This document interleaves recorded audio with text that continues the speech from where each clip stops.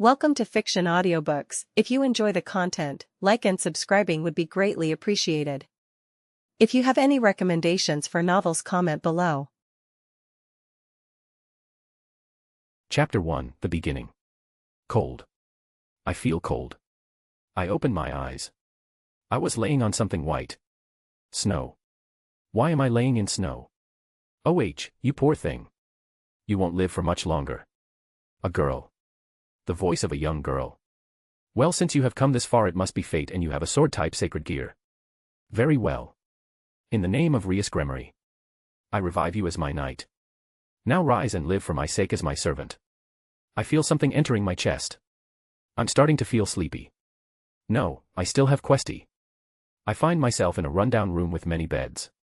Images start to show on the walls, like those old movie projectors. I see kids, lots of kids, and a nun. An orphanage. A church. Are these memories?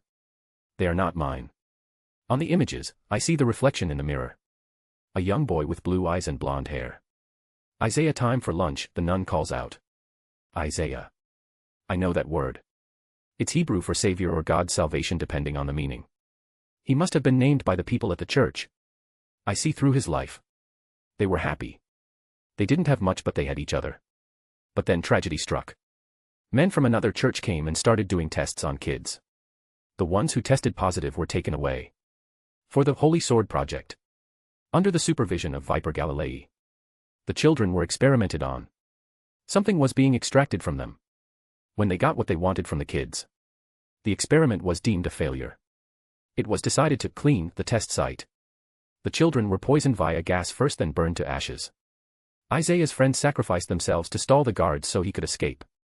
He ran as far as he could, but eventually succumbed to the poison. In his dying breath, he prayed to any deity listening to him. He didn't care for the price. He wanted revenge on those who killed his friends. The next thing was a surprise for me. Inside his mind, there was a cold voice. It sounded like something out of a horror movie. Are you willing to sacrifice your soul? Do you wish to kill them that much? Yes. Anything. Everything, young Isaiah screamed out in his mind. Very well. I shall take your soul and send a warrior to take revenge in your place. You may watch as he decimates those responsible. Isaiah's memories stop there. And mine begin. The church disappears and I appear back in one of my apartments. You have died in battle. You wished for a second chance at life. I'm giving it to you. The price is to take revenge on those that have wronged young Isaiah. Do you accept? The same cold voice asked me this time. This is a no-brainer. I'm not letting a second chance slip through my fingers. I can deal with the rest later. I agree. Very well. Here is information on this world. And who you must kill. As soon as the voice finished talking, I suddenly had access to new memories. It was a weird feeling. Like it just appeared inside my mind. A few hours later. Okay, I get the gist now. DxD world. Gods. Angels. Fallen. Devils. And all the other pantheons. Mixed together to form a fan service anime that is basically soft porn. The light novel was far more useful and had more information. Fanfictions too. Well, this is gonna be hard. My targets are all the people involved with this. I get the church officials, they are corrupted bastards. But the Pope and a few angels are involved as well.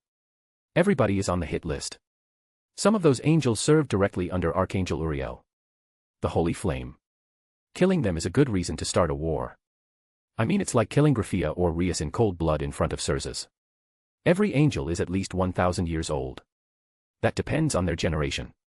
So killing Uriel's commanders, who he has led through the Great War, and considers them like brothers. Which they are anyway, but they mean a lot more to him than any other commanders. So war is inevitable. That is. If I'm caught. This is gonna be a pain. But for a chance at a second life, it has to be done. Well, cheers to my new life in a harem world, where you could die 1 minute and not even know why. Cough, Ophis, cough. What could go wrong? Why isn't he waking up? A red-haired girl whines impatiently. Calm down, Rias. He was in pretty bad shape when you found him. So let him wake up naturally. The tall red-headed man put a hand on her shoulder and smiled gently. Will Blondie be okay? A small shy white-haired girl answered in a very low voice. I'm pretty sure he will be fine. And Rias will take good care of him like she takes good care of us. Isn't that right? Kaneko-chan, a girl with a similar height to Rias, answers. She has violet hair and violet eyes. I just can't help but worry Akino. He has been unconscious for 3 days. It never takes this long. And don't you try to convince me otherwise, Surzek-san, Rias said while pacing inside the room. Well, Rias, all we can do is oh, he is waking up. Akino was interrupted by Surzek's voice, as he is much more powerful than them, he sensed at first. Really? Rias jumped in excitement and rushed to the bed. The boy groaned and slowly opened his eyes. You are finally awake, you had us worried, Rias says with a bright smile. The boy looked at her, then at each person inside the room. Where am I? Who are you? The boy asks in a monotone voice, which made Surzek lift his eyebrow. That was not normal. You are in the underworld, in my house. And I am Rias Gremory. Your new master. What's your name? The boy stared at her for almost half a minute before answering. My name is Isaiah. And what do you mean by master? Word count 1030. I think it turned out pretty well, all things considered. For an idea that happened because my brain doesn't know the meaning of chill out and focus on one fanfic. It's not that bad. By the way, she got Akino, Kaneko, Yuto, and Gasper in that order. I don't know how old they are. But I'm going to guess Yuto 8. Rias and Akino 9, while Kaneko was 6 to 7, can't remember for her. Red-headed or red-haired. Kiba Yuto means horse rider. Kaneko Tujo, Kaneko equals kitten, Tujo equals castle, in reference to her being the rook. Real original there, Rias. Release date on web novel. November 16, 2022. Hashtag. If you want to read ahead or just support me, go check out my pat. Or just read my other fics. I have drafts, ideas, plans, polls. Check it out and see if you like what I got. There is no paywall. Every single one of these fics and chapters will be released eventually. So you don't have to pay to read them. But if you don't want to wait or just want to support me, check out the pat. Patreon.com/alcoholic_panda, remove the extra spaces. Discord.gg/6YYVM6TJ6T. Chapter 2, Deal with the Devil. Please leave a review. I think 15 are needed for a FIC to qualify for the rankings. Put down 1 star if you want XD. There will be daily releases for as long as I can keep it up. Chapters will be released around this time each day. Oh, and if you'd like the daily releases to continue, drop some stones to put this FIC on the ranking. I'm entirely motivated by praise. This is a joke, the releases will continue as I can keep up the pace. But seriously, consider dropping some stones. Enjoy the chap beer mug panda face. Word count 1290. Hashtag. So let me get this straight. I died. This girl revived me as a devil and now I'm her slave. I already know everything, of course. But fake it till you make it. That's right, and it's not slave. You are my servant and a devil now. Rias defends herself aggressively. She must not like the word slave. Then again, she is still a child. Surzek is a different story. He is closely observing me. You are quite different than most reincarnated devils. They are mostly in denial or become aggressive. At least those who were reincarnated after their death. He speaks softly, looking for any reaction from me. Just because I died doesn't mean I'm stupid. You are the only adult in this room. Obviously, you are here to deal with me if I turn aggressive. I know that if I so much as glare at her, you will kill me. I point out blankly, not bothering at all to hide my thoughts. Surzek is a super devil. I'm not stupid enough to lie in front of him. He will be able to tell that I'm lying and harboring negative feelings. This way he won't be so on guard. Honest, simple-minded people are much easier to deal with than the scheming type. No, that's not true. The Gremory treats their servants just like family. Ah, so naive, so stupid. Shame she will stay like this throughout her teenage years. One of the reasons I dislike her so much. I just stop her rant and point toward Surzek. Ask him, he will tell you if it's true. Nissan, tell him it isn't true. She rushes and stands in front of Surzek. On her face was an unspoken, tell him. Surzek just sighs and massages his temples. You are partly right. I am here to make Rias isn't hurt, but I wouldn't have killed you. Rias just puffs out her chest in pride. Her expression was saying, see, I was right. So what happens now? I ask Surzek, not even looking at Rias. You will be living with us. You will learn about the underworld and your new duties, he answers calmly. So I will be a slave. Well, what if I don't want to? I just ask right back.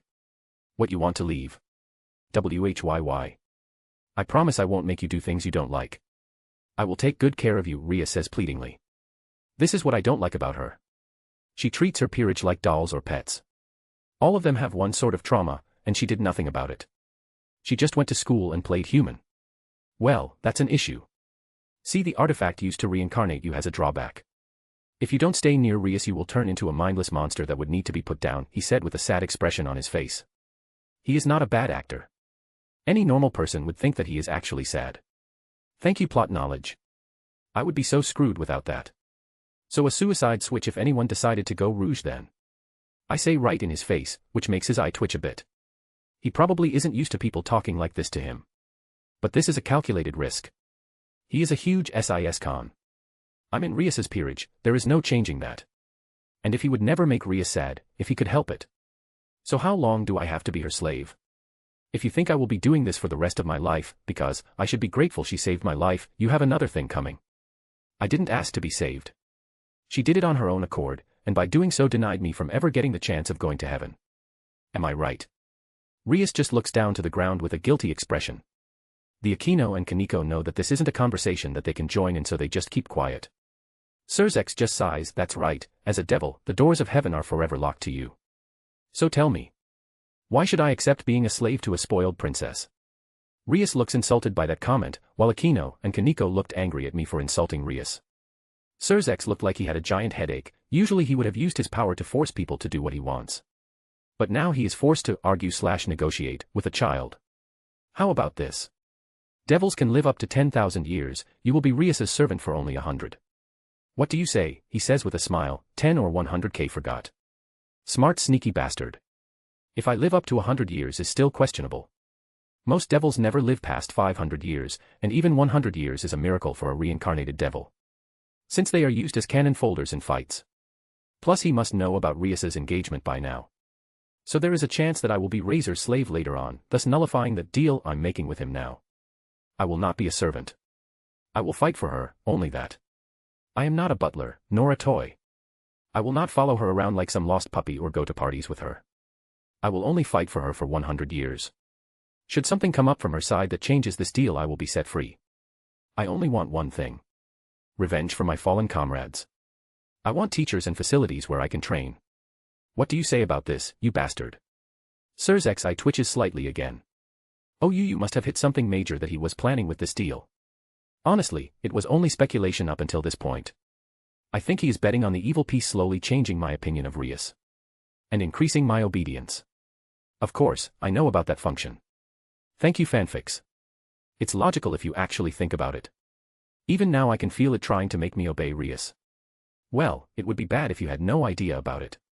But now that I do, I can use it to temper and strengthen my willpower. Sacred gears rely heavily on the willpower and desires of their hosts. So it will be very useful in the long run. Surzex just stood there for a full minute. Thinking, calculating the odds. Making future scenarios. Then he looks up at me with a bright smile. Good, we have a deal. I have decided my own knight, Tsuji Okita, will train you. He is very strong and can teach you swordsmanship. You don't have any complaints about this, right? I don't know what he is planning fully, but I'm guessing is to make my fist bond or open up to my new teacher. Okita will be closely monitoring me. And I assume he will try to be very friendly with me in hopes of me accepting the Gremory family. Which I have to do, or fake at some point. Because right now it can be excused I am a recently reincarnated devil. They are very emotional and have strong denial about these sorts of things. But if I keep it up they might just cut their losses, and just kill me, extract the knight piece from me and go look for my replacement. Well, Isaiah, welcome to the Gremory household, Surzex says with a small smile, which lights up the mood in the room, making the others excited. ###A/N. A little unrealistic, but hey, that's what a fanfic is in the first place. And in all honesty, Surzex was just playing along. He could totally just threaten our MC in private. Which is always an option if our MC oversteps his boundaries. If you want to read ahead or just support me, go check out my pat. Or just read my other fics. I have early drafts, ideas, plans. Polls. Check it out and see if you like what I got. There is no paywall. Every single one of these fics and chapters will be released eventually. So you don't have to pay to read them. But if you don't want to wait or just want to support me, check out the pat. Patreon.com/alcoholic_panda, discord.gg/6yyvm6tj6t. Chapter 3, Guests Arriving. If you want to read ahead or just support me, go check out my pat. Or just read my other fics. I have early drafts, ideas, plans. Polls. Check it out and see if you like what I got. There is no paywall. Every single one of these fics and chapters will be released eventually. So you don't have to pay to read them. But if you don't want to wait or just want to support me, check out the patreon.com/alcoholic_panda, discord.gg/6yyvm6tj6t. Please leave review so the FIC can enter the rankings. Word count 1435. #####. 2 weeks have passed since I joined the Gremory household. I met the Lord and Lady of the house, Zeoticus and Vainlana Gremory. I was also introduced to Zeoticus's harem members who were his peerage members as well. How ironic. Rias hated Razor just because he had a harem and was a big pervert. But her father does the same thing and she just ignores that fact and throws a childish tantrum. I met Surzex's peerage, which of course included the strongest queen, Graphia Lucifuge. Their son Milicus still hasn't been born. Hell, he hasn't even been conceived yet. I hate the look she has on her face. She was glaring at me with a cold look the whole time. Just because I don't want to be a slave to her family. There are a lot of controversial topics about her relationship with Surzex. Some sources say, true love. Others say she was enslaved, brainwashed, blah blah blah. Honestly, as long as she doesn't bother me I couldn't care less. He introduced me to his knight, Suji Okita. He appeared laid back and very excited to have a student. He was being very friendly towards me, which sent alarm bells ringing in my head. From what I know, Suji is a very strict teacher. Kiba only opened up to him after he was rescued by Suji from a stray devil. I wonder if I keep acting like this, will I also be rescued by someone from the Gremory household? They started educating me on the ways of the devils. History, magic, manners. A lot of it was just bullshit propaganda. Like how the current Satans are stronger than the original ones. I highly doubt that. Things were much different back then. The world was even more chaotic. There is no way that the original Satans were weak. Lucifer was the first son of God, and ultimately the one who landed the killing blow on him. It's still unknown what exactly happened in the Great War. But the new Satans weren't even born yet. Most of the weaklings died in that war. And the ones that survived kept their mouth shut. After all, when the new Satans took their positions, no one was going to say otherwise. The old schemers that survived wouldn't risk starting a fight they couldn't win. And other factions didn't want to make unnecessary enemies with the new devil faction. Politics and propaganda at its finest. Now Surzex and Ajuka are strong.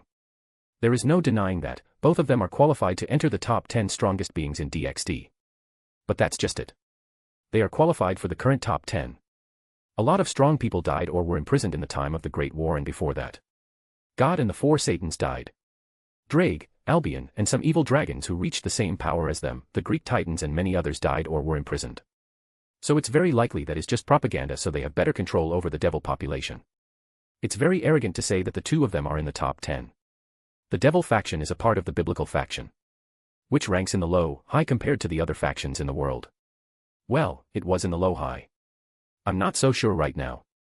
Big G made himself a lot of enemies when he started stealing materials for his sacred gears. He stole the Nemean lion and Lycan from the Greek pantheon. Asterisk.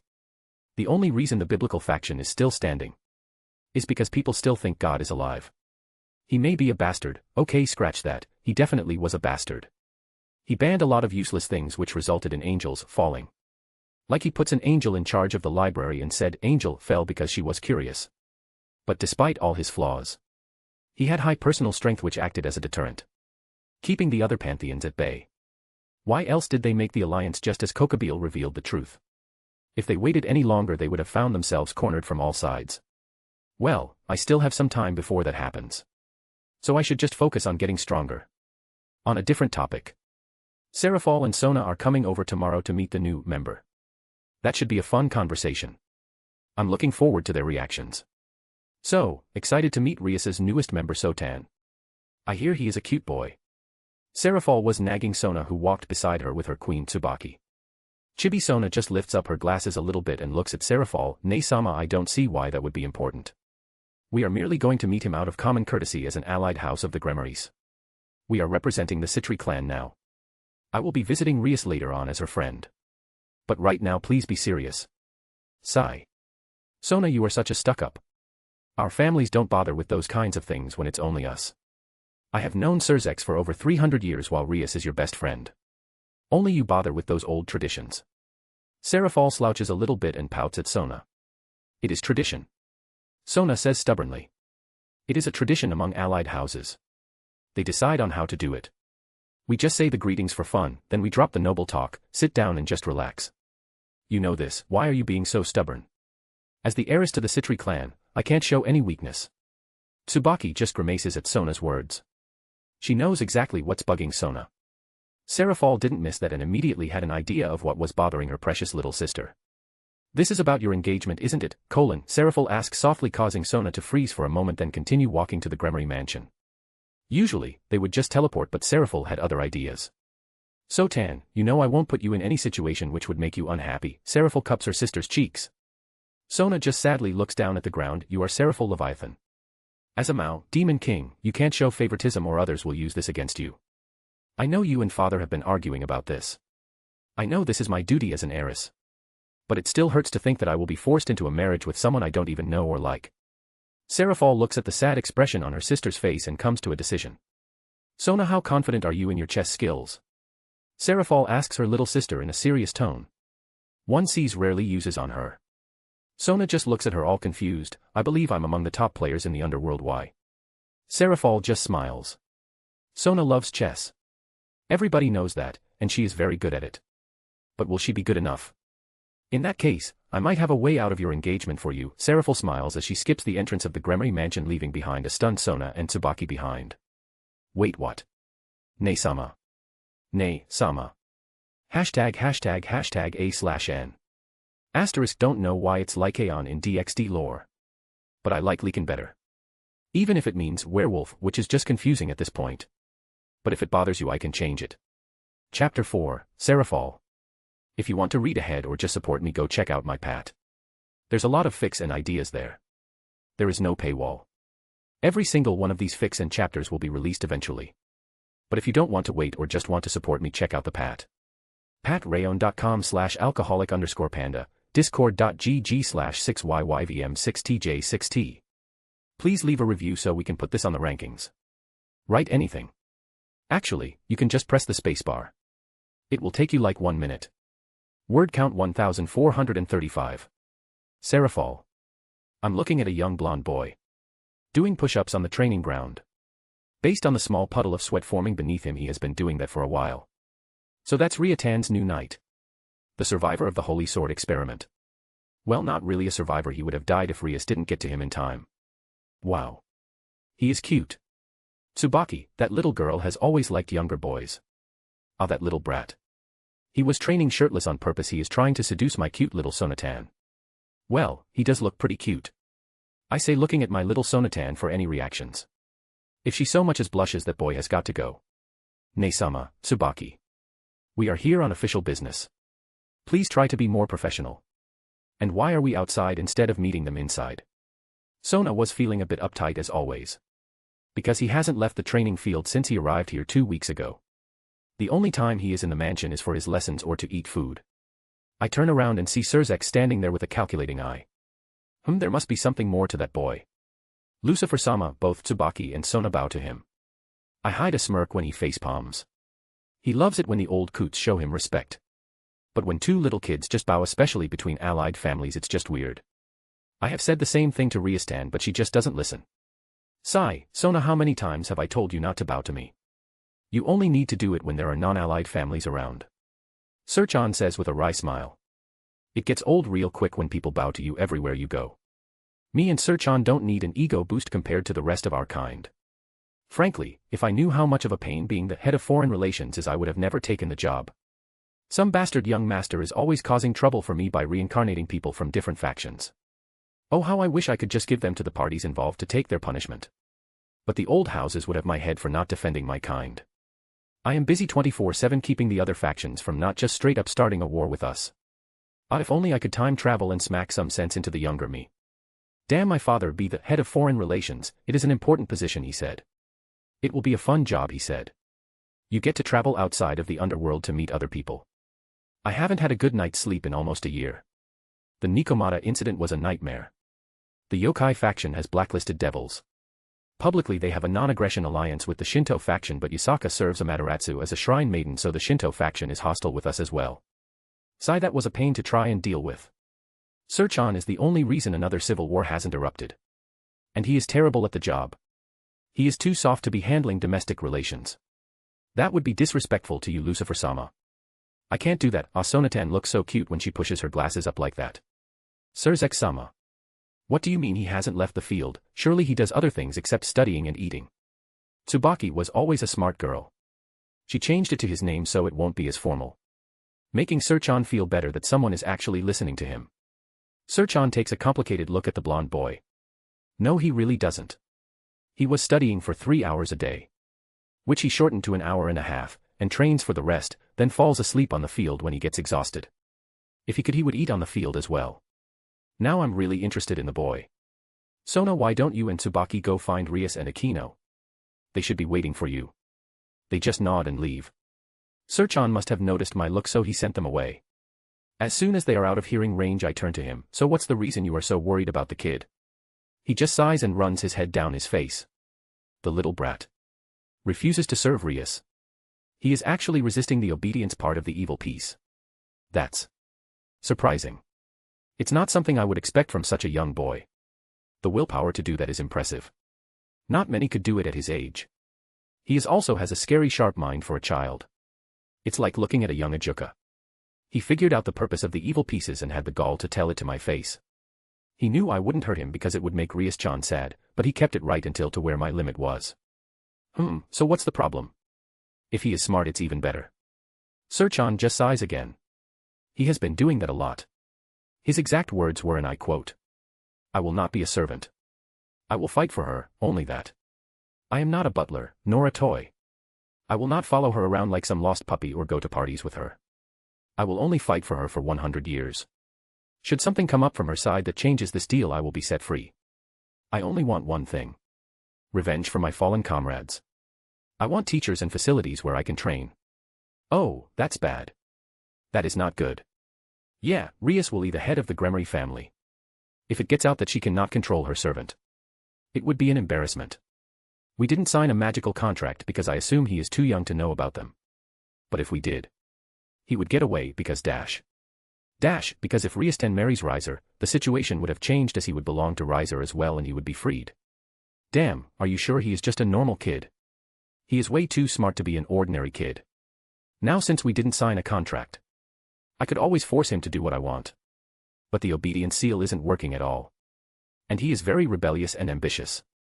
If I try and force him, he might just hurt Rias-tan and turn stray. And you interfering with Gremory family business makes you look weak as a Satan and head of domestic relations. Man, your sister knows how to pick them. This was pure luck, right?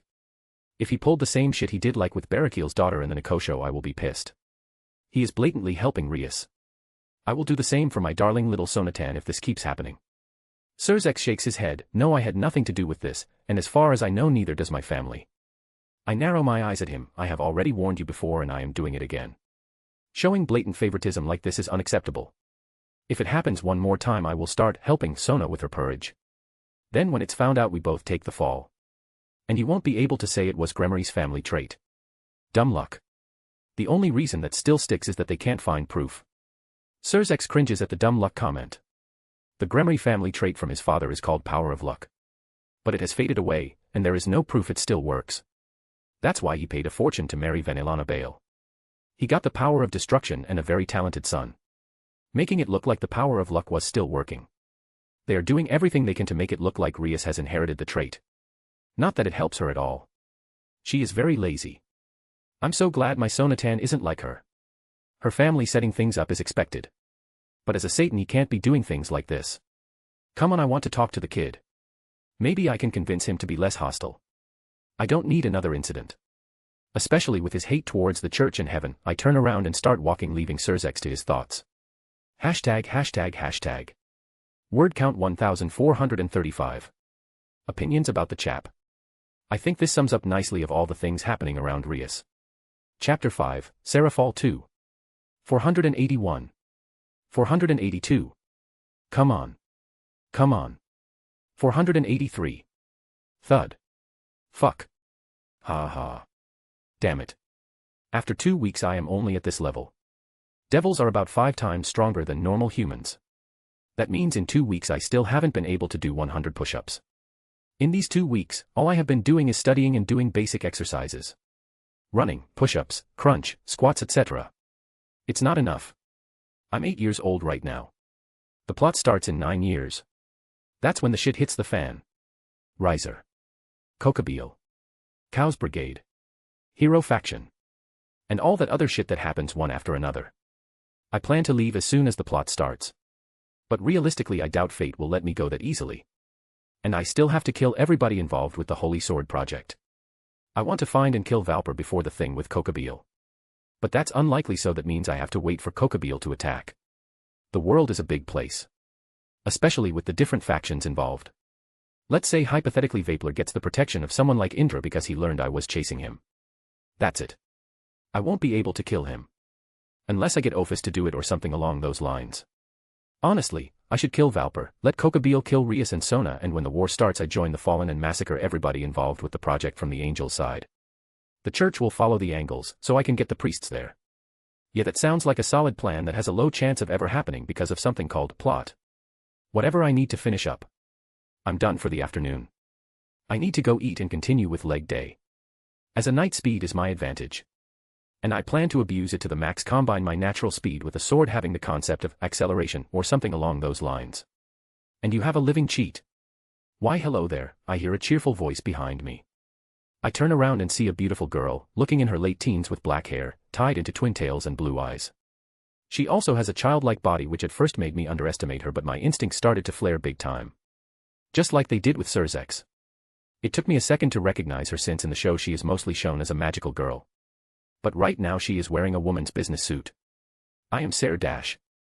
Seraphil Citri, or now known as Seraphil Leviathan, which is by the way a very subtle way to make the population think better of you. Taking the name Leviathan just so you gain more respect from the people. I find it stupid and demeaning that you would get rid of your clan name. But hey, that's just me. I can see her lips starting to twitch from that. Sigh, I can see why Surzex calls you a pain in the ass. You do know people who are too smart get killed first, right?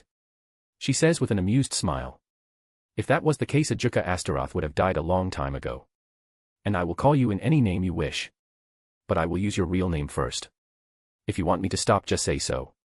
Sigh, just call me Seraphil. Oh, and now that we are on the topic of names, we need to change yours. No offense, but you having the name Isaiah while being a devil is troublesome. She has a weird expression when she says the last word. Ah.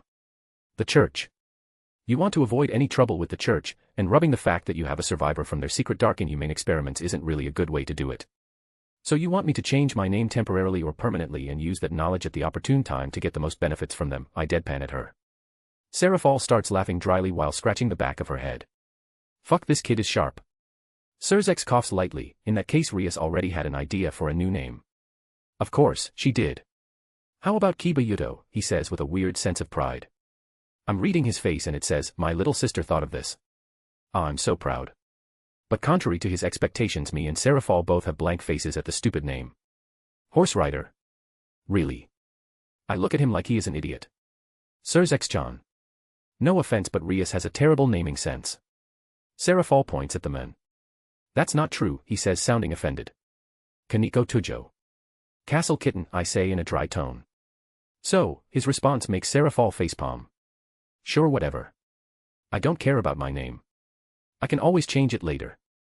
I say offhandedly. I'm definitely changing it back. I will not be known as Horse Rider.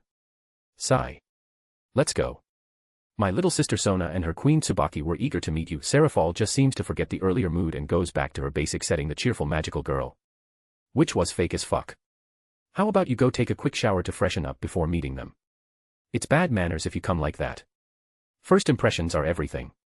Surzex suggests, but it's clear it was more like an order. I just look at the men, I'm not a servant or a pet. I will only fight. Anything beyond that isn't part the deal. I don't care if the Big G himself came to the underworld. I will be taking a shower and going to eat. Should they wish to meet me, I will be in the dining room. I say my piece and start moving towards the mansion. Seraphil POV. Sigh, see what I mean? Cyrex sighs and points at the retreating figure of the newly named Kiba Yuto. Yeah, he has a problem with authority. But didn't actually insult you. And he was right when he said this isn't in the deal you made. He is stubborn and prideful. I will not be surprised if he gets pride or wrath as his major sin. I shake my head at the difficult situation Xerxes has found himself in. The boy was Rias's knight. He was stubborn and prideful but was willing to do the most important things servants do. Fighting in the rating game. The rating game determines a devil's status. Devils respect strength. The higher you are on the list, the easier things will be for you. Of course, there are other sides like politics, wealth, alliances, etc. But strength will always be respected. I can only hope he will succumb to the obedience seal. And become more accepting to Rias and the others. Xerxes sighs as he heads into the mansion. Somehow I doubt a will like that will let himself succumb. His sin has an 80% chance of being pride. He stood in front of 2 Satans and spoke his mind. He has more balls than half the devils I have met. And as he grows stronger, so will his pride. Take dragons for example. They are pride incarnate. They will never back down from an insult. And when they fight, they do it to the death, or until they get bored. There is a reason people don't mess with dragons. They might not win. But they will make sure to take an arm and a leg before they die. And nobody wants to fight an insane maniac like that. It's just not worth it. If I'm right, and I usually am about these things, young Kiba will grow to be exactly like that. The future will not be peaceful. Sigh, I can practically feel the paperwork coming. And I don't like it one bit. ####. Word count 1,300. If you want to read ahead or just support me, go check out my pat. There's a lot of fics and ideas there. There is no paywall. Every single one of these fics and chapters will be released eventually. But if you don't want to wait or just want to support me, check out the pat. patrayon.com/alcoholic_panda, discord.gg/6yyvm6tj6t. Review please. Oh, and thanks to the people that already did. It helps a lot. Making the rankings makes the FIC more noticeable. That sounds wrong for some reason. Whatever. Review, drop a stone, subscribe, add to collection, XD. Chapter 6, Meeting Sona and Tsubaki. If you want to read ahead or just support me, go check out my pat. There's a lot of fics and ideas there. There is no paywall. Every single one of these fics and chapters will be released eventually. But if you don't want to wait or just want to support me, check out the pat. patrayon.com/alcoholic_panda, discord.gg/6yyvm6tj6t. Word count 1,224. #####. Kiba. Stop being rude and pay attention to our guests. Rias yells out, pointing her finger at me. I was just silently eating in the dining room when the red-haired brat stormed in with Sona following her. And by the way she was out of breath, Rias must have dragged her over here. Akino, Kaneko, and Tsubaki shortly followed. So not wanting to leave a bad impression, I introduced myself and sat back down to eat. What do you mean rude? I introduced myself properly. Plus Sona and Tsubaki are your guests, not mine. Wonder what ticked off the brat this time. And you sat down to eat right after that. Even though Sona and Tsubaki came all the way here to see you. While Rias was having a tantrum. Sona was looking at us with a sharp look. Trying to figure me out probably, and what threat I pose her if she were to fight Rias peerage versus peerage. Perhaps you could introduce yourself again. With more details this time please, Sona suggested. It was weird seeing a kid use the fake sweet smile. But then again, they are devils. Sigh, fine, I stand up, leaving my delicious meal. My food is getting cold because the Gremory princess doesn't like being ignored. As you already know, my name is Kiba Yuto. Yes, that name was picked by Rias, yes it's unoriginal, and no, I won't tell you my real name. I was reincarnated by the night piece, so I am a swordsman. My sacred gear is also related to swords.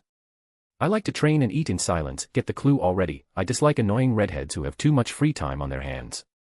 The little insult was totally unregistered by Rias. Honestly, the theory that all the nutrients went into her breasts is starting to be more and more real. Sona caught that very obvious insult and covered her mouth to stop herself from laughing. Her action stopped the conversation between Akino, Tsubaki, and Kaneko, who were staying a bit further away. What's so funny, Sona? Tsubaki asks with a smile. After all, it's rare to see Sona smile. Nothing, Tsubaki. Kiba just said a funny joke when he was introducing himself. Sona was trying hard to control her face, but the corners of her mouth twitched every few seconds trying to form a smile. Really, I didn't get it. Say it again. No, the theory is wrong. She was an idiot from the start. I put my hand on my chin and how about no? Why not? Rias yells out. Because it's a waste of time and I want to finish my meal. Just think about what I said and it will come to you. I calmly sit back down and continue eating. Rias smirks a bit. But don't you want to play with us? puppy dog eyes. Huh, so this is how she manipulates the strongest siscon. No, my casual remark makes her freeze in place.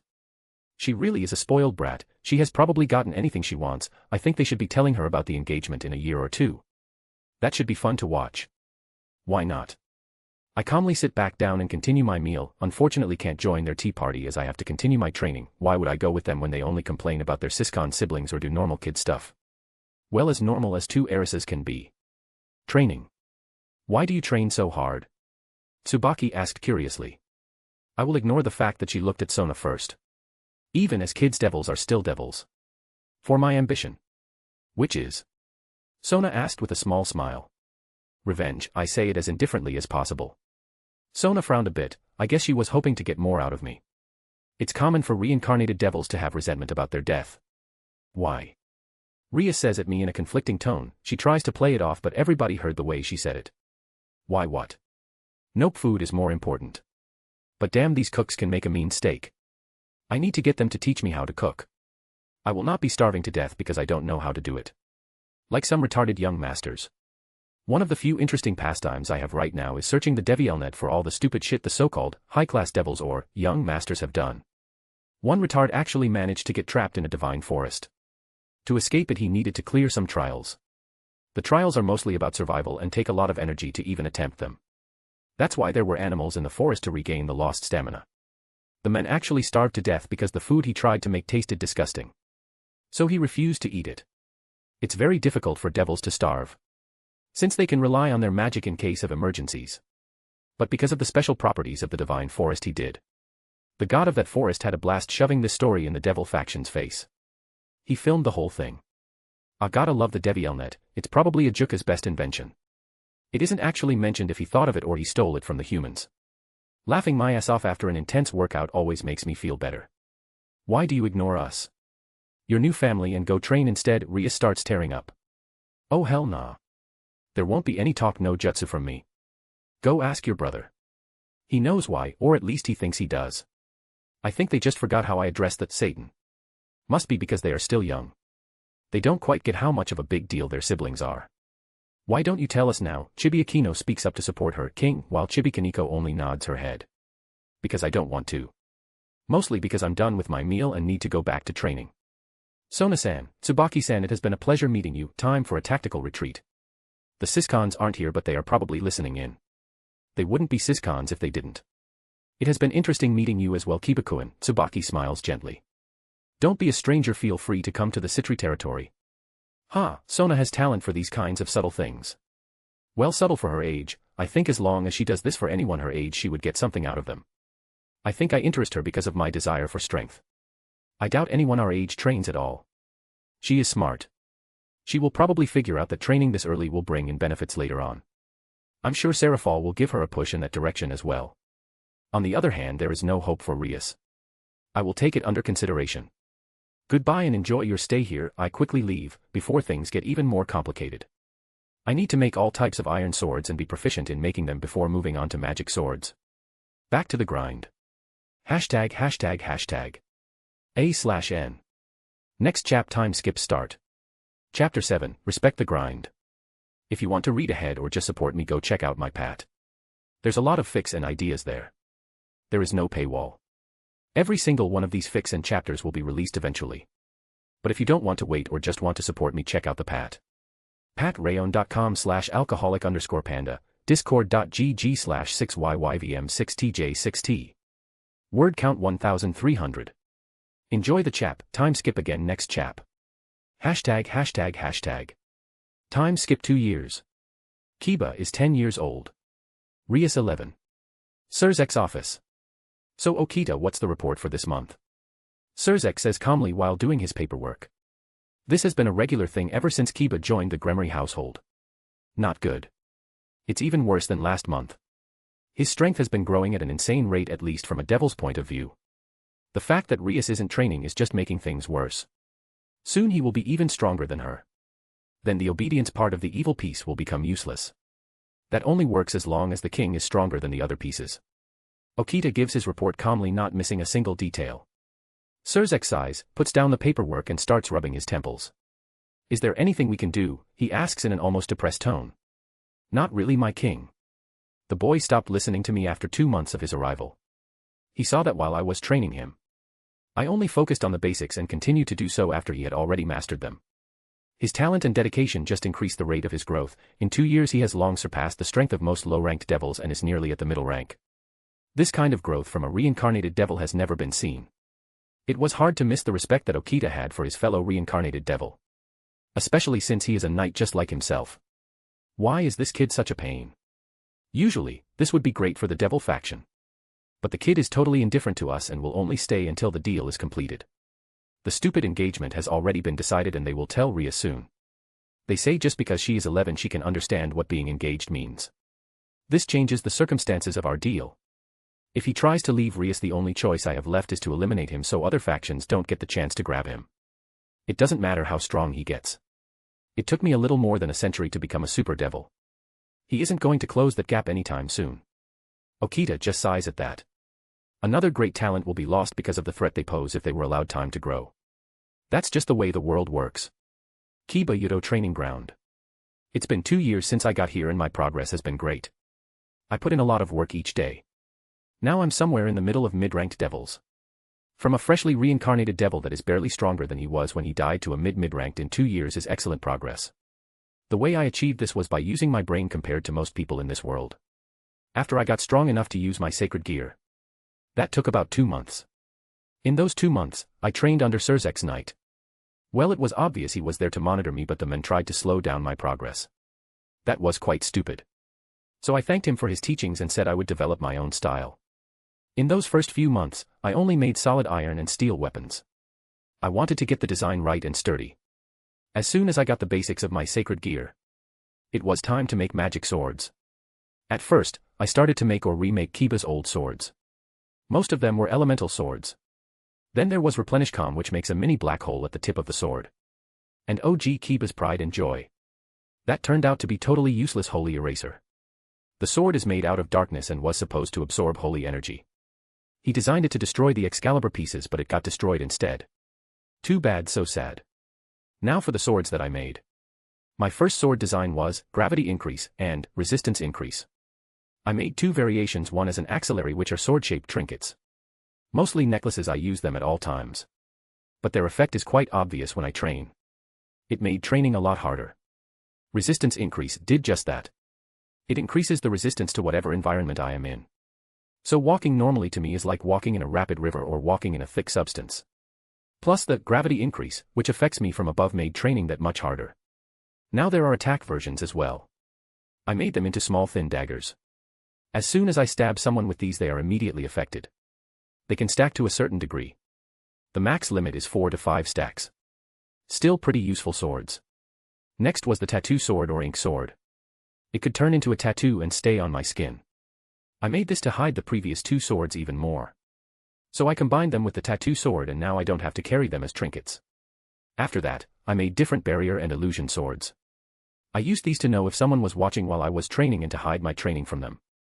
There is no real reason for them to know my strength. I think they worked. Since the barrier doesn't protect me, only hides me from their view. And the illusion sword makes a fake copy of me that constantly swings his sword. The only one who keeps tabs on me is Okita, and that's from afar. I don't think he is very skilled in magic. Even if they do know. They haven't stopped me, so I will continue as usual.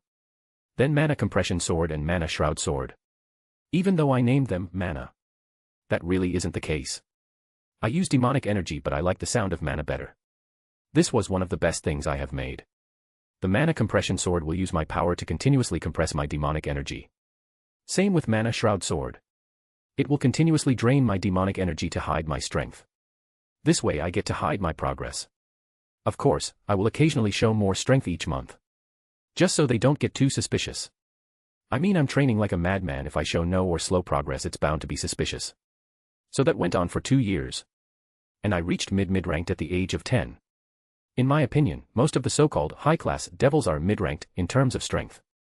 In the show, Rias and Sona definitely weren't high-class material.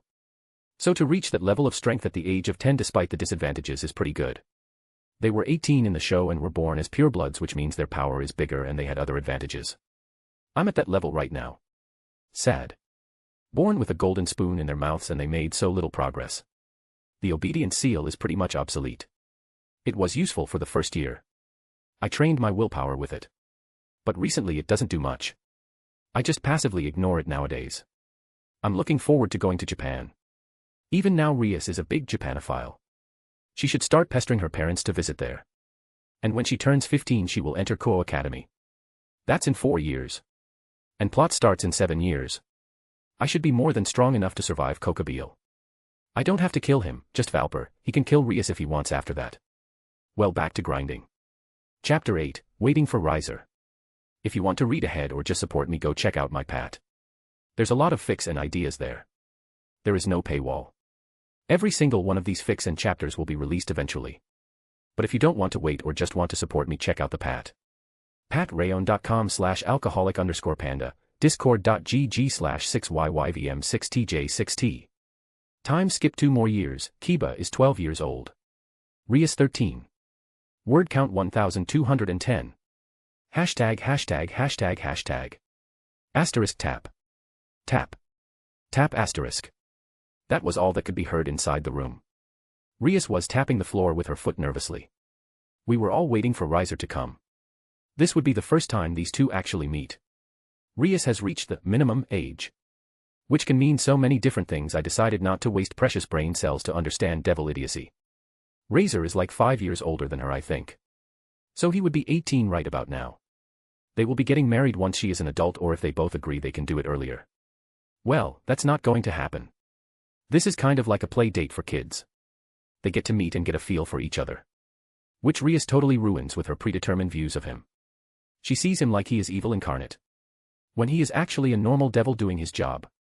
Devils are low on numbers. Purebloods are encouraged to have harems, so they increase the chance of new devils getting born. The only real devils who break that norm are the Satans. Ajuka is asexual. Falbium is too lazy to have sex. Seraphal can't do it because of her image. And it's looked down upon if female devils have harems. And Surzex has Graphia as his wife.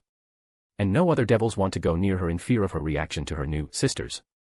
Well, that's the official reason for Seraphal and Surchix. The real reason is that they're major siscons. And would love nothing more than to bed their siblings.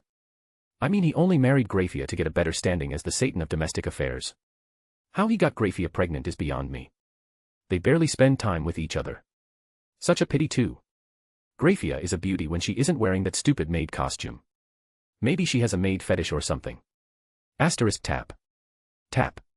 Tap asterisk. Rias, how about you go out for a bit of fresh air? There is still time until Riser arrives, Akino the one-san in training advises.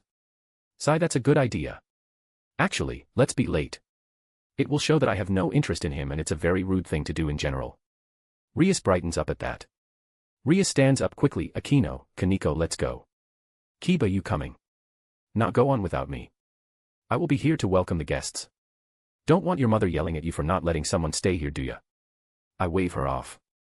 My laziness clearly showing. I try to satisfy all my sins in one way or another.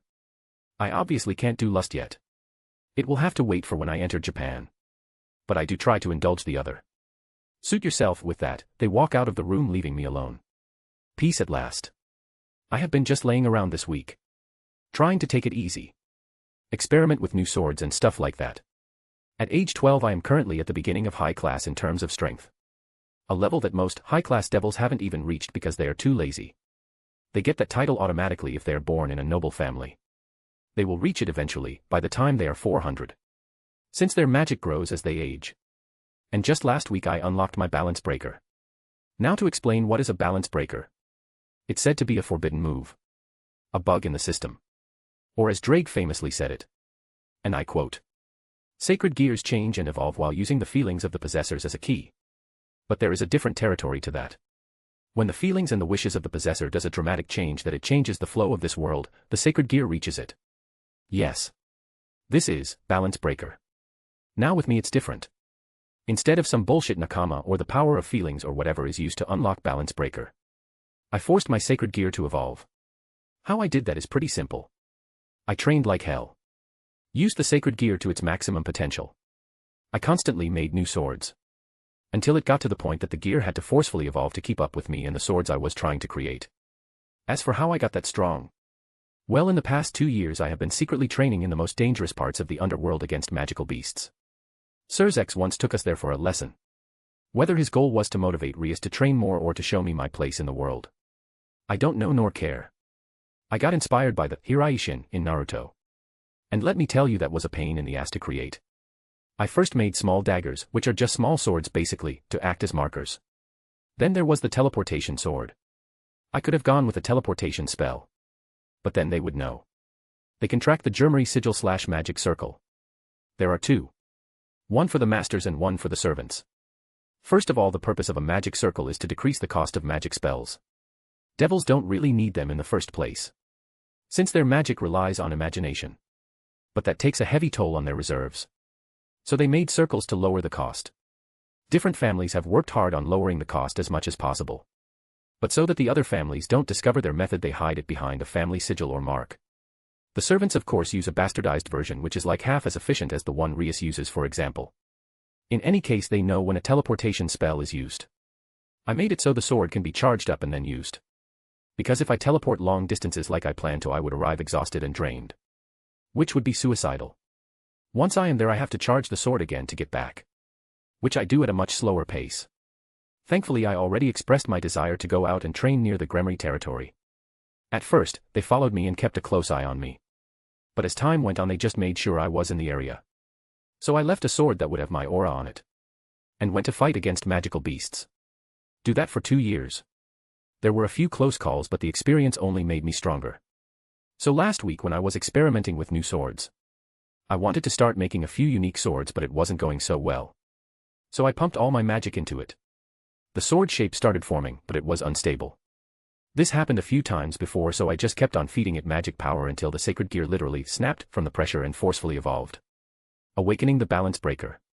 Now, because it was a rough awakening both on the gear and on myself, I'm taking it easy so I can recharge in a way. An orange magic circle appears in the center of the room, breaking me from my thoughts. Man, this is going to be so much fun to watch. ####. Next chap is Riser chap, fun arguments and mostly amusing, I hope. A/N. Told you I was going to steamroll through the time skips. There is no point. It's just repetitive training. The real shit starts when they enter Japan in 2 years. Chapter 9, Riser.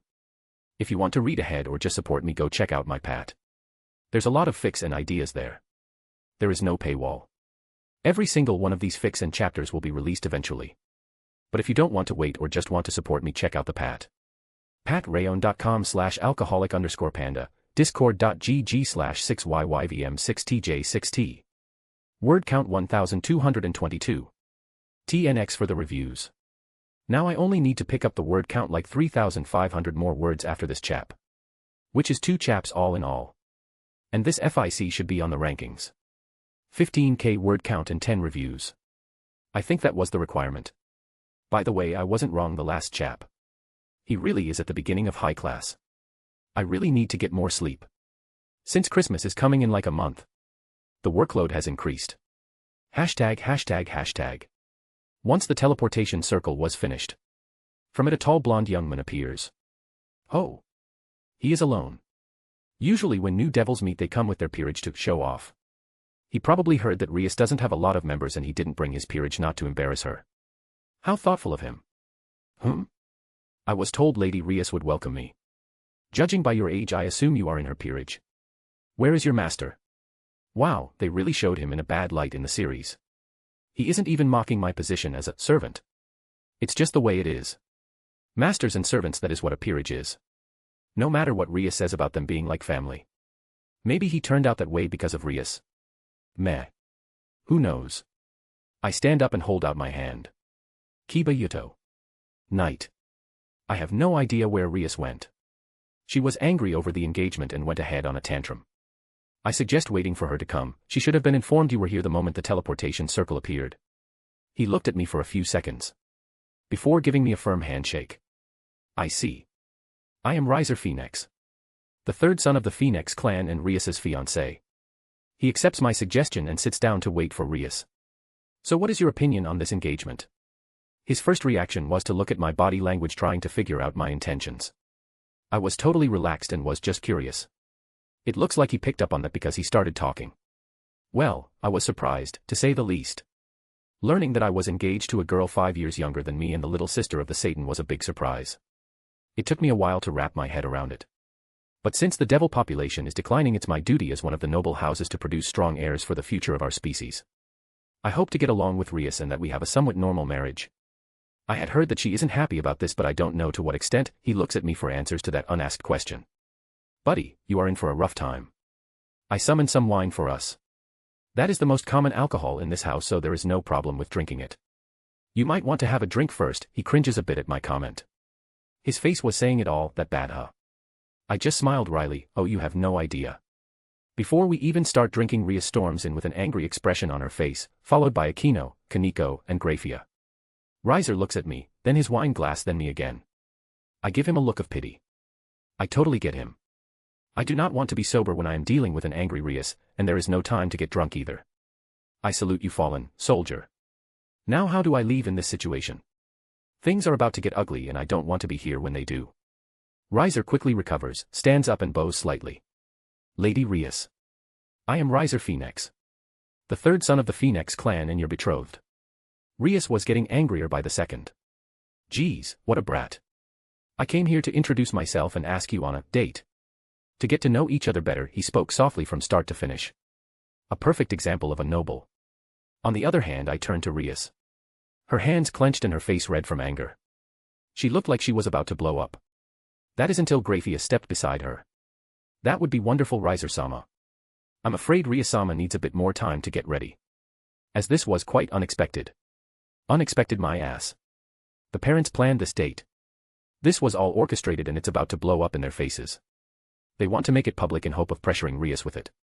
Peer pressure is a good tactic. But they failed to account that Rias is an idiot, and she is about to embarrass both houses. I hope the rest of you keep Riser-sama company while Rias gets ready. Oh, she sliced up. So much for the perfect maid. She called Rias by her name with no honorifics. She was always bitching about perfect manners to me. And how to properly act as a servant of the Gremory house. Wah. As soon as Rias tried to protest, she was grabbed by Grafia and led out of the room. As soon as they left, the room descended into silence. Aquino was giving silent glares to Riser. I just sat down and started drinking. Riser, seeing that I stopped talking, looked at Aquino and Kaneko before doing the same. We continued drinking in silence before Aquino spoke up. Kiba-kun, you were being quite friendly with Riser-sama there. She practically spits out the sama. What's her game here? Riser has been nothing but polite and respectful. I just replied in kind that, and both are drinking to get him ready for the date. He is 18 and obviously knows what his parents are planning. But he has no choice but to continue. As the third and youngest son, he has no input in the family business and isn't anywhere near to the lord seat. He can only be useful as a part of a political marriage. Like they are doing right now. Sure, he would become Lord Gremory. But only in name. The real goal is to get stronger children from this marriage. Frankly, it isn't that even big of a deal. He has to get Rias pregnant, put on a fake smile for the public, showing his happy marriage, and then just has to go back to living his life. Riser raised an eyebrow of me causally calling his name but didn't say anything. Suddenly we hear a tapping sound. That was the sound of heels. Well, looks like my date has arrived. Riser finished his wine glass and stood up. Watch yourself when she is holding a drink. Good luck. I sent the sound only to his ears using magic. He looked at me and nodded. Then the doors opened, showing Rias. She was wearing a short-sleeved dark blue dress that went until her knees. But here was where the devil physique played. Even at 13 years old she was very beautiful. Her body was way more developed than it should have been. That's a figure most girls have in their late teens. But all of that was ruined by the big frown she had on her face. Well, Riser-sama, Rias-sama, the teleportation circle is finished. I hope you will be civil to each other and have a good time. Enjoy your date. They went on top of the teleportation circle, but Rias was determined to be as far away from him as possible. A white light flashed and they were gone. This is gonna be a disaster, I just know it. It's going to be so funny to watch. I can't wait. ####. At Leon_Moridi. Your comment about Serafall was deleted by Webnovel. But yeah, if she sleeps with more guys there is a bigger chance she will get pregnant. But stupid devil logic. One guy can get 10 girls pregnant. Which means 10 babies. Theoretically, one girl with 10 guys means only one baby. I mean, their laws mostly revolve around giving males more power. For the sake of increasing population. There were examples in other fics like how a pillar head can just rape a low-class devil and get away without any charges. Since he was trying to increase the devil population. Seems realistic to me XD. Chapter 10, Riser 2. If you want to read ahead or just support me, go check out my pat. There's a lot of fics and ideas there. There is no paywall. Every single one of these fics and chapters will be released eventually. But if you don't want to wait or just want to support me, check out the pat. patrayon.com/alcoholic_panda, discord.gg/6yyvm6tj6t. Word count 1600. ####.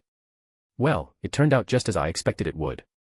Rias returned after about 20 minutes with a smug look on her face. 5 minutes after that, Lord and Lady Gremory came and the yelling competition started. Apparently, this idiot splashed her drink in Riser's face in the middle of the biggest and fanciest bar for young devils. It's all over the Devinet. A very public and embarrassing moment for both houses. Riser didn't take it too well. When he got back home, he blew up a lot of stuff in anger. I also heard rumors he was emotionally hurt. I mean, the dude gave it his all. The marriage is set in stone.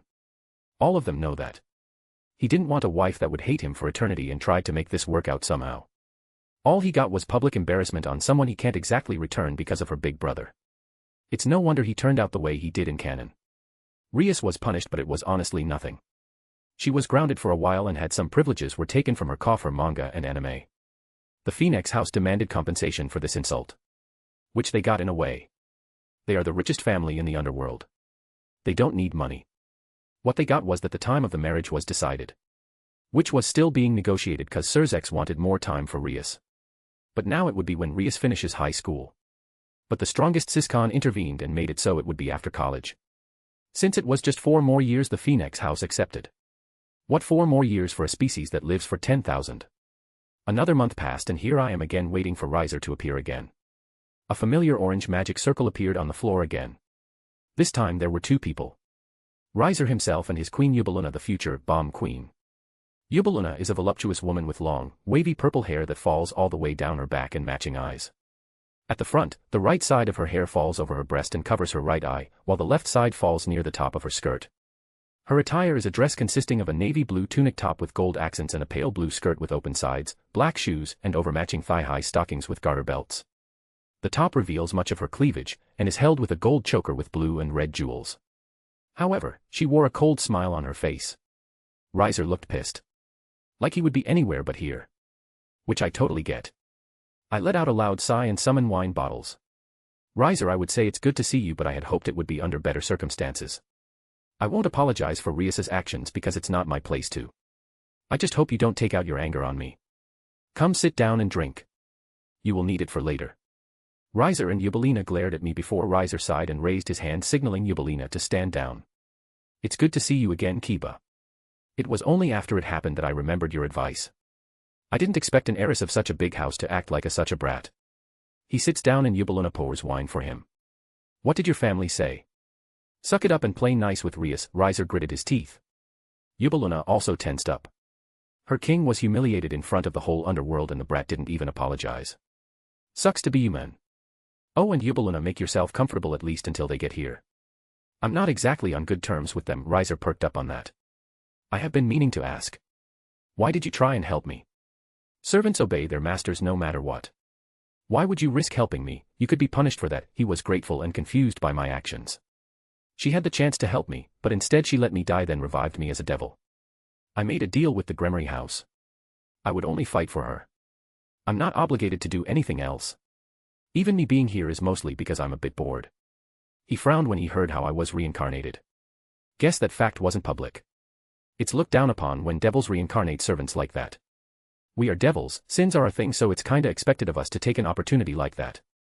But doing it in such a way shows your skill as a king and a leader. So most people try to avoid it, he says while looking at his wine glass. I convinced most of my peerage personally. I sought out people who share my hobbies. Most of my peerage, including myself, are hedonists. So the rumors that you force your peerage to sleep with people in exchange for favors are, I say offhandedly. He actually gets angry at that and spits out, are pure bullshit. I only ask them, if they want to do it, it would be of their own free will. They get to satisfy their own urges and I get political favors. As far as I know, Rias thinks this is her fate. Like I'm that stupid. If I try something like that, her brother would kill me regardless of his position and the consequences. And there we go. The whole shit from canon is mostly the parents' fault and Rias being a stubborn brat. I get that you are mad. But humiliating the other party isn't really the best way to try and get out of the arranged marriage. You got it, rough pal. You have no idea. Riser drowns his glass and then stops for a moment. Why is it so comfortable speaking to you? I usually never act like this when I'm with others. I actually facepalm at that. Freaking devil culture. It's because you mostly hang out with devils of similar political standing. You always want something from each other. Their political support, goods, favors, etc. I on the other hand don't want anything from you. I say with total honesty. I just need a drinking buddy. Staying cooped up in this house when I don't like anyone was getting on my nerves. I still drink alone, but that's boring and depressing. I don't want to waste my second life being an antisocial shut-in. But that's normal. He looks even more confused. I facepalm again. Never mind. It's a human thing. That only happens among noble humans.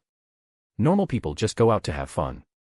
No other political reason, no backstabbing. Getting drunk and having a blast. That is normal human behavior. Tell me, when was the last time you actually fun at one of your meetings? I need more wine. Well, there was that one time when a bar fight happened. The other time was when we swapped queens for a night. The Egyptian queen was very kinky. And he froze. He probably realized the number of boring and political parties was a lot more than his fun ones. Smack. Oh that was a strong facepalm. I would do it too if I realized just how much time and opportunities one missed. I need something stronger than this wine. I take a look at the dozens of empty bottles behind the couch. I agree, we ain't gonna get drunk and it's almost time for Rias to come down. I grab the wild meat I swiped from the monster forest. There are intelligent monsters. And where there is life there is alcohol. The Bear King was pissed when he found out. I heard him rampaging 20 kilometers away. As an alcoholic, it would be heresy not to drink it. And I get to satisfy my greed and gluttony. Even though pride is my major sin, I do try to satisfy the rest. As far as I'm told, devils have to control their sins and try not to let the sins control them. Which is the biggest bullshit propaganda I have heard. All pureblood noble devils commit as much sin as possible. That's why Seraphal has so many headaches. I can only assume as you gradually indulge in your sins, you slowly become more powerful, similar to the contracts they gain from humans. So me, Riser and Eubeluna started to drink the ridiculously toxic wild mead. Before we heard the sound of footprints, I smirked at Riser and pointed at Eubeluna. He returned the smirk, put her on his lap and they started making out. I stored away my delicious wild mead. Just in time for the door to slam open and Rias and company arrived. Rias looked furious at the sight of Riser and Eubeluna making out. You know, maybe the trap vampire had the right idea. Close yourself in your room and avoid Rias. I should visit Wimpy Dio Brando. Some computer skills would be nice to have for when we enter the human world. Rias exploded with insults and history repeats itself. Only this time Riser used a wind spell to throw the drink back at Rias. And he took Eubeluna with him on his date, just to piss Rias off. All I can say is that it's entertaining to watch the videos on Devinet. Wonder if Issei will be able to beat Riser this time. Nah, he is getting destroyed. It works in my favor if Riser wins. Well, time to go back to training. I have been slacking off a bit. But I am fully healed and it's time to go back to grinding. ###A/N. Fuck. I got home, I was all tired and shit. Wasn't as really capable to write. So I'm going to take a 2-hour nap to rest. I set 2 alarms. I woke up at 9 p.m. I slept like 5 to 6 hours. Really, bitch? I lost the whole day basically. Now for some of the most common questions. Romance. Yes, there will be romance in the FIC. A story without romance will fail eventually. But I don't know with who.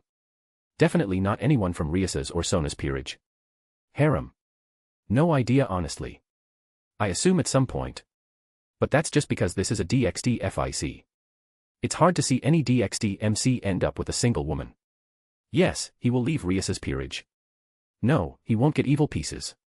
Only those who accept and are a part of the current government get them.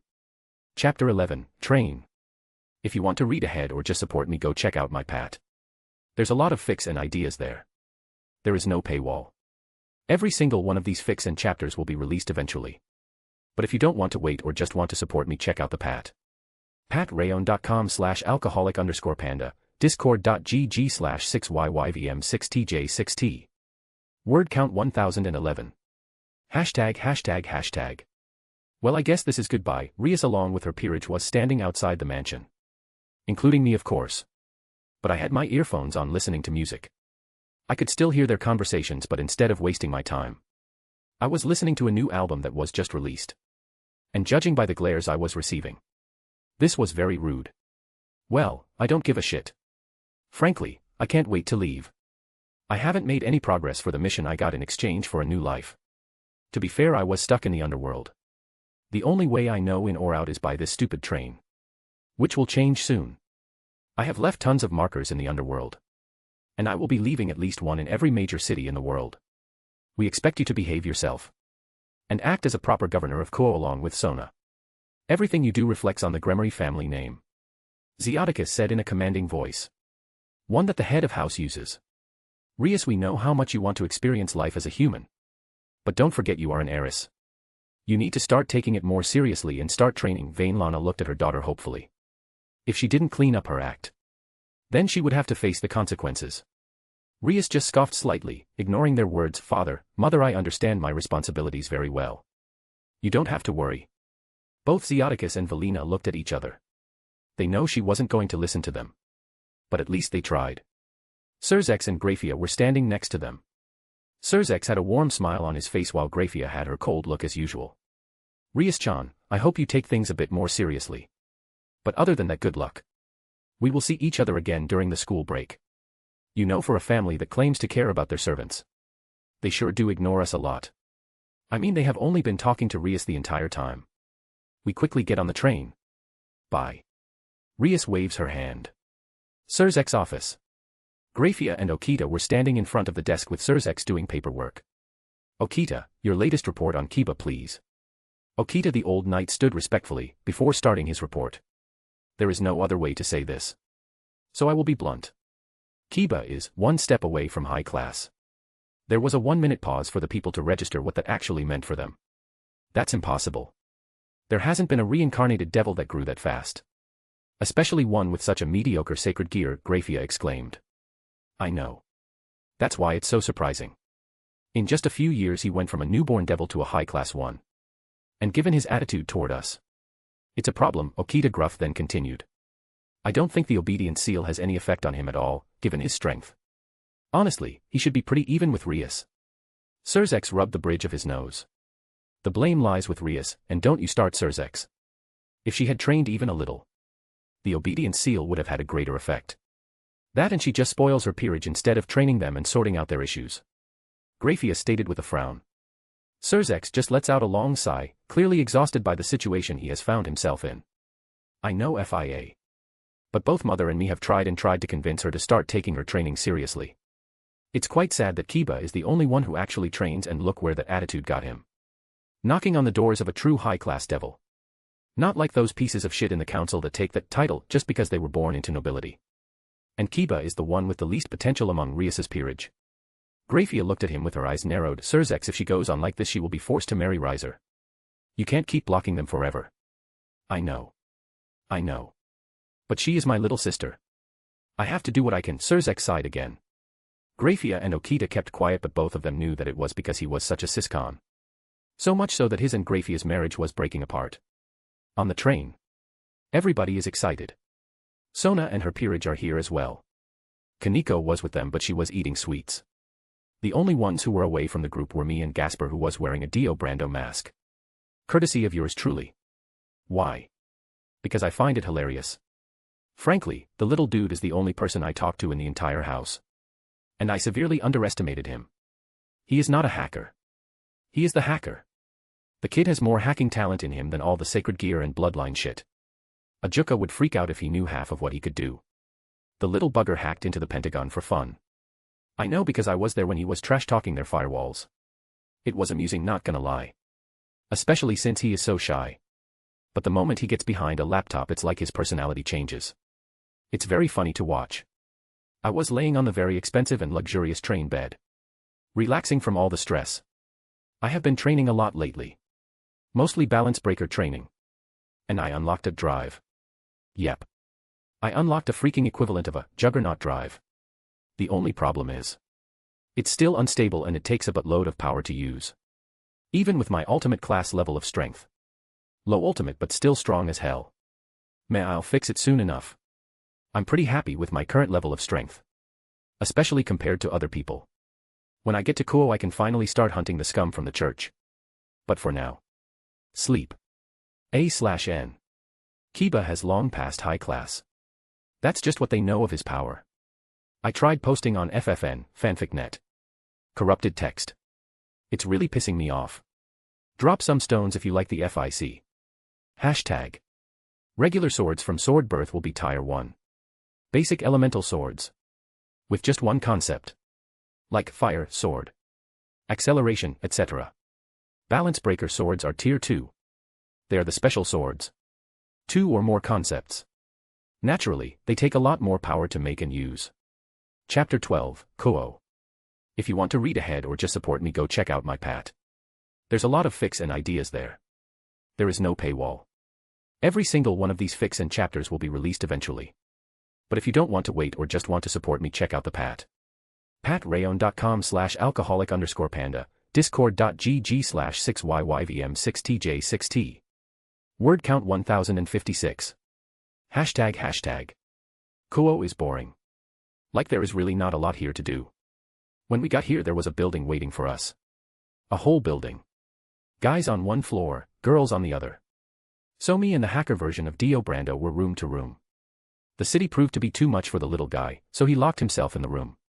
He gets his food delivered by magic. Since Rias and Aquino started school they got the ORC building. Rias decided it would be better for him to be in ORC. Since they will be spending the majority of their time there. We started making contracts.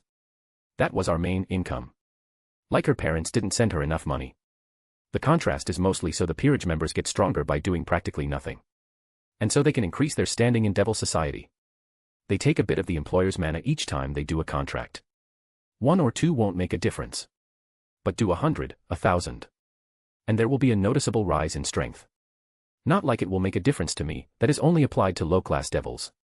Rias did the contracts that wanted to know about some artifacts. Aquino took the CEOs of different companies. I don't know why but she gives them massages while dressed in a dominatrix outfit. Kaneko took the gamers and anime fans. Gasper got the online deals. Which was just right up his area of expertise. He makes the most money. Like all of us combined couldn't catch up to Gasper. And finally, there was me. I got the MILFs. Both housewives and career women. I mostly got babysitting jobs, cooking, and cleaning. But it does come with its perks. Like lonely MILF kind of perks. A little bit of charm from my side and they find themselves fuck silly in their bed. Yep. I'm awesome. And since I started satisfying my lust, I could feel myself getting stronger. Not the power-up type. The type that clears roadblocks ahead of me. I find training to be much easier now. That's why devils try to commit as much sin as possible. Oh, and Riser proved once again that he is a true bro. Once he found out I'm in the human world he called me over to the nearest city and we got drunk as hell. In the bar. Me, Riser and his peerage were drinking our asses off. I'm glad you have a lot more freedom now that you are in the human world. Riser said as he shots the tequila glass. Me too, now I can get out and actually do shit. The best part is the contracts. I got all the MILFs and let me tell you some of them are lonely. What kind of devil would I be if I didn't take advantage of that? I grin wildly recalling the best moments. Nice. A toast to you for losing your virginity. Which would have happened earlier if it wasn't for you staying with the red-headed bitch and her family. He raised his glass and everybody followed. Cheers. So how you doing, Ravel? Hope you haven't been under too much pressure from dealing with all of Riser's paperwork, I say, making Ravel raise her head and Riser shrug. He was totally unashamed by piling up all of his paperwork on Ravel. I'm doing fine, Kiba. I might not look it but I'm very good at things like that. I'll probably be the one that takes over the business side of the Phoenix family. Well, a part of it. Honestly, our father and mother handle the politics. My oldest brother handles the raiding games. And all the business is handled by Ruvalana-sama, who works 24/7 on finances. He already started giving me some of his easier tasks so I can get experience in them. Ravel said politely while drinking her spritzer, wine and mineral water. Good for you. The Phoenix house is in good hands. You are so young yet so much more responsible than your brother, I say while pointing to Riser, who was making out with the girls that were dressed like maids. Ravel just sighs at the sight, already used to it after seeing it before. Many times. You get used to it after a while. My brother only has to fight in raiding games to bring prestige to our family. He is useless for anything other than that. Wow, harsh. But true. Riser gets up and starts doing poses. Bear King's wild meat is the best. Ha ha ha ha, I am the best. Riser starts flexing his muscles and his peerage were clapping and cheering him on. Increasing his ego. I look at Ravel looking embarrassed by her brother's actions. And I start to think. Didn't Ravel get a crush on Issei and then join his peerage later on? Well, let's do something about that. I lean down in front of her and steal a quick kiss. I stay just long enough for Ravel to remember the feeling. She turned bright red. WWW what? SHHHHH. I put my finger on my lips and wink at her, which causes steam to literally come from her ears. Making me chuckle. And Isama, if I may be excused. I have something to do. Bye, she quickly manages to say it all. Before making a teleportation circle and disappearing from our sight. What was that about? Drunk Riser asks me, to which I only shrug my shoulders. After another 20 minutes and all of us were drunk. Like some of us could barely stand. Our devil bodies were trying to flush out the alcohol. But that wasn't just any ordinary alcohol we drank. It also made us very horny. Riser and Yubelina stripped down and started fucking on the goddamn table. AHHH Riser-sama, Yubelina's breasts were bouncing all over. But I was too busy to look at her. And I and Lee the cat girls decided to reward me for being such a good friend to Riser. Kiba, Naya and I started to kiss and lick my neck. You are very well equipped, Naya. Lee unzipped my pants, pulled back her red hair and engulfed my member. Lee, no fair, Naya. Leave some for me. And I climbed down and I had two twin cat girls enthusiastically giving me a blowjob. And judging by how horny they are, we will do a lot more than this. Life is good. Hashtag. Don't take the Ravel thing seriously. It was just a whim. Chapter 13, The Hunt Begins. If you want to read ahead or just support me, go check out my Pat. There's a lot of fics and ideas there. There is no paywall. Every single one of these fics and chapters will be released eventually. But if you don't want to wait or just want to support me, check out the Pat. Patreon.com/alcoholic_panda, discord.gg/6yyvm6tj6t. Drop some stones if you like the FIC. I'm entirely motivated by praise. And ranking. XD. Been grinding a lot of chaps this weekend. Chaps for the other fics on my Pat. Word count 1410. Hashtag. Ha, finally away from Kuo. Rias and the rest have a girl's day out. It's finally time for me to start doing my part of the deal. Kill anyone involved with the Holy Sword Project. I'll hit them church by church and gather information about my targets. I know who they are, but I don't know where they are hiding. The higher targets are impossible for me right now. The Pope and the angels that serve under Archangel Uriel. Those are both impossible. Since killing either of them will start a war.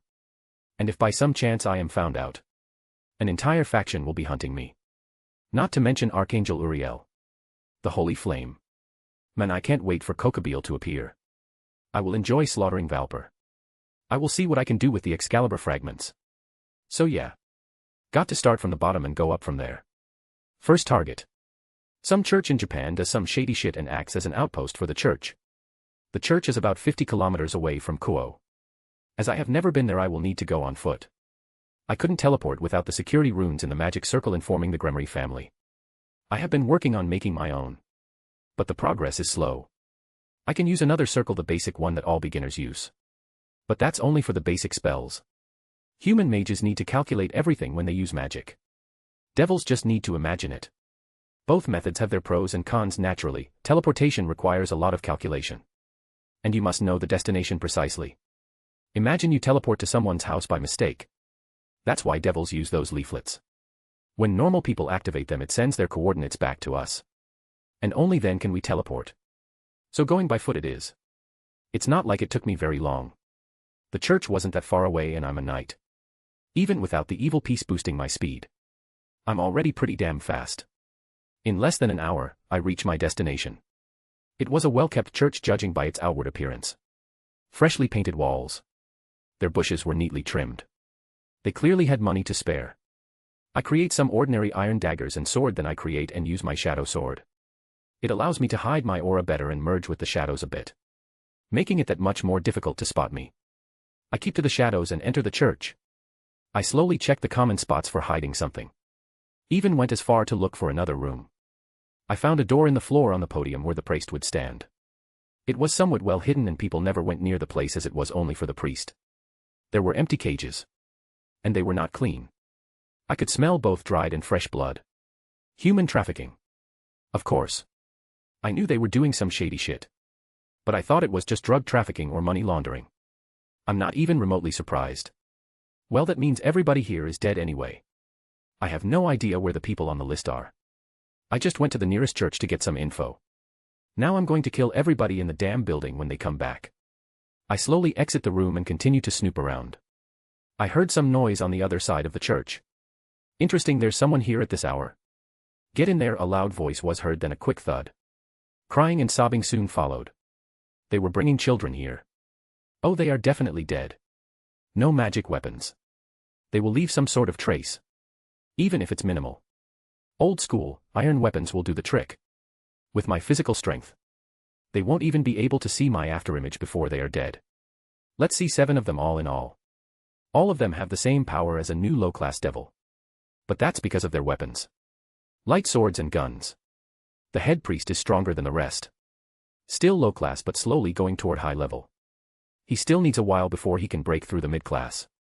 I will wait for all of them to put the children in cages. Less likely for something to go wrong. All the cages were controlled by magic. To avoid anything being traced back to me, I need one of these idiots to open up the cages. 15 minutes later and all the kids are in the cages. Man, I hate kids, one of them grumbled. Really? I love kids. They get me a lot of money, the fat one laughed. Shut it. The buyer wants them as soon as possible, the head priest grumbled as he flipped through his book. As I was behind him, I could see the contents. It was a book about holy magic. That explains why he is stronger than the rest. Welp, they are all dead. I take out the ordinary iron daggers I made before. Bye. Wash. Thud X6. 6 heads fell on the ground. What the dash? Bang, the men didn't even have a chance to say anything as he was punched in the chest and sent flying into a wall. I go and grab him from behind by the neck. Please let me live, he started to sob, tears and snot streamed down his face. Open the cages. One wrong move and you are dead, I changed my voice a bit. To him it probably sounded something out of a horror movie. Once he heard my voice he paled and started to sob harder. He slowly lifted his arm and a small magic circle materialized on his hand. I could tell that it was for opening the cages. Down in the hidden room. Clank X20. I did what you asked. Please let me go. I swear I won't tell, and dash crack. I broke his neck. Like hell, I believe a man who sells children. Even without that. There can be no survivors. Now to grab their gear. Who knows when it might come in handy. I start with the head priest. I grab his magic book, but I found something in his chest pocket. I pulled it out only to find a dark blue crystal with a weird diamond-like shape. Isn't this the holy element? The one that grants people the ability to use holy swords. How did a scrub like this get one? Oh right. The church found Valper's research and excommunicated him. But they still kept researching and found a way to take the element without killing the patient. Maybe that's why they were excommunicated. Whatever. I'll use it later. Holy magic and sword will have less effect on me now. Maybe if I take enough I can wield holy swords like the OG Kiba. Maybe even make them. Wonder if I can make a sword that takes this stuff from them. Take the holy element from my enemies. One of the braver children left the cage and started to go up the stairs. I leave a note with instructions for them and I disappear and head to the office. What happens to them now isn't my problem. After searching through all the drawers and cabinets, including the secret drawers, I found absolutely nothing. I check again and all the kids have left the church. I grabbed the gasoline I prepared and poured it all over the place. One spark letter and boom, you have a fire that will spread and burn like crazy. No magic used whatsoever. On the entrance of the church, I leave a pentagram on the ground. The symbol of the 5 clans that still worship the Shinto gods. They are on my Ojis. That will make an even bigger mess. The Shinto pantheon and the church are not on good terms. Mostly about who gets the most faith. The church has been getting a lot more Japanese people to convert to Christianity. Izanami, the goddess of death in the Shinto pantheon, is especially pissed. Since the souls will go to heaven instead to her. Even if the church says they are being framed. The underground room will still survive the fire. This will be a political nightmare. Well, time to go home. I'll hit another church 3 days from now. #A/N. Next chap time skip. It's going fast. Once the good swords start appearing, I'll make a list of what he can make. Chapter 14, Ko Academy. If you want to read ahead or just support me, go check out my Pat. There's a lot of fics and ideas there. There is no paywall. Every single one of these fics and chapters will be released eventually. But if you don't want to wait or just want to support me, check out the Pat. patrayon.com/alcoholic_panda, discord.gg/6yyvm6tj6t. Time skip MC is 15 now. This was quite random and fast. But what am I going to write about when he isn't in school yet? So Kiba just became a first year. That means Issei is as well. Rias and Aquino are second years now. Word count 1630. ####. First day at school. Kia. Who is that? He is so handsome. He is like a prince. Sigh, this was always unavoidable. High school. Now I have to waste my time with dumb hormonal teenagers. That and a whole club of secret BL lovers that love to draw dujins. With OG Kiba as the original character. That means I will probably get the same treatment. This is the year that Ko Academy becomes co-ed. Tisk, look at that pretty boy Matsuo. He thinks he is such a hot shot. I agree, Motohama. Bishinen like him should just go die. Don't you think so, Issei? You are right, my brothers. With all the pretty boys out of the way, the path to boobs will be clear. Apay. Wow. They really are scumbags. It's like I'm watching Neanderthals. If anything, the anime watered down their talks. How they survived until their second year I will never know. Rias and Sona probably had something to do with it. Ring. Time for the orientation. Then the first homeroom. Nah, what's your name? Where are you from? Are you single? As soon as I sat down in the classroom I was assaulted by questions. Just like the OG show. I am in a different class than Issei. Thank Big for small mercies. Oh, wait, he is dead. Thank you, Michael. Bang. The door slams open, startling everyone. A young woman with long brown hair, brown eyes, a well-endowed voluptuous body entered the classroom. Everyone take their seats. Homeroom has begun. Everyone's attention was on the beautiful stern teacher. My name is Sae Chabashira. I will be your homeroom teacher for the next few years. Wait, what? Isn't this the chick from Classroom of the Elite? I only saw like one episode. What is she doing here? I take a good look at her, then it clicks to me. Of course. She is a bombshell. That woman looked like she belonged in the DxD universe in the first place. Maybe this is that guy's idea of a practical joke. The door opens and Issei comes to the classroom. Boo-hoo. Mega pay. Issei ogles at the teacher's chest. She turns to him and just sends him a glare that would freeze hell over. I'm not even joking. Issei froze in place. And there is absolutely nothing supernatural about that woman. She is just a regular human. But more importantly, what is that idiot doing here? Good day. Sensei, I have been told that I should have been put in this class. Was there some sort of mistake? Fuck. Why?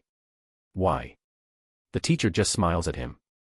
But it was a cruel, sadistic smirk. No, this is how it was supposed to be. You see, we know that you and your two friends are troublemakers. So we decided that all three of you should be separated.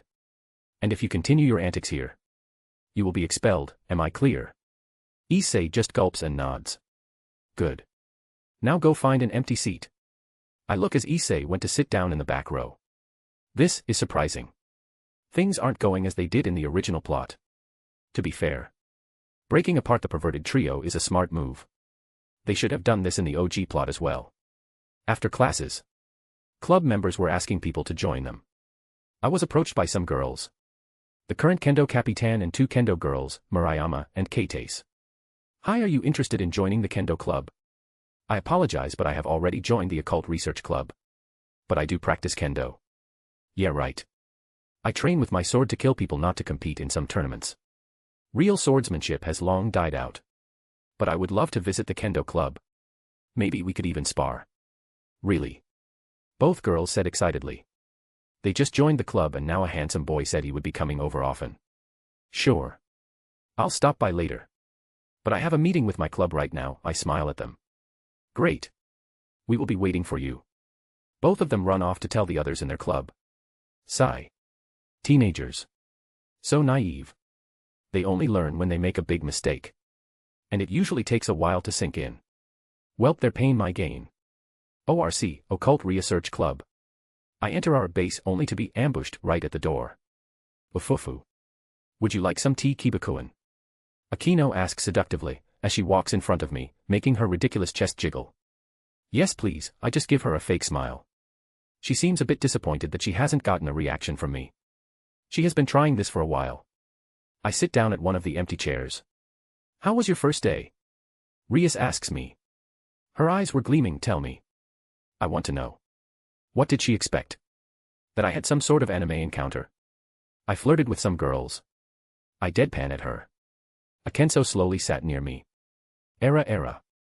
Looks like our Kohai is a bit naughty, Akino whispers in my ear, as she pushed her breast against my arms. You know this is getting old.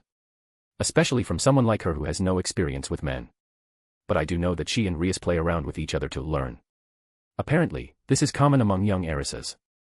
Sona and Tsubaki do it as well. Since both Rias and Sona need to stay virgins. But honestly, having any more interaction with the Gremory peerage than I already do brings me no benefits. I really don't want to deal with all of their traumas. Are Akino and Rias hot as hell? Yes. Do I want to bang them? Yes. Do I really want to deal with all of the bullshit consequences and headaches after that? No. I have other girls to satisfy my lust.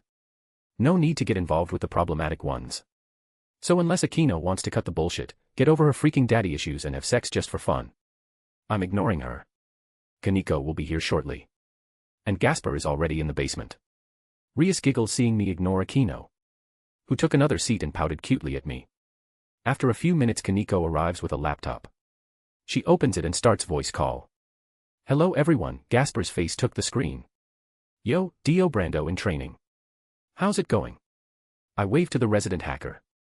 Hello Kiba-kun. Things are good. Especially since I don't have to come out now, he smiles brightly. That's not something you should be happy about. Dio Brando isn't supposed to be afraid of people. Even if it's a pathetic low-budget cross-dresser version of him. But then again, it means he was such a legendary character. People just decided to copy most of his traits. He is probably rolling in his grave from this. Asterisk clap. Clap asterisk. Rias claps her hands to get our attention. She could have just cleared her throat. She really treats us like pets and children. It's demeaning. Especially coming from a soiled brat like her. Now there have been a lot of incidents lately. Someone is targeting the church. There have been many attacks. Mostly in Europe. But there are a few churches that have been hit in Japan as well. The culprit kills the priests. Takes anything of value. And burns down the church. Hey. Free money is free money. That caused all kinds of political nightmares.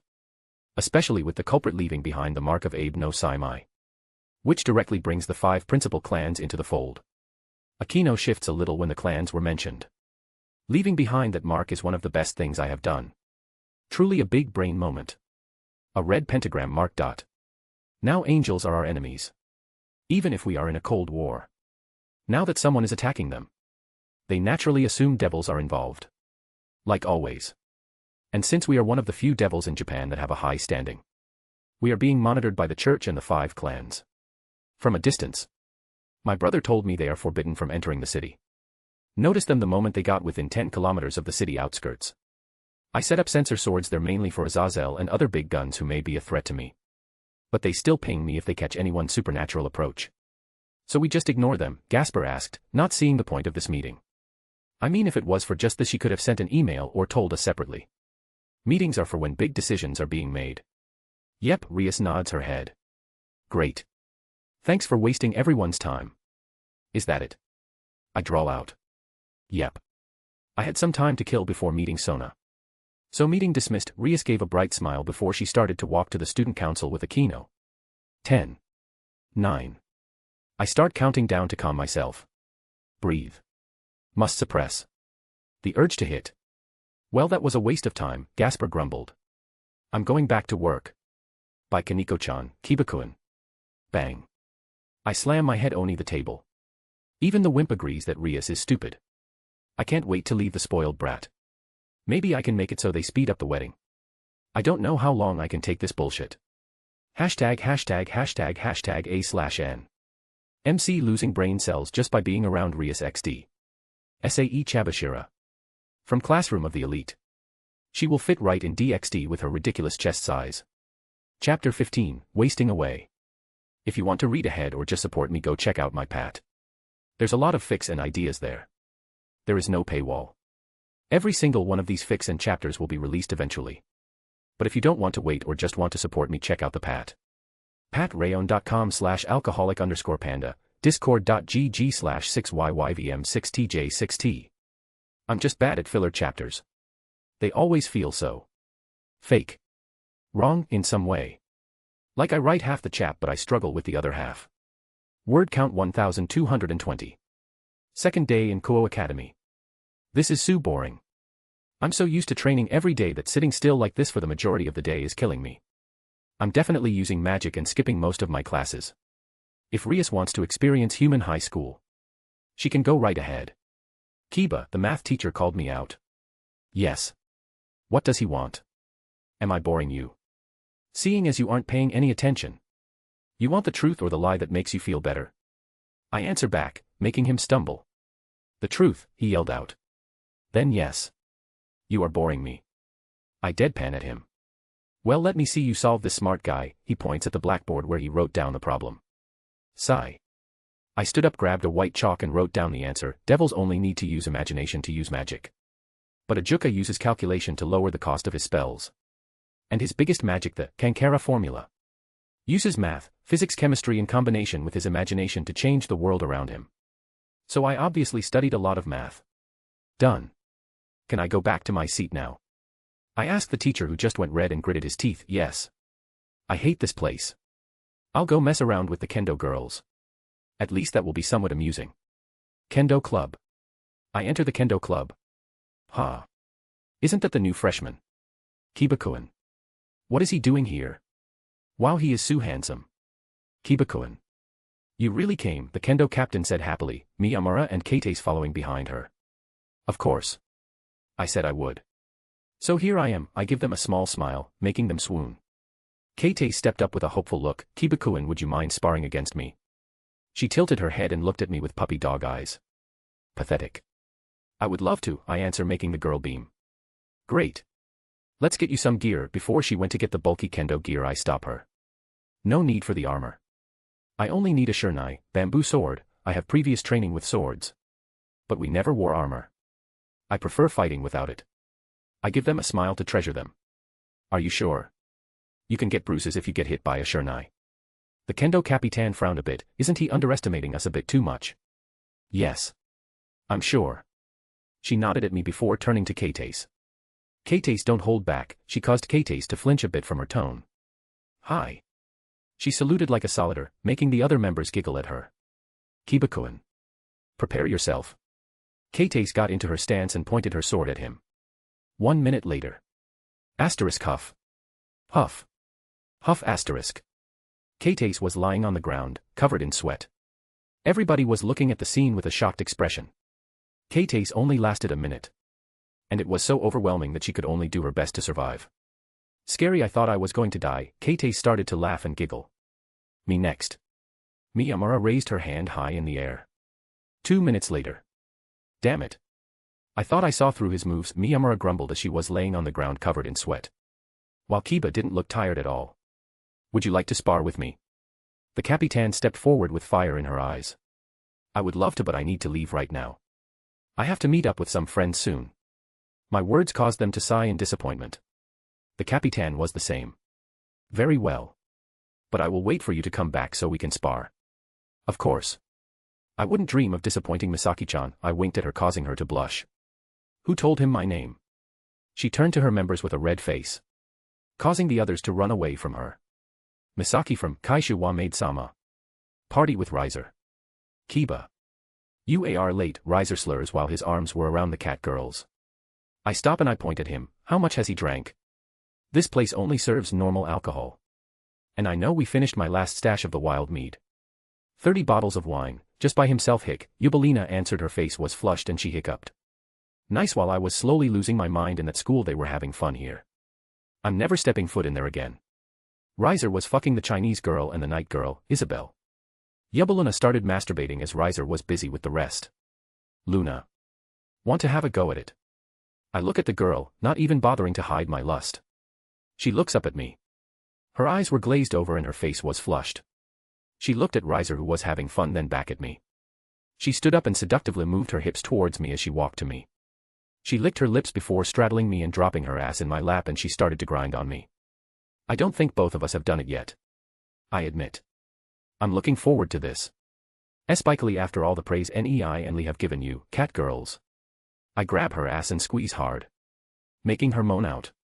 Well, I have to make sure I meet your expectations then. I put my hand on her upper back and make her lean forward.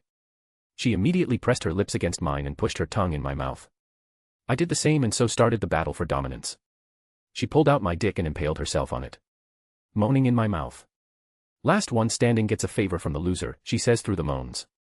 Deal, I groan out, before both of us gave into our lust. 4 hours later. Easiest favor I ever got. I'm ultimate class while she is at the beginning of high class. I'm standing in front of a bar in the outskirts of Kuo. It actually took me a while to find this. Black Dog Bar. Nice, I just left one bar only to enter another. Bar hopping. Those were the good old times. Before I started my work as a mercenary and got myself killed. I just remembered it existed a month ago. So I began searching for it. Which turned out to be difficult. The place officially didn't exist. No one knew where it was. No one has seen it. And I totally get why now. The wards surrounding this place are impressive. It hides them from the general population. But if any people stumble across it, they will be able to see it. If they leave right away, they will forget about it. If they go in and want to come back again, they will only know the general location and would have to find it again. Why is it set up like this? I have absolutely no idea. Azazel is a mad genius, and I'm not going to waste time trying to understand his thoughts. Well, time to meet Team Black Dog. #####A.N. By the way, I think the devil wing design is horrible. They just doodled some wings on them, and they come out from the waist and sometimes the shoulder blades. Yeah, that ain't gonna fly with me. I'm going to imagine them more bat-like. I'll put a good pic if I can find it. https://www.pinterest.com/pin/8001630587737399991. I don't know if this will work. But these are pretty close to the wings I imagine in a devil. Chapter 16, Team/Dog. If you want to read ahead or just support me, go check out my pat. There's a lot of fics and ideas there. There is no paywall. Every single one of these fics and chapters will be released eventually. But if you don't want to wait or just want to support me, check out the pat. Patreon.com/alcoholic_panda, discord.gg/6yyvm6tj6t. Word count 2280. ####. I enter the bar. The inside was totally different than what I was expecting. It was a lot more high class than what I was expecting. The seats were sofas with dark red leather arranged in a U shape. The lighting was low all around the bar. The stage at the center was empty. There were also a few stools at the bar. Same red leather theme. When I get to the bar, I take a good look at the bartender. He was a young man with short black hair and pale gray eyes. He wore a classic bartender uniform. White shirt with a black vest. His body build was average, but I could feel his power. It was compressed like mine. I could only tell because of how strong I am. An ordinary high class would just walk past him without noticing anything. So this is Tobio Akiuz, leader of Team/Dog, and holder of the Canis Lycaon. One of the 13 Longinus. Good evening. Aren't you a bit too young to be here? He smiles at me. He already noticed that I'm a devil. I can hide my strength, but I can't just hide my race. My demonic energy gives it away. I smile back at him. Aren't you a bit too strong to be playing bartender? One would think that a holder of one of the 13 would find better ways to pass the time. His smile disappeared from his face. He frowned at me. What do you want, devil? I just give him a smirk. The strongest drink you have in your food menu. He stumbled. Huh? You heard me. I came across this place by chance as I was bar hopping. I'm here to enjoy myself. I don't give a damn who owns a place. You don't make any trouble for me. I don't make any trouble for you. He looked dumbfounded. But your words.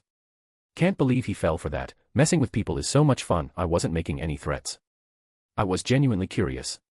Why does a man who has the power to kill a god work as a bartender? His head dropped a bit and he let out a long sigh. Boredom. Here's the menu. I'll get your drink. He threw me the menu and left. I open it up and start looking. The prices were quite fair. Surprisingly. Some fries and chicken nuggets sound like a good way to start. Beer as well. Yo, here's your drink. Special made for devils. I made it with Devil Springs vodka 80% vol as the base. Then added some supernatural drinks to it. He put down the drink. It was dark violet and glowing a bit. I could smell the aroma. It was nice. Great. Grab me a beer, some fries and nuggets as well. Tobio nodded as he clicked his tablet. The food will arrive shortly. Using magic to cook makes it a lot faster. So who are you? Isaiah.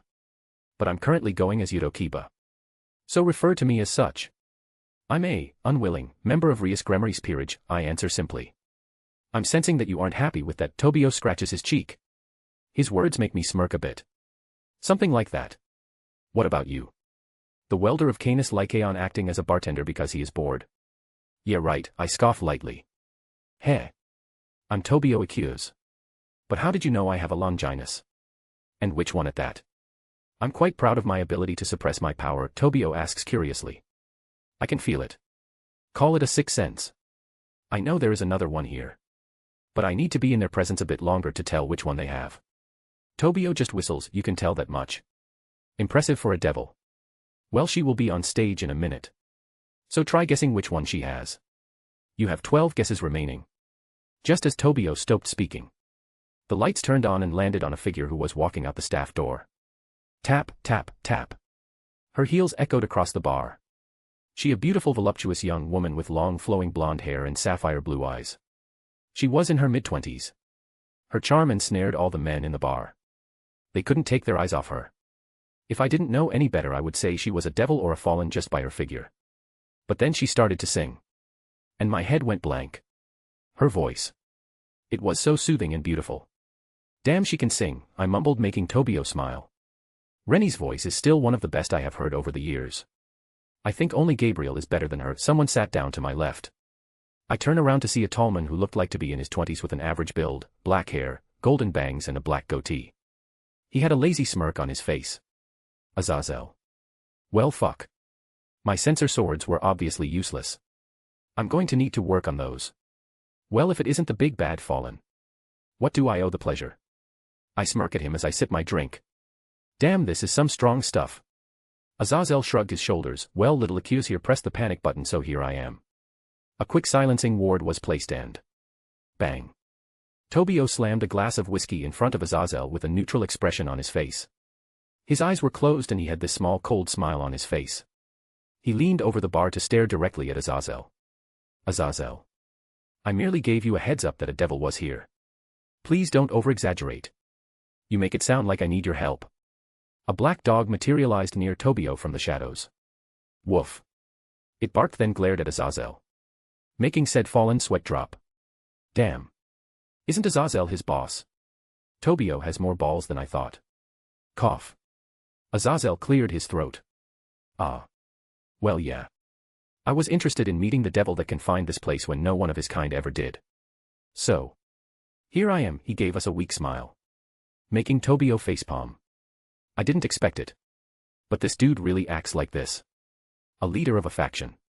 Is a mad scientist who does things on a whim. And acts like a horny college student. I'm guessing that his commanders Shemhazai and Penemu are actually the ones that are running Grigori. I pity them. Well, you aren't what I was expecting when I think of the leader of Grigori. I look at the man who was ogling at Rennie with a lecherous smile while sipping on his drink. Jiraiya of the DxD universe spotted. A perverted older man who is a mentor to the main character. I didn't see it before. I thought it was just him faking it to throw people off their game. But this dude isn't interested in me at the slightest. Which is weird. Considering he is a sacred gear nut. Maybe he already has sword birth. While it is an uncommon sacred gear, it's not that rare. Do you know who I am? I ask the man. Huh. Oh yeah. Kiba Yuto. Formerly known as Isaiah, a survivor of the Holy Sword experiment. Which I know this because someone decided to put your old name in a file that can be easily accessed. Stupid move if you ask me. If you are going to hide someone's real name, at least make sure the real name isn't written down anywhere, and only a few number of people know it. I facepalm at that. Of course. These idiots can't even keep a secret. That file wouldn't be in Seraphal's office, wouldn't it? I can't help but ask. Azazel was surprised but answered with a big grin, good guess. Just how many spies does Seraphal's office even have? Devils sure are easily led by greed. Anyway. You are the Knight of Rias Gremory. You have sword birth and that's about it really. He sounded unimpressed and disappointed. But. Of course. You feel weird. Like I'm missing something. At first I thought it was my imagination. But now that I have spent some time near you, I can tell. You are like Tobio, aren't you? You can conceal most of your strength. Most people, even powerful people like me, can only suppress our strengths by about one level. That means an ultimate class, for example, can only drop down to high class. I do nothing as I listen to him. He is right though. But I'm way more powerful than any ordinary devil. I should be a mid-class by normal standards, but I show off the power level of a person who just stepped in high class. So he should be satisfied with that. How the hell did he notice? Normally even people at my level wouldn't notice. But I'm different. Sacred gears are my thing. I have studied them for millennia. I know everything about them. Hell, I even made a few low-level ones. Your sword breath is giving off powerful signals. Way more than it should be possible for a gear of that level, he says with an ever-growing smirk on his face. That means the gear broke through its limits. There is no way you are just an ordinary devil that has just reached high class. He finishes off with a smug look on his face. Well. Did not see that coming. He can pick up on sacred gear signals. Impressive, I compliment, making Azazel grin. But I suggest you keep all of this information a secret, I say casually. I wasn't trying to threaten him or anything. It was just a suggestion. Now why would I do that? Azazel frowns. He was a faction leader. And this little devil had the gall to tell him what to do. Because if you tell anyone, there is a chance the White One will hear about it and come after me. After all, a secret is only a secret if two people know about it. In this case 3. I point at Tobio, who only shrugs his shoulders. And believe me, anyone who attacks me for any reason whatsoever won't live to tell the tale, since the cat is out of the bag. Time for a different approach. Who and you believe that you can take care of the White Dragon Emperor? Azazel says mockingly. I just smirk at him, Vala Lucifer. His whole expression turns cold. Killing intent starts to leak from him. How do you know that? His voice was ice cold. Even Tobio shivered a little. I told you. A secret is only a secret when it remains between two people, or better yet with only one person. If more than two know about it, there is a high chance of somebody else learning about it. Now tell me. How many people know about your adoptive son's true lineage? He stays quiet. Too many, I assume. Otherwise, how would I have come across this information?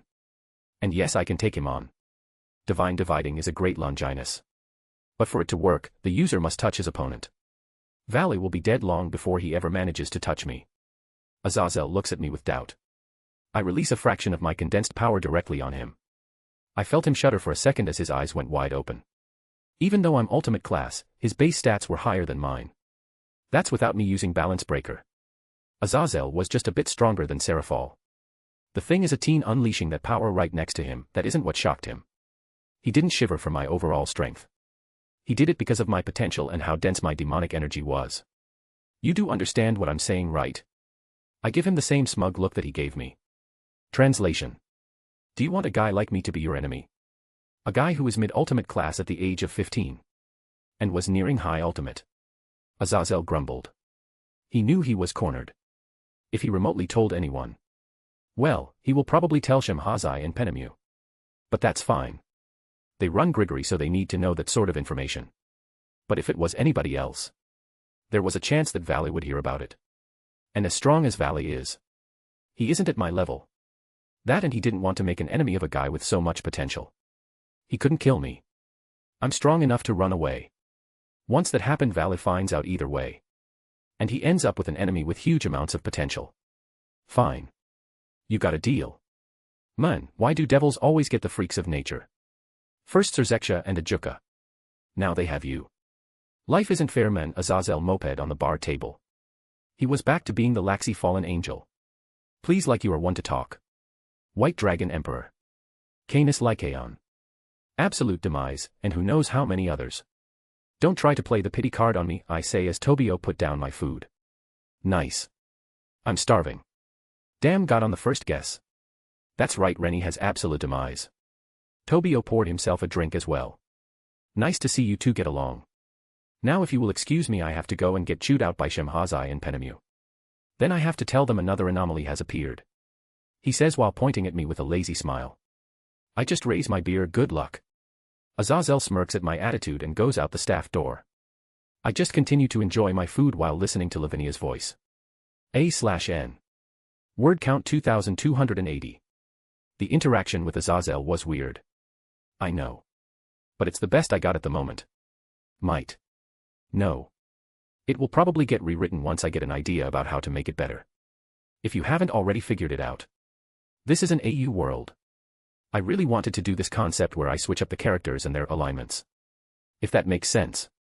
Riser was a scumbag. Now he is a neutral guy who wants to party and hates Rias for humiliating him. Chapter 17, Familiars. If you want to read ahead or just support me, go check out my Pat. There's a lot of fics and ideas there. There is no paywall. Every single one of these fics and chapters will be released eventually. But if you don't want to wait or just want to support me, check out the Pat.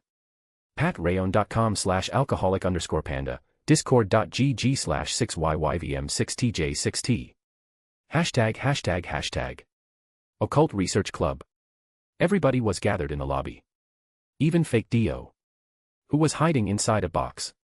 Rias convinced him if he got a good familiar he would interact less with the real world. Nice going there, Red. Instead of helping him, you're pushing him back even further. Just what I would expect from her. Honestly, it's like all of her calories that should have gone to the brain went to her boobs. Okay, everyone. As you know, it's our turn to go get our familiars. The waitlist was long, but we finally get to go choose them, Rias says happily. I scoff mentally. Yeah, right, like the spoiled princess couldn't have gotten the spot earlier. She refused her family's help and put down her fake name on the normal waiting list. What good is money, power, and prestige if you don't use it? She could have used her familiar to give out the stupid flyers instead of her wasting her time. Actually, no, she didn't waste time. She just hired some of the magicians in town to do it for her. The ones that just discovered their magic and are lacking funds. So she spends money, her allowance, to do things that she could have done for free, to earn small amounts of cash from human clients. She is going into negative. Rias in a nutshell. All. Boobs. No brain. One more year. One more long and torturous year of being stuck with this girl. The rating game with Riser. Oh, how I wish that it could happen sooner. Sirzex will do anything to get his sister out of that marriage. He is known as the strongest Siscon for nothing. I'll use his love for Rias to my advantage. Let's go, everyone, Rias yells out as we enter the teleportation circle. Familiar forest. Enchanted forest. So this is the familiar forest. Impressive. The magic here is very strong. No wonder this is a monster breeding ground. They have everything that they would ever need to grow and survive. This place has existed for millennia. I wonder how the devils got a hold of it. Since they are in charge of deciding who gets to enter and in what order. Hello, I am Zanjuro. Master of.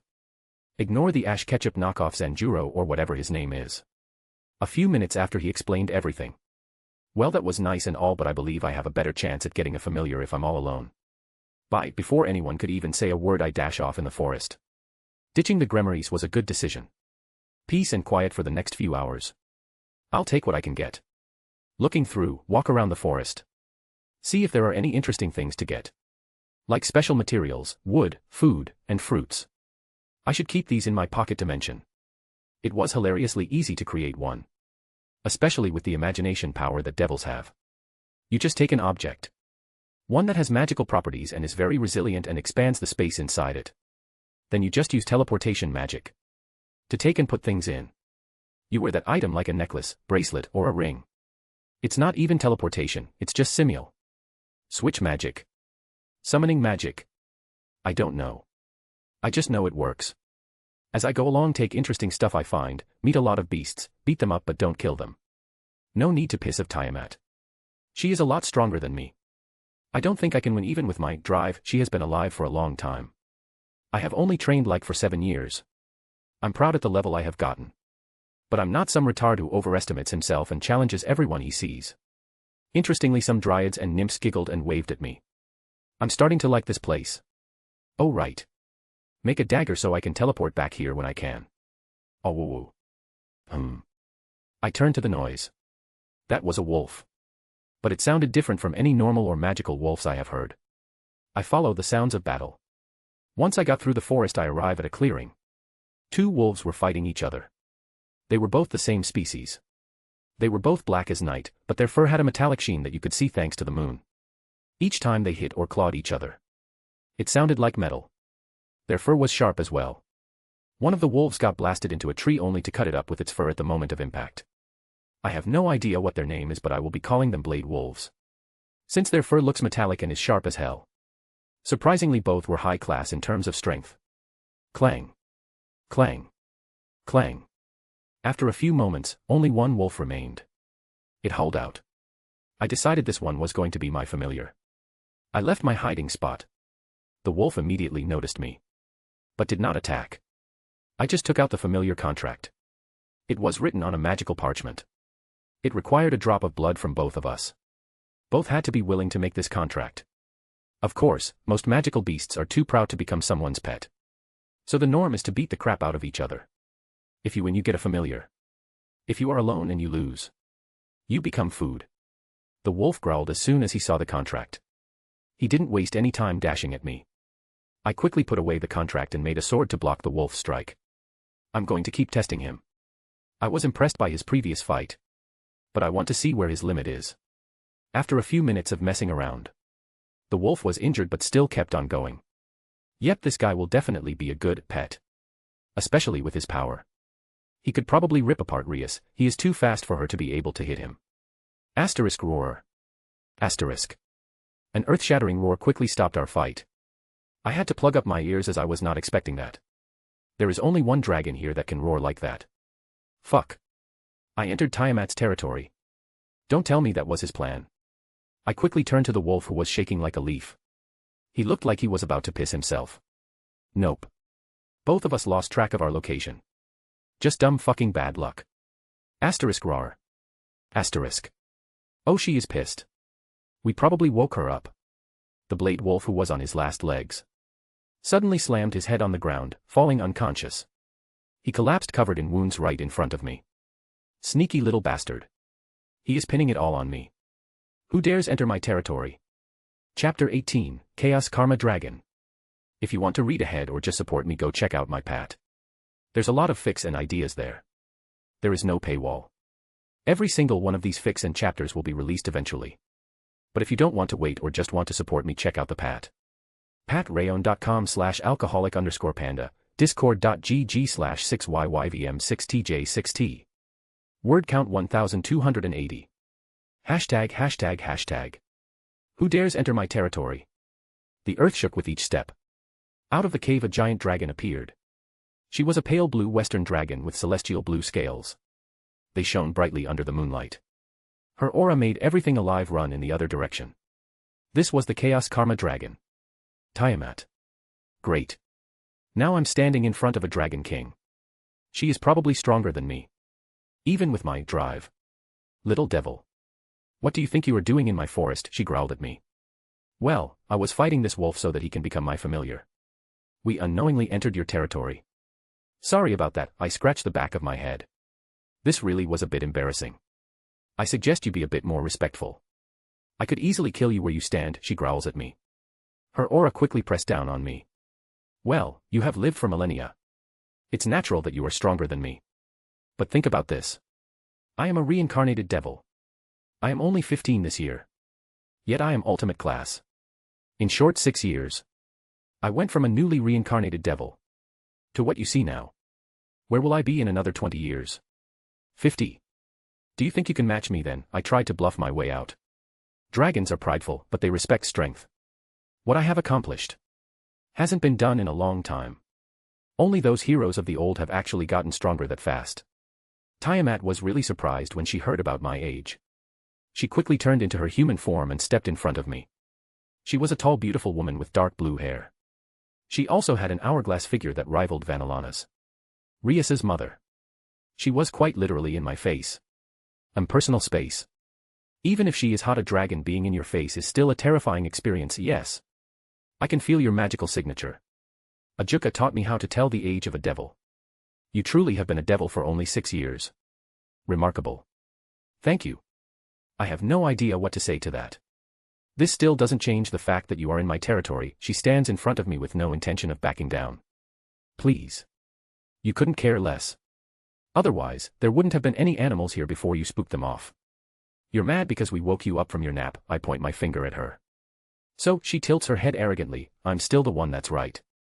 I just sigh at her attitude. Well, time for the famous secret technique to deal with women. Change the topic. Preferably to something they love or hate. Wait. Now that I'm here, I have always been curious.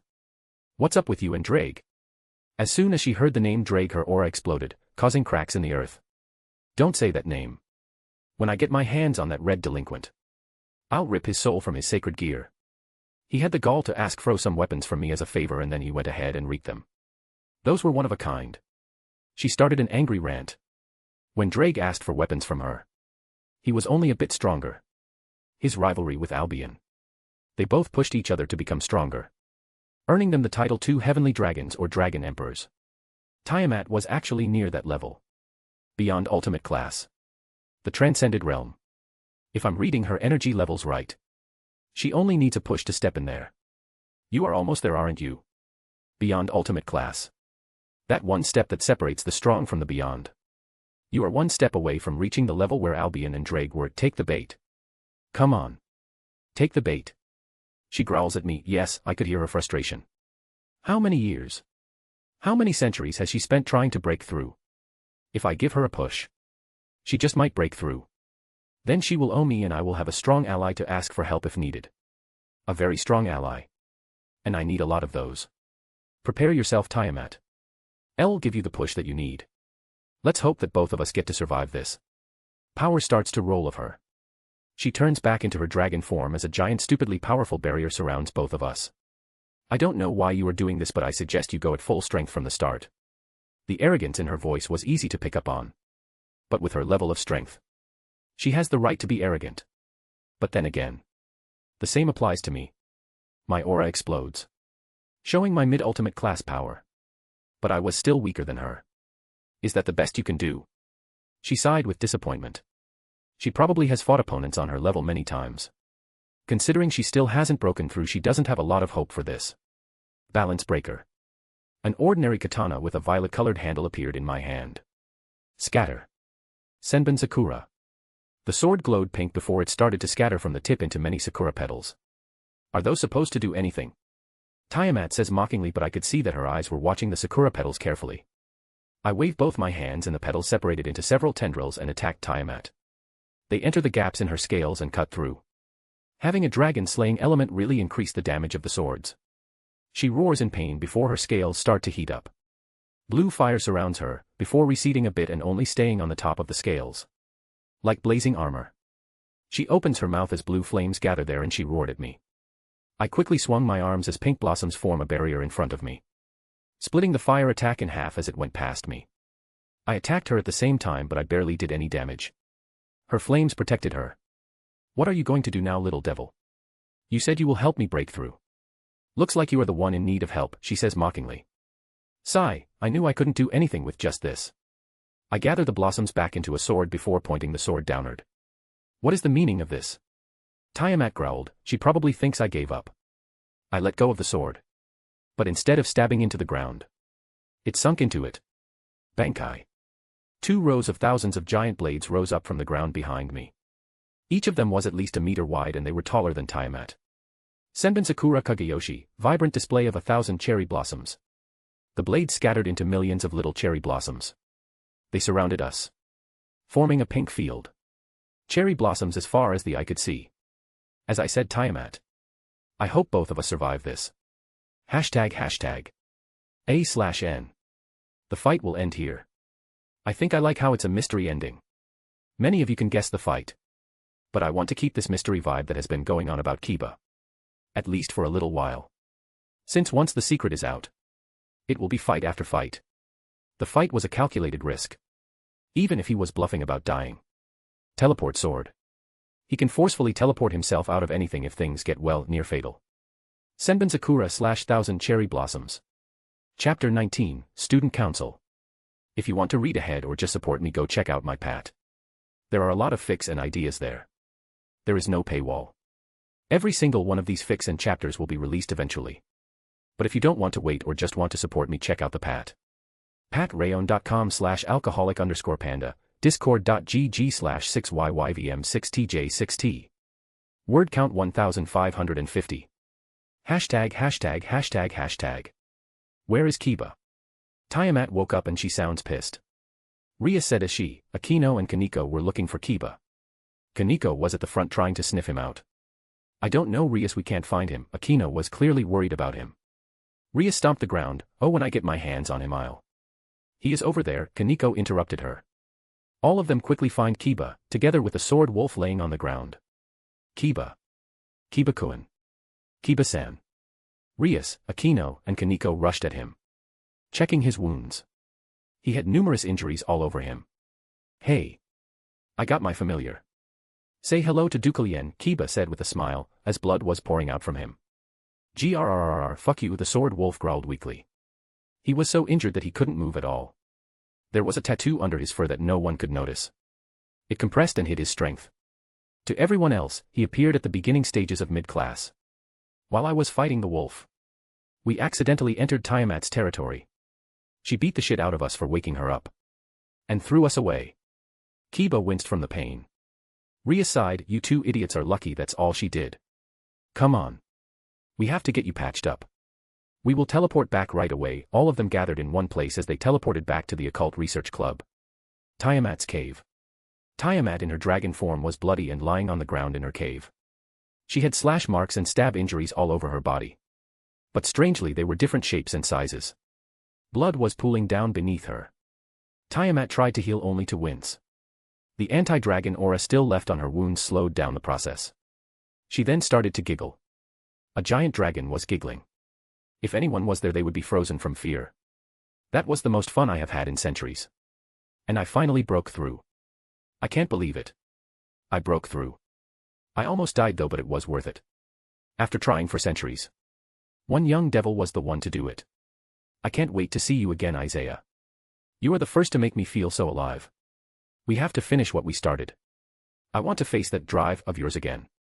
I will wait for as long as it takes. And if you don't come back, I'll come to you. Tiamat pulled herself up despite the pain and spread her wings. She flared her aura, knocking out all the monsters around her. Tiamat has entered the transcended realm. As did Drake and Albion. Including a few evil dragons like Krumkruch, Azidahaka, and Apophis. She was no longer a dragon king. She is qualified to be a dragon empress. The Chaos Dragon Empress. A/N might delete or change this part. Only Drake and Albion were called dragon emperors. By the way, MC has no idea about Tiamat. Next week. Sona and Tsubaki called me to the student council room. Wonder what this about. Sona, Tsubaki. Good to see you, I say as I enter the room. Hello Kiba, Tsubaki waves at me. She still has a crush on me. But I'm not interested in a serious relationship. And getting together with her even casually will result in unnecessary drama. I heard you met the Chaos Dragon King. How did that go? Sona smiled sweetly. But I know she was fishing for information. I chuckle as I sit in front of the desk. She beat the crap out of me. How did you think it went? You should be lucky she was in a good mood and decided to spare you. Since you woke her up, she decided to spread her wings, so to speak. I know, because she has been causing all sorts of damage. Some idiot devil decided to try and force her in his peerage. Sona sighed as she rubbed her eyes. Well, I'm guessing that went well, I grin as I imagine the sight. She crippled the devil, and when he ran away and she chased him down all the way to his home. My sister and Ajuka were there to stop her from killing off another pillar house. She deadpanned. That's Tiamat all right. That doesn't explain why you're so tired. I point at her. Apparently Tiamat has gotten a lot stronger all of a sudden. That's probably why she was in such a good mood and decided to let you live. Since you didn't enter her territory intentionally. But now that she is stronger, she asked for some materials in return for her dropping the matter. And since I am already helping my sister with the paperwork, I also helped out. It was a pain, because it happened so suddenly. Good. I hope Tiamat bleed them dry. But now that she mentioned it, she does have slight dark circles around her eyes from the lack of sleep. Doesn't Tiamat like work for Ajuka? I ask her. I don't know a lot about their relationship. It's Lord Beelzebub Kiba-san. And not exactly. Tiamat became a referee for rating games because of a debt she owed to Lord Beelzebub. But this only applies when one of the top 10 on the rating game list is having a match. She is there to stop the match if necessary. And that's only for about 200 more years. And since this is a separate matter, we accepted. Losing a Pilar would harm the reputation of the current government. Meaning the current 4 Satans. And with the old Satan faction being the bloodthirsty maniacs they are, they definitely won't miss an opportunity like this. That's definitely a fuck fest. But it has nothing to do with me. So. Not my problem. Hakuna Matata and all that. Are you up for a quick game? Sona pointed at her chessboard which was always on her desk. I don't know what's her play. But I'll bite. Sure. I haven't played in a while. She waved her hand and the pieces arranged themselves on the board. She starts the game. So are you still doing that insane training regime of yours? Sona asks casually. Of course. I need to get stronger. The stronger you are the better your life will be. That's the sort of world we live in. How about you? Are you in your peerage training? She is really good at this. Yes we are. But not as much as you do. I prefer to train my mind. Tactics are important in battle. That's one of the reasons why I love chess so much. Sona smiles slightly. I take my eyes off the board and look at her. Chess is a game where you have all the information at all times. That doesn't apply to battle or war. In battle, you never know all the information. One mistake can be deadly. Sona escaped her engagement with chess. She should practice chess less and study more real-life war tactics, while training and raising her strength. So that if the day comes when her father will want to marry her off to another dude despite the chess rule, she can just beat the shit out of him and anyone who wants to force her. Sona takes a good look at me. I see. So what would you suggest? More battle and war tactics. More training. Everything else will come with experience. At least that's what I was told. Sona kept quiet and continued to play. My phone buzzes. 3 buzzes. Business call. Gotta go. I move one more chess piece. Well, I'll be seeing you around. Sona, Tsubaki. I nod at both of them. Stood up and walked out of the room. You didn't even finish the game. Tsubaki mumbled as she looked at the door. Sona, she turned to her kind only to find her staring at the chessboard with disbelief written all over her face. Sona, what's wrong? Tsubaki was quickly getting worried. 10. Sona mumbled. 10 what? Tsubaki tilted her head slightly. She was getting confused. Checkmate in 10 moves. Sona was still looking at the board. Like trying to break some sort of illusion. What? Tsubaki quickly turned to the board and saw Kiba's side. It really was checkmate. Sona. The engagement. Tsubaki said unsurely.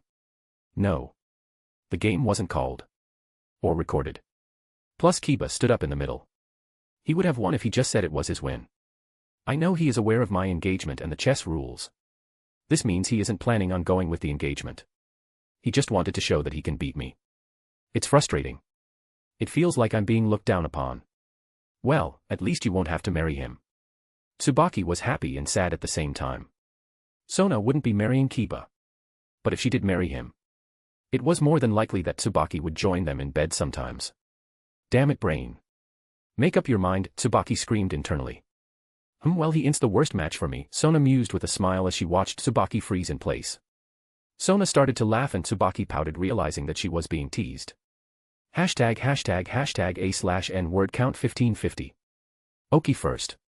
I plan to end the fight, last chap. I don't think some people realize that. Reason, I wanted to keep his power and skills a secret for a bit longer. Because once he shows his power, which is going to pretty soon, it's going to be fight, after fight, after fight. So I didn't see the point in rushing his reveal. By the way, I used Senbon Sakura because it's one of the most iconic swords. Appearance-wise, I made the cover like it, for God's sake. But there will be other swords. Just wait for them. MC will carry on Isaiah's name. I was planning to give him another name, since I didn't like how Isaiah meant, God is salvation. And the MC is very anti-church and has a lot of enemies with the church. But then I realized that Elijah, a name I learned from the Vampire Diaries and originals, means, my God is Yahweh. And that dude like killed everyone who was a possible threat to his family. I started thinking it would be funny as hell to keep his name to Isaiah. Like I am God and I shall bring salvation. By just wiping out half the church and the Pope XD. Crumb Crutch is even stronger than Drake and Albion. He got to that level by training. In the human world and underworld. Chapter 20, Unexpected Attack. If you want to read ahead or just support me, go check out my Pat. There are a lot of fics and ideas there. There is no paywall. Every single one of these fics and chapters will be released eventually. But if you don't want to wait or just want to support me, check out the Pat. patrayon.com/alcoholic_panda, discord.gg/6yyvm6tj6t.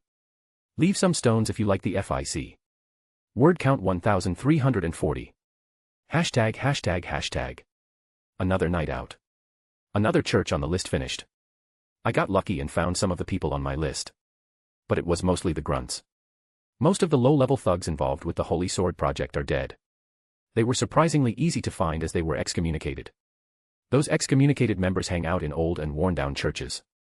The church still kept a lookout for them, but didn't engage them. The hope was that these excommunicated members could still kill a few devils or their contracted magicians before they die.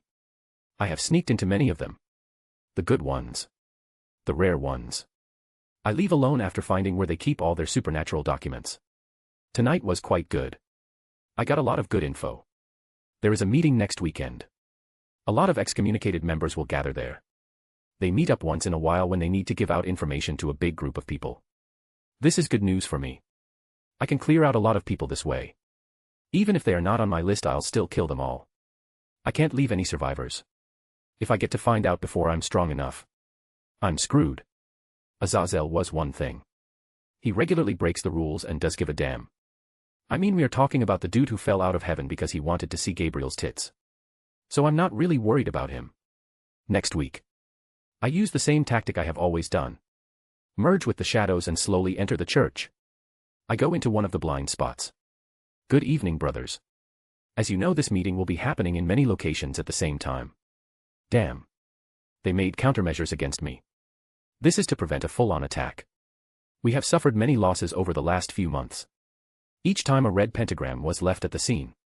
Tensions between us and the 5 clans are rising by the day. And we don't know for sure if they are the ones responsible.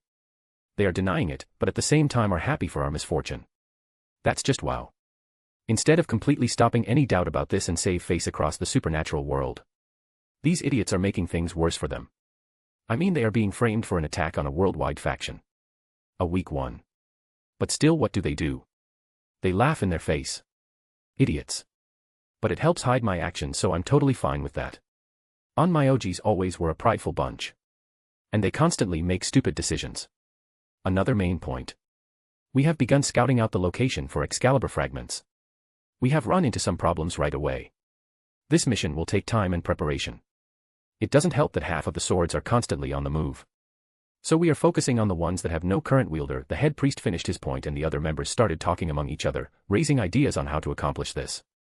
Such as ambushing one of the wielders while they are on a mission. What the fuck? Did they plan that thing this early? I thought it was a desperate move made by Kokabeel. But apparently, they started planning it a year ahead. Now that I think about it, it does make sense. There are only 6 swords in the church's possession. It's obvious that some of them are well protected. They must have spies inside the church. What kind of dumbass sends 2 Excalibur fragments straight to the enemy? Irina and Zenovia's situation always seemed off. So maybe some of the corrupt church members pulled some strings to make it happen. Well, I've heard enough. I can't exactly kill this many with just regular weapons. I mean, I can. But it's going to take a while. And since I'm trying to be quick, I'm going to have to use my gear.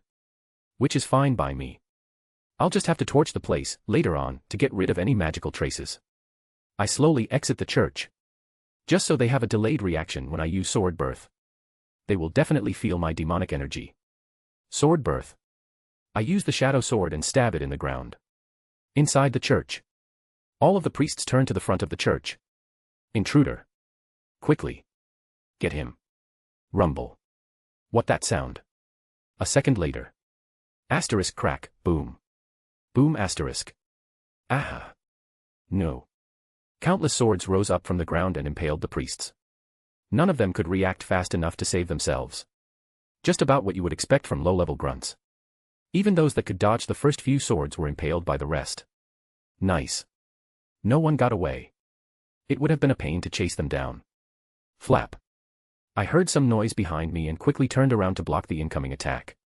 Ding. My shadow sword collided with a light spear, making it a bit weaker. Well, well. So you are the one messing up our plans. The fallen angel looked down on me. He was dressed in a grayish trench coat. He had black hair and dark blue eyes. Two more fallen appeared behind me. One on the left side, the other on the right. You won't be escaping, little devil, the one in front of me mocked. Do these delusional fucks really think they can take me on? I mean, I am excluding a mid-class aura. And all three of them are mid-class. But anyone with a brain can tell that I'm suppressing my power. Mana suppression only works when you are not in combat. When you use any of your magic or sacred gear, ripples start to appear in your aura, breaking the illusion. Anyone who calls himself a decent fighter should be able to sense these ripples. How disappointing. I don't even need to use my gear against these guys. Get him. The one in the front yelled out as he pushed with his light spear, hoping to keep me in place. The other two dashed, raising their light spears, aiming for my back. When they arrived near me, I made my move. Tuki. Mana enhancement. My body swelled with energy. I let go of my sword and grabbed the light spear of the one in front of me with my bare hands. What? I pulled his spear and stabbed the one on my left behind me. Grabbed his spear and stabbed the one on the right, who tried to stop his momentum but was still speared through. The one on the front saw that he had no choice and took to the air, hoping to escape. I grabbed the last remaining spear and threw it before it dissipated. I hit the fallen in the air, piercing his chest, making a big hole. Well, that was easy. When the difference is this much, I don't know what else was I expecting. Well, time to torch the place. So you are the one killing the excommunicated priests. I knew the devils were involved. I hear a voice from above. A man was sitting on the church, right below the cross. He had shoulder-length blonde hair and was wearing white robes. But they were the kind Roman nobility used to wear. Greetings.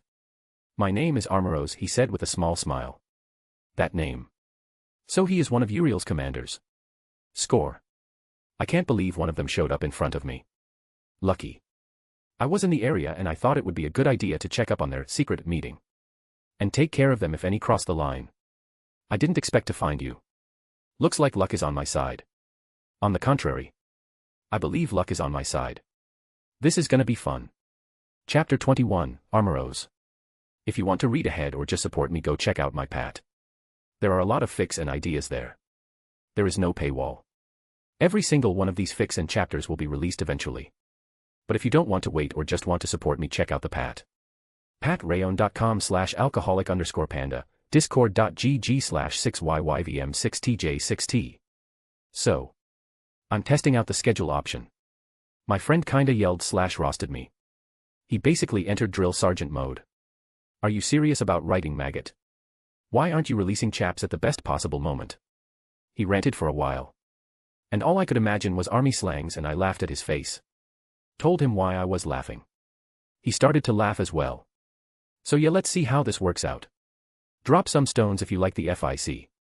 Word count 2040. ####. I can't believe my luck to think one of my targets would just show up right in front of me. We are pretty much on the same level. Low ultimate class just by the amount of holy and demonic energy we both have respectively. Now I could just go into Balance Breaker and rip him apart. But those with more than one concept. It requires me to enter Balance Breaker. For example, the Zanpakuto swords. They are at least two concepts at the minimum. Like Zangetsu, for example.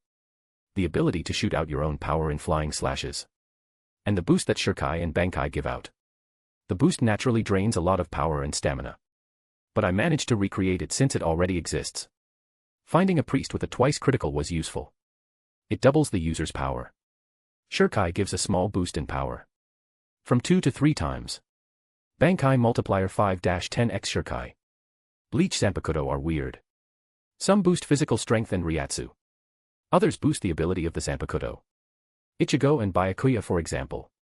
But this is a good opportunity to test my strength against an opponent on the same level. I'll just stick to Tier 1 swords. Basic sword birth creations along with a few special ones even in Tier 1 selection. Actually, I have the perfect weapons in mind. Gravity Blade, UQ Holder, a sword that can manipulate its own weight. It was actually one of the first swords I created. It's an excellent sword for training. I will use it along with its Zanpakuto cousin.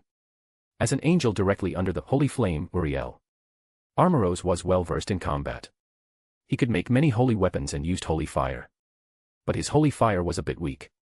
Uriel might have taught them, but they could never reach his level. Uriel was given holy fire just as Barakil was given holy lighting. Only people from their bloodline can use the powers to their full potential. Anything other than that is a cheap imitation. So what is one of the commanders serving directly under Uriel doing in a dump like this? Did you get your ass demoted or something? I say in a mocking tone. Let's see if he can be riled up. Armoros just smiles, hardly. I really was in the area. But enough about that little devil. It's time for you to receive holy judgment. Repent in purgatory. He spread his wings. 4 pairs or 8 wings. Showing his status as an ultimate class. Has never been confirmed where devils and fallen go when they die. Repent in purgatory. Someone sure is confident in himself, I mock him as I start creating my sword. But of course. How could an agent of God like me die to the scum of the earth like you? A being who thrives by committing sin. Armoros says calmly. Well, he is not wrong about the last part. He flapped his wings appearing near me. He had a yellow-golden aura around him. And a light spear in both hands. I released my power as well. Tuki and demonic energy covered me, increasing my overall strength, speed, and defense. My sword was set to the lowest possible weight, which is 2 kilograms, and quickly used to parry one of his swords. Just before the moment of impact, I changed the weight of the sword to X1000. That's 2 tons. And I used it to press down on his spear. Bang. The weight of the sword pushed his spear down along with his arm since he had a strong grip on it. This put him off balance. What? He couldn't even use his other spear because of the weird position he was in. I quickly changed the sword back to normal before raising it above my head and changing the weight again X10000. 20 tones. And I swung down. The weight of the sword increased its speed as well, but it only worked for vertical attacks. Armoros' eyes widened when he saw how fast the blade was approaching. He quickly threw his swords away and jumped back. He even gathered holy energy on his plans to blast himself backward. But I wasn't about to let him leave unharmed. Since his torso was out of the way, I moved my sword and aimed at his forearm. My blade cut him, but it wasn't even halfway through. I barely reached the bone. Your sword. It's capable of changing its weight, Armoros says as he put his hand on his forearm. He started healing his wound with holy light. That's a bit annoying. Correct, maybe I should start using some subtle tricks. One mistake is enough to kill somebody in fights of our level. Armoros healed his arm and created another spear. But this time he threw it. TSK. So he is changing to long range. I waved my hand and magic circles started appearing with my crest on them. It was a classic European sword with wings on it. The Sword of Freedom. It's a crest that I personally created with my understanding of magic. It's not very efficient yet. Clans have been improving theirs for generations. But I'll slowly improve the efficiency. It will work for now. I started throwing elemental spells at him. He dodged and sent a volley of light spears at me. Damn it, I was hoping to use the gravity blade on him. But looks like I'm going to have to scratch that plan. Okay then. The mean older cousin it is. I raised the gravity blade upwards. Time to wake up, buddy. This is only possible because they share a similar concept. I did this because in high-level battles they won't allow me to make another sword. I could have made a new one here. But it's better to test these things out first. Raise your head. Wabisuk. Not a balance breaker. Only one concept. The gravity blade started to change. The tip starts to grow. Wabisuk's blade makes 2 90-degree angles, forming 3 sides of a square, reminiscent of a hook, and has its cutting edge on the inside of the angles. Wabisuk doubles the weight of any object it strikes. The ability can affect both inanimate objects and living beings, and it's stackable. What do you plan to cut with such a silly sword? Its cutting edge is on the inside, he mocks me from a distance. You will see. We continued our long-range fight while I was looking for an opportunity to close the distance. I slowly prepared an earth spike and have been guiding him in that position. So I can sneak attack him from behind. 2.1. Now. The earth spike rose from behind, grabbing his attention. He raised a wing to block it. As he was distracted for a split second, I enhanced my strength using 2 ki and mana and jumped at him, cracking the ground behind me. I avoided hitting his light swords. I don't think they weigh anything. So hitting them is probably useless. I used the hook and put his elbow in it. I cut him 4 times by shaking the sword, piercing him with the inverted blade. He then quickly pushed me off, while lifting his arm up and down, trying to get rid of the discomfort. A regular human arm weighs about 5 to 6 kilograms. My every strike doubles the previous weight. So 6 times 2 is 12. Double it again, 24. In total his arm now weighs 96 kilograms. Now 100 kilograms is nothing to us to lift. But we are in battle. He won't be able to use his arm as well and it will keep throwing him off balance. What have you done to me?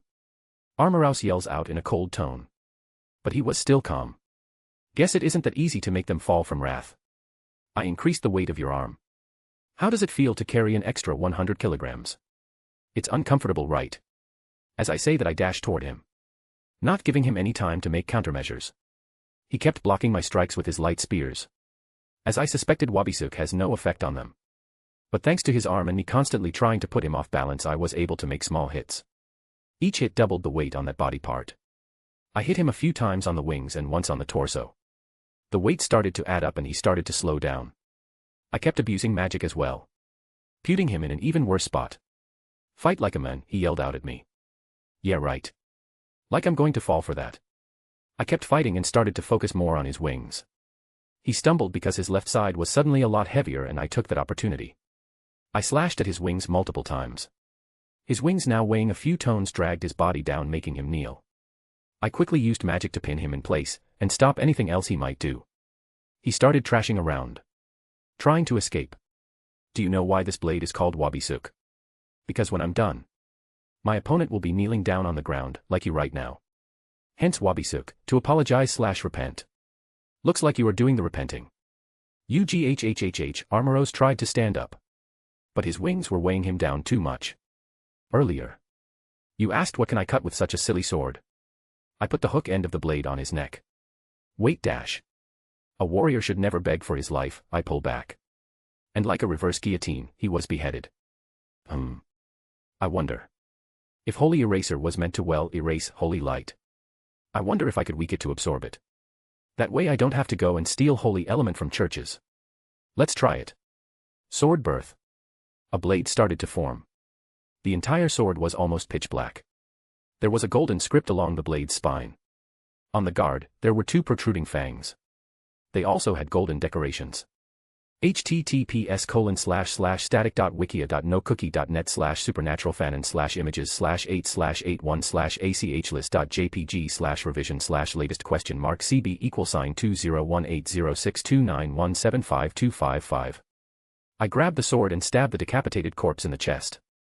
The golden script lit up as the sword started to absorb the remaining holy energy left.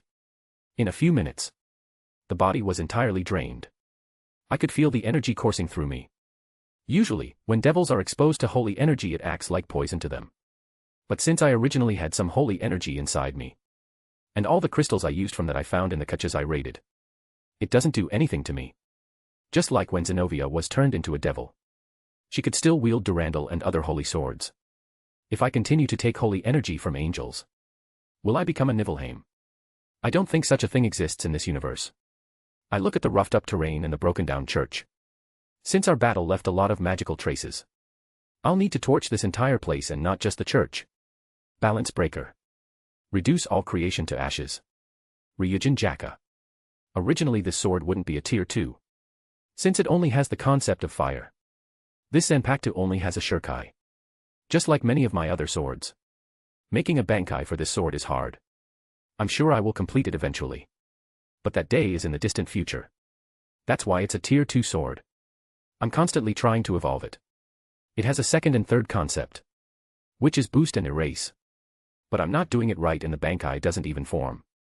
I even changed the concept that I'm focusing on, hoping to get it right. I'm still in the alpha stage of the process, so the OP Bankai is left for the future. I wave my sword and a large wave of fire engulfs everything around me. Time to go back home. I did enough for today. I bring out my teleport sword and disappear in a flash. ##. Time skip next chap. Chapter 22, Second Year. If you want to read ahead or just support me, go check out my Pat. There are a lot of fics and ideas there. There is no paywall. Every single one of these fics and chapters will be released eventually. But if you don't want to wait or just want to support me, check out the Pat. patrayon.com/alcoholic_panda, discord.gg/6yyvm6tj6t. Word count 1230. As time passes, days turn into weeks. And weeks turn into months.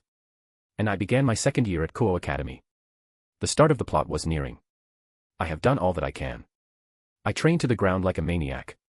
The grind never stopped. Of course, I had some fun during my testing days. What's the point of living if you don't enjoy life? After 9 years of training, I reached ultimate class. With my balance breaker and drive, I have a high chance of surviving the future. Of course, I will never stop trying to get stronger. Only when I am the absolute strongest, then I can take a break. Issei has begun to show a slight dragon aura. As my strength is a lot higher than the rest, I noticed it right away. Which means that the fallen will soon arrive in Kuo. And Issei is still a pervert. Even under the constant detentions and punishment our homeroom teacher gave him. The force is strong with this one. His and his 2 Neanderthal buddies still peek at the girl clubs. And they get beat to a pulp every time. I'm starting to wonder if they are hidden masochists. 2 weeks later. ORC building. All of us were in the lobby. This time for a real meeting. Good, everyone's here. Rias nodded as she sat in her throne with her elbows on her desk. I was sitting in the sofa. Akino was making tea. Kaneko was stuffing herself with sweets, and Hacker Brando, who was still wearing the Dio Brando mask, was just a face on a laptop screen. I assume everyone's noticed the 2 students who are releasing that slight dragon aura, she asks to confirm. Slight, my sexy ass. It was slight 2 weeks ago. Might as well be a beacon now with how noticeable it is. Everyone nods. Good, I'm planning on recruiting one of them. So we will be getting a new family member, Rias smiles confidently. Yay, I'm so happy I could burst with joy. Sona will be arriving here soon with her peerage. Knock. Knock. Speak of the devil. Batum TSS. Ah, puns. Never fail to make life more entertaining. Come in, Sona, Rias says happily. The door opens, showing Sona and company as they enter the lobby. She got a few more members over the course of these last few months. Her bombshell queen Tsubaki Shinra.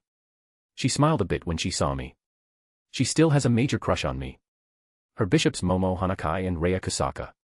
Momo, young beautiful girl with white hair and blue-green eyes. Again, small crush on me. She has known about the Citri clan since her childhood, mainly due to her father having a high post in a certain company that is affiliated with the Citri clan. Rhea is a slim girl with long brown hair that ends in 2 short braids and matching eyes. She also has a small crush on me. Her grandmother was a witch, so she had some magical knowledge before she became a devil. How do I know this? I just have to ask and flirt a bit. Being handsome has its perks. Tomo Meguri, Sona's knight. She has shoulder-length, reddish-brown hair and twin tails and brown eyes. She is from Meguri clan, who mainly exorcise demons for a living. They use spirit swords and their unique sword style to do so. A yokai with a grudge cursed the family, and Tomo's soul was cursed since the day she was born in Sona, while the Citri family saved her. Tsubasa Yura, Sona's rook. She is a tall girl with blue, shoulder-length hair and matching eyes. She is a bit of a tomboy. She could see spirits and demons from a young age and used martial arts to fight them. She also has a fetish for sweaty/dirty men after a fight or training session. I noticed she was stalking me when I trained. Physically. Honestly, most of her peerage has a crush on me. I mean, why wouldn't they? I'm probably the most handsome guy in this entire school. And they are teenagers. Ruruko Nimura, she is the girl who will become madly in love with Saji. She is a short girl with brown hair and long twin ponytails and green eyes. She is the only one who doesn't have a crush on me. She thinks I'm cute. But that's about it. Devils forget. The stronger you are, the sharper the senses. I could pick up on their gossiping a mile away. I was surprised about that. I'm not going to lie. Teenage girls in this world are pretty simple-minded. Even Sona has a small crush on me, but that's because of my drive and dedication to training. She wants to build a school for low-class devils, so they can get educated, get stronger and lead better lives. So a reincarnated devil like me working so hard must tick a few marks for her in some way. Good evening, Rias. I assume you called me to talk about our 2 second years. 2 sacred gears appearing at the same time is rare. And has caused us a slight problem, Sona says in a businesslike manner.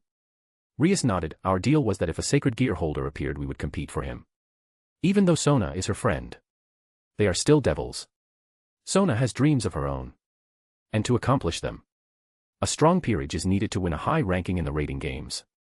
People will take her more seriously if she has a higher ranking. And there are 2 sacred gear holders now. Issei Hyoto and Saji Genshiro. So how do you want to do this? Sona raises an eyebrow. I have always found Sona more attractive than Rias as a person. Sure, Rias is sex on legs and would be a great one-night stand. But Sona's overall feel, her cold calculating personality attracts me more. Even though she has quite a bit of anxiety about her body shape. I mean, growing up with Rias, Akino, Tsubaki, and Serafall did a hit on her confidence. She hides it well though. Well, not like I'd date any of them. They are not worth the trouble. Rias starts to get a bit nervous. Well, I was hoping to have first dibs at Hyoto. It would help me out with my problem. Sona just deadpans before signing. Really, Rias? The pity card? I'm your childhood friend and you are going to play it on me. Rias just smiles wryly. Fini, Sona sighed it out, but you will owe me one for this. I let you have the one with the stronger aura. And with this, Rias's master plan to get Issei in her peerage begins. Which is basically letting him almost die. Like me. Get over there. Save his life. Make him feel grateful. Get yourself a new slave. Not like she needed all of this. She could have just said that she would let him touch her boobs and Issei would willingly give up his humanity. He would probably do it in a heartbeat. I somewhat pity Drake. To end up in such a pathetic host. The Red Dragon Emperor. The Dragon of Domination. Reduced to the Breast Dragon Emperor. Frankly, I would just commit suicide at that point. #A/N. MC will not take the boosted gear. It's explained later in the FIC. Just stopping the comments right now, XD. As many of you guys have noticed. Yes, I haven't read the light novels. I mostly write from what I remember about the anime. Now for the big question. Why don't you just read them? I don't have the time. I'm either at work or at home writing or just doing shit. I have other DxD fics lined up. I will hopefully read the LN and try to make it more similar to LN. But it depends on the FIC. Like DxD Necro is definitely gonna be in the vision I have for it. The whole point of a fanfic is to get a different experience and viewpoint of the world. Why do you think Harry Potter fics are so well liked? HP is intended for teens. Some fanfics just go all out on the realism and it turned out more for young adults. That and fanfics add more content to the HP world. I honestly don't even really like the original plot of HP anymore, XD. But I'm a huge fan of the world. Chapter 23, Devil Issei. If you want to read ahead or just support me, go check out my pat. There are a lot of fics and ideas there. There is no paywall. Every single one of these fics and chapters will be released eventually. But if you don't want to wait or just want to support me, check out the pat. patrayon.com/alcoholic_panda, discord.gg/6yyvm6tj6t. 1 million views in like 20 days. Hell yeah. You guys keep the stones coming. I'll do the same with the chaps, XD. Word count 1370. Well, it happened. After Kaneko stalked the pervert for a few days. Rainair, aka Amano Yama, aka bitch with crow wings, asked him out on a date. And of course, being the moron he is, he accepts. I mean, he should be smarter than that. A beautiful girl comes up to him, who is a loser. There's no other way to say it, and asked him out on a date. Cool. He has no idea who she is. He has never seen her before. He doesn't even expect that it's some sort of prank or trap. Frankly, he deserved to die. I don't mean about him being a pervert. I mean about his stupidity. Not just him, but people without self-preservation skills in general. I mean, that's like walking in gang territory at night alone, and after that, you are wondering why you are bleeding to death and what you did to deserve it. A/N. This is my honest opinion currently. I have a healthy dose of paranoia. I really don't trust anything or anyone. Except for people that I can count on one hand that have stuck with me for years. So he goes on a date. I feel a bit bad because he really tried to make the date work. Which totally conflicts with his overall personality and thoughts. So the first girl he opened his heart to literally stabbed him in the gut. No wonder he got traumatized. But what bothers me that he wasn't traumatized enough to stop for a second before chasing after another pair of boobs. Like you had a traumatic near-death experience. And learned absolutely nothing from it. Trenchcoat Fallen attacked him yesterday. Rias probably healed him this morning. While being naked, of course. Because devil logic. In all the years that they have been alive as a race, devils still haven't figured out other good healing methods except for Phoenix Tears. Now Rias wants me to go and get him.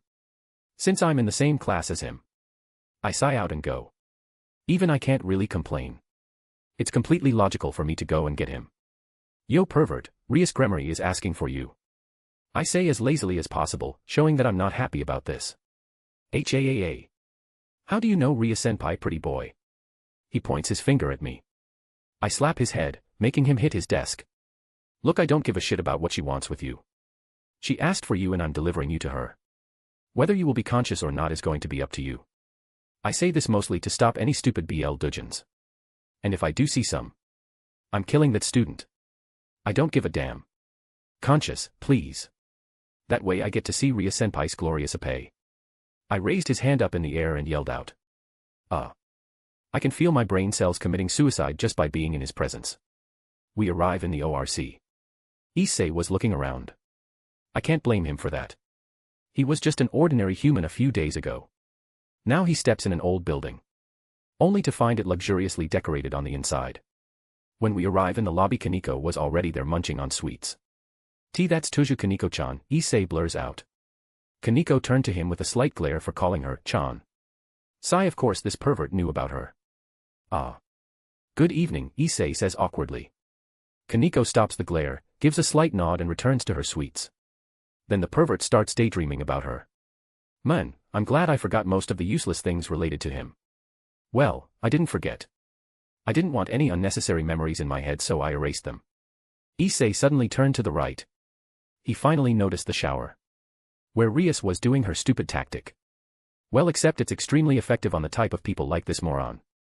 He was practically drooling while looking at the shower, even though he saw Rias naked this morning. Sigh. He is an embarrassment to all men across the globe. Bucho. I brought your clothes. Thanks, Akino, Rias says from the shower. Rias-senpai. I knew it. What a fantastic clubroom this is. Issei started going to La La Boob Land. I need alcohol. And lots of it if I want to remain sane after tonight. What a creepy face, Kaneko's soft voice broke Issei out of it. I go sit down on the sofa opposite of the one Kaneko was sitting on. Just in time for Akino to arrive. Uf, she giggled slightly. Damn, I don't know if she does them on purpose or not. But those verbal tics are very annoying. Akino walks right until she is in front of Issei. You are the new club member, right? She proceeded to give him a bow. Pleased to meet you. I am the club's vice president Hajime Akino. She then rose up and Issei's eyes zoomed in on her boobs as they bounced. Pleased to meet your acquaintance. Uf. Subtle Akino. Real subtle. I have seen dragons with more subtlety than that. I am Hayadu Issei. Nice to meet you too, he scratched the back of his head. He started to daydream about her now. Steam came out of his nose as he fist-pumped. What a wonderful club. Sorry for the wait. Rias came out of the shower fully clothed. She was drying her hair with a towel. Magic, anyone? I spent the night at your place so I had to take a shower. No. I don't mind at all, Issei said awkwardly. Well, everyone's here now. Rias said with a smile. No, we are not. Hacker Brando. Whyy. Why did you leave me alone with these people? We welcome you to the Occult Research Club, but the club is nothing more than a facade. Nothing more than a mere hobby. Rias explains. What do you mean? Issei asked. He was very confused about the whole situation. That much was obvious. I'll be frank. We are all devils, Rias says with a straight face. Really? I know this is the only piece that she got by herself. Even if the means were underhanded. But really? You're just going to lay it on him? No supernatural history. No sales pitch like, haven't you ever thought that something seemed off? An incident or a person that you met on the street? Actually, that's a good one. Gotta write that one down. That was indeed very frank, Issei said with a small laugh. But he was still acting very respectfully. At least when he was speaking.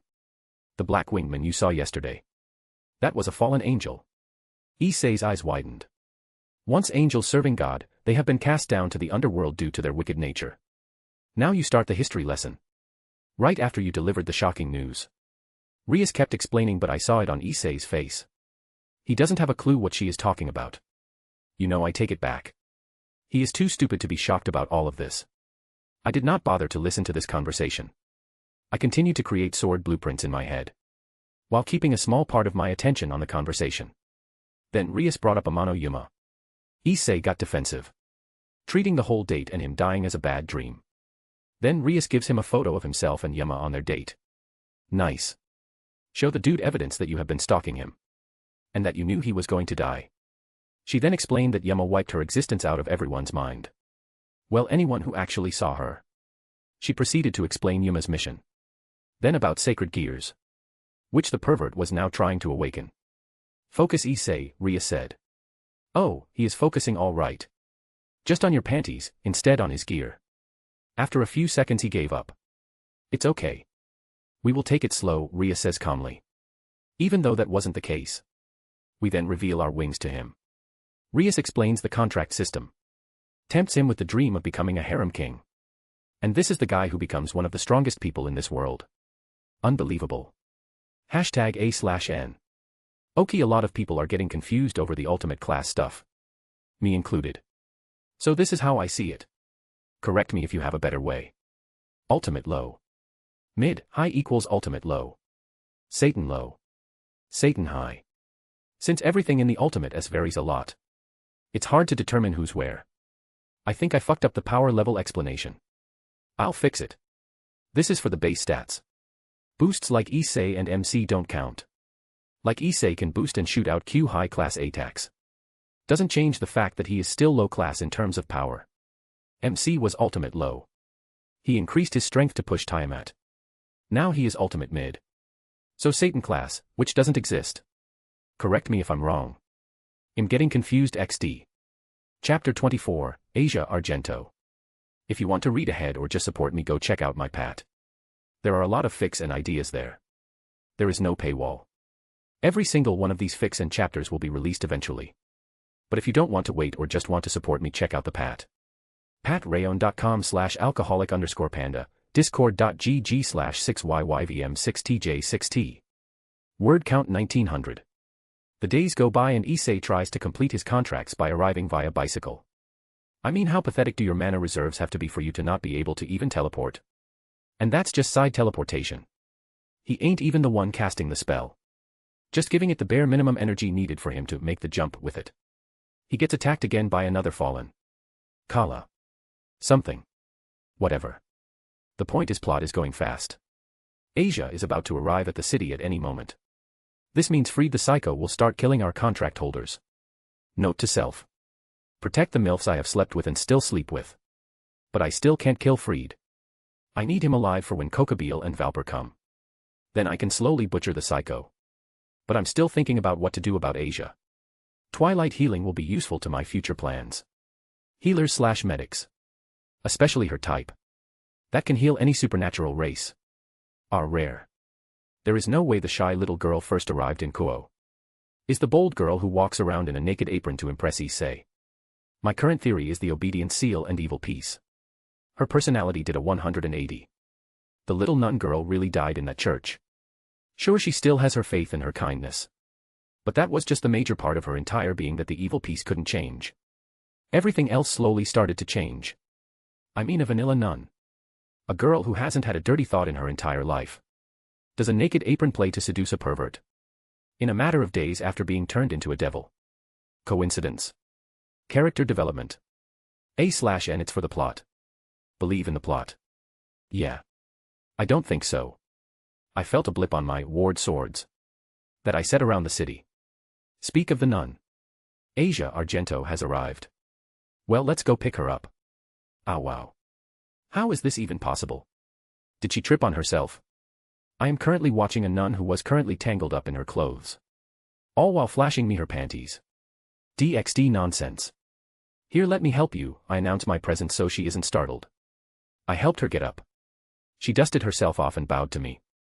Thank you for helping me. May God bless you for this kindness. I felt a small tingle. Heh. One of the first things I trained about was spamming God and his name. It hurt like hell. But you get used to the pain after a few weeks. I didn't do this so I don't flinch every time God is mentioned. I did it to counter the holy chant some exorcist use. I have heard stories about how Gabriel killed some low-class devils by singing certain paragraphs from the Bible. I give her a small smile. You are welcome. What's your name? Gabriel is actually one of the kindest angels. A real angel in every sense of the word. But devils are fair game, and to be honest, I can see why she would kill devils. Since she can't act on the church, she goes after the devils. Less devils means less evil in the world. My name is Asia Argento. What's yours? She tilts her head cutely. Isaiah, I say calmly, God's salvation. Oh, what a wonderful name, she claps her hands together. The church took a loss by giving her up. The church gathers faith to keep the system going. The one that God set up. Which is falling apart. Michel is doing all he can just so it's barely still working. That's why there are so many bugs. Balance breakers. The original Kiba's holy demonic sword is proof of that. I made it too. Kinda hard not to make such a useful sword. But it's meh in general compared to my other swords. If Asia reached a balance breaker while still in the church, she would have been a great asset. Thank you. So Asia, where are you going? I ask her casually. Oh, thank you, I'm going to join the church here, she says with excitement, but I can sense sadness as well. Asia, the church is broken down and abandoned. But I was told to go there, she whimpered as tears started to well in her eyes. Hey, don't worry about it. How about I show you around until your people contact you? This cheered her up a bit. Yes. I'd like that. So we went on a mini date. I took her all over Kuo. Surprisingly, I had some fun as well. Maybe I should take out some girls on dates, instead of just going straight to sex. I mean, that will still happen later. But this is nice too. Then we arrived at the park where the boy was injured. Asia used her sacred gear to heal the kid. Asia, you have a sacred gear too? I say with fake excitement. Wait too. Asia tilts her head. Yep, I have a sacred gear too. Really? Asia jumped in excitement. Which one? I raise my hand and create a sword. Sword birth. It allows me to make all sorts of swords. For example, this one. This sword doesn't cut. Look. I slowly cut myself on the wrists. Only for the blade to phase through. Amazing. But isn't that a little counterintuitive? Asia tried to find the word. Nope, I can make all sorts of special swords. Even ones that show memories. Here, this is a memory of me making breakfast this morning. I make the blade shine. I infuse it with the memory and point it at Asia's hand. She looked at the blade for a few seconds. Before cutting her palm on it. She has healing gear. Small injuries mean nothing to her. And I already showed her that this sword doesn't cut. Wow. It really does show memories. You are also a great cook. Asia's eyes were practically shining. Asia, I have a few memories to show you. They are secrets that many people want to keep hidden. But I believe it's in your best interests to know this. Well, if you think so, Isaiah. Then I don't mind seeing a few more memories. Asia smiled brightly. Good. Now, since there are a few more memories, you will need the sword to phase through your chest. You can pick where. Just as before, it's perfectly safe. I make the sword glow again. Infusing the memories just as before. Having been through this, Asia wasn't really afraid at all. She walked straight into it and the blade phased through her chest. The moment the sword phased through, Asia's eyes rolled over and she fell unconscious. I quickly grabbed her before she fell to the ground. Well, for the time being, I'll take her to one of my safe houses. Few hours later. Safe house in another city. Asia jumped out of the bed screaming. She was sweating heavily and was taking deep breaths. She turned to me and her eyes widened. Asia opened her mouth but didn't know what to say. Thank you. I think. Asia bowed unsurely. You are welcome, I say with a smile. I didn't expect you to be a devil though. Or that a devil planned my death just so he can revive me in his nun harem. My poor sisters. They look so broken and empty. Living such a life. I would prefer death. Asia lowers her head as a few tears fell. She has changed. But I still don't know how much. What do you think? Now that you know the truth. Let's see how she answers. Then I'll make my decision. The world is a lot worse than I ever knew. Humans are really treated as livestock. The church is corrupted and most members cause more sins than some devils. And the biggest human group that exists, besides the church, are morons. They call themselves heroes. When all they do is cause chaos for other races while sacrificing the weak members of their organization. Good. This is going well. Devils and fallen do what they want. Gods as well. Anyone with power always causes strife for others. Doing whatever they want just because they can. In this world, it's everyone for themselves. Yep. I want her. This Asia I can work with. I give a slight smile at that. Which she notices. I think you didn't broaden my horizon, just for fun. You want something in return. What is it? Asia says bravely. She has no offensive capabilities.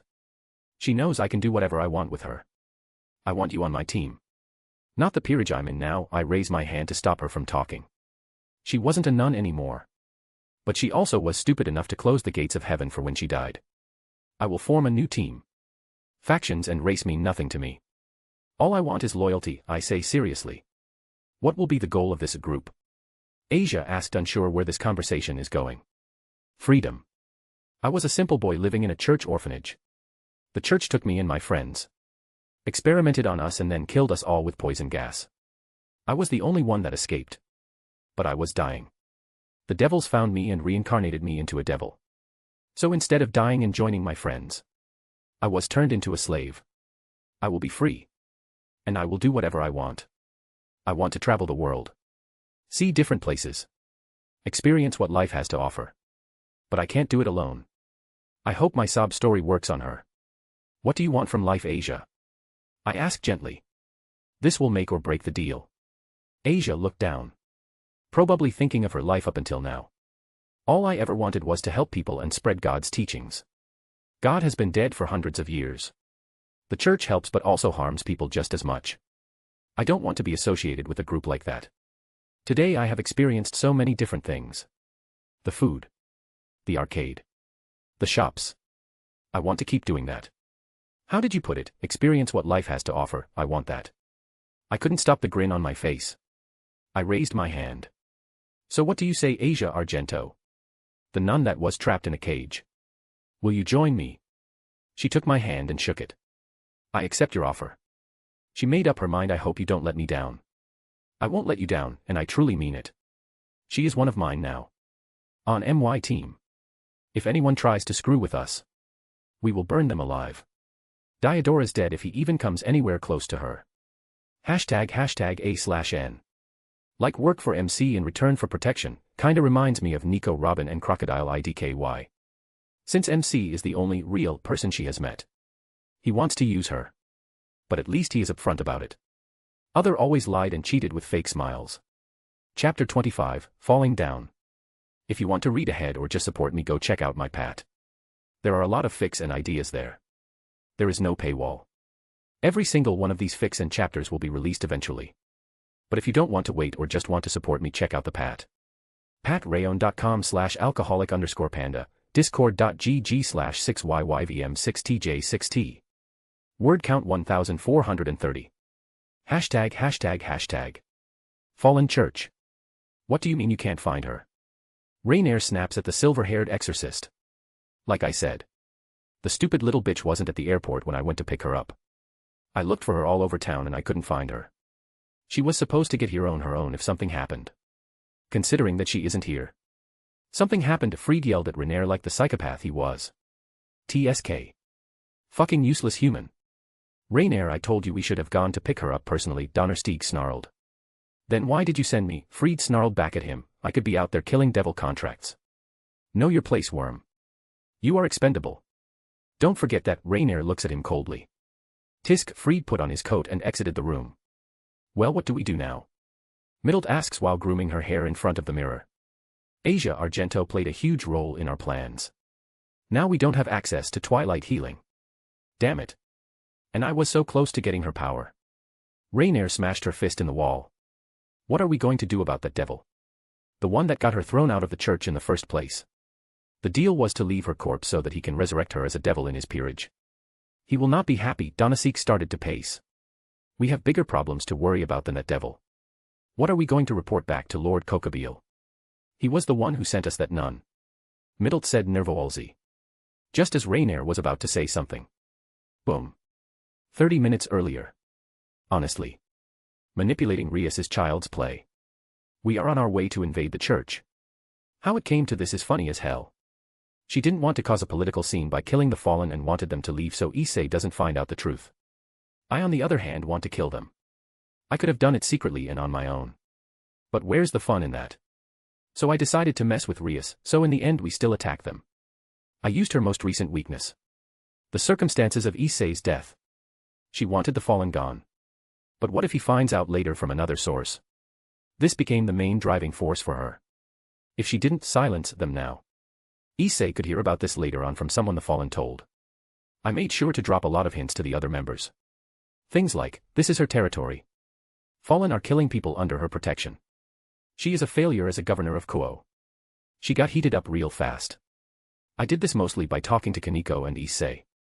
Like talking about some random shit. And then Issei gets curious and asks Rias about it. Rias naturally deflected those questions. She only had to wink at Issei for his brain to stop and pet Kaneko's head. Rias is important to Kaneko, and she will listen to Rias. Before we set off, Rias gave us the big speech. It was meh. Speech flashback. I have received some information that the Fallen are going to attack more of our clients. This is unacceptable. I wanted to avoid a political incident. But as King of Kuo, I cannot let this pass. We must eliminate the Fallen. Rias stood in front of us and said confidently. Hi Bucho. The brainless love slave jumped up and pumped his fist. The others quickly got up and started getting ready to leave. I did so as well, just a lot slower. So we are going to go in and kill them. Well, I'll sick Dukalien on them. He will love the free food. He just has to keep his strength lowered and he can enjoy the feast. We arrive a little bit away from the church. Akino. Please knock. Rias smiled sweetly. Akino nods and points her hand at the church. A magic circle with the Gremory crest appears. Lightning started to gather before it hit the church. Boom. Present. That was a weak attack. She only blew up the doors and the surrounding walls. No damage to the people inside. The whole point of a sneak attack is to take as many of them out at that exact moment. But then again, what did I expect from them? Akino is only a bit weaker than Rias. She purposely weakens herself even more by not using her fallen heritage. We are here to kick your asses. The pervert yelled out. Zero common sense. Fucking shonen protagonists. Anyone else in their head would have been blasted off. I mean, you can only trash talk people and talk on the battlefield if your strengths are somewhat evenly matched. Issei currently is only better than a few of these rejects. Attack. The exorcists started to shoot at us with their light guns. All while charging and waving around their light swords. Pathetic. This won't even be a good workout. I always keep my strength sealed. That and the mana compression and mana shroud swords. Along with gravity and resistance swords. They are active at all times. Right now. I'm showing early high-class energy levels. But I could lower it down to low class if I wanted and it still would do nothing. The skill difference between me and these rejects is quite literally the distance between heaven and earth. I am high ultimate class. The early beginning of it. I broke through not so long ago. But that's still Seraph/Satan class. While these guys are only low class thanks to their gear. Rias and Akino start attacking them from a distance. Kaneko and Issei charge. Kaneko punches an exorcist and he gets sent flying. Issei does the same, but it's more like a slugfest. Oh well. Might as well stretch a bit. I raise my hand and start making a sword. It was big. Bigger than myself. It was more like a piece of steel shaped like a cleaver. I put it on my shoulder. The Kubikarabocho. Zabuza's sword from Naruto. It was nothing special. I made it exactly as it was in Naruto. I made a ton of different swords. But most of them are useless now. I only use the ones that are efficient. Eat this, blondie. An exorcist swung his light sword at me. I just looked at him with a blank look as I swung down the sword. Swish. Splat. I directly cut him in half. And it was perfectly in half. Not a millimeter difference. What the hell is going on here? Rainier and her minions come out. The Fallen join in the fight. As well as the maniac freed. His hair was wet. I was in the fucking shower. Don't fuck with me. Fucking devils. I'll chop you up into mincemeat. Of course. I'll take on the maniac. I just jump in swinging my sword. Cutting the exorcists in my path. I need freed alive. Oh yeah, I forgot about Deucalion. I whistle loudly. Oh whoa. What the hell is that? Issei yells out. Duke-chan. Kaneko tilts her head. Crash. The wall was torn open by a big black wolf. He was growling at the exorcist. Enjoy, I call out, and that's all he needed. Deucalion jumped on them and started to eat them. Disgusting creature. Die. Middle tried to spear him, but he bit through the spear and chomped on her leg. Ahhhhhhhh, Mitlet screamed. But Deucalion wasn't done. He started swinging her around, tearing up her leg even more. before he decides to take it outside. Save me. Middle screamed out for help. The fallen didn't move a muscle. They were scared to death. Fuck no. See ya. Free dropped a flash bomb, blinding everyone. The next moment he was gone. Well, at least I don't have to worry about him dying. Take them down, Rias ordered, and the battle started all over again. I just threw my sword at them. It cut through quite a few of them before embedding itself in the wall. The others were taking down the rest fairly quickly. I'm just going outside. I don't really want to see the drama between Issei and Rainier. Well, no one will be bothering Asia anytime soon. Nobody can even find her. She has my swords on her. That reminds me I need to start training her. By the time I'm done with her, she's going to surpass her original by a long shot. A/N. Someone asked me about DxD, necromancy system. But Web Novel deleted his comment, so here it is. I have other fics besides MHA, Code and DxD, ReKiba. Like 8 others I think. They are only up to CH10 or 11 on my pat. I update them when I get inspiration. I focus more on the ones I'm releasing. So when Code or Kiba ends, Pats will vote for the next FIC. Main fix, DxD, ReKiba and MHA, Code. Others, DBZ reborn as Gohan, the Gohan we wanted but got a crybaby. DC, Young Justice, Superboy, wakes up as Superboy inside Cadmus. His own man. Doesn't like the Justice League but still on the team. DxD, Magneto, Sacred Gear like Magneto's powers. He is in Sona's peerage. Since Sona's first year. DxD, Necromancy system, this is going to be messed up.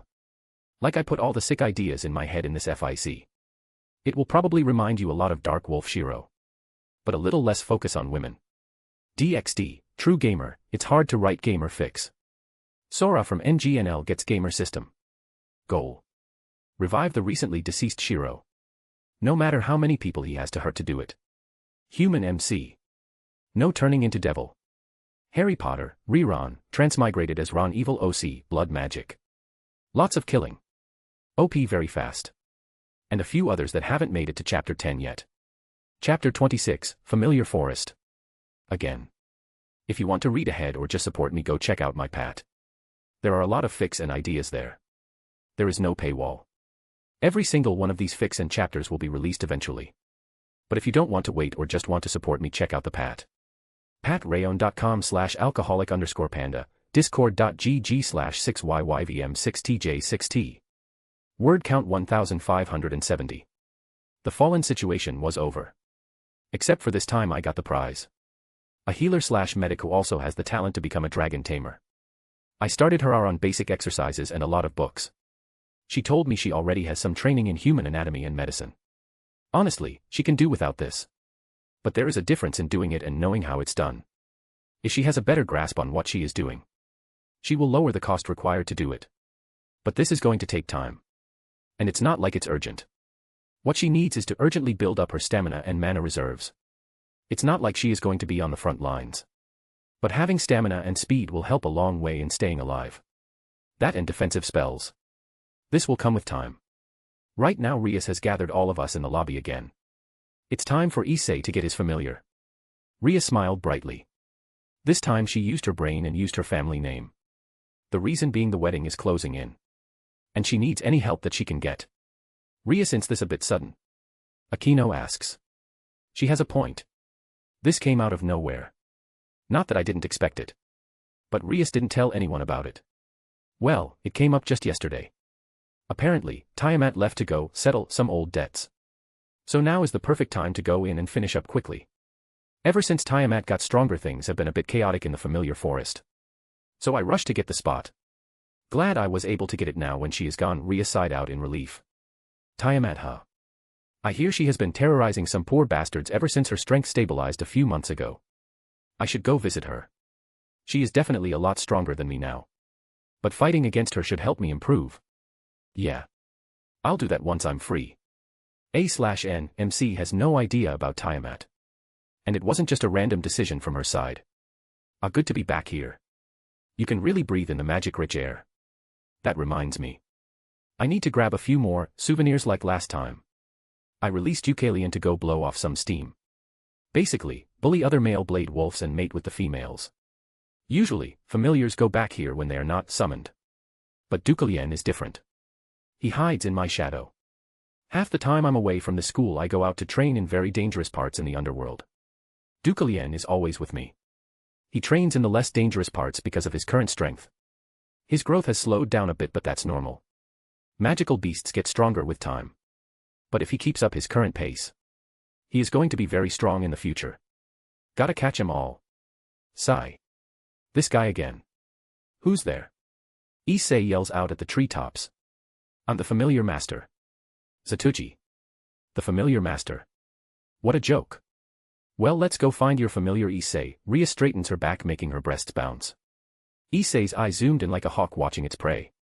Hi, Bucho. A boob bounce and he is lost in La La Land. This world is honestly ridiculous if a guy like him became one of the strongest people here. Protagonist plot armor indeed. We walk around the forest looking for potential familiars for the pervert. Of course he wanted a familiar with a human form. So he wanted a mermaid or a dryad. We met the weirdest things this time. It might be because Issei is here. The water spirit Undine. It turned out to be a buff man with a pair of boobs and long blonde curly hair.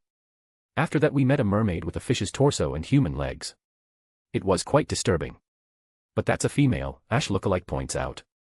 Issei falls down on his knees. Which I totally get. I refuse to see that thing as a woman. It's got the face of a goblin, and more muscles than the current strongman champion. While we were walking, green slime started to drop down from the branches. Nope. I make some swords and fuse them to make an umbrella. These clothes were custom made and they are expensive. The slime that fell on Rias, Akino, and Kaneko started to eat through just their clothes. 'Cause hentai logic. Bang. Kaneko punched Issei into the ground. Please don't look at us with those perverted eyes, she said coldly. But I have to do something when you are in trouble. And Kiba is also looking. He pointed at me. It's a free show. I would turn away if I actually liked them as a person. Since I would respect our friendship. But alas, we are not friends. Hence I don't care. The slime started to eat through their underwear. Rias and Akino stared to moan while they struggled. I'm generally interested if they are putting on a show for Issei or if the slime is actually triggering their erogenous zones. Whoa. Gotta save this on my internal hard disk. Work brain. Work. Overtime. These are slime that primarily feeds on textiles. Other than being an annoyance to women, they are pretty much harmless. A slime that eats women's clothes. Bucho. I want this slime as my familiar. Issei yelled out with his hand raised. Oh, not there, Akino moaned out again. Woohoo. This is just that talent I was looking for. The girls were pretty much naked at this point. Issei familiars are important to devils. Think carefully, ahhh. I have thought of it carefully. I will make this my familiar. Issei's aura was burning. You can just burn it, you know. I mumble out. They immediately break free and destroy the slimes. Issei started to turn into the scream. You know what? I'm not even going to question this. Stupid hentai logic.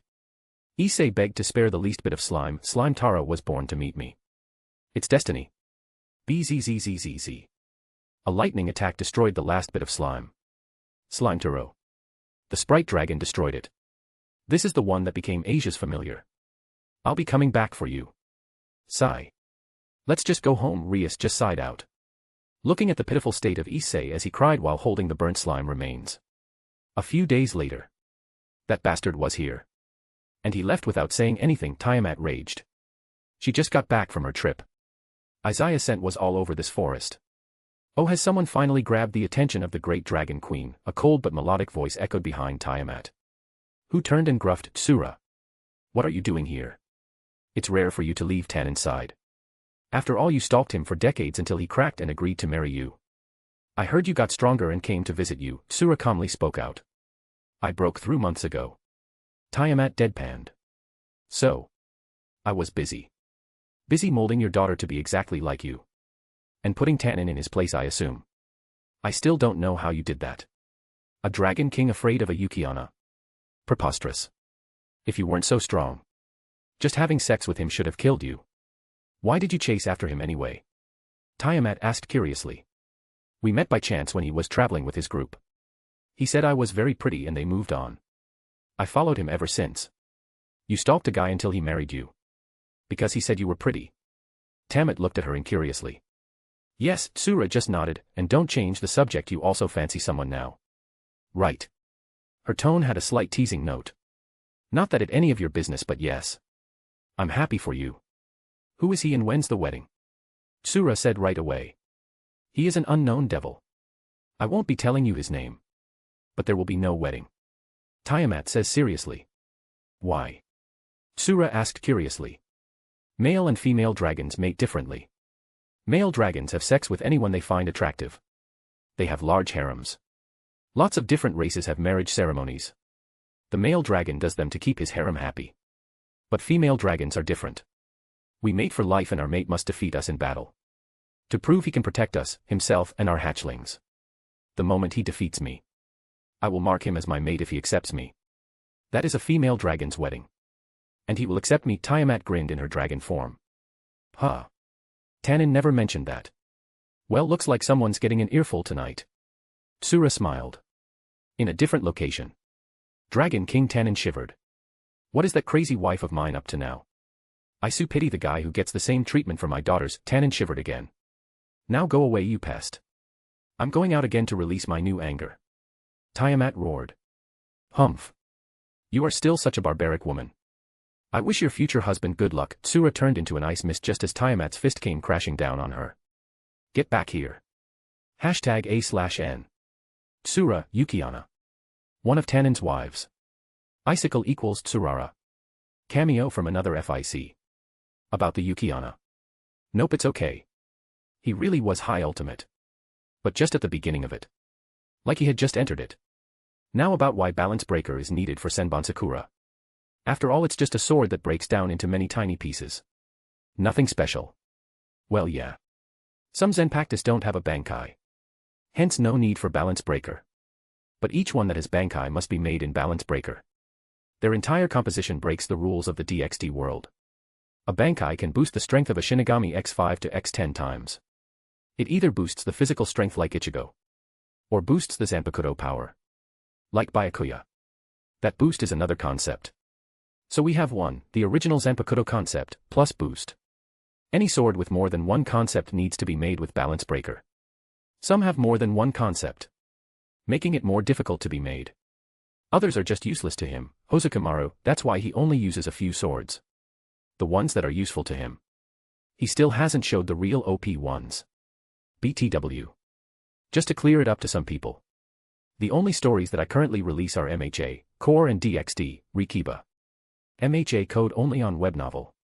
Not enough time to copy-paste the other chaps on other platforms. I post code on Scribble Hub. FanficNet. And will probably start posting on Royal Road. Since Kiba has like 25 chaps all in all. Code has 100. That will take me a week. Time that I do not have. The other fics I mentioned are only on my Pat Rayon. And will be released eventually when their turn comes up. Chapter 27, Riser arrives. If you want to read ahead or just support me, go check out my Pat. There are a lot of fics and ideas there. There is no paywall. Every single one of these fics and chapters will be released eventually. But if you don't want to wait or just want to support me, check out the Pat. patrayon.com/alcoholic_panda, discord.gg/6yyvm6tj6t. Word count 1900. ####. We are all in the ORC lobby. The mood was very tense. Grafia was here with us as well. She was standing on the side dressed in her maid uniform. Rias tried to give her virginity to Issei last night and Grafia stopped it. Virginity seal tied to Rias. It's basically an alarm whenever Rias intends or is close to losing her virginity. That means if she tries to lose it or if someone tried to RPE her. Boom. Grafia appears. But seriously, how desperate can you get? Actually, I take that back. Apparently a lot. I mean, she could have chosen any good-looking guy in town. There has to be someone who isn't a scumbag or is just nice. Yet she decided to give her virginity to Lust Incarnate. The dude who would literally die for a pair of boobs. It seems she has gotten a soft spot for him. Which is a bit weird. Considering she let him die. But then again. People fall in love with puppies. So I'm guessing that's where they are right now. The pervert literally follows her everywhere. I won't say I understand their relationship. Because I don't. And I also don't care. I'm only here until I am free. And that chance has just arrived. Riser arrives alone with a teleportation circle in the middle of the room. We give each other a small respectful nod. Gotta keep up appearances. I haven't been in the human world in a while, he says while looking at the window. I fought down a snort. We got drunk just last week, here in Kuo. And the two kings of Kuo have no clue. He is rubbing it in her face, without Rias even knowing about it.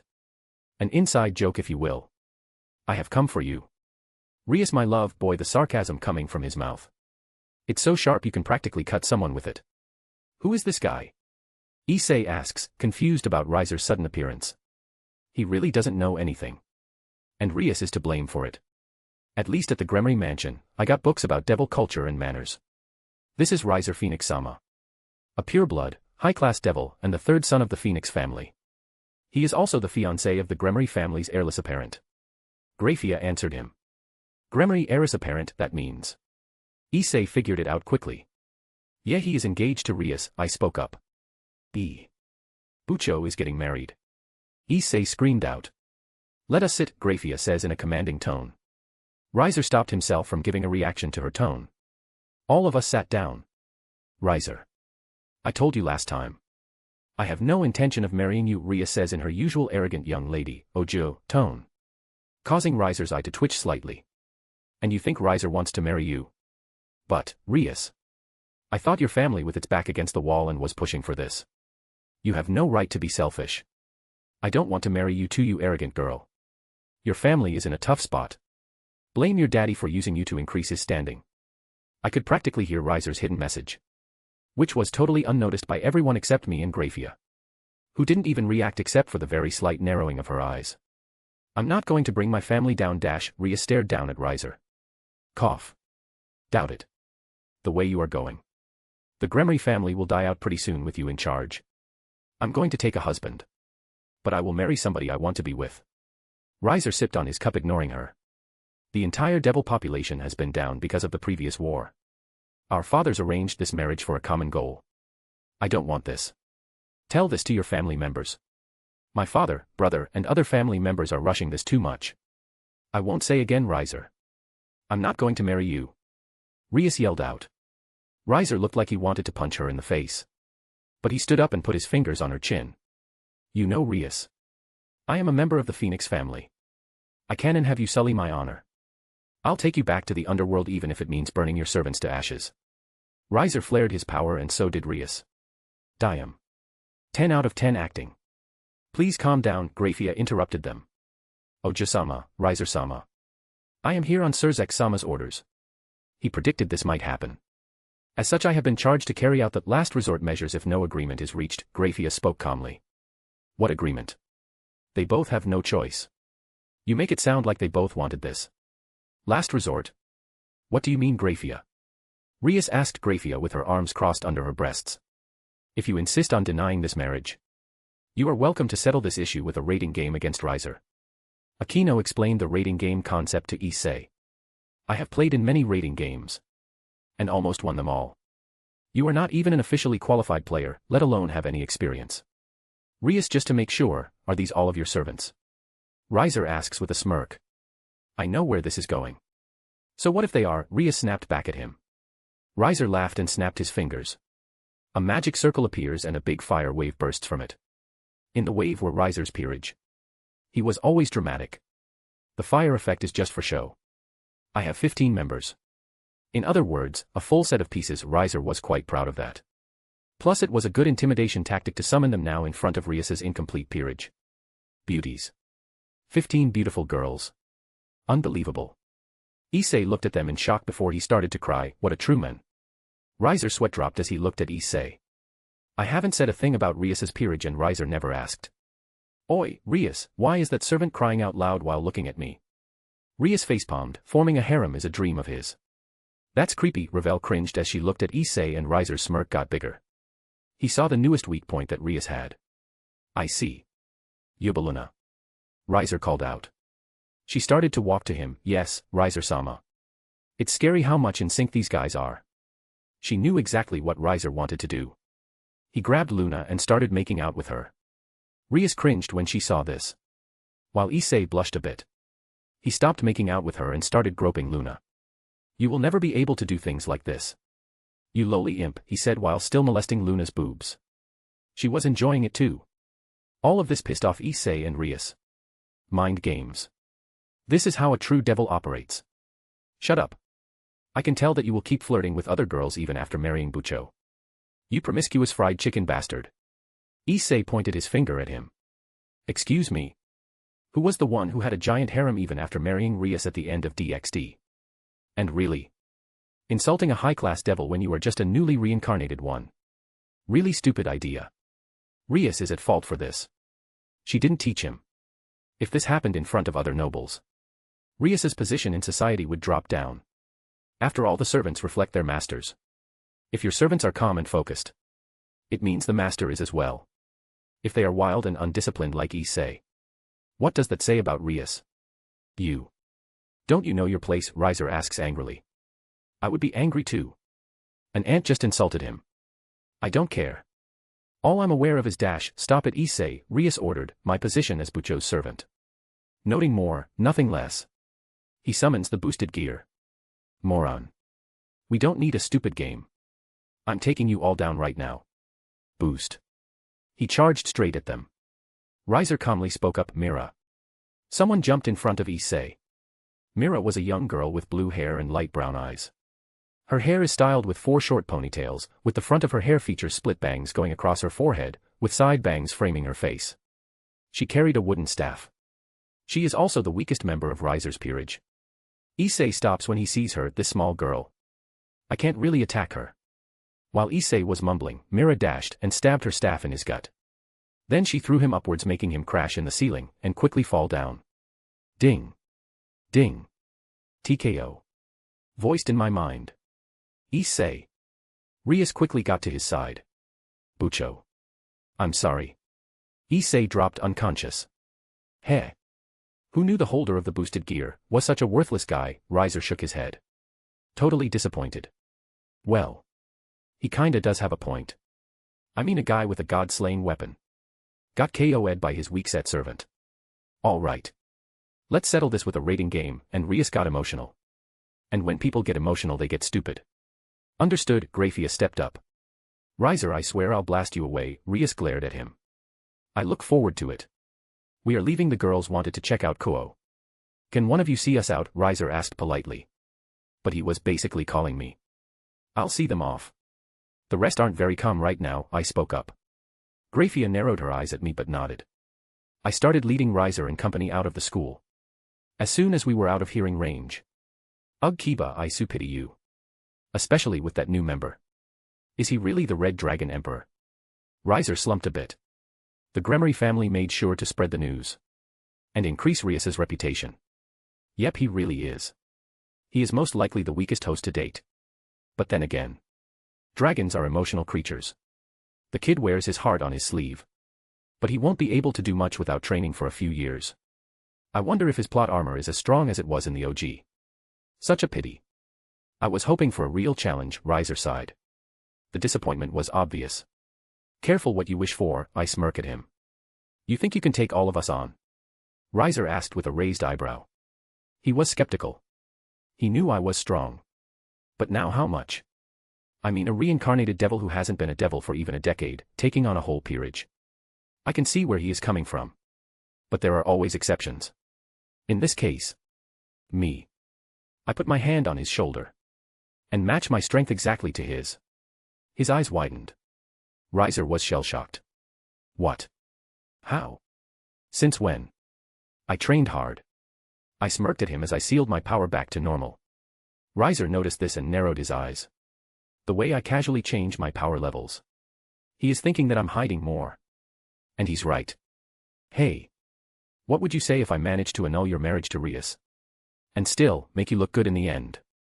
This time Rias was the one with a huge grin on his face. I'm listening. Hey, after this I'm calling Surzex. Time to make a deal with the devil, again. Chapter 28, Training Camp. If you want to read ahead or just support me, go check out my Pat. There are a lot of fics and ideas there. There is no paywall. Every single one of these fics and chapters will be released eventually. But if you don't want to wait or just want to support me, check out the Pat. Patreon.com/alcoholic_panda, discord.gg/6yyvm6tj6t. Word count 2150. ####. Rias was making Issei carry the most weight. It would have made more sense for all of us to be carrying weights. But hey, what do I know? It's not like I haven't trained my whole entire life. She didn't even ask me for my opinion or my help. I had just as much gear on my back. Might as well be carrying feathers. But I increased my gravity and resistance again. Might as well get a good workout while climbing this mountain. I pass by Issei, on your left. Damn you for showing off how easy it is, Issei grumbled. Excuse me, Kaneko passed by with a backpack 10 times the size that both of us were carrying. Issei fell on his back when he saw her. They gave Rias 10 days. To level the playing field with Riser. They all must be high. It's like asking newbie football players to play an official match with professionals. And they have 10 days to catch up to the pros. And Rias doesn't even have Asia with her this time. She is toast. Arriving at the villa. After walking for about 20 more minutes, we reached the villa. It looked great on the outside. Honestly, this villa was just like a summer house to the Gremory family. Actually, I don't know if this even belongs to them. But comparing this to the Germany mansion, I think it sounds about right. Okay, let's put our stuff down and start training, Rias says happily. Training? Right away. Bucho. You are a monster. Issei started to tear up comically. No, I'm a devil, Rias winked at him. Har, har, har. Very funny. We enter the villa and pick our rooms.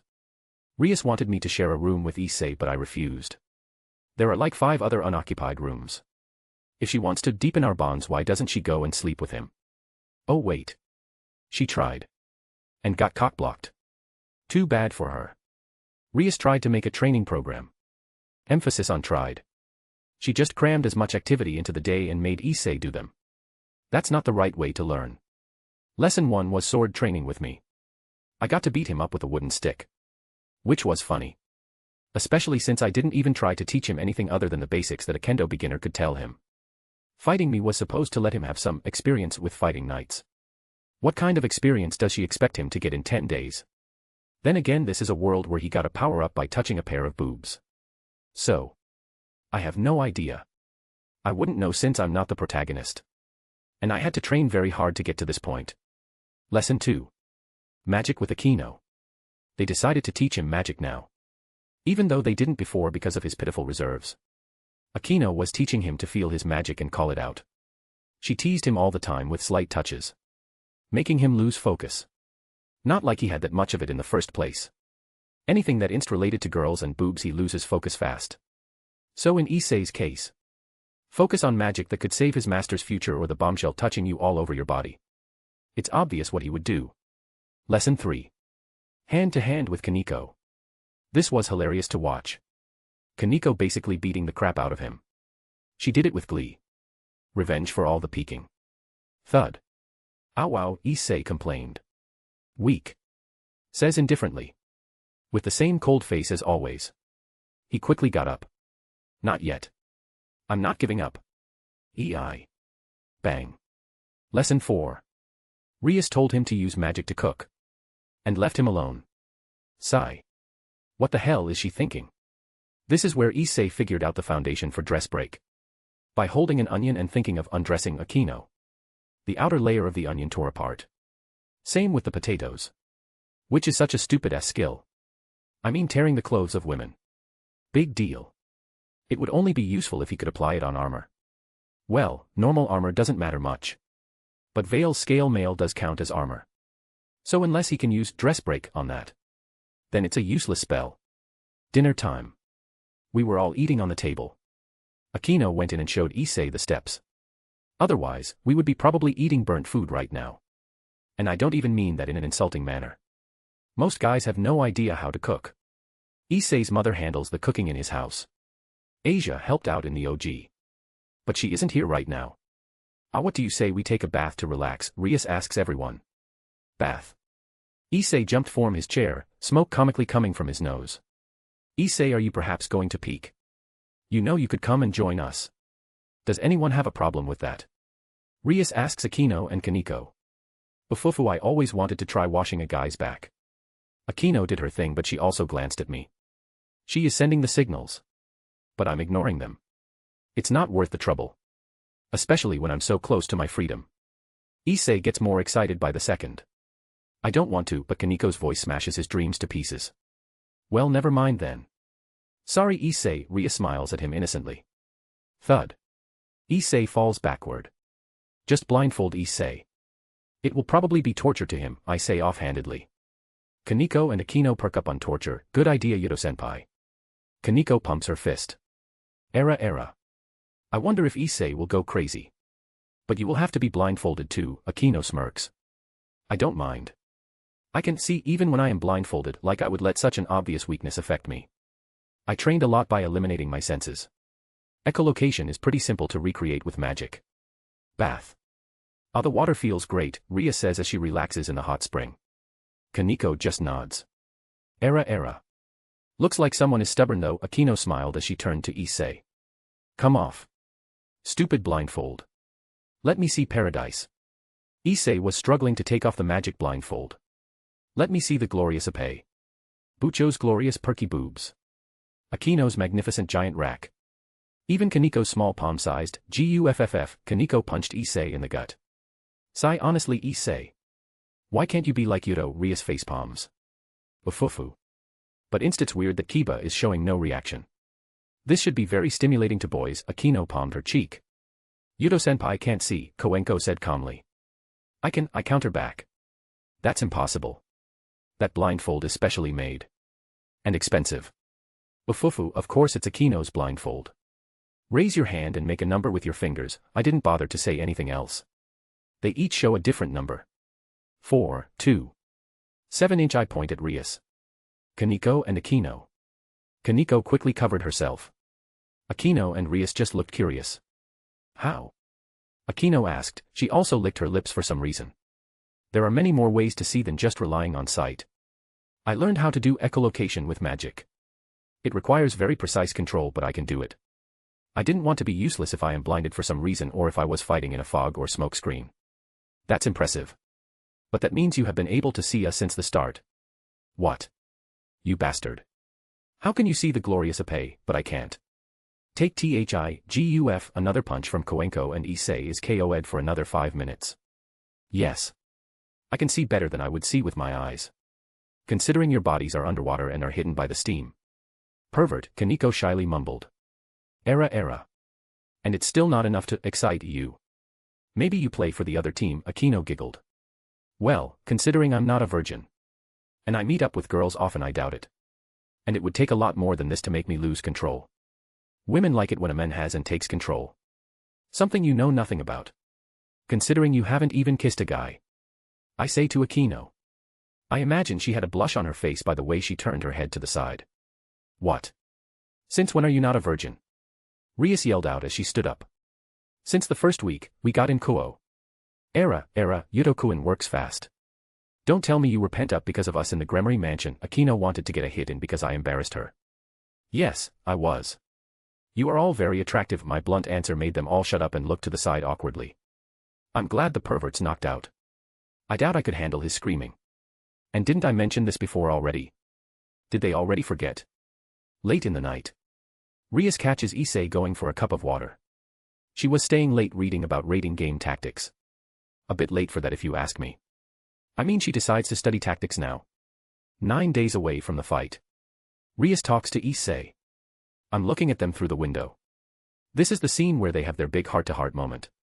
Where she falls in love with him even more. She knows this game is a trap from her father. She doesn't like how the Gremory name followed her. Everybody only sees Rias Gremory. She was at least her husband to love her just for as Rias and not her name. A small dream of hers. I already hit a sword there. A microphone basically. I love you Bucho regardless of rank and name, cliché but clashes work. Honestly, I think he should have kissed her at this moment. Rias would probably let him. Issei's low self-esteem issues. He doesn't have confidence. Cries in her chest. Well, if Rias did something impressive for once. Maybe people won't know her for her family name. I mean, everybody knows Ajuka. Either by Beelzebub or Astaroth. But they know Ajuka is a genius. No matter which name he goes by. All she has done her whole life is laze around, and watch manga and anime. And she expects people to know her for something other than Rias Gremory. We are on the field watching Issei power up. Boost. Again say. Boost. Again. Boost. That's enough. Rias stops him. Era. 12 boosts. That's impressive. Akino cups her cheek. Issei was staring speechlessly at his gauntlet. Then Rias started her mini speech. Rias says he got this strong because of the camp. But hear me out. Maybe, just maybe, it's because he is getting used to being a devil. And all the running around he does on his bike is paying off. I mean 2 days of training and wow. He can do 12 boosts. I don't think so. The most likely scenario is all the running around he has been doing for the past month. Explosion. Dragon shot. He shoots the top off a small mountain. The dragon shot is equivalent to an attack from a high-class devil. Wonder what will happen if he boots me. That's an interesting thing to see later on. I would have gotten boosted gear for myself or someone from my future team. But leaving it with the pervert is actually a better plan. First of all, his plot armor. He will always find himself in dangerous situations. Which means it will be less likely to happen to me. Second, the Red Dragon Emperor is a big beacon. Everyone wants him to work for their faction. And if he doesn't join them, he is a threat that will have to be eliminated. And all the threats that will appear in the future, I'll let Issei deal with them. Why should I risk myself or my people, when I can let the others take care of them? And on the off chance, he is about to die, like he should have if it wasn't for plot armor, then I'll take Drake. It was late at night again. Issei was to invent a new move. The dress break. Since Asia isn't here, he had to ask Rias and Akino, who of course agreed. Anything to make Issei stronger. So they spent the night trying to get Issei to tear apart their clothes. With magic. It's no wonder they lost. Chapter 29, Deal with the Devil. Again. If you want to read ahead or just support me, go check out my Pat. There are a lot of fics and ideas there. There is no paywall. Every single one of these fics and chapters will be released eventually. But if you don't want to wait or just want to support me, check out the Pat. Patreon.com/alcoholic_panda, discord.gg/6yyvm6tj6t. Word count 1180. ####. So why did you call me out here, Kiba? You said it was important and it involved Rias. Should you be training for the raiding game? Surzex asked seriously. He was not amused, being called like this. He was Lucifer. He can't be summoned like this. Well, I wanted to talk to you about the raiding game actually. Kiba says with a smile. What about it? Surzex narrowed his eyes. Well, you know Rias's odds at winning are practically non-existent, right? Kiba smiled. Surzex kept quiet, but he was getting a bit angry. That means Riser gets to have fun with Rias when she loses. Surzex's aura explodes, making Kiba smile even more. Oh, are you sure? Injuring me right before the raiding game. That's not smart. Surzex clicked his tongue and called back his power. What do you want? Surzex asks coldly. To make a deal, Kiba replies in kind, with the same tone and expression. We have a deal. You fight for Rias for 100 years. Surzex said evenly. But we didn't. We didn't make a contract. We just talked about some bullshit and you know it as well. This time we sign a magical contract. Surzex was quiet for a while. What are the terms? If Rias wins her match against Riser, I am free. I leave her peerage without anyone hunting after me. Rias wins and I walk away. Kiba said slowly. You do realize what you are asking me to do, right? For that to happen I need to give you a high-class rank. And you don't have the merit for it. Surzex tried to talk his way out of it. I don't care how you do it. You could kill the council for all I care. If Rias wins, I get out of her peerage without any complications. No declaring me a stray devil. No bullshit bounty on my head. No involving me in plots and schemes. Free. How you do it is none of my concern. My freedom for your sister's happiness. Or do you think she will be happily married to Riser? How would you even win? Riser is a high-class devil.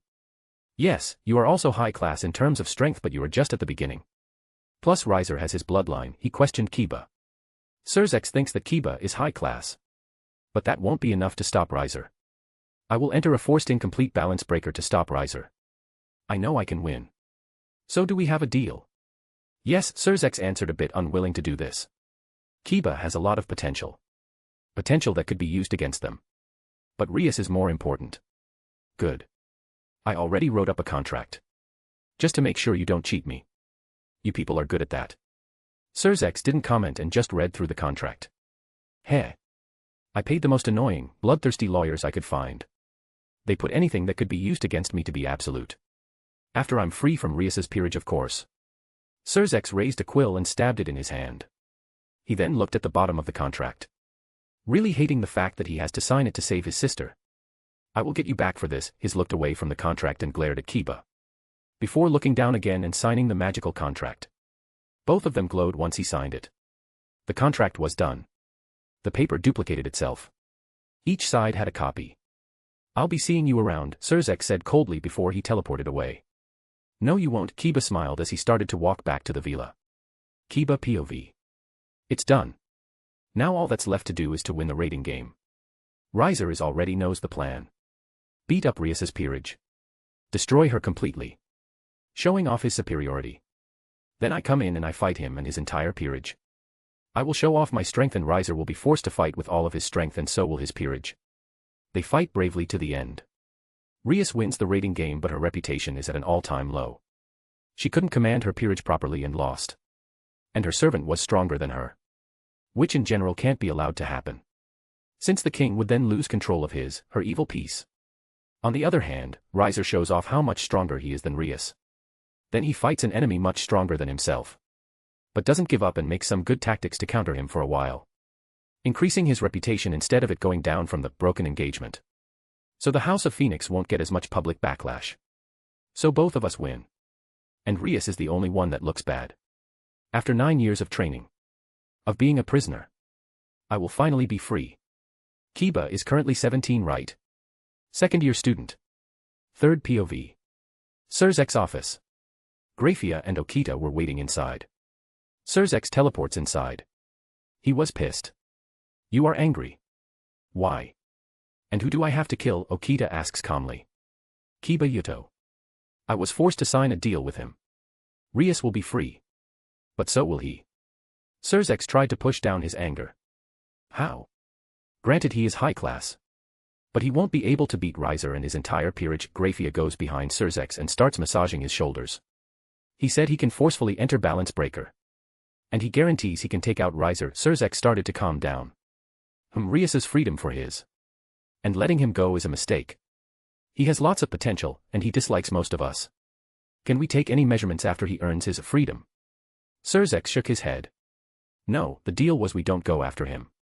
No branding him a Rouge Devil. He gets to walk away. Without any repercussions. You said from our side. But if somebody else attacks him. It's not our concern. We don't even have to do anything. We usually just suppress the news. But this time we spread it.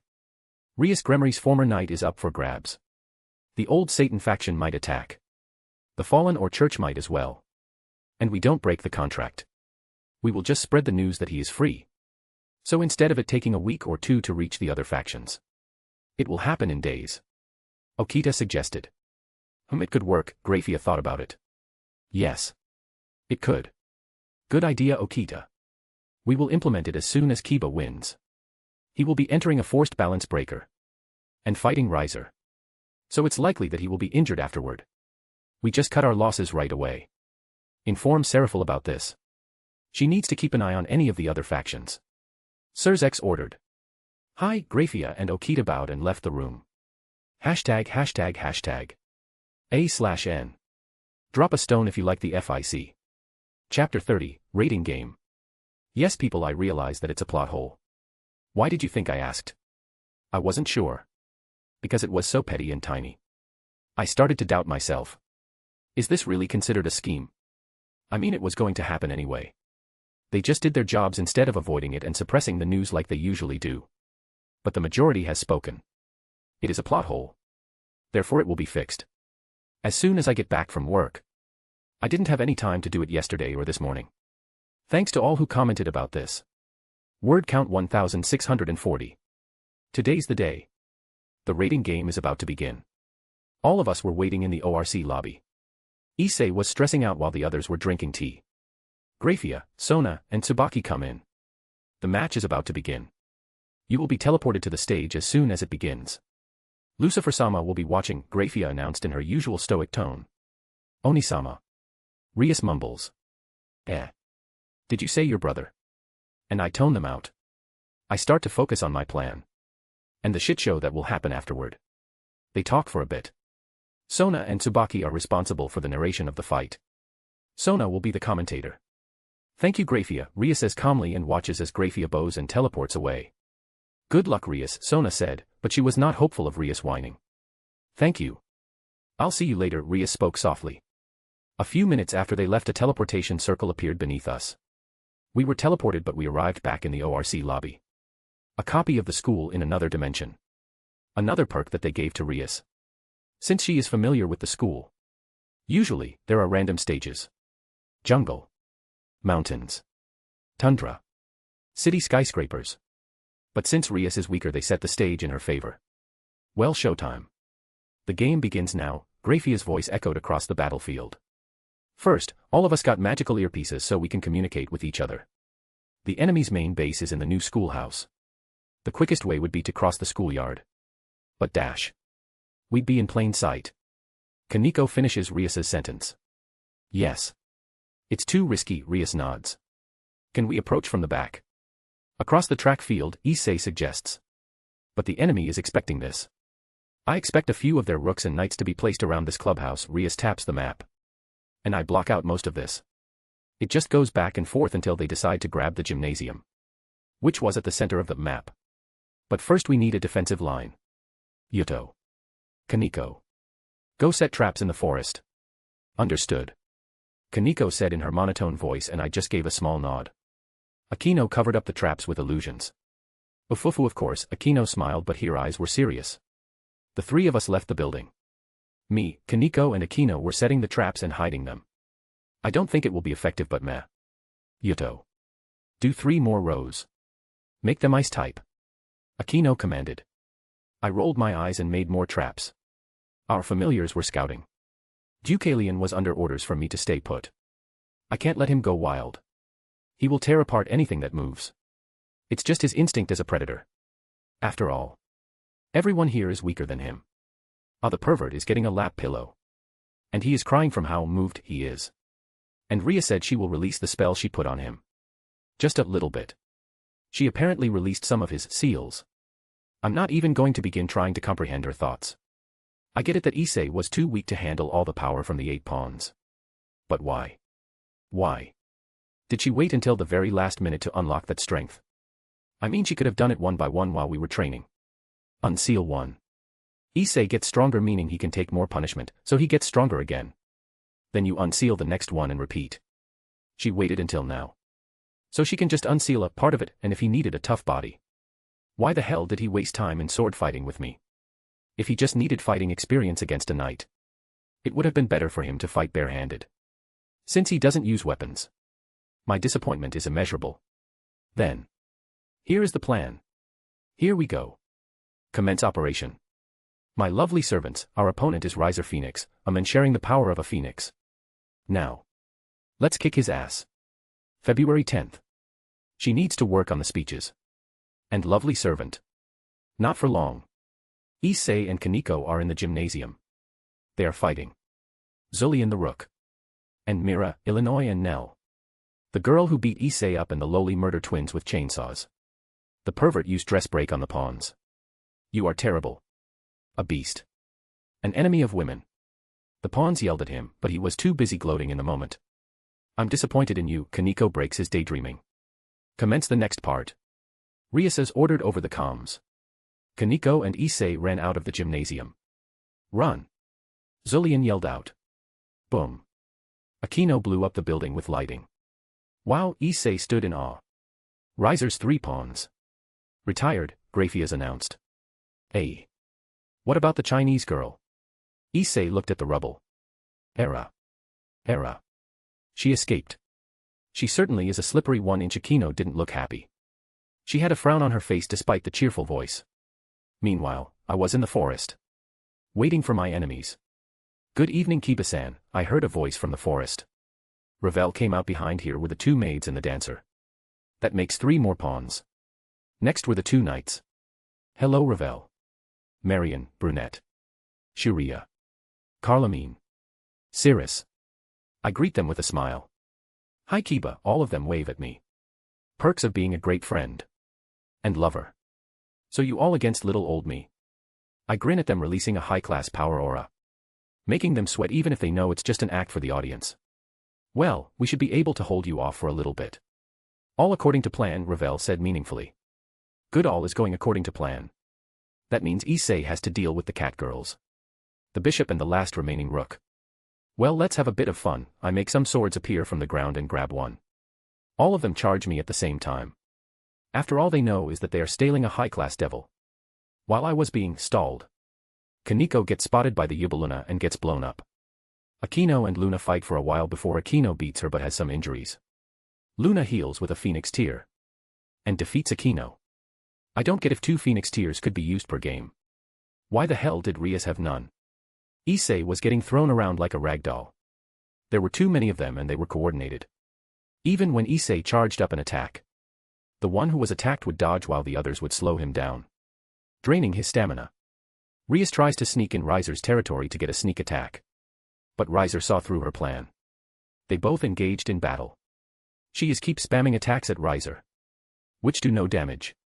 Issei manages to make an explosion and threw all of his enemies away. But none of them retired. They were just blown back. He reaches the base and promotes to queen. Issei joins Rias in her assault. He boosts a lot and fires a dragon shot at Riser. Third POV. Riser lets the attack hit him only to regenerate. Ha ha ha. Is that the best you can do? I'm so disappointed. Looks like the Red Dragon Emperor of this generation will be a failure. He is probably the weakest one yet. Riser shook his head. Rias got angry at Riser for insulting her cute pawn. She continued to throw her power of destruction wildly, hitting Riser but dealing no damage. Issei was too weak to move. The dragon shot he fired at Riser drained him of all his magic. Take this. Riser spread his arms wide open. Fire gathered on both his palms. He threw the fire at them. It quickly spread, becoming a tsunami made out of fire. Rias made a barrier around her and Issei. The flamed tsunami blew up the part of the building they were standing on. The force of the attack burned a bit of their clothes and separated them. Riser walked over to Issei, who was laying on the ground, and kicked him in the stomach. Issei was sent flying to Rias. No, don't hurt him anymore. Rias hugged Issei's bleeding body. Then surrender, Riser said in a cold tone. He was a being of fire, but his eyes were as cold as ice. No. Issei struggled to get up. I won't let Bucho get hurt, Issei said weakly. Issei, Rias started to tear up. Bang. Riser just threw a mini fireball at him. It didn't even do any damage, it just knocked him on his back. Wait. Please stop. Isu dash. Wash. Just as she is about to give up, a blade flew at her at high speeds and pierced her shadow. Rias was frozen in place. She wasn't even able to talk. She was completely paralyzed. Well, that's enough of that. Kiba slowly walks out of the forest. He was completely unharmed. A few seconds after him came out Riser's Peerage, who stalled him. Their bodies were filled with scratches and cuts, all except Ravel, who only had her clothes torn. She regenerated. Riser and his remaining Perigi gathered together. They were only missing the 3 pawns Akino blew up at the start. Kiba was totally disregarding the tension in the air. He was calm and casual, like he was going on an evening walk. Kiba, I have been waiting for you, Riser says with a smile. He raised his power to his max, showing that he was a true high class. His peerage followed him. Everybody was getting serious. Let the real fight begin. Chapter 31, Kiba vs. Riser. If you want to read ahead or just support me, go check out my Pat. There are a lot of fics and ideas there. There is no paywall. Every single one of these fics and chapters will be released eventually. But if you don't want to wait or just want to support me, check out the Pat. patrayon.com/alcoholic_panda, discord.gg/6yyvm6tj6t. Word count 1810. ####. I looked at Rias and Issei. Both were pretty banged up. Especially Issei. I quickly put some barriers around them so they don't get killed in our fight. It would be stupid if they retried like that. And it would ruin my plans. Looks like you had fun, I smile at Riser and his peerage. I can say the same about you. My girls look like they went through a tornado. He glances at the cuts on their bodies. I smiled at him and I raised my power to high class. Matching Riser's. Tired of holding back Kiba. I was getting bored. Riser smiled, happy that he was going to get a decent fight. He knew he would lose. But the benefits that will come would make up for that. Sword birth. I yelled out for the crowd. A sword as big as me was forming in my hand. Fire. Every member of Riser's peerage, including himself, started shooting all the spells they know. The spells made a dust cloud around me. Did that do anything? Revel asked nervously. Grrrr, Jayagagia. What the hell is making that noise? Mira the pawn flinched from the sound. Well, that's a lot of magic. My friend says it's tasty. I swing my sword, clearing the dust cloud. Riser's peerage flinched away from the sight. Riser awkwardly pointed at my sword. Ah, Kiba. What in Mao's name is that? I smirk. And lift up the blade. It looked like a ton of scales shaped like a ruler, and it was attached to the hilt. Meet Samehada. The living sword. This sword can eat magic. I dropped a huge bomb. Seraphal is going to want to strangle me after this. Asterisk clank. Clank. Grrrr asterisk Samehada started to shiver from all the different magic it ate. Rush in. Close combat. Riser commanded. Since they had me surrounded, they could attack from various angles. Yeah, right. Samehada glowed. The light shrunk and it turned into a pair of swords, each with slim and straight double-edged blades. Both blades also have an upward curved bladed prong near the tip of one side of blade and another one near the base of the blade's other side. Kiba blades from Naruto. I crossed the swords. Lightning started to course through them. Then I slashed. A wave of lightning engulfed half of Riser's peerage. The sword glows again. It turned into Nodachi, longer katana, with a crescent moon blade attached to the hilt with a chain. Hyarinmaru. I wave the sword and an ice dragon from the tip of the sword and attacks Riser and the servants next to him. Really? Ice against me? I'll melt that thing. And that's exactly what he did. He raised his power and melted the ice dragon, causing steam to engulf all of us. Good job. But this sword allows me to control water and ice. The steam in the air started condensing. And a water dragon formed which quickly froze by me just tilting the sword a bit. Everybody use fire spells. Evaporate the ice dragon completely. Don't let it turn into water or steam. The hot air will also lower the amount of water he can gather from the air. Revel yells out. Riser and Revel naturally sent out the most fire. But as members of the Phoenix family, even the servants are taught how to use fire spells to a very high level. They all make a giant tornado of fire and evaporate the ice dragon. But the peerage members were a bit tired. He has to be tired after making those swords, the knight Carlamine said out loud. Not knowing all the others shared her thoughts as well. I smiled at them. Luna cringed. What do you think? Sword birth. Balance breaker. I say out loud for the people watching. But on the inside, I'm thinking, balance breaker, Z-series, Senbon Sakura. I got so many swords made I had to categorize them. I probably tried to make every sword that ever appeared in anime or mythology. Now they are just categorized into useful and just show off. And there are very few swords that show off as much as Senbon Sakura. It's still a great sword. But compared to the really useful ones, not that much. Even if I need balance breaker to make it. One sword. He can only make one strong sword at a time. Revel yells out as I held the default Senbon Sakura. Kinda true. I keep it to one sword. But too many will take a lot of energy for me to maintain. Zanpakuto swords are different from the rest. First of all, the Shurkai. That feature alone takes a lot of power to make. Since Zanpakuto rely on concepts taken to the maximum the user can take. Anyone can make a magical fire sword. But a fire Zanpakuto is different. Some Zanpakutos need more than one concept to be made. Let's take Jin's for example. It needs length and speed. But to an insane level. That's just two concepts taken to as much as I could handle. Each Zanpakuto is already at its maximum when I make it. The limit is predetermined when I make the sword. Since I get stronger with time, so do my creative abilities. So the length or the speed limit increases. Then there is the Bankai. Just for this feature to exist, it takes a crap ton of power.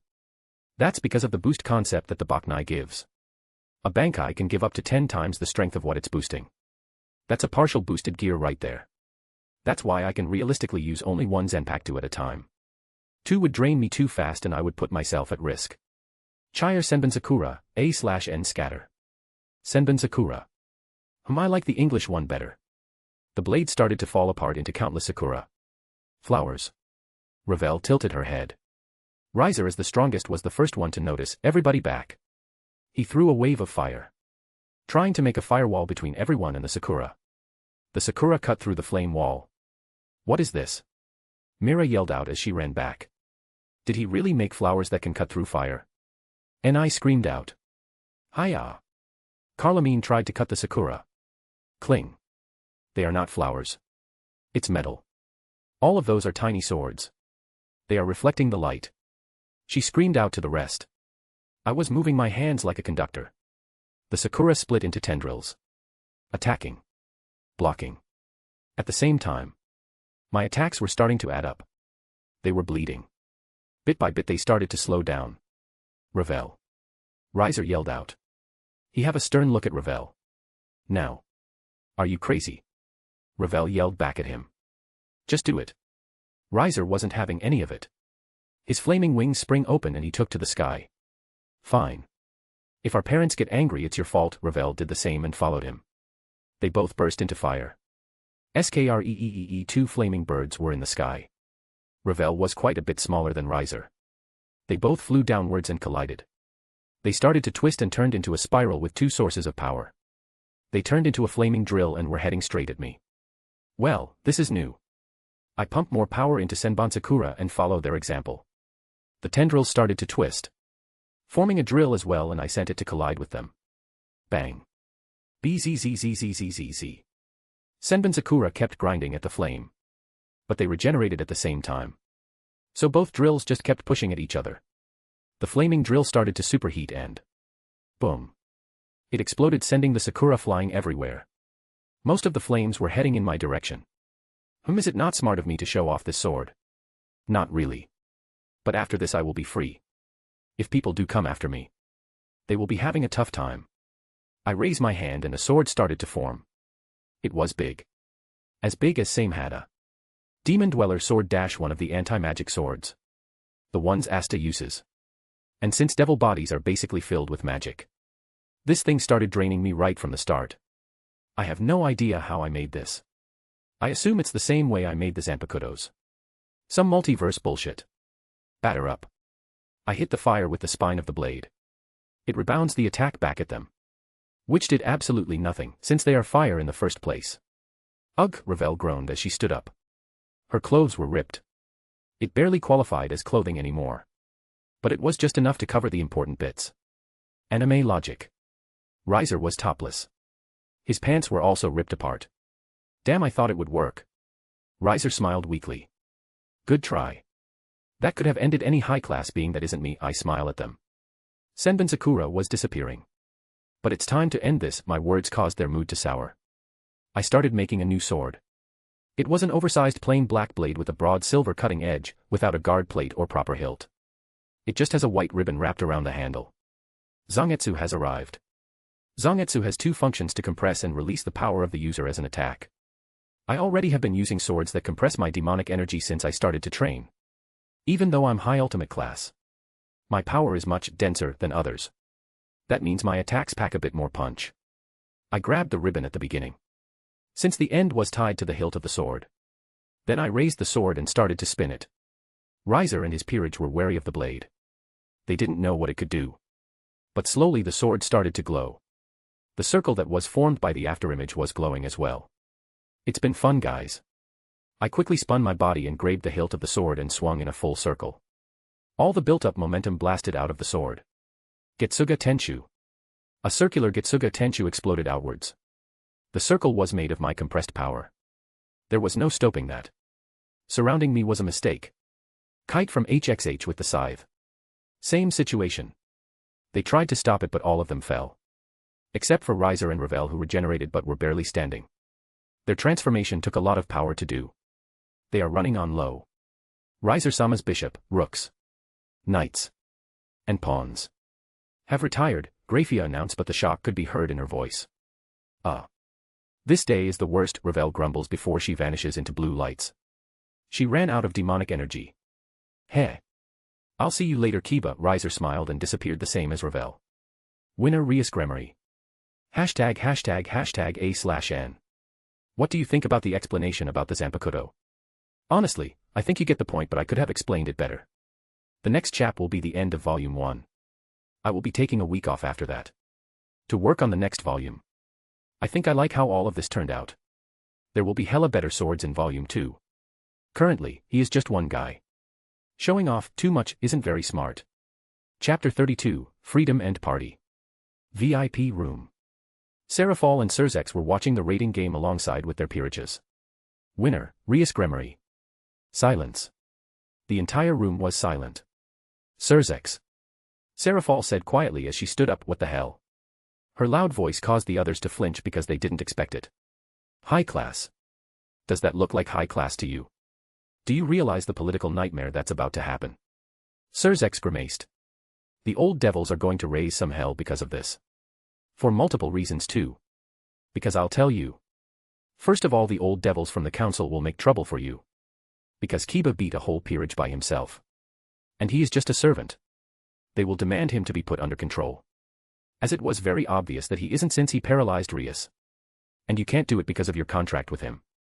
I'll put them in their place, Surzex says evenly. He was not in a good mood. If any one of the elders wanted to cause trouble now, it will not end well. Then there is the shitstorm that I'm about to face. Do you know how many factions will ask about him? What am I supposed to say? I'm sorry, we didn't know he had special swords. We thought he was only an ordinary high class. The devil faction would become a laughingstock in the supernatural world. And since Kiba is free, that means he is up for grabs from the other factions. And we can't even do anything to him because of that damned contract you signed. Well, was it worth it? Rias in exchange for one of our enemies possibly getting a talented recruit that they could use against us. Serafal slammed her fist on the table. Yes, it was. Rias is free. I can now have some peace of mind. Someone else will deal with Kiba. Did you spread the news? Surzex admits. Yes, but I wish I didn't. I set it up so it was automatic. As soon as the game ended, everyone got footage of Kiba beating Riser. It was supposed to be a desperate attempt to beat Riser. Not total domination over a phoenix and his entire peerage. Sigh, I have to go. I need to fulfill my end of the contract. Surzex sighed and stood up. He didn't want to have this conversation right now. Bzzz, bzzz. Great, the vultures have already started to gather. Serafal groaned as she saw her phone buzz. The various factions had their sights set on Kiba already. ORC lobby. Kiba, why didn't you tell us you were so strong? Aquino asked loudly. Don't you trust us at all? Rias had tears streaming down her face. On one hand, she was happy that she was free. On the other, she was totally useless. And Kiba was the one who fixed everything. But it turned out she didn't know him at all. And that hurt.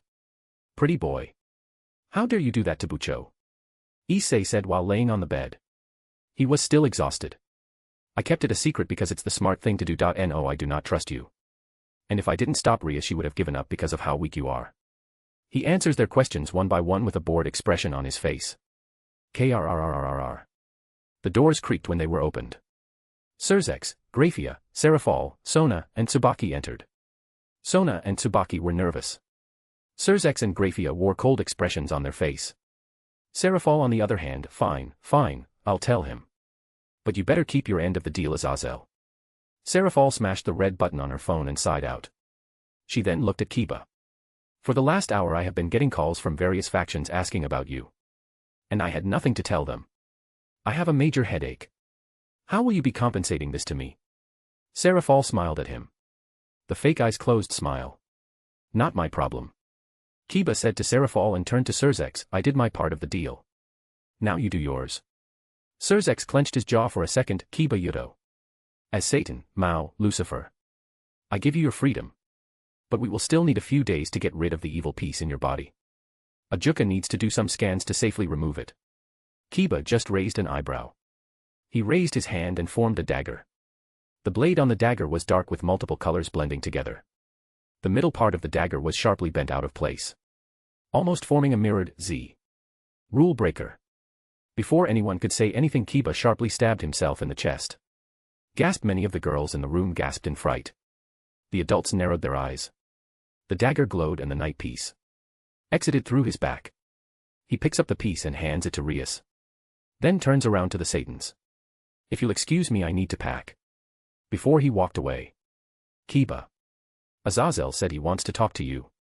Something about an offer, Serafal informed him, but she was far from pleased. Kiba nods, oh, and it's not Kiba. It's Isaiah, heads to get his things. Well, that went well, Surzek said sarcastically. The problems haven't even started yet, Serafal grumbled as she got another message. Nisama. What is this about a deal? Rias crossed her arms and Surzek's face palmed. Leaving Kuo. It was time to say goodbye. Everyone was in the lobby, including Sona and Tsubaki, who were quite tense. Surzex, Grafia, and Serafal had already left. Kaneko was sad. Gasper was crying. Rias and Aquino kept quiet. So did Issei. I have something to show you. Consider it a goodbye present. It's quite the special sword. I smile at them. Mostly Kaneko and Gasper. Kaneko surprisingly started to shed some tears as well. I raise my hand. Balance Breaker, Z-Series, Kyoka Suigetsu. Goodbye. Party of the decade. Inside a certain bar in a town nearby Kuo. I am free. Riser yelled out at the top of his lungs.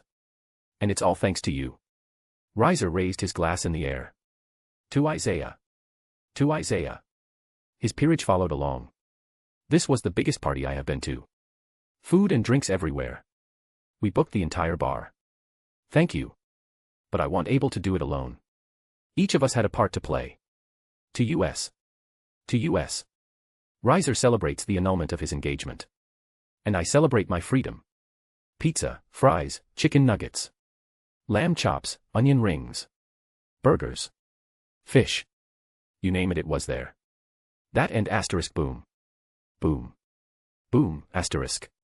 Heavy footsteps were heard as someone was entering the bar. Bang. You have got a lot of nerve calling me here. The Bear King, the maker of the wild mead, was here and he was pissed off. I will final dash, he was interrupted by a large piece of monster meat flying at his face.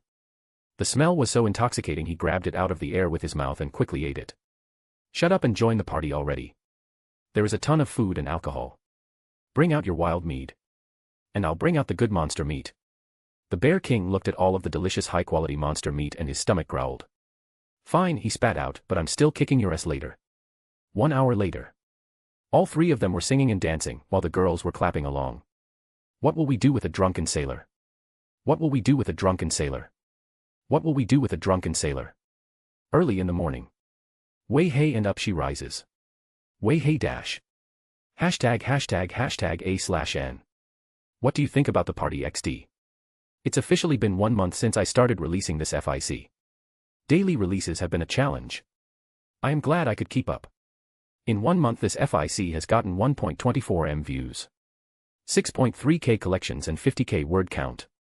And it has been #1 on the monthly rankings for 2 weeks in a row. I'm not just happy. I'm fucking ecstatic. My brain is like, people really do like my stuff. Took me a while to come to terms with that. Just thanks to all the people reading this. I will be taking a week to plan and write some chapters of Volume 2. After that it's all back to usual. See ya beer mug panda face. If you want to read ahead or just support me, go check out my Pat. There are a lot of fics and ideas there. There is no paywall. Every single one of these fics and chapters will be released eventually. But if you don't want to wait or just want to support me, check out the Pat. patrayon.com/alcoholic_panda, discord.gg/6yyvm6tj6t. Chapter 33, Plans for the Future. If you want to read ahead or just support me, go check out my Pat. There are a lot of fics and ideas there. There is no paywall. Every single one of these fics and chapters will be released eventually. But if you don't want to wait or just want to support me, check out the Pat.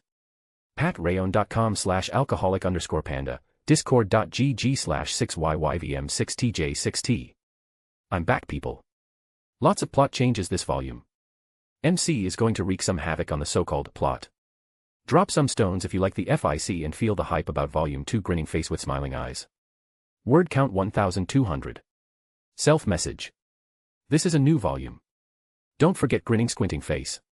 Pain. My head. How much did I drink? Isaiah. You arrived early in the morning and collapsed in the middle of the room. There were lipstick marks all around your face and neck. I whipped them away and healed you as much as I could with Twilight Healing, Asia says nervously. Asia, you are an angel. She blushes a bit. Ah fuck. She was excommunicated by them. Now I'm comparing her to them. Great going, you stupid moron. The sprite dragon looked at me with a worried expression. He actually liked me somewhat. Since I'm the one that brought him to Asia. The little guy fell in love with her right away. Thank you. The party last night was pretty wild. Since I am finally free, same as my friend, but he is free in a different sense. We decided to celebrate. I'm going to be sticking with you from now on. How have you been, Asia? I visit her every third day since I put her in this apartment. I bought this place from the money I liberated from the churches. I have been fine. I can eat and do what I want. I usually study, then go watch TV and play games. I never knew it could be so much fun. Asia brightly smiles. That's great, I smile at her. As long as she is happy. It's all good. But. Asia says uncertainly. But what? Don't be shy. Just say what you think and I'll give you my opinion. I try to be supportive. She is a different Asia. But she still has her old experiences. She needs time to get used to the change. I'm not sure that I can be useful at all on the battlefield. I'm a medic. Medics usually just stay somewhere and heal people. We don't fight because we are too weak to fight. She lowers her head. Ah. Her weak power in general. She is putting herself down by comparing herself to me. Asia. Do you think medics are weak? I ask gently, to which she only nods. I wave my hand and create a memory sword. This sword holds the memories I have of a certain female medic. Watch it and tell me if you think she is weak. Asia looked at the sword uncertainly before cutting her hand on it. This sword contains the memories I have of Tsunade Senju, except for her gambling problem. I don't need Asia to copy that. All her fights. The way she heals. The way she breaks apart boulders with a single punch. After a few minutes, Asia snaps back to reality and she was in awe. Wow. She is just amazing. With a single punch, she can blast apart anything. And she is a medic. Asia literally had stars in her eyes. What do you think? Are medics weak? She quickly shook her head. I don't know any of her techniques. But nothing is stopping you from recreating them. It will take time, practice, and patience. Do you think you can do it? Do you want to make it happen? To punch the lights of the devil that set you up? I keep edging her on. Asia looked at her small fist, before she clenched it. I'll do it. I'll study to become the best medic I can be. And I'll blow away anyone who tries to get in my way. Future plans. So. Now that I'm free, I need to decide on my future plans. I definitely need to stick around Kuo for a bit longer. Kokabeel and Valper will be arriving soon. After that I'll look on starting my own faction. Joining one is always an option. Especially if I show my true strength. No one will reject an ultimate class fighter wanting to join them. But that means they will decide my movements. Like, take this mission. Do that. Protect him.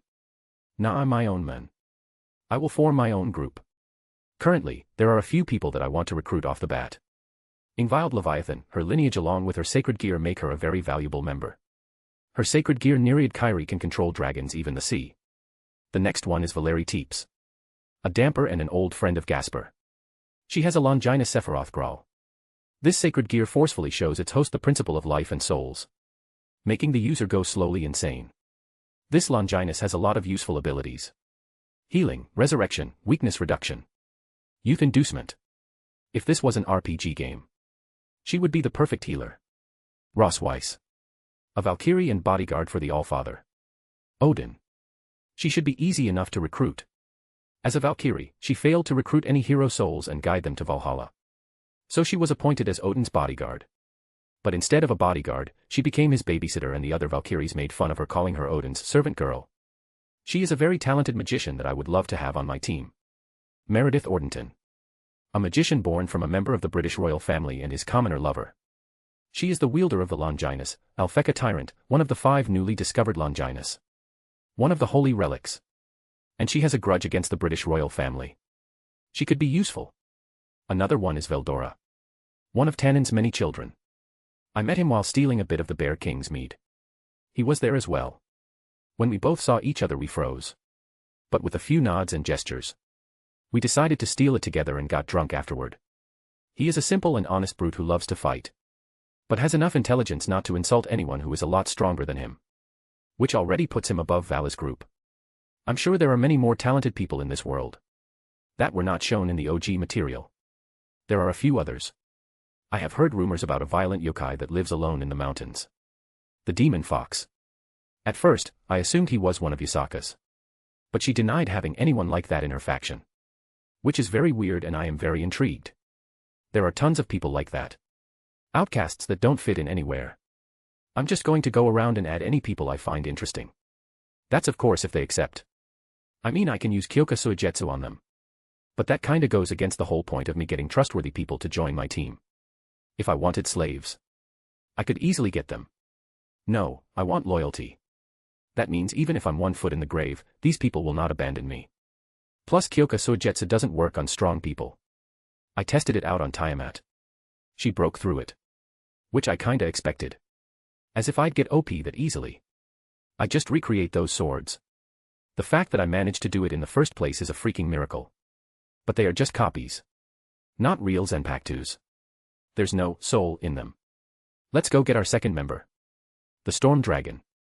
####A/N. There will be more people that are not mentioned here. Chapter 34, Veldora. If you want to read ahead or just support me, go check out my pat. There are a lot of fics and ideas there. There is no paywall. Every single one of these fics and chapters will be released eventually. But if you don't want to wait or just want to support me, check out the pat.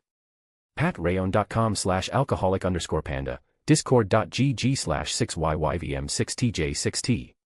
Word count 1450. Drop some stones if you like the chap. Underworld. Tannen's territory. Dragon Mountain. I teleported to one of my markers. Now where is Veldora? Knowing him, he is probably sleeping or fighting somewhere. CRRRRACK. Boom. Lighting. Yep, that's him. I started heading west toward the pits. The pits were basically just a bunch of huge craters in the ground that were used as fighting stages. Gladiator fights but with dragons. I slowly walk into the spectator zone. There are hundreds of dragons here.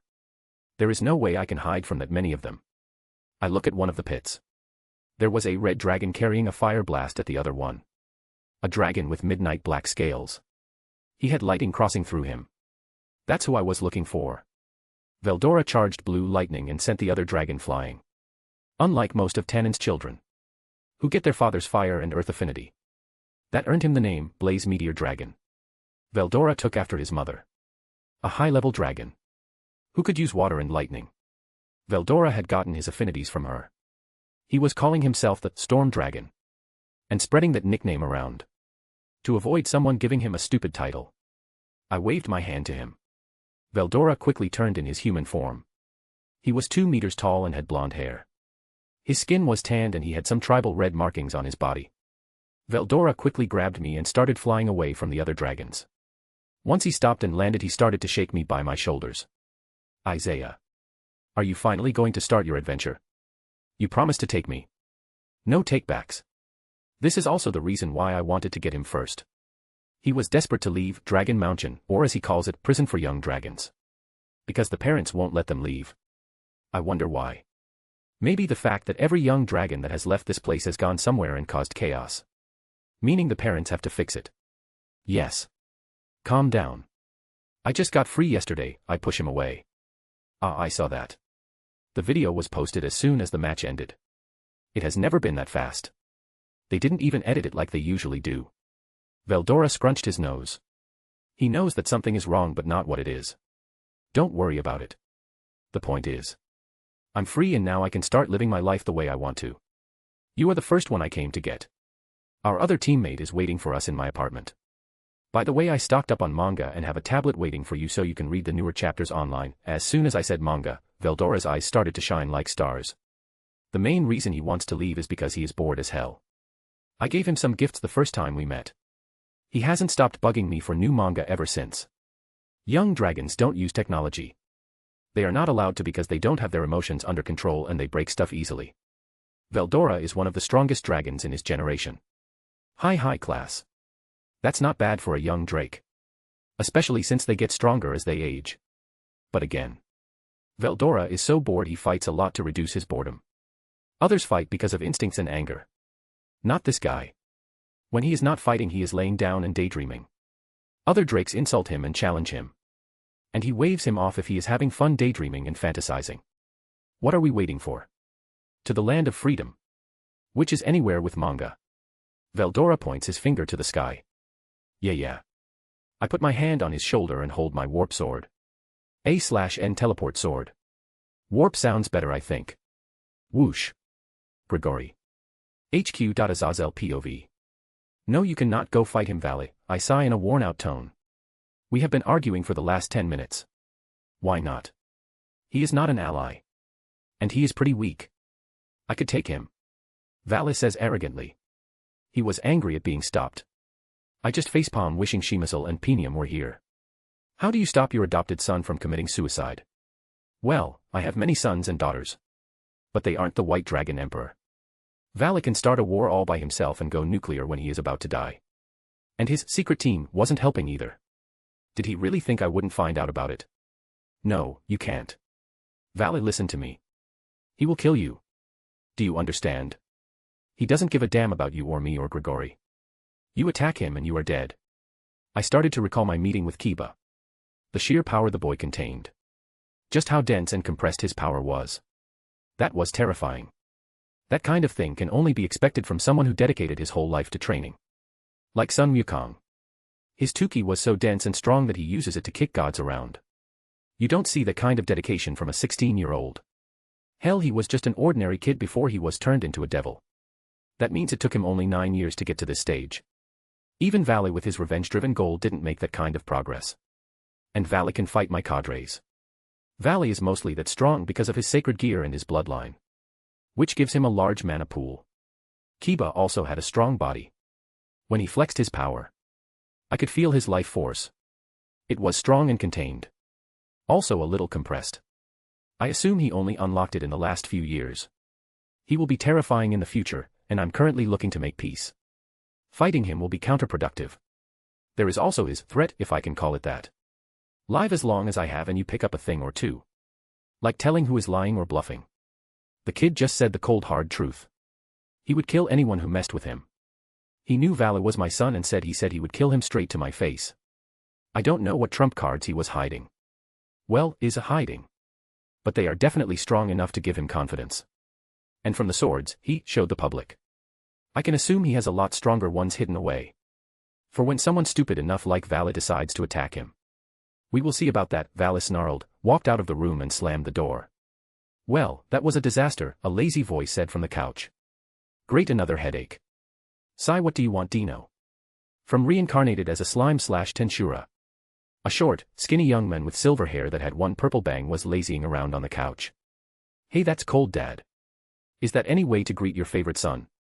Well, the second favorite after all, Valley is first place, Dino smiled lazily. He clearly didn't give a damn about it but still rubbed it in my face. Sigh, you know exactly why Valley gets privileges. And you mean my laziest son? How you reached your current level of strength I'll never know. I'm surprised to see you anywhere but in your bed. What do you want? I need to go and contact Kiba, or Isaiah as he is called now. And convince him not to kill Valley or his secret team of troublemakers. I can already feel the headache. I'm here to inform you I'm leaving Grigori. Dino yawns out, making me raise my eyebrow. Who, and where exactly will you be going? What is he up to now? Things just had to get more troublesome. When it rains it pours. I'm going to visit this Kiba guy. Looks like fun. And maybe chill around in some park while I'm there. Sigh, of course he is. 2 of my sons are going to go poke the sleeping dragon. They obviously didn't get my intelligence. Even though Valley is adopted. I still thought he would learn a thing or two from me. Do what you want. Just don't attack or annoy him and you will be fine. I wave him away. Nice. Now I'm going to go take some Z's. Good night. Thud. Z. Dino fell asleep right away. In my office. Why can't I have a normal kid just once? #A/N. I always thought it weird Azazel had no kids. It's well known that he is a pervert. And that he sleeps around. Dude's been alive for millennia. Grigori should be crawling with his kids. I read a FIC that said 8% of Grigori is only his spawn. Like if a fallen has 2 wings. There is a high chance it's one of his kids. And he doesn't really care much about them since he has so many of them. Chapter 35, Valerie. If you want to read ahead or just support me, go check out my Pat. There are a lot of fics and ideas there. There is no paywall. Every single one of these fics and chapters will be released eventually. But if you don't want to wait or just want to support me, check out the Pat. PatRayon.com/alcoholic_panda, Discord.gg/6YYVM6TJ6T. Okay, first of all, this isn't a crossover. Veldora and Dino are just characters I copied because I like them. I really wanted a dragon and Fallen in MC's team. And I didn't want to make OCs. I was like, what funny-ass dragon do I put in the team? Veldora just clicked. Then I realized there was a lazy Fallen in Tensura, and I was like, done. I'm doing it. I think I made the right choice. XD. Word count 1100. Who Southwest this your place? Is this going to be our base? Veldora starts to check out my apartment. Hell no. This is more like a safe house. We will temporarily stay here until we gather more members. Then we can go out and see the world. We will choose any place that we like and we will build our base there. I smiled, thinking at the thought of building my own home. I see, who's the other person that lives here? I can tell that she is a girl, but that's about it. Veldora looks at the room Asia's in. I smile. I'm going to enjoy watching this. Asia, can you come out? There is someone I would like you to meet. Asterisk tap. Tap. Tap asterisk. Isaiah. Welcome back. Who's your friend? She looks at Veldora with a wry expression. Asia, let me introduce you to Velodra. He is one of Tanin's sons. A dragon. Dragon. Asia gasped in surprise. Hello. I am the Storm Dragon. Veldora Tempest. Veldora put his fists on his hips and pushed his chest up proudly. Tempest. Oi, where did the Tempest part come from? I turned to Veldora, who was grinding. Well, I thought just Veldora was a bit boring. Dragons usually have one name, but Drake had a surname, you know, Drake. Why, gotch. I want something cool like that, so I choose Tempest. What do you think? You know what? It's fine. As long as it makes you happy. Asia started to giggle because of our interactions. Pleasure to meet you. I'm Asia Argento. A blue blur zoomed past and appeared in front of Asia. And this one here is Rias. The baby sprite dragon was a bit intimidated by Veldora's dragon aura. But it still bravely stood in front of Asia to protect her. Hey, brave little guy. Don't worry, I won't hurt her. Veldora pets the small baby drake. Dragon tamer strikes again. Veldora is even more relaxed than he usually is. Romania. Me and Veldora teleported to Romania. Asia stayed at home. She isn't ready for stuff like this yet. Romania is vampire territory. Split between Teep's faction led by men believing men are superior and women are slaves. And the Camellia faction. Led by women believing women are superior and men are slaves. I grabbed a member of the Teep's faction and plunged a memory sword in his head. What I can give I can also take. Teep's faction coup d'état still hasn't happened by Rias. They are currently using her powers to buff the Teep's faction soldiers. Since it was impossible for the soldiers to be pulled back from their borders, they had to take Valerie out sometimes so she can eliminate their weaknesses and buff them in groups. Looks like today is one of those days. Lucky us. Fuck. How did those bitches find us? A member who was escorting Valerie yelled out. Damn it, and we can't even fight them. We have clear orders. If anyone comes for this little bitch, we run and take her back to the castle. But it's too far away. Going back to the base where we increased the strength of our troops. Less talking, more running. The leader of the group was carrying Valerie and was running up in front. Whoosh. A woman appeared in front of them, causing the men to stop in place. She was very short, around 150 centimeters tall. She had long wavy blonde hair. But the color was so light you could mistake it for silver. Two vampires came from both sides of the leader and stood in front of him to protect Valerie. Elmenhilda Karnstein, growled out the leader. How did you find us so quickly? The woman smirked at him. Did you forget? Reconnaissance is my area of expertise. I might not be able to defeat you now. But I can stall you for a little while before the others get here. Shit. Cole, take her. You are the fastest among us after me. Go quickly to the base and all of you take her to the castle. The leader handed off Valerie to the vampire behind him. Understood. Cole only nodded. Ha ha ha. You won't be going anywhere. Elmenhilda laughed at the entire group as hordes of bats appeared behind her. I agree, a cold voice boomed in the clearing they were. Before a dreadfly sharp aura engulfed all of them. Two men stepped out of the shadows. Both were blonde. But raw power oozed out of the shorter one. We will be taking the girl off your hands. Silence. That's what I was greeted with. How rude. WW. Who are you? Elmenhilda quickly composed herself as she asked with a pretty smile. But inside she was panicking like crazy. Who the hell is this? Why is such a strong ultimate class here? He might be even stronger than Camellia. Who I am doesn't matter. I will be taking the girl with me. Keep on dreaming. She belongs to the Teeps faction. We are not letting you or this bitch have her, the leader growled at me. Duke Alien appeared from my shadow. Duke. Chow time, I quickly make a sword in my hand and stab him in the back. The sword quickly fuses with him. A green hue appears around him. Duke Alien crouches and boom. The sound barrier was broken. Acceleration sword. It makes Duke Alien even faster than he already was. Ah. He quickly started to deal with the vampires in the back. No survivors, I glace at Veldora and he nods back, got it. Wait, I want to make a DEA dash. I don't waste any time with the vampire and directly attacked her. She used her bats to defend herself. Sword birth, Murasame. One concept. Poison. No balance breaker. A katana in a red sheath appeared in my hands. It had a talisman with some writing on the red hilt. I quickly pulled out the blade and attacked her. She put all of her bats in front of her like a shield. I cut off the bats with my frankly stupid strength levels. And leave a cut on her arm. Elmenhilda saw that she had absolutely no chance. She brought out her wings and flew away. I turned to the Teeps faction group only to see some charred corpses from Veldora's lightning and Duke chowing down on the ripped-apart corpses of the vampires. Man, that was fast. Was it okay for you to let her go? Veldora used his hand to dust off his cloak. Oh, she is dead. The blade is poisonous. It actually has a cursed poison. She will be dead in seconds. I go up and check on the Valerie. Good, they still haven't taken her grails. Valerie has a subspecies of Sephiroth Grawl. So instead of one, she has 3. And it's also the reason she survived in the original once 2 were stolen from her. I'm still working on making a subspecies for my sword birth. It's going slowly. But I already have an idea in mind.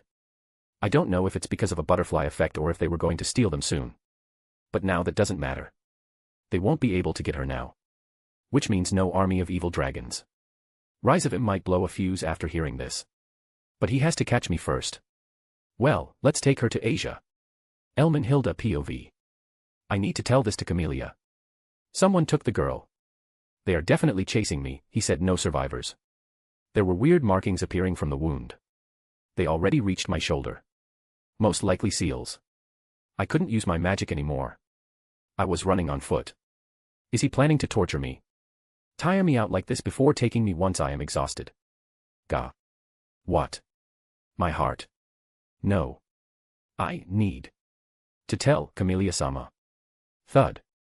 A/N. A name for Isaiah. I'm thinking Dancho, boss/Capitan. Like from HXH Phantom Troop or Nanatsu no Taizai with Meliodas.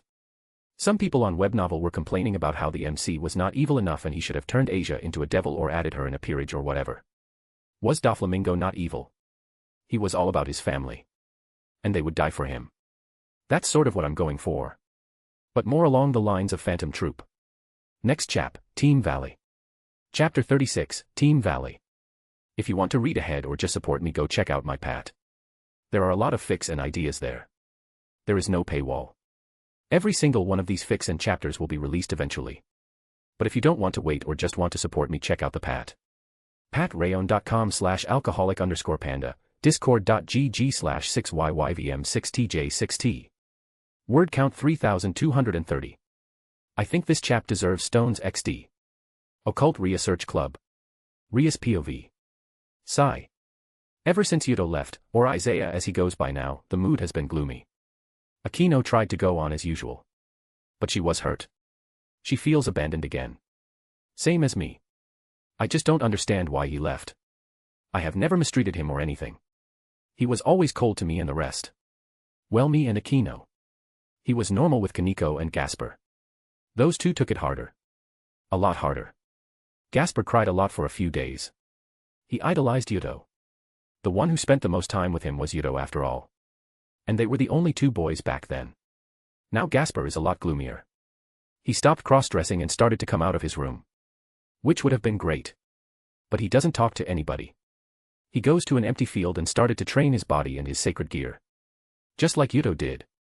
I think he is trying to be like Yuto, maybe to understand why he left. He mostly ignores Issei.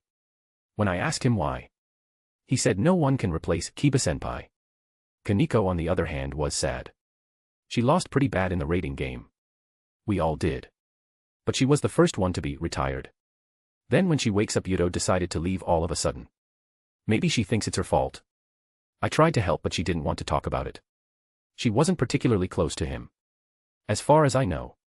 She used to come and sit next to him when he was tired from training. But they never spoke much. They had a weird relationship. So it shocked me how hard she took his departure. Sigh, what am I going to do? MC apartment. MC POV. Valerie started to wake up. She has been sleeping for quite a while. Wakey wakey. Sleeping Beauty. MHHMMM. Where am I? She rose in a sitting position and looked around the room. Me and Asia were waiting for her to wake up. Veldora was reading manga in the living room. Who are you? Valerie asked with little to no emotion. Huh. Weird. Wasn't she emotionless because the grails were ripped out of her? Maybe it's from the grail itself. It forcefully shows the host how both life and souls are made. That's some profound stuff. Hearing it over and over again has driven previous holders of the gear mad. Hello, I am Isaiah. And this is Asia. There is another person in the living room. His name is Veldora. Me and him rescued you from the vampires. They can no longer hurt you. Ah. That was her only reaction. Thank you. She tilted her head to the side. Are you asking me or thanking me? So what now? Valerie said softly. Well, there are a lot of people after your sacred gear. And they will stop at nothing to get it. Especially Chaos Brigade. They have members of every race and their goal is to spread chaos and destruction. Some members of the Teeps faction were working with them. I know they were going to extract the Sephiroth Grail from you later on. I explained slowly. So she can process all of it. I see. She just had that stoic look on her face. So here is my offer. Join my team. Me and my team plan to live our lives to the fullest. We will go around the world traveling to places and meeting people. I don't care about what race you are. What I want is loyalty. Others will attack us because of our very strength. I want to have people who won't just abandon or betray us when that happened. Okay, I'll join. Huh? You will join. Just like that. I was dumbfounded. Was it really this easy? Valerie nods. Traveling the world and meeting people sounds fun. I always wanted to do that. Since I was always trapped in a cage in the dungeons. Can you tell me about yourselves and our team? Okay. Well, that worked out. Well, I'm the leader. I was just a simple church boy who was later kidnapped and experimented on by the church. They killed me and my friends. I was revived by a devil and I recently got my freedom back. And decided to form my own team so I can enjoy life with people who want to do the same. Isa here was a nun excommunicated from the church. Just because she healed a devil with her sacred gear. Turns out a few of the priests were given money to make that happen. The fallen wanted to take her gear and a devil wanted to revive her so she can be a slave in her purge. Valeria looks at Asia quietly. Asia realized that she was asking, yes, it's true.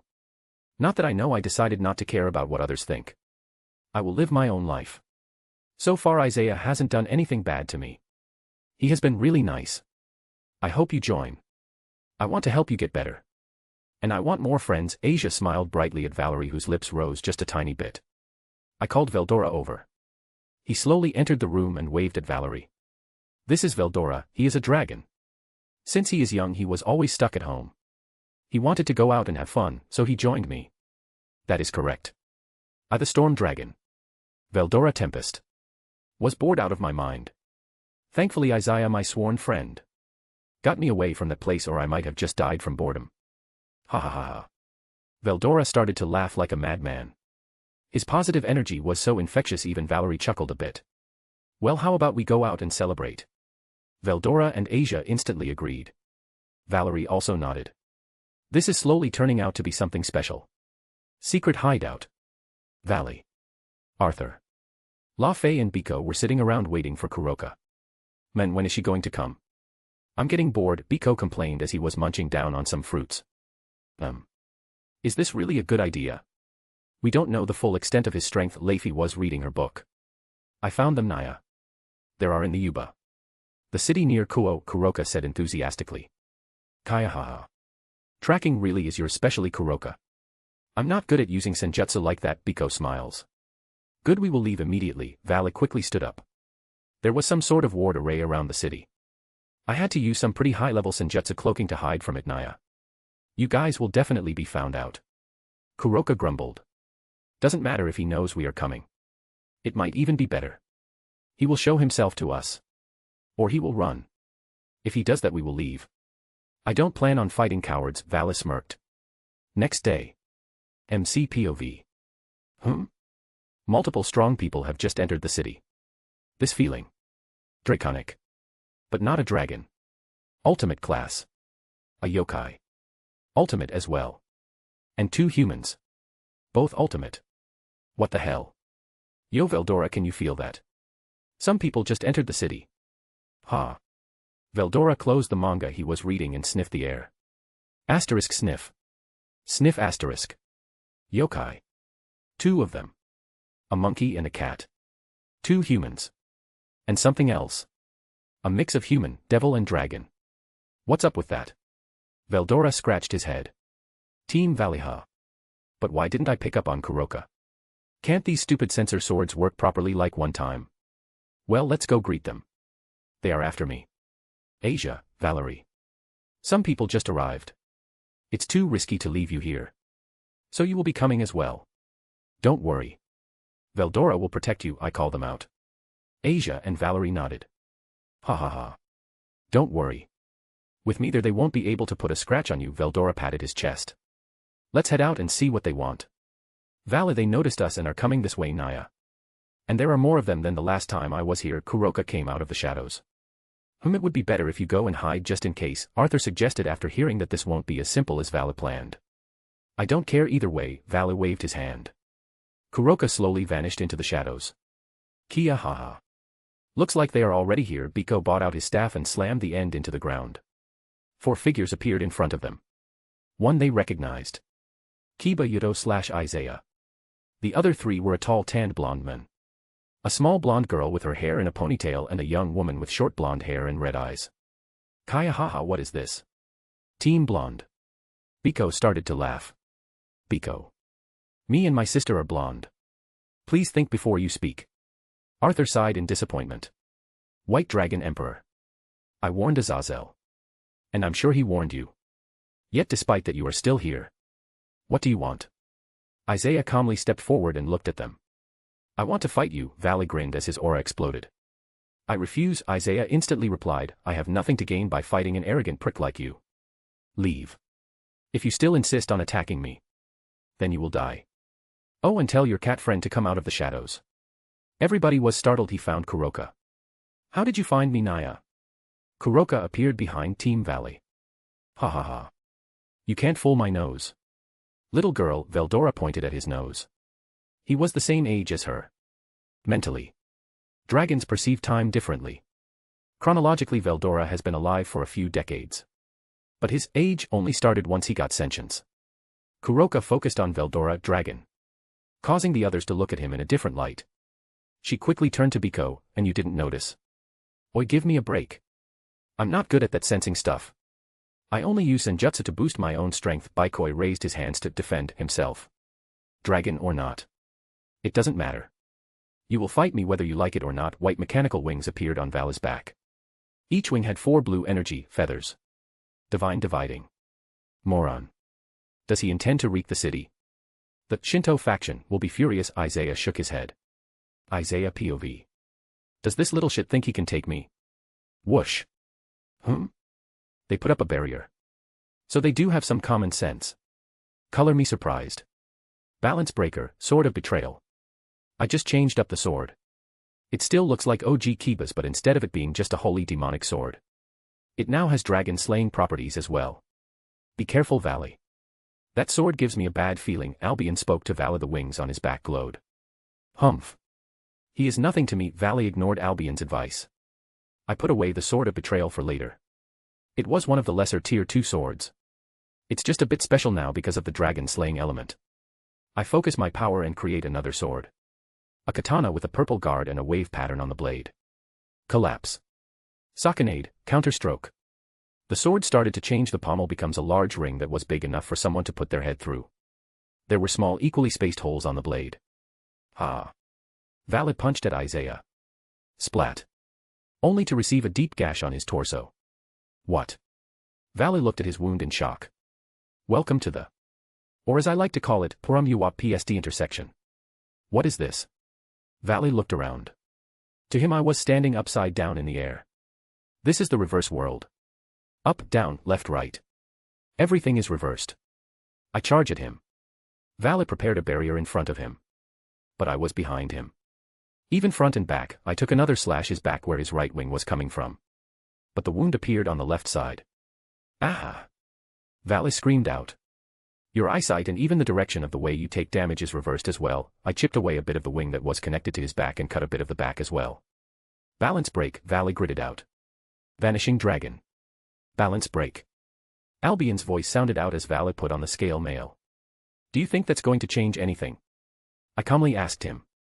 Valley charged at me with his increased speed. He attacked me from the front but quickly changed directions and attacked behind him.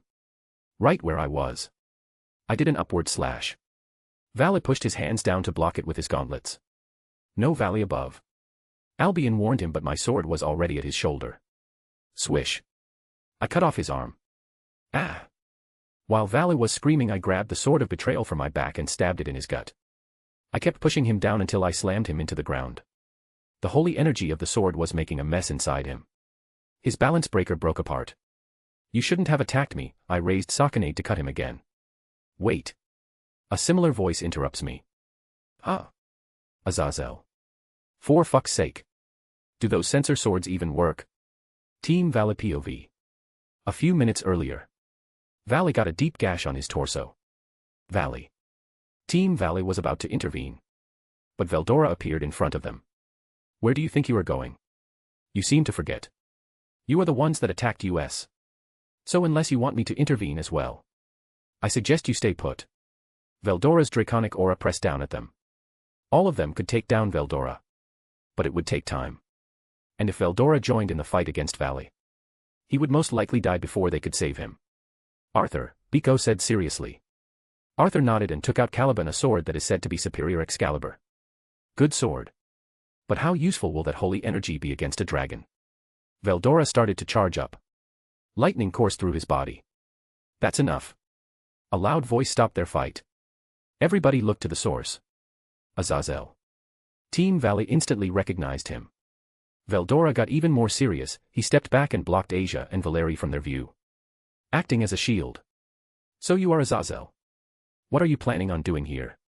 Azazel just waved his hand and said casually, I'm here to stop your friend from killing my son. Don't worry. I won't attack him. He then turned to Valley's team. You idiots are also to blame for this. You should have stopped Valley. That stupid moron. He ignored my warnings and attacked him. Look at him now, he pointed at Valley as he was getting his ass kicked.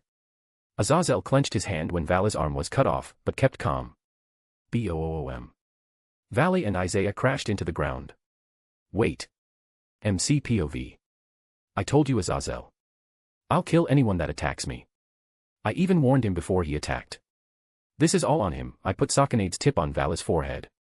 One little push and he is dead. Azazel grimly nodded, I know. I warned him too. But I'm here to ask you to spare his life. I am willing to do an exchange. I stare him down. Exchange for Valley's life? I really want to kill the prick now. But Azazel has something I want. I want all the Vritra gears that you have and $10 billion. Oh, and Excalibur ruler. Everybody from their side just stood there with their jaws dropped. What? Arthur was outraged. Azazel looked like he swallowed a lemon. It's a fair price. After all, I could just rip out Albion out of him. And give him to one of mine. The divine dividing is worth a lot on its own. But Valley also has the blood of Lucifer flowing through his veins. He can possibly be the strongest white dragon emperor. This is fair and you know it. Oh, and if you don't mind your leader dying you can reject the deal, Arthur, and remember you are the ones that attacked me. So I don't think it's fair that only Azazel pays the price for letting him live. Arthur looked at my blade and pointed at Valley's head. He started to curse out loud and a magic circle appeared. From it came out Excalibur ruler. He threw the ruler at me, I caught it easily. I will be coming back for that, he said in a snarl-like fashion. Deal, Azazel reluctantly nodded. Arthur already did his part. But TT was still a lot of money. I pull out a magic contract and start writing it. I sign it at the bottom, then I floated the contract over to Azazel, who quickly looked it over. I included that the money doesn't have to be paid out in bills or gold. Rare metals and gems are accepted as well. With a heavy heart, he signed as well. The contract split in two and we each got a copy. I threw him a piece of paper. That's my number, keep it to yourself. Call me when you are ready. I made both swords disappear, I grabbed Vala by his shirt and threw him at Azazel. And beat some sense into that moron. Vala's team quickly surrounded him. I saw La Fei, then it clicked to me. La Fei, I call her out. She jumped up in fright, yes, she said nervously. Do you know someone named Meredith Ordenton? Huh. How do you know Meredith and what do you want with her? La Fei got super defensive. I heard she was a talented magician. I wanted to ask her to join my team. La Fei lowered her head and she looked like she was in deep thought. She was mumbling for a bit before nodding to herself. She called me a few days ago. Even though we are not on good terms. She got an offer from someone and wanted to know my opinion. If you are going to make her an offer as well, you'd better hurry up, and it had better be a good offer. With that, all of them left. Weird they didn't teleport away. Azazel. Just fucking great. Penemu is going to skin me for this. She would hit me so hard that I would probably be in a coma for a month. Speaking of coma. Where's Dino? He should have gotten here by now. I asked the group of delinquents. La Fei was stabilizing Valley. Who's Dino? Biko scratched his head. Meanwhile. Dino sleeping in a hotel room in Yub. He got tired from traveling and decided to have a nap. ###A/N. Valley underestimated MC a lot. He didn't even get a chance to use half dimension. He tried to touch MC first. Well, that didn't go as planned. Maybe this will humble him a bit. There will definitely be a rematch. One where there is a serious fight. Sakanade is really OP, unless you can hold back all of your fighting instincts and fight in a mirrored way. You lose. Valley is ultimate class. Above Kokabeel but below Satan's. I think. That's without Juggernaut Drive. Chapter 37, Meredith Ordenton. I arrive in London. I left Velodra and Duke behind to watch over the girls. Valley attacking us means we need to move soon. If Kuroka was able to find us, so can others. I have to meet with her before she accepts the offer by the Alliance from Hell. Since if she joins them, all that awaits her is a life as a brainwashed, possessed servant. It would be such a pity if such a talented person slipped through my fingers. Meredith POV. Sai, what do I do? Do I accept their offer? I want to take revenge on those bastards, British royal family. But they bribed the members of Golden Dawn to kick me out. Now I'm all alone with no backing. I can't possibly take on the entire British royal family all by myself. At last La Fei left on her own terms. But the group that sent out the invitation sounds real shady. Sigh. Why can't things ever be simple? BZZZZ. A phone call. Not many people know my number. Wonder who it could be. I grab my phone. Unidentified number. That's weird. I answer the call. Hello. Meredith Ordenton. A young male voice asked. They know who I am. Yes. Who's asking? Good evening. I got this number from a friend of yours. La Fei Pendragon. She was quite worried about you. I'm currently on the lookout for talented people to join my team. La Fei said you had received an offer and had a hard time deciding on whether you should take it or not. So I want to give you an offer as well. I hope we can meet somewhere. The location and time can be chosen by you. What do you say? Another offer. And if Leafy gave them my number? They can't be that bad. Hyde Park. Kalichi Cafe. In 1 hour. Excellent. I'll see you there. Beep. Sigh, I hope I'm doing the right thing. He didn't tell me his name. Stupid. What the hell is wrong with me? I don't even know what he looks like. Meeting in the Hyde Park. I'm getting super nervous. I'm pretty sure this isn't a trap. La Fei wouldn't screw me over like that. But I'm meeting people I literally know nothing about. I was keeping a close watch on my surroundings. If anyone shady appeared, I'm teleporting away. Meredith Ordenton, a young masculine voice appeared in front of me. I turned to the voice only to find a young blonde man with red eyes smiling at me. How did he sneak up on me? I am Isaiah. A pleasure to meet you. MC POV. She is exactly as the original material described her. A beautiful girl with a foreign face, with a beautiful face and auburn hair braided with rope and blue eyes. She looks 1 or 2 years younger than me. So about 15 to 16. Meredith has low skill with attack or defense magic, but she's good at sealing magic and security magic. That will be quite useful. Warders are paid a lot. And we will need her if we want our future home to be protected. Because my ward swords are apparently useless. I need to study more. And that holy aura coming off of her. Alpheka Tyrant, one of the 5 new Longinus. While the original had the ability to be able to attack with a nail-like object made of holy aura, and also being able to brainwash opponents by making a group of people listen to a conversation for several minutes with a certain fixed keyword inserted in it, it was only limited to human beings. Meredith's Alpheka Tyrant retains the ability to attack with nail-like objects made of holy aura, and she can rewrite the concepts of those who were struck by the nail made of holy aura, which can also affect sacred gear users, which includes even other Longinus possessors, as demonstrated when Meredith rewrote Issei Haida's concepts to remove his erotic nature and love for female breasts. Maybe I should still let her do that. For the sake of all men. Issei is dragging our reputation down to the ground. That stupid Ape Dragon show was seen by millions. Well, Mr. Isaiah. You said you had an offer for me. And how did you meet La Fei anyway? Last I heard was she joined some group with her brother, Meredith said calmly while sipping on her coffee. But she was still wary of me. Good. Some common sense will help her out in the future. People seriously lack that in this world. Well, I actually met La Fei yesterday. She joined the White Dragon Emperor's team and they attacked me, I reply in the same calm tone, causing Meredith's jaw to drop. They attacked you. And you are okay. Then her face paled a bit. La Fei is fine. Only the Hakuyuti was injured. I was a little smug about that. I like Hakuyuti better. White Dragon Emperor is a mouthful to say or read XD. But I already established that I am a very strong person to Meredith. Meaning I can protect her and help her out with her goals. Amazing. Meredith caught her slip and blushed for a second before pushing the blush down. Ahem. And what is your offer? Meredith tried to cover up her previous slip by pushing the subject forward. I want to invite you to my team. I'm looking for talented individuals that will help each other out. My team is mostly comprised out of outcasts. Myself included. We are planning to go around the world. Experiencing different countries and different cultures. And see what life has to offer. And we find a place we all like. We can settle down and keep enjoying our lives. None can survive in this world alone. People will always come after you for your strength or talent. So I decided to form a group of like-minded individuals. People who want freedom but know that doing it alone will get them killed. Meredith was carefully listening to my words. I could tell she liked what we were planning. But her revenge was more important to her than that. What do you want to do, Meredith? I asked her gently. She was a bit taken back by my question. I want revenge. Meredith gritted out. On who? My ex-family. She stared right in my eyes. The British royal family.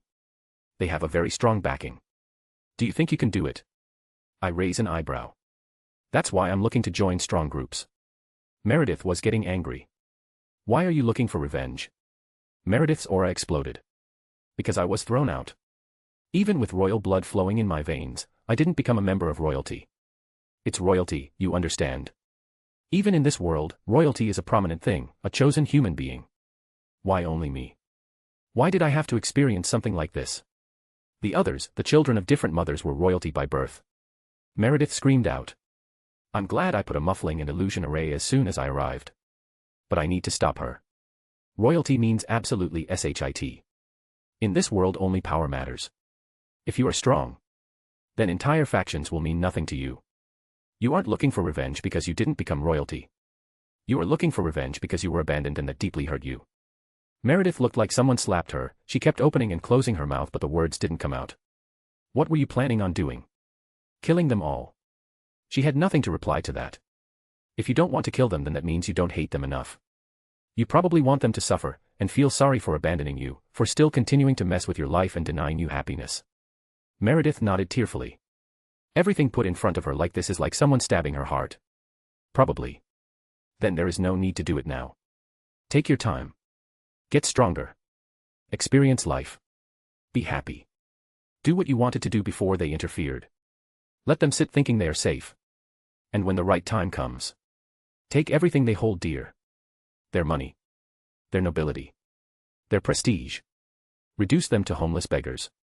Meredith sat there with tears streaming down her eyes. The British royal family. Centuries of prestige and honor. Reduced to homeless beggars. I really like the sound of that. You are right. I don't want them dead. Death is too kind. I want them to suffer. But looking back on this year, As soon as I was kicked out of Golden Dawn by their manipulations, I only thought about revenge. I was miserable for a whole year. I don't think I even stopped to go out on a cup of coffee like this. She looked down at her hands, holding the coffee cup. Realization struck her that if she kept going as he was doing right now, she would be miserable for years to come.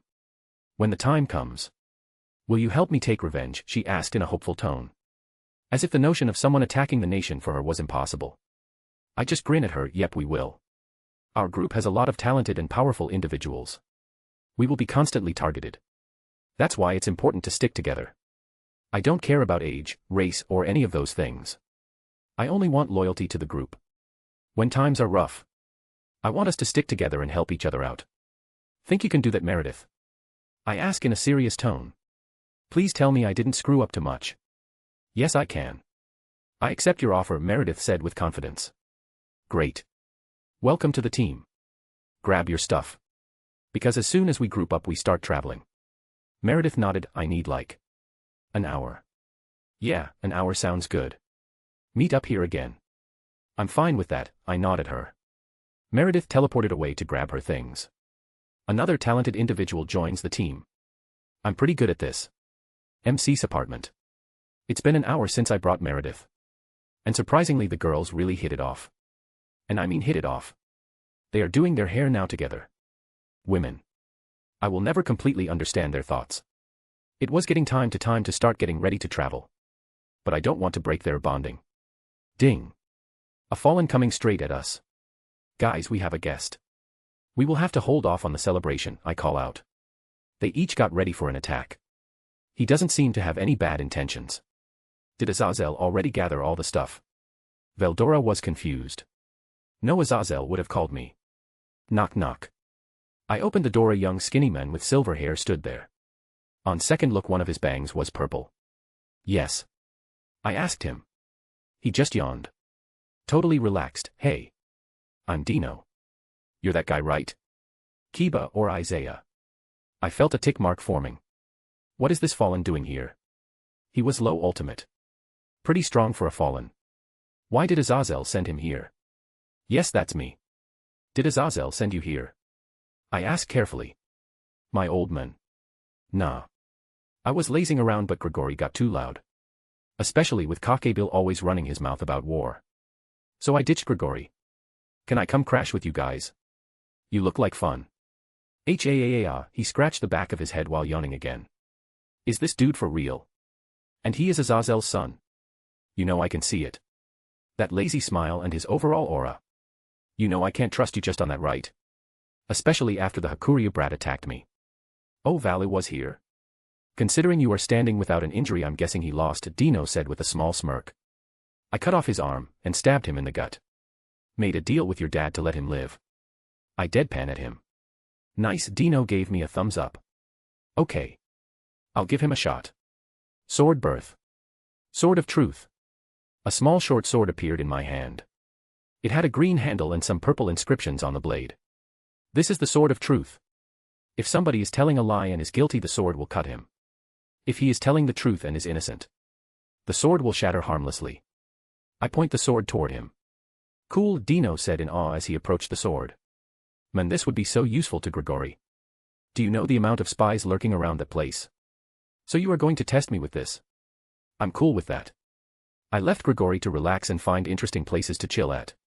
The dude has some balls of steel, I'll give him that. Or he is just a natural airhead. Okay. Since you are a fallen, this shouldn't even kill you anyway. It will probably leave a deep gash if you are lying, not that it matters. If he is lying, I'm killing him. I swing my sword at him. Crack, boom. The sword cracked apart and exploded into countless tiny shards. Awesome. Can I go and chill inside now? Dino smiled lazily. Welcome to the team, Dino. I smile at him as I let him walk inside. Things are going great. 2 people in one day. Both are amazing talents.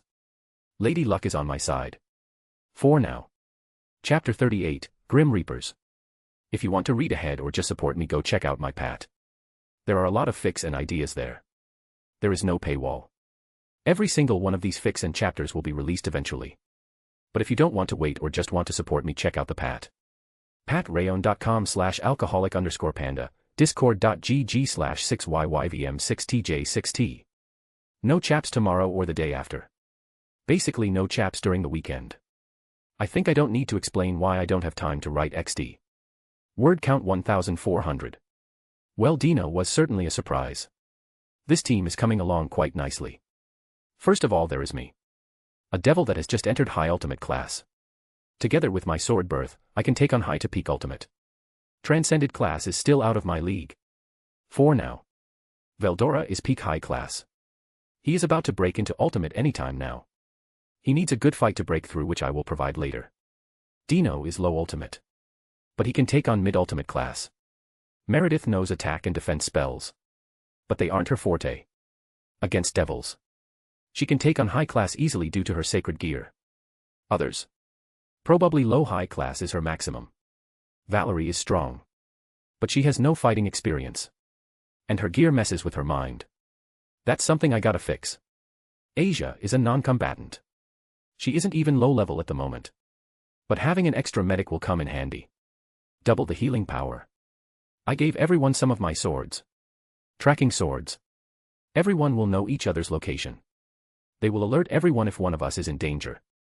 Protection swords for Asia, Valerie, and Meredith. They have a hidden feature. Loyalty test. The sword can tell how loyal someone is to me and if they are thinking of betraying me. It doesn't control their minds in any way. That can be spotted. It just periodically checks for traitors. I'm not dumb enough to think other factions won't try and plant a traitor. Dino was a fluke. The lazy S ran away, so he isn't included in Grigori operations. Isaiah. These sword trinkets are so pretty. Asia beams happily as she wore the necklace with a sword trinket. Valerie just played around with it with her fingers. She barely ate yesterday. Fuck. Right. Damfer. I'm stupid. Valerie, do you need blood? I'm actually a moron for not thinking of this earlier. I doubt they gave her blood. Even if they did, it was the bare minimum. Probably didn't want her to get any stronger. Valerie looked shocked. I asked but shook her head slightly. I can do without it. Which wasn't a no. It means she can bear the thirst. Like she has been doing for who knows how long. I go to the couch and sit down next to her. Next time you feel the thirst, just tell me. You are not back at the castle. I take care of my own. I use my finger and make a small slash on my wrist. Blood slowly started to bleed out. I raised my wrist to her. Valerie's eyes started to dilate. Her breathing grew harder. And her face was a bit flushed. Yep. She hasn't had blood in quite a while. Like a dehydrated man had just found water. I didn't even wait for Get to make a choice. I put my wrist in her mouth. She instinctively bit in and started to drink my blood. Second by second. I could see she was getting better. Her shoulders relaxed. Her complexion got better. I'm an idiot for not noticing. She is a damhir just like Gasper. She doesn't have pale dead skin like vampires. The only reason she did was because she was malnourished. They gave her just enough so that she would have fuel for her sacred gear. Pop. Ooh. Her lips left my wrist with a small pop. Her face was flushed and she had a satisfied expression on her face. Do you feel better? My words snapped her out of her daze. She quickly blushed all the way to her ears and looked down at her hands. Avoiding my eyes. She then realized my question and nodded slightly. She was very cute. Especially since she was older than me. I see. If you feel the thirst again, just call me. I patted her head and left. She is adorable. Ding. My swords picked up on something. I got you now. I rushed outside and took to the sky. Obviously, just regular sensor swords to pick up the supernatural weren't working. So I made swords that pick up distorted space. So that means even if someone is invisible, the swords will still pick up on them as they move through the ground or air. Hiding your aura won't work anymore. Kuroka and Azazel made me even more paranoid. My first destination is Kyoto so I can learn Senjutsu. There they are. Balance Breaker. Bankai. Senbon Sakura Kageyoshi. Third POV. So this is where that devil is hiding, one of the hooded figures whispered quietly. He has been gathering allies at an alarming rate. He even got the girl we sent an invitation to. Hades-sama orders were to observe only. So we just keep watch and make our report later. No. They are about to leave for Kyoto. The other teams will handle it. Let's leave dash. Whoosh. Countless sakura blossoms surrounded them. They were trapped in a sphere made out of them. What? Interesting. Even this close to you, yet I can still not sense your existence. But if you were strong, you wouldn't have been caught by a simple trap like this. Making you are weak in strength and are using some sort of artifact. Isaiah opened up a small arch for himself in the Sakura sphere. The Grim Reapers looked at each other and nodded. They both took out their SCYTHS. Ah, that's better. Killing intent. I can't tell where it's from, but I know you want to attack me now. Good luck with that. Strands of Sakura started to leave the sphere. They attacked from all directions, basically forming a grinder inside the sphere. The Sakura were automatically avoiding Isaiah.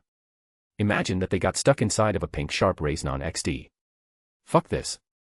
Let's disperse out. One of the Grim Rippers yelled out. He tried to leave using a teleportation method unique to Grim Rippers. Why won't it work? The other yelled out as he used his scythe to defend himself against the Sakura. Going somewhere? I already locked the space inside this sphere. And so kind of you to hit away the Sakura, showing where you are. Isaiah smiled, but his eyes were colder than the depths of Tartarus. You spied on me and my team. Intending to do harm upon us. You brought this to yourselves. Sword birth. Kyoka Suigetsu. Since he is already in balance breaker. Using two Zenpactus started to drain Isaiah's energy levels. But the fight was already over.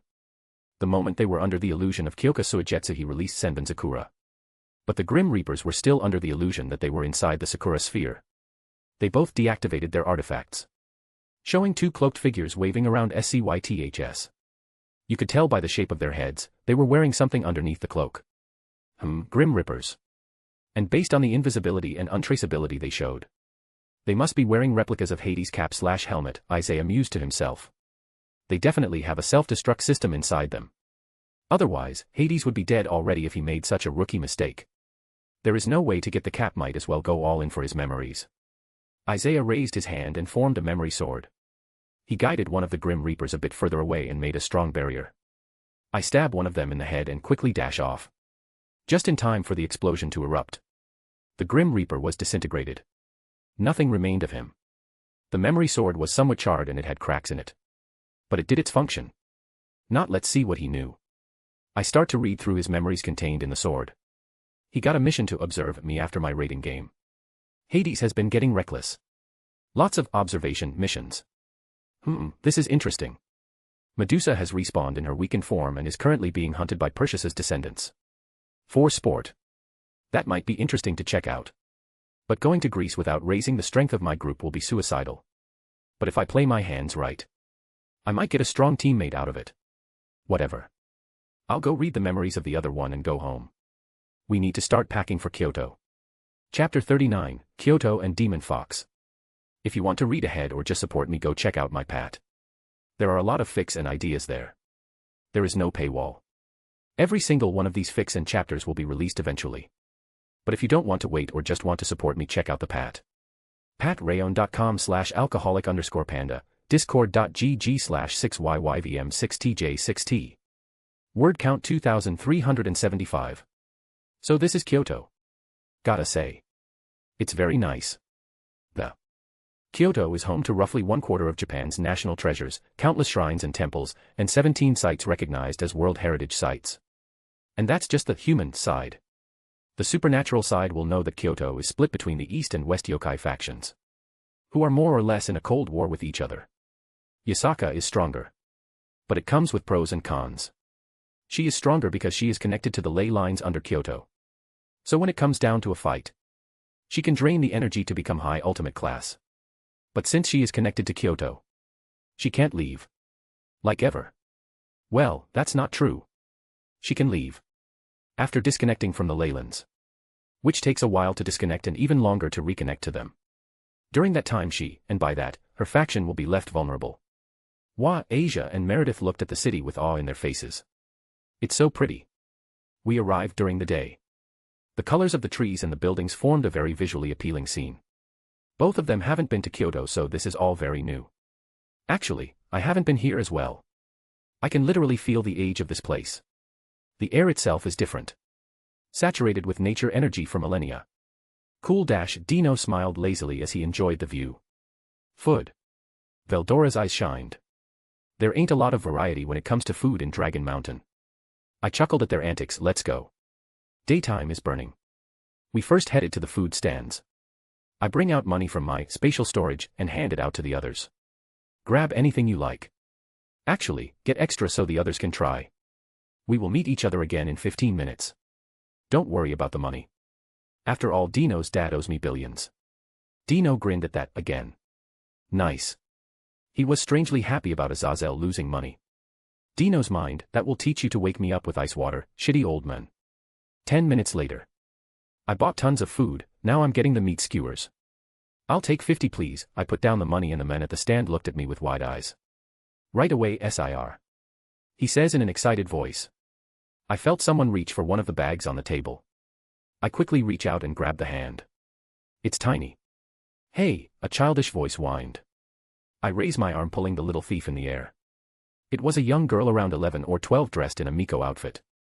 She had golden, blonde hair tied in a ponytail with matching golden eyes. She laughed awkwardly, ahahaha. Hello.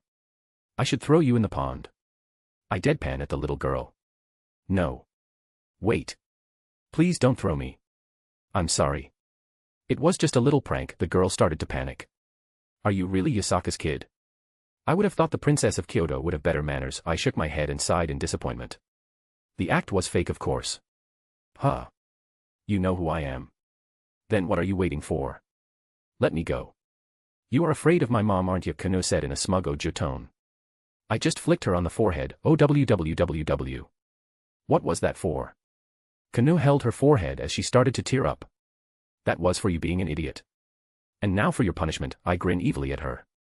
Kano gulped in fear. Tears were just about to fall from her eyes. 5 minutes later. Save me. Kano screamed out loud. Aw, she is so cute. Meredith was rubbing her cheek with Kano's. She really is. Asia was petting her fluffy tails. While Valerie was poking Kano's other cheek and petting her animal ears with a small smile on her face.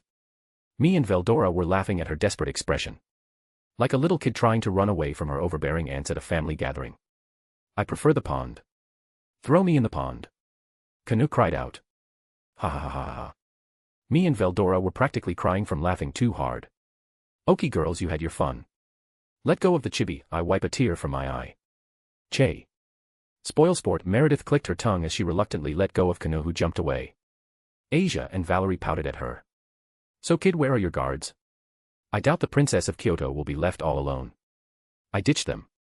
They are probably panicking and looking all over the city for me. Kano looked a bit smug. You were bored and lonely, weren't you? I said in a knowing tone. Yeah, no. I wasn't. Kano stomped the ground, trying to cover up her little slip. I smiled warily and threw her a box of meat skewers. She smiled when she caught it but then looked at me with a confused expression. For all the teasing the girls did. It's the least I can do for a new friend. I grinned at her, making her sniff and turn her head away. But I saw the small smile on her face when I said friend. A minute later she started to munch on them with a happy expression on her face. Hey kid. Do you know where we can find the demon fox? Kano's ears perked up. It's Kano and not kid. Why do you want to know anyway? To invite him in your peerage? It's better to forget it. He is very violent. And kills a lot of the devils that come to ask or force him into a peerage. Same with other factions that ask him. Kano grimaces a bit. Well, I have no peerage. These guys are my friends. And we are interested in meeting the demon fox. Wonder what could make a child grimace like that. She saw my expression and awkwardly shuffled her feet. 9-tailed foxes are only born in my bloodline. But he isn't even a cousin to us. So when he was born, everybody celebrated the birth of a new bloodline. But when they found out it was just a weird mutation. And that he was even weaker than normal yokai. Everybody shunned him. Eventually, he was driven out of Kyoto. I was really young then. I just heard this from the servants at the castle. Kano looked down sadly. Why is he called the demon fox then? Asia asked innocently. You know about senjutsu, right? Kano asked rhetorically. I nod, and so do the rest. Well, when you take in nature energy, you take in both the good and the bad. So it takes a while to filter out the bad stuff. He takes both in, directly. Doing so is extremely risky and there is a high chance of going insane. We don't exactly know how he does it or why he is still alive. He attacks any living thing that gets near him. He lives on Kukuru Mountain. North from here, Kano explained slowly. And I figure he holds a grudge against the yokai. Especially Yasaka. Since she didn't help him. Interesting, I mumbled. Kano-sama. A bunch of Tengu flew over us. Aw. Fun is over, Kano pouted. Kano-sama. Did these people hurt you? Another one started to pat Kano in panic, looking for injuries. We started to laugh at her cramped expression. We started to laugh at Kano. The Tengu didn't stop talking, so Kano couldn't get a word in to explain herself. Our laughter made her even angrier. You bastards. You are under arrest. We will take you directly to Yasaka-sama. She will pass judgment thunk. A Geta sandal hit the Tengu on the back of the head. Kano's arm was stretched out in a throwing position. Her face was red with anger and shame. You idiots. Stop embarrassing me in front of my new friends. Her shout made the guards freeze in place. Ha ha ha. It was a pleasure meeting you, kid. We'll see each other around. I stood up and grabbed the sleeping Dino. Zzz. By dash, zzz. See ya, Chibisk. Veldora said with a loud voice, pipsqueak. Valeri had a sad smile on her face but waved at Kano. Bye, Kano-chan. Take care, Asia waved her hand. Kano. I'll miss you, Meredith cried out. Before she started to rummage in her bags. Here, loads of sweets and snacks. And my number. If you ever get lonely, just call us. Me and the girls will keep you company, Meredith patted her head. Totally ignoring the stunned Tengu. Really? Kano's eyes shined. Yep. Of course, Asia clapped her hands together. Valerie nodded her head. Thank you, bye. Kano waved us off with happy tears streaming down her face. Meredith turned to Veldora. Hey, all this talk about bloodlines reminded me of something. Wasn't your dad reincarnated as a devil? So are you half. Or well, quarter devil. Now that she mentioned it. I'm curious as well. Nope. Dragon blood is stronger and more stubborn than devils. I'm a pure-blood dragon. Even if Dad is a devil. He isn't a full devil. He made a deal with Mephisto to get land in the underworld and make a safe haven for dragons. He was turned. But not fully. I'd say he is 30% devil. But this is just a guess. Veldora says as he keeps munching on the meat skewers. Meredith just lets out an oh and goes back to her pastries. I want some coffee. Starbucks. Meredith convinced Asia to come check it out. Asia was really taking, see what life has to offer, seriously. Ever since we got here she has been trying out different foods and drinks. Well, all of us have been doing the same thing. I have got enough money for now and Azazel owes me billions. We are probably never going to run out of money for food. Well, what do you think, Isa? I asked the blonde ex-nun. She was wearing some jeans with a white hoodie and light blue t-shirt underneath. She had her hair in a ponytail. The look suited her. She was relaxed. It's great. I never knew so many types of coffee existed, Asia beamed. Neither did I. This is really ridiculous. Veldora was sipping on his latte. He ordered the biggest one they had. Valerie isn't a fan of coffee. So she was sipping on some red wine I poured into a coffee cup. Coffee order for Mr. Amira. I listened to the cashier out of pure curiosity. Who names their child Amira? A deep male voice spoke up, it's Emery's. 3RDPOV. It's Emery's. Asterisk PFFFFFFF asterisk Isaiah and Meredith spat out their drinks. Cough cough cough. Isaiah's head snapped so fast to the counter that it surprised the others that his neck is not broken. There he saw a silver-haired handsome man. Paying for his coffee. He was completely human.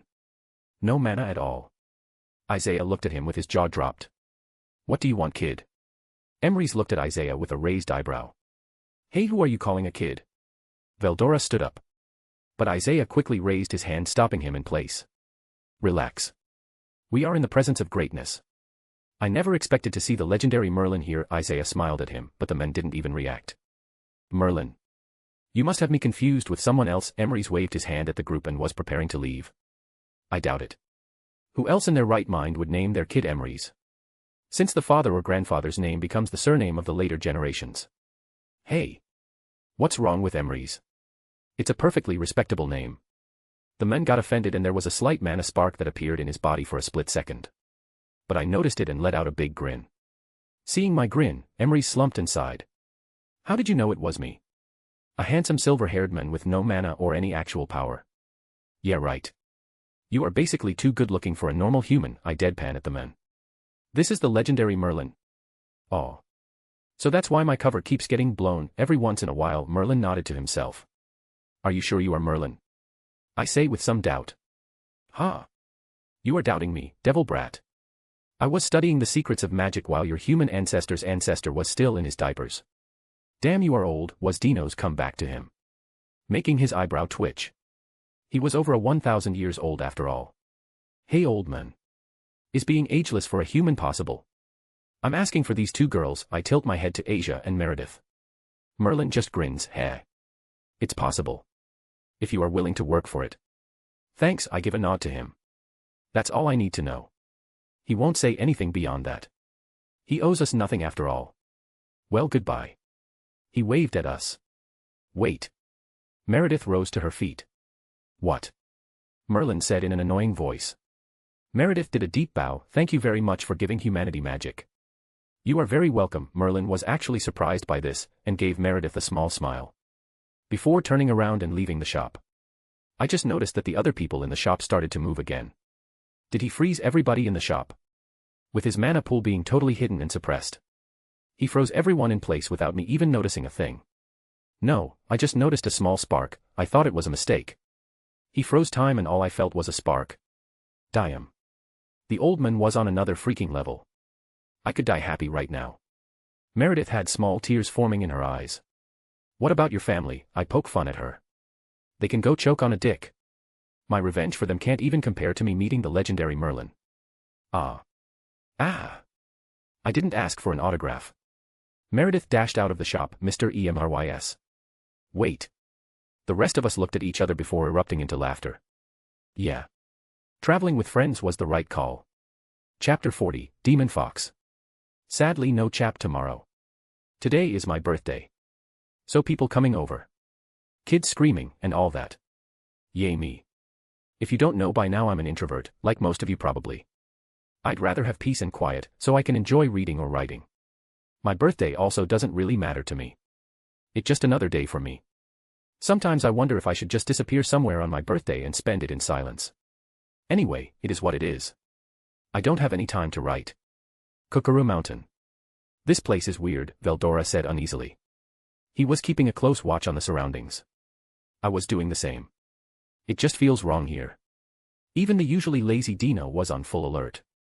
This place sure is creepy, Meredith mumbled. Creepy, Valerie nodded. Very creepy, Asia was sticking close to both girls. They all linked hands together. The nature energy in this place was wrong. The entire mountain screamed from evil energy. As far as I know.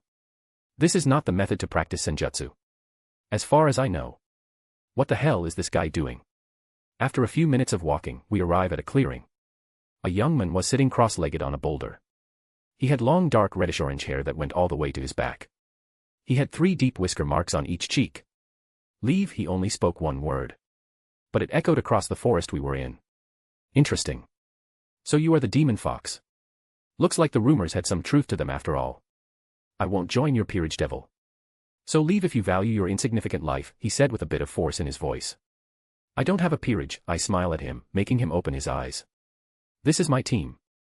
Asia. Meredith. Valerie. Dino. Veldora and me as the leader, Isaiah. Hi, Asia shyly waved. Hello, Meredith smiled. Valerie just gave a small nod. Sup dash, Dino just raised his hand as he yawned. Veldora kept quiet while scratching his head. Something was bothering him. We gathered together to explore the world. Achieving our own goals along the process and defending ourselves if we are attacked. I came here because I was curious. If I liked you, I would have invited you. At least that's what I planned before coming here. But man. You are in some deep shit, my friend. How about you cancel that illusion? As soon as I said illusion, Veldora yelled out, that's it. That's what has been bothering me. There is a big-ass illusion here. Took you a while. The air around us shook. The person on the boulder disappeared. Behind him a huge 9-tailed fox appeared, laying on the ground. He had orange-red fur, but a lot of blackish-red aura was coming out from him. The jaws of everyone on my team dropped. But I had a different reaction. Damn, it's worse than I thought. He is bigger than me in my dragon form, Veldora said while he picked up his jaw. So what's your name, big guy? Dino said casually. Karama. What do you want? He asked us calmly. As a senjutsu practitioner, he can sense out intent and lies. We have no intention of fighting or harming him. So he was more chill with us. Well, at first I wanted to ask you to teach me senjutsu. But considering your situation. I'd say you are not in the best state to teach. I heard you practice both the good and the bad parts of senjutsu. But isn't this you just bearing the pain and barely holding on to your sanity? I say incuriously. Kurama just shrugs his shoulders in his fox form. Desperate times call for desperate choices. It was this or die. That part one can understand. I would probably do the same thing. If I'm understanding this right, you are trying to remove all of the negative energy in your body, which practically makes up for half your strength, by slowly dispersing it in the surroundings and refilling your reserves with filtered, clean nature energy. Since he took both good and bad, if he removes the bad, he loses half his power. So he has to remove the evil energy while adding in more normal nature energy. Yes. But doing so is pretty much impossible. It is possible if I just release all of the malevolent energy at once. But that would result in my strength weakening. My enemies won't let an opportunity like that pass by, Kurama says in a resolved tone. He plans to spend decades here, just slowly releasing tiny parts of evil energy and refining it with clean nature energy. The problem is multitasking. He has to keep most of his focus on not letting the evil energy slip and wreak havoc inside him. Then he has to focus on getting new nature chakra, which contains normal nature chakra and corrupted chakra. I feel like chakra is better than saying nature energy. Then he has to filter out the corrupted chakra, then carefully and slowly disperse the corrupted chakra from his system, and replace it with normal nature chakra. The reason he isn't in his human form is because he can't. Taking a human form takes a good amount of focus and control over your own power. His power is unstable as hell. Try this out. I make two big ass swords and throw them at him. The size doesn't matter. It's the effects that swords have. Strands of hair burst from his tail like tendrils and wrapped around the handle of the swords. Instantly the effect started. I know because his eyes widened from surprise. Those were just basic swords with calming and purification concepts. They should help out with clearing all the negative chakra. If you agree to join my team, I'll help you get rid of all that negative chakra. I honestly don't know what he will do. He doesn't necessarily need me. He will succeed, it's only a matter of time. It just depends on whether he has the patience to wait. Silence stretched out. Kurama said nothing as he was testing out the effects of the swords. He then stood up and looked down at me from above. I will follow you. But only if you beat me in a fight. There is no way I'm following someone who is weaker than me. Deal. I grin at the giant fox. Another one joins the crazy train. Chapter 41, New Member and Training Time. Yo, here's the chap. No idea about tomorrow though. 50:50, there might be one or not. My family had the bright idea to go on a mountain that's like 150 kilometers away. Apparently some famous ski resort.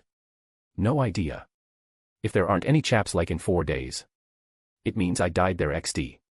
Word count 2250. After we put down the necessary barriers, me and Kurama got into position to face each other. I was standing up against a giant fox. The tension was high. He was a master at senjutsu, having practiced it his entire life. And I guess he is one of the few that has actually used evil chakra. Hanging on to his sanity while training every day with nature chakra must have been hell. Senjutsu is tricky, especially when yokai use it. For example, Nikomata Havkasha. The user summons multiple wheels covered in spiritual flames. The flames won't stop burning until they change the reason and principle of their existence. They also have a purification effect. Manipulating the life force and souls of others is also possible. When you learn senjutsu, which is basically manipulating the life force, you gain tuki. Tuki is, in essence, the external manifestation of one's life force. You get a boost in strength, speed and endurance, which can be acquired through insane training. Like Sarigorg and me. But I focused on my demonic power and swords. So my tuki is kinda weak. And I'm about to fight a guy who is more or less on my level without any boosts. So when we both fight, we use our own methods to increase our strength. This should be fun. Ready. Veldora was in his dragon form. The others were on top of his head. It was for their own safety. Go. Both of us rushed at each other. I formed an ordinary sword in my hand and directly entered Balance Breaker against a senjutsu user of his caliber. This is the one. Bankai, A/N Unohana Bankai Violin OST. I cut my palm on the beginning of my blade and smear blood on it all the way to the tip. Minazuki. Huh. Kurama jumped back as blood started to pour out of my sword, quickly covering the ground beneath us. Like a tsunami, the blood engulfed the nearby trees and started to let out a bloody mist that covered the sky. What is this? This blood. It feels wrong, Kurama mumbled as he tried to use senjutsu on it and failed. Senjutsu allows you to manipulate life force, But only the one who wields this blade can move this blood. I stabbed the tip in the blood pool beneath us and slashed at Kurama. A huge sharp blood arc followed the course of my sword. Flying at Kurama. Boom. Kurama's aura exploded. White Tuki with bits of black and red covered him. He used his palm to smash the blood arc. He raised one of his tails. Foxfire, crimson flames engulf the tail. He raises it in the air preparing to attack. That fire damages the spirit directly. Shoo. I quickly look below and jump back. From the blood pool. Orange-red hair tendrils attacked me. I cut away most of them, but I was still cut on a few places on my body. I didn't think he would resort to tricks from the strat. I smile at him. As the blood mist healed my wounds. Fox yokai. What did you expect? But all this blood is really troublesome. But you are still holding back. The energy flow in your body is blocked. Are you looking down on me? Kurama growled. Noticed that right away. Too bad. I was hoping to use it as a sneak attack. KAI, release. BOOOOMMM. All the debuff and training swords in my body vanished. Gravity, resistance, and mana suppression swords were gone. Ah, this feels great. I feel so light. I haven't felt this way since I fought Tiamat. Well, you asked for it. I pump my demonic power to the max alongside the weak Tuki I have. Come. Kurama uses Tuki and Foxfire to cover his whole body. He rushed at me. His claws and my sword met. Clang clang clang. We go blow for blow. I use blood slashes against him, but his Tuki weakens most of the blood slashes. On the other hand, his Foxfire and Tuki hit me even as I dodged. He tried to use Senjutsu to mess up my own ki flow. But Minazuki stopped that from happening. It was blocking his Senjutsu from working on me. But he was still accumulating injuries from all the blood slashes. While I was healing all my injuries. Asterisk boom. Boom. Splat asterisk. Damn, all of this blood is annoying. Can you even be killed? Kurama grumbled as he used his fire to burn the blood around him. He was at a disadvantage and he knew it. But he didn't have enough control to change into human form.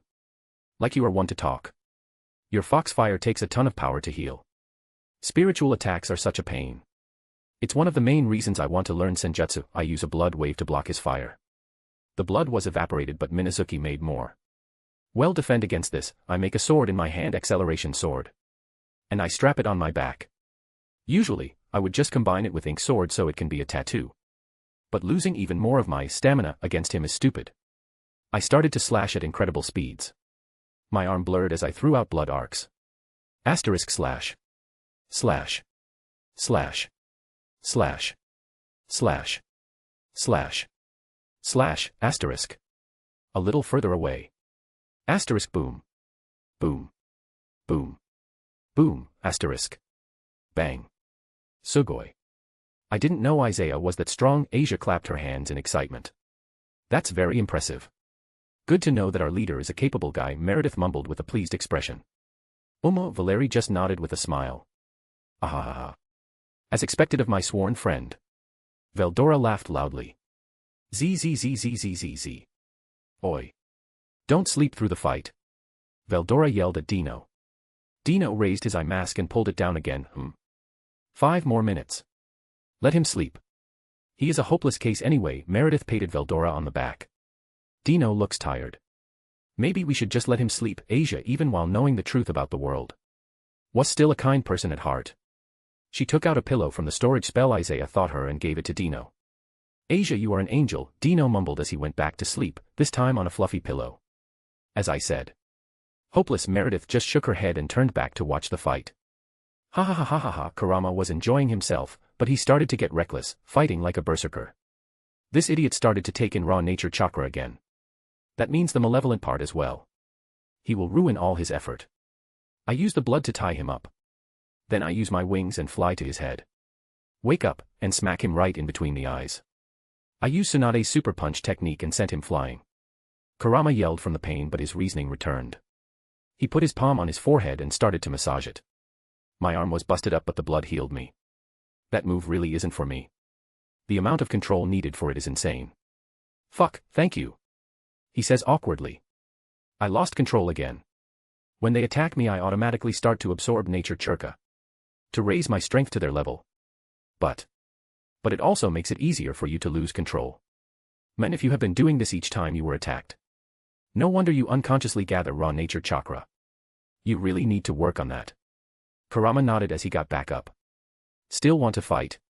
I asked the giant fox. How about one last attack? Frankly, I have never even used it. It might be a bit too much even for you, he said uncertainly. Is he still hiding something like that? All right, I deactivate Minazuki. I doubt it could handle what he is about to throw at me.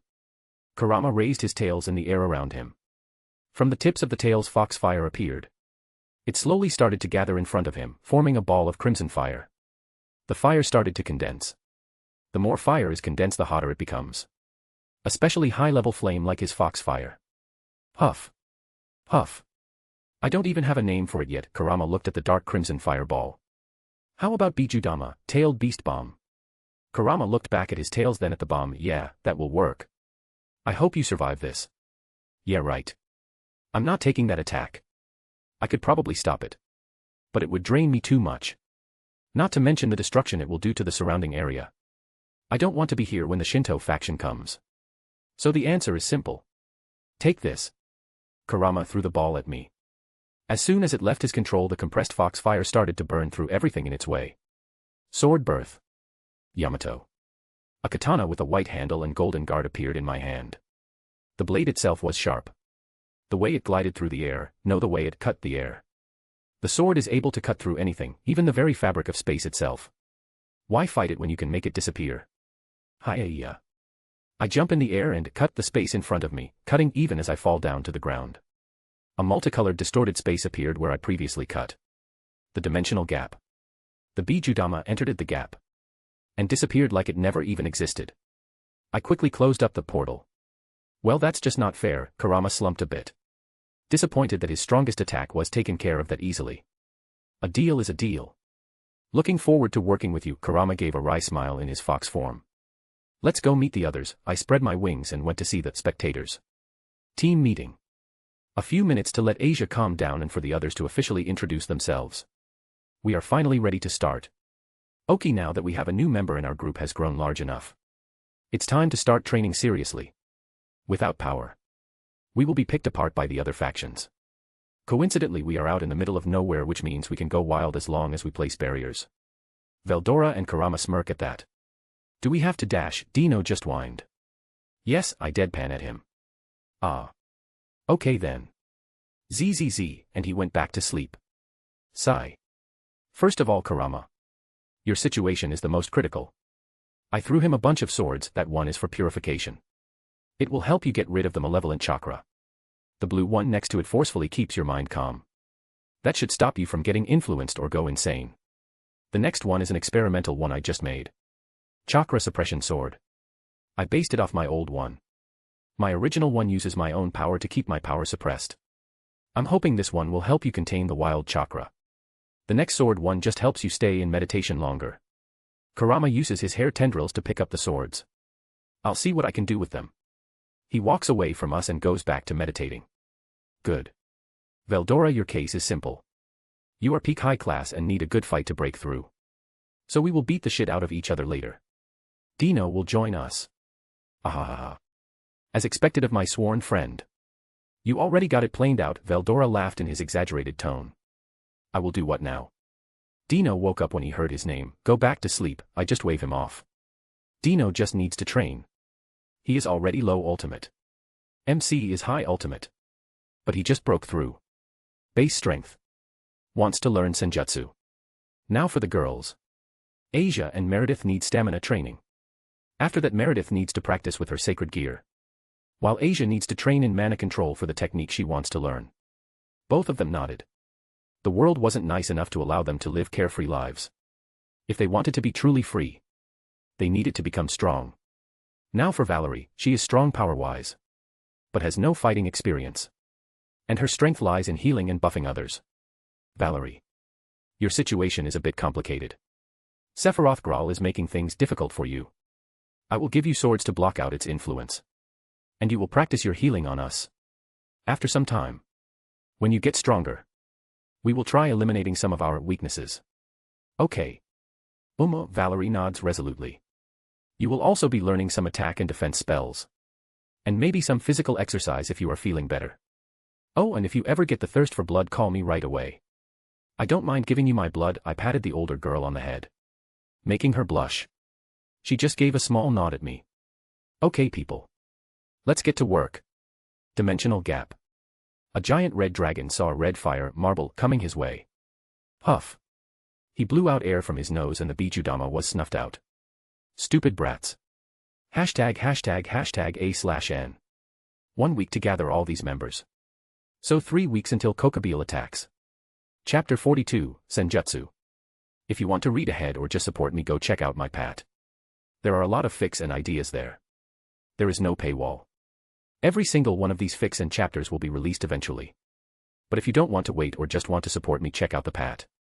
patrayon.com/alcoholic_panda, discord.gg/6yyvm6tj6t- Word count 2350.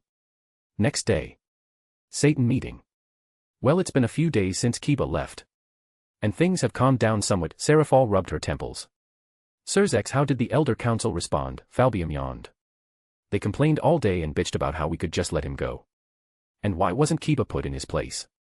One of the newer younger members of the council mouthed off about how I'm a failure as the Satan of domestic policies. Well, he won't be around anymore. The others quickly went quiet after seeing that, Sirzex said grimly. They will just use the fact that you killed someone to discredit you later. Damn it all. Why did Kiba have to leave? Do you know that practically every faction called me?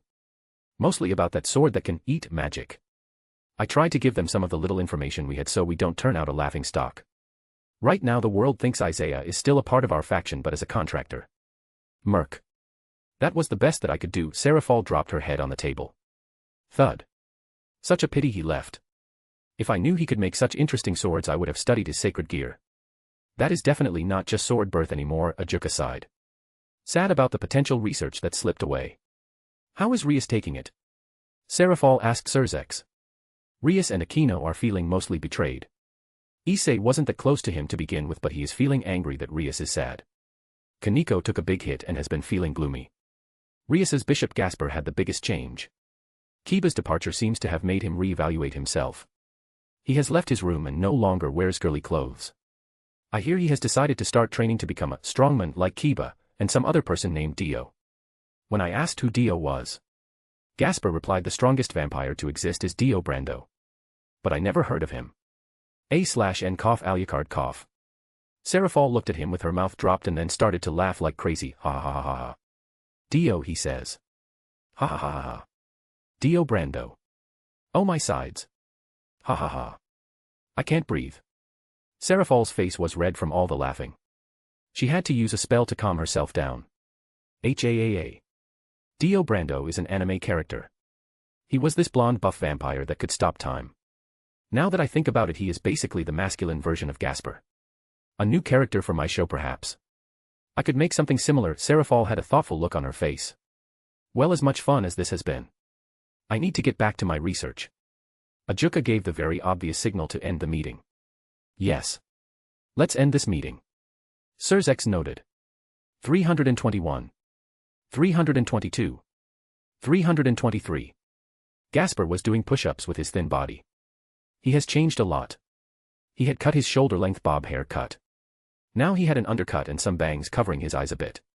The rest of his hair was also near eye level. He also had a simple earring in his left ear. A/N he looks like Shifuyu Matsuno now. We have a badass Gasper. https://preview.red.it/gd7q7i317NB71.jpg ? Thud. Huff huff huff.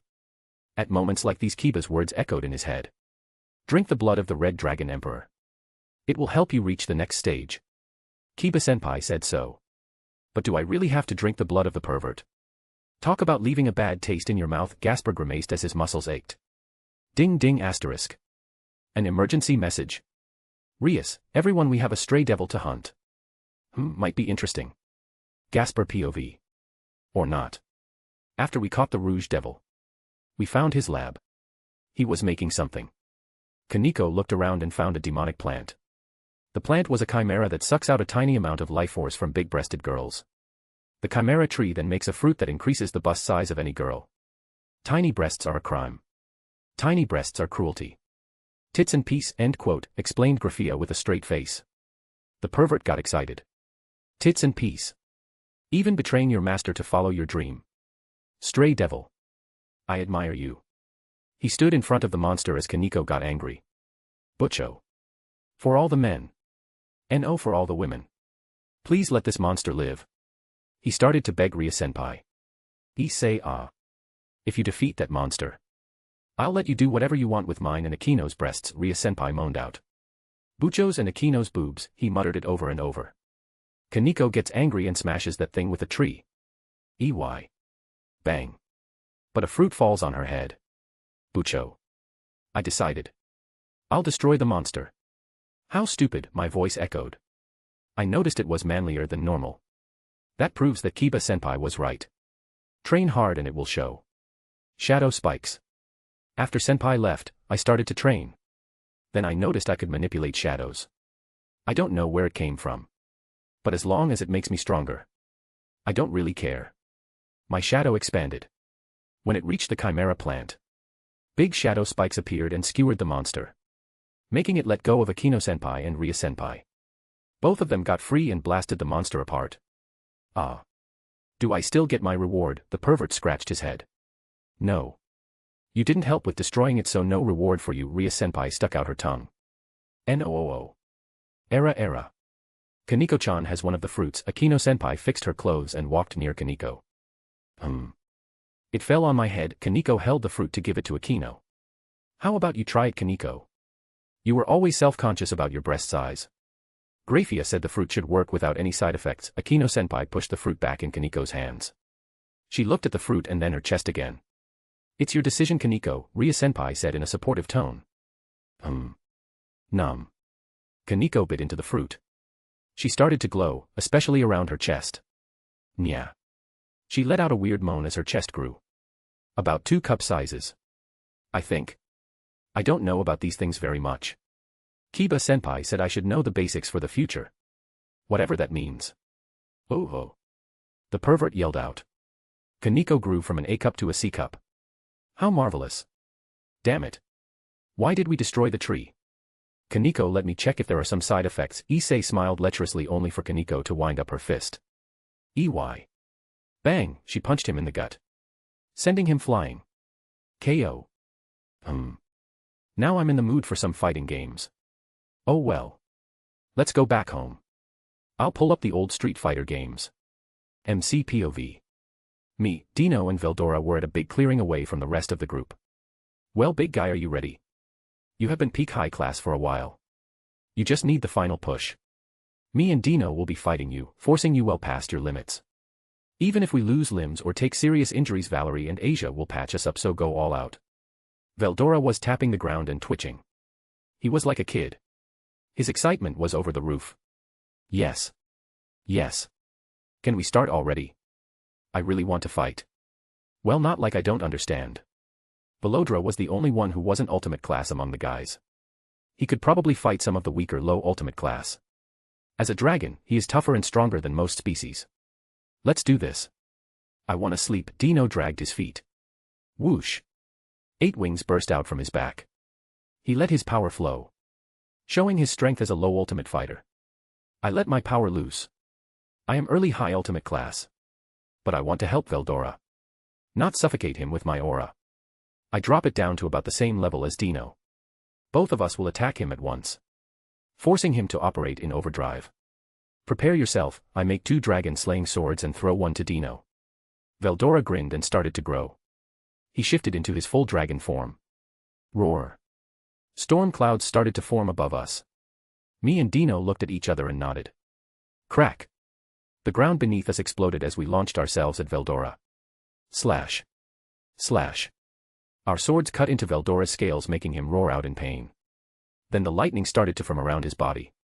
The storm above us got worse. Veldora aimed above. The lightning attack was absorbed into the storm clouds. Not good, Dino mumbled. Asterisk rumbly. Boom boom boom asterisk. Lightning started to rain down on us.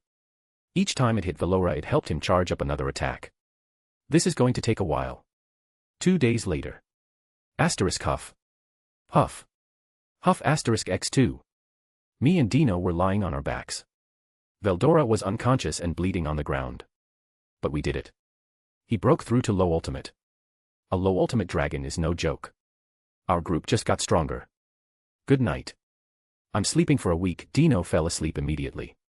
Not caring about the wounds on his body. I make a magic circle. A communication spell. Asia. Valerie, you can come now. Veldora is badly injured and Dino is pretty banged up. We are on our way, Asia responded before she shut off the circle. Ending the call. Man, I'm hungry. He. You look like shit, Kermra smirked at me. Shut it. Continue with the Senjusta session. I was still a bit banged up from the fight with Veldora. It would have been a lot easier if I used my power. But I wanted to use the opportunity to train. So I upped my gravity and resistance swords along with the others. Chakra, Ki, Chi, life force. They are all described the same. Life energy. I was taught with Ki, so I'm explaining it like that. First of all, basic Senjutsu is manipulating your Ki and the Ki of others. Whether it be people or nature. I nodded. I understood this much. When you start studying Senjusta, you will first learn to manipulate your own Ki and cover yourself with it. This is called Tuki. People can discover it even without knowing Senjusta just by crazy amounts of physical training. Like you did. I nod and cover myself with Tuki. Good. It's still unrefined and the volume is little. But you are so powerful mana-wise that Tuki is just a small boost to you. If you want it to be more, you need to train your Ki. He unleashed his own Tuki, showing how bright and dense it was. It still had corruption on it, but it was better. My swords are keeping him calm and helping control the evil Ki. The way it's done is that you must absorb a little. And I mean very little nature Ki and purify it. Doing it like this also slowly increases your own reserves, as your own power is constantly keeping the nature Ki in check. Theoretically, you could gather and purify nature Ki to be equal in amount with your own Ki. But I wouldn't recommend it. If you slip up, even a little, things could get ugly. And by ugly I mean going from petrified into stone to plants growing inside your body and ripping you apart. I did not need that image in my mind. Good practitioners will absorb a lot of nature Ki and purify it. Then they use the purified nature Ki to fight. But that's a very advanced level. Most only use their own Ki to fight, using it for Senjutsu techniques. But you are different, Isaiah pointed out. Kurama nodded solemnly. Yes. I was very weak. Even at the age of 10, I had less than a child's Ki reserves, the same with mana. So no magic or Senjutsu for me. All there was left for me was to wait. Either to starve or for someone or something to kill me.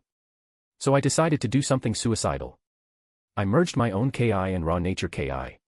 That's... well, it really is suicidal. Judging by your expression, you realize how stupid that is. First of all, even purified nature Ki can be dangerous if you take more than you can handle. Your own power will be fighting against it in order to protect you. I absorbed raw nature Ki and fused it with my own. I should have died the moment that happened. But I didn't. Best guess is my body mutation that allowed me to survive. Ironic, isn't it? The thing that screwed me over is also the one that saved me. Kurama chuckled at his own misfortune. No kidding. How he has lived this long is a miracle. I kept living life on the edge. I tried to purify it once in a while. But it just took the edge off the insanity. People kept attacking me.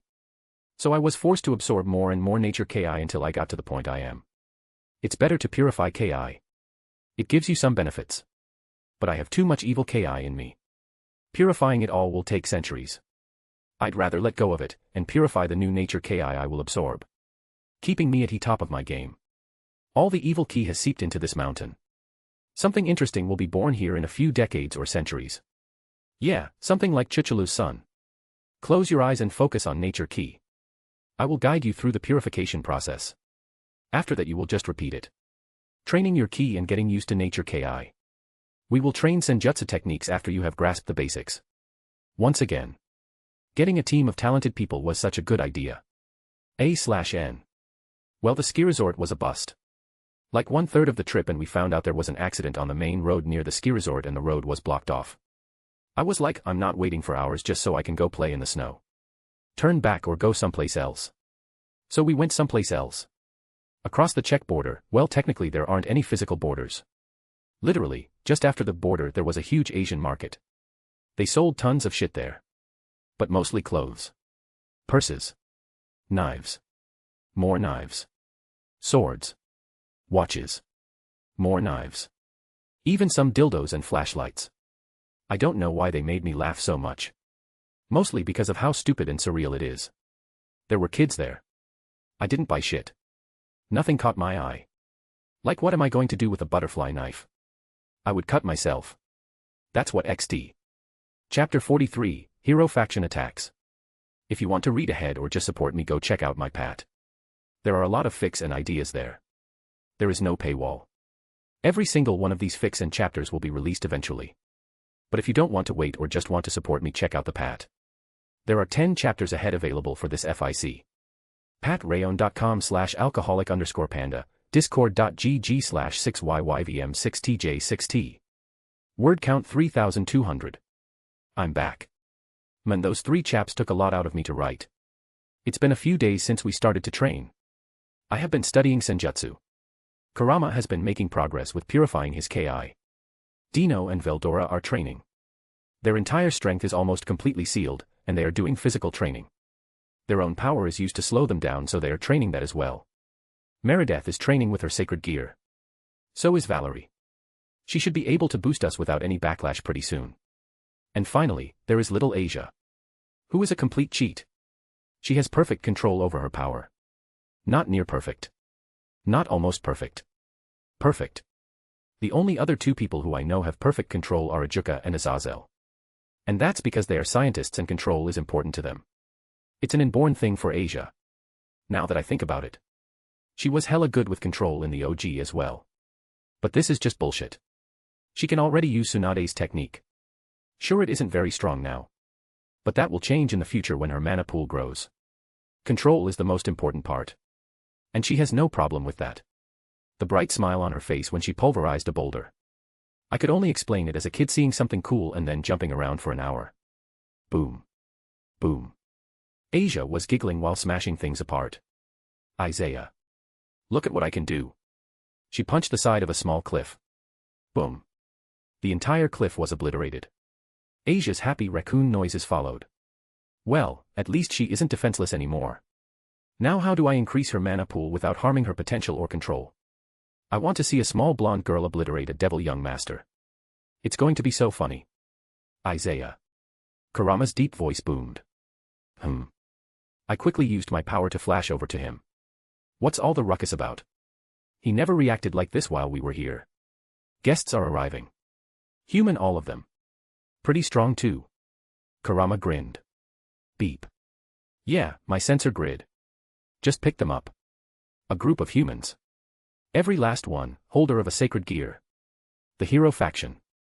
I let out a bloodthirsty grin that Kurama matched. So the runts have come to try again. You'd think they learned when I sent back the decapitated heads of the previous raid party. Apparently not. Let's give them a warm welcome. I flare my power in a specific way. It was a call for everyone to gather. A few moments later and everyone arrived near me and Kurama. What's up? Didn't we only say we would use the signals in an emergency? Veldora scratched his back. He and Dino had just woken up. Dude. I had the nicest dream. What's the big idea? Dino grumbled as he stood up. Yeah, you interrupted out girl talk. Meredith put her hands on her hips, showing fake anger. Asia giggled at her antics while Valerie let out a small smile. We have company. The hero faction is attacking. Around 30 mobs with 4 of their top executives. Kurama says it's not the first time they have attacked him, but not with people of their strength. So they are probably here to deal with all of us at once. Are they strong? Veldora grinned in excitement. The 4 leading the group are low ultimate class. But I don't think they will be a challenge to us. Kurama informed him, causing Veldora to slump a bit. Oh. Well, that's disappointing.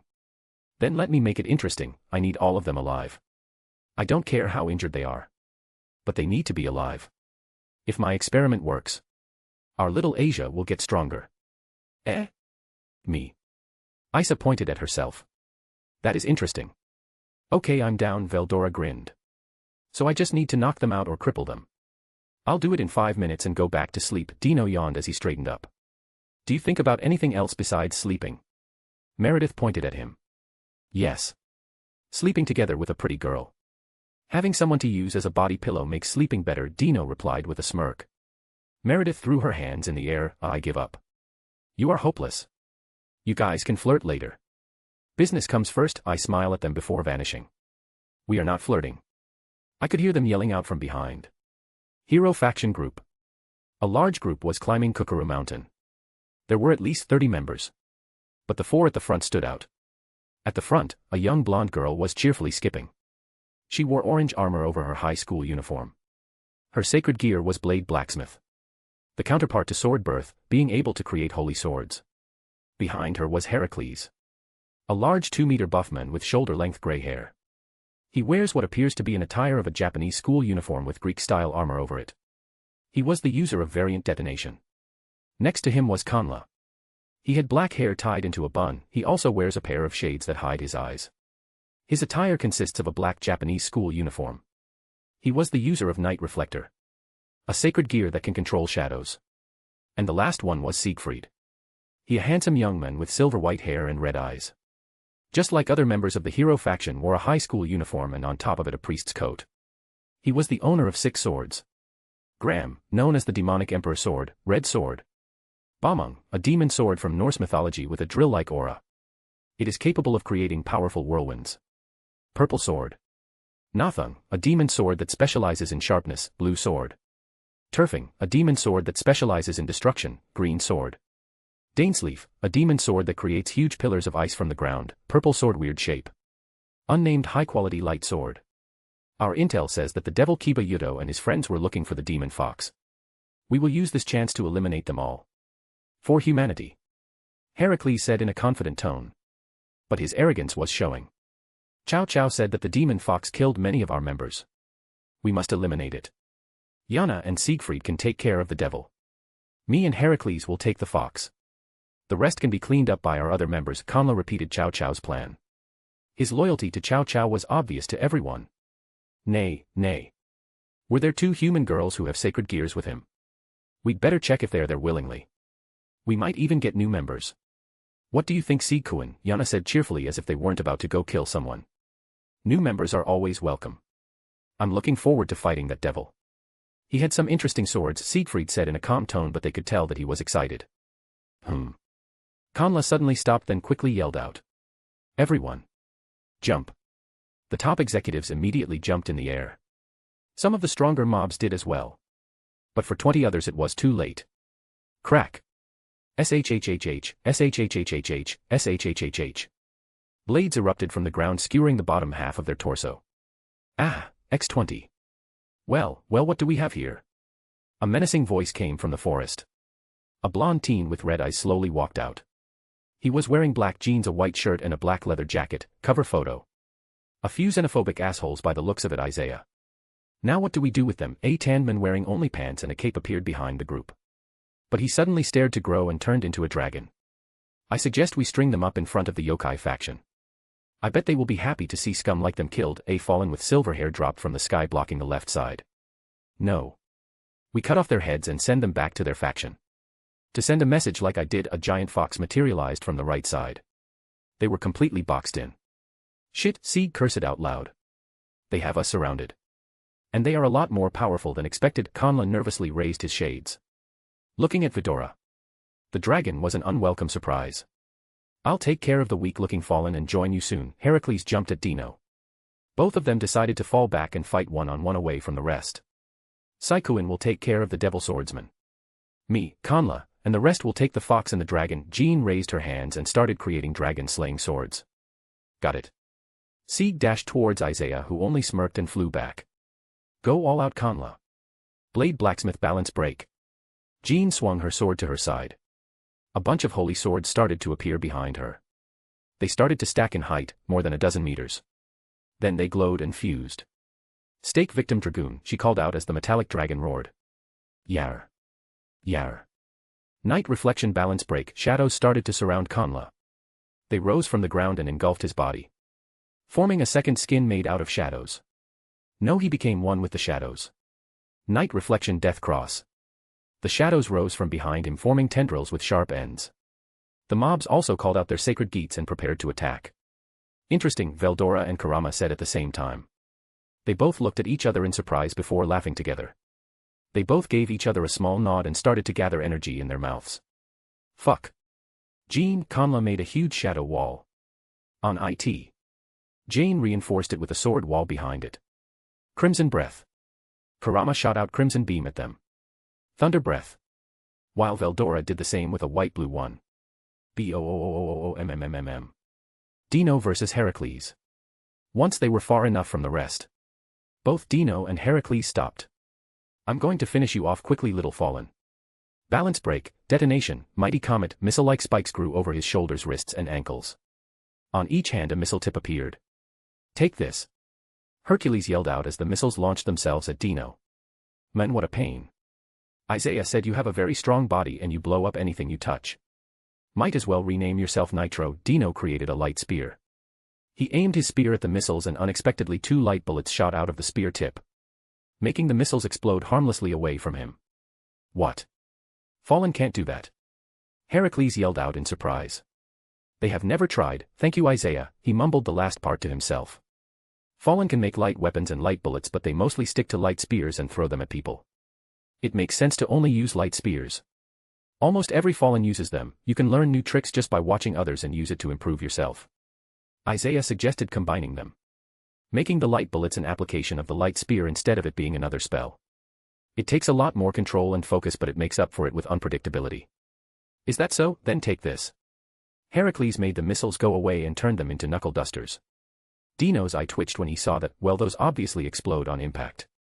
There is absolutely no reason for me to fight him up close. Dino rose to the air with his 8 wings. He spread his arms as dozens of light spears appeared behind him. Oi. Fight like a man. Heracles yelled at him, getting ready to jump and attack him. No, Dino said blankly as he swung his arm. The light spears shot at Heracles, who smashed them apart or tanked them. He had a strong body and had magic resistance. But it was limited. If he took too many shots it would damage him. Dino flew above him and attacked from a distance. He was always just a bit away from Heracles' jumping range. Fuck this. Heracles cursed out loud and smashed his fists in the ground below him, creating a big explosion and dust cloud. He used this opportunity to ran away to the others to regroup. Where do you think you are going? What did you say again? I'm going to finish you off quickly. Well, let me see you try. Dino quickly cut him off and started to spam light spears again. The winner of this fight was obvious. It was only a matter of time. Isaiah versus Sieg. So this is the homunculus. Not bad. He is quite strong. Me and Jean were supposed to do this together. But her swords are needed against the dragon. Looks like I have to wrap this up alone. Balance breaker, Chaos Edge Azura Ravage. He activated his balance breaker and 4 more metallic arms sprouted from his back. Specifically his shoulder blades. 6 sword style. Huh. Zoro would scoff because he doesn't have a blade in his mouth. Wait, didn't OG Kiba use Centauryu against Kokobeel? And does he really think he can take me on? I'll be taking those swords later. Now how will I rip apart this octopus? I really want to show of my superiority as a swordsman. You know what? I'll do it. Seals release. I broke apart all the seals on my body. Now I can move to my physical max. Which was already overkill, but I decided I will not use a single bit of magic in this fight. Sword breath. Unbreakable. Shusue is a black blade that has a distinct reddish-purple reverse wave hamon. It was Zoro's sword. And the coolest one in my opinion. This sword hasn't got any special abilities. It's just difficult to break. Huh. What are you going to do with a sword like that? Siegfried said mockingly. Heh. I practiced with my sword every day for the last 9 years. I slowly raised the katana above me. Tell me, homunculus. Do you know how to cut air? Huh. I swung down. To me it looked like time had slowed down. That's how fast my slash was. WHOOOOSHHHHH. A compressed sword slash flew at Siegfried, cutting all of his arms on the right side of this body. AHHHHHH. Siegfried cried out as he grabbed the stump of his right arm and tired to stop the bleeding. Fuck, my arms are numb. That move really takes a lot out of you. Netero, you fucking monster. Looks like I'll need a few more years to get to that speed. Stand up, you pussy. I know you lot have phoenix tears. Use it. Let me show you what a real swordsman can do, I point Shursui at him. Siegfried had a grim expression with sweat rolling down his face. He used the Phoenix Tear and healed his arm. He went to his max power as he used the sword's abilities against me. I ready Shursui to cut down everything in front of me. I will enjoy ripping him apart. Kurama and Veldora versus Jean and Kanla, most of the mobs are incapacitated. Damn, Veldora said as he looked at the fallen mobs, Isaiah is going to be mad. He said to leave them alive. Don't worry, they are alive. The fallen mobs rose to the air. Kurama's giant hairs were lifting them up. I'm pumping Ki in them to temporarily keep them alive. Jean and Kanla talk. This was definitely not supposed to go this way. Jean cursed as she looked behind her. All of their grunts were down. And the two of them were facing off against a dragon and Kiba no Kitsune. You are telling me we stand no chance against them alone. They are a lot stronger than the information we received. And I doubt they will just let us leave. We cover each other's backs. You take the dragon with the dragon-slaying swords and I will support you when I can while stalling the fox, Kanla, who was covered in shadows, whispered to Jean. Strangely enough, Veldora and Kurama were doing the same. I'll take the girl, Veldora said grimly, knowing that it was a bad idea. Kurama looked at him in surprise. Are you sure? Yeah.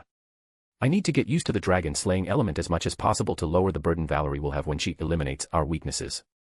Kurama nodded. Ah. Isaiah had the same idea. An interesting one but painful. I'll finish up the shadow guy quickly. My crimson flames should be enough to deal with him. Last one to defeat their opponent buys the winner a drink, Veldora smirked. I'll take that bet, Kurama agreed, and both of them rushed at the heroes at the same time. Meeting up. They grabbed everyone and came to the designated meeting spot. Dino was already sleeping on the ground. Hercules had his limbs and torso impaled with light spears to the ground. Yanyo, like I said, 5 minutes. Zzz. Dino raised his head and then slumped back down to go back to sleep. Veldora was covered in sword wounds. Dragon slaying element is so annoying, he complained as he threw the unconscious Jean near Heracles. She was missing both her hands. Ha ha ha. You are just angry that you lost. I will take a 100-year-old sake. Kurama smirked as he threw the ground and Kanla at the pile. Kanla had stab wounds all over his body. Kurama used him like a pin cushion. Oi. That wasn't part of the deal. Veldora pointed at Kurama. You never said we couldn't specify what drink the winner wanted. Okay, enough. Velodra buy the men his sake. I arrive last and throw Siegfried at the pile. He had lacerations all over his body.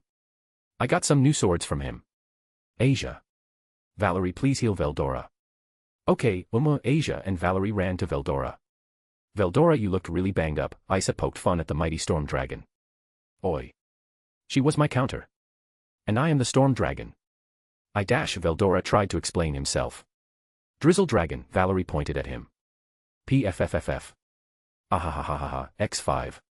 All of us did a spit take and laughed out loud. Valerie made a joke. And a damn good one. She roasted him. Veldora kneeled down and started drawing on the earth.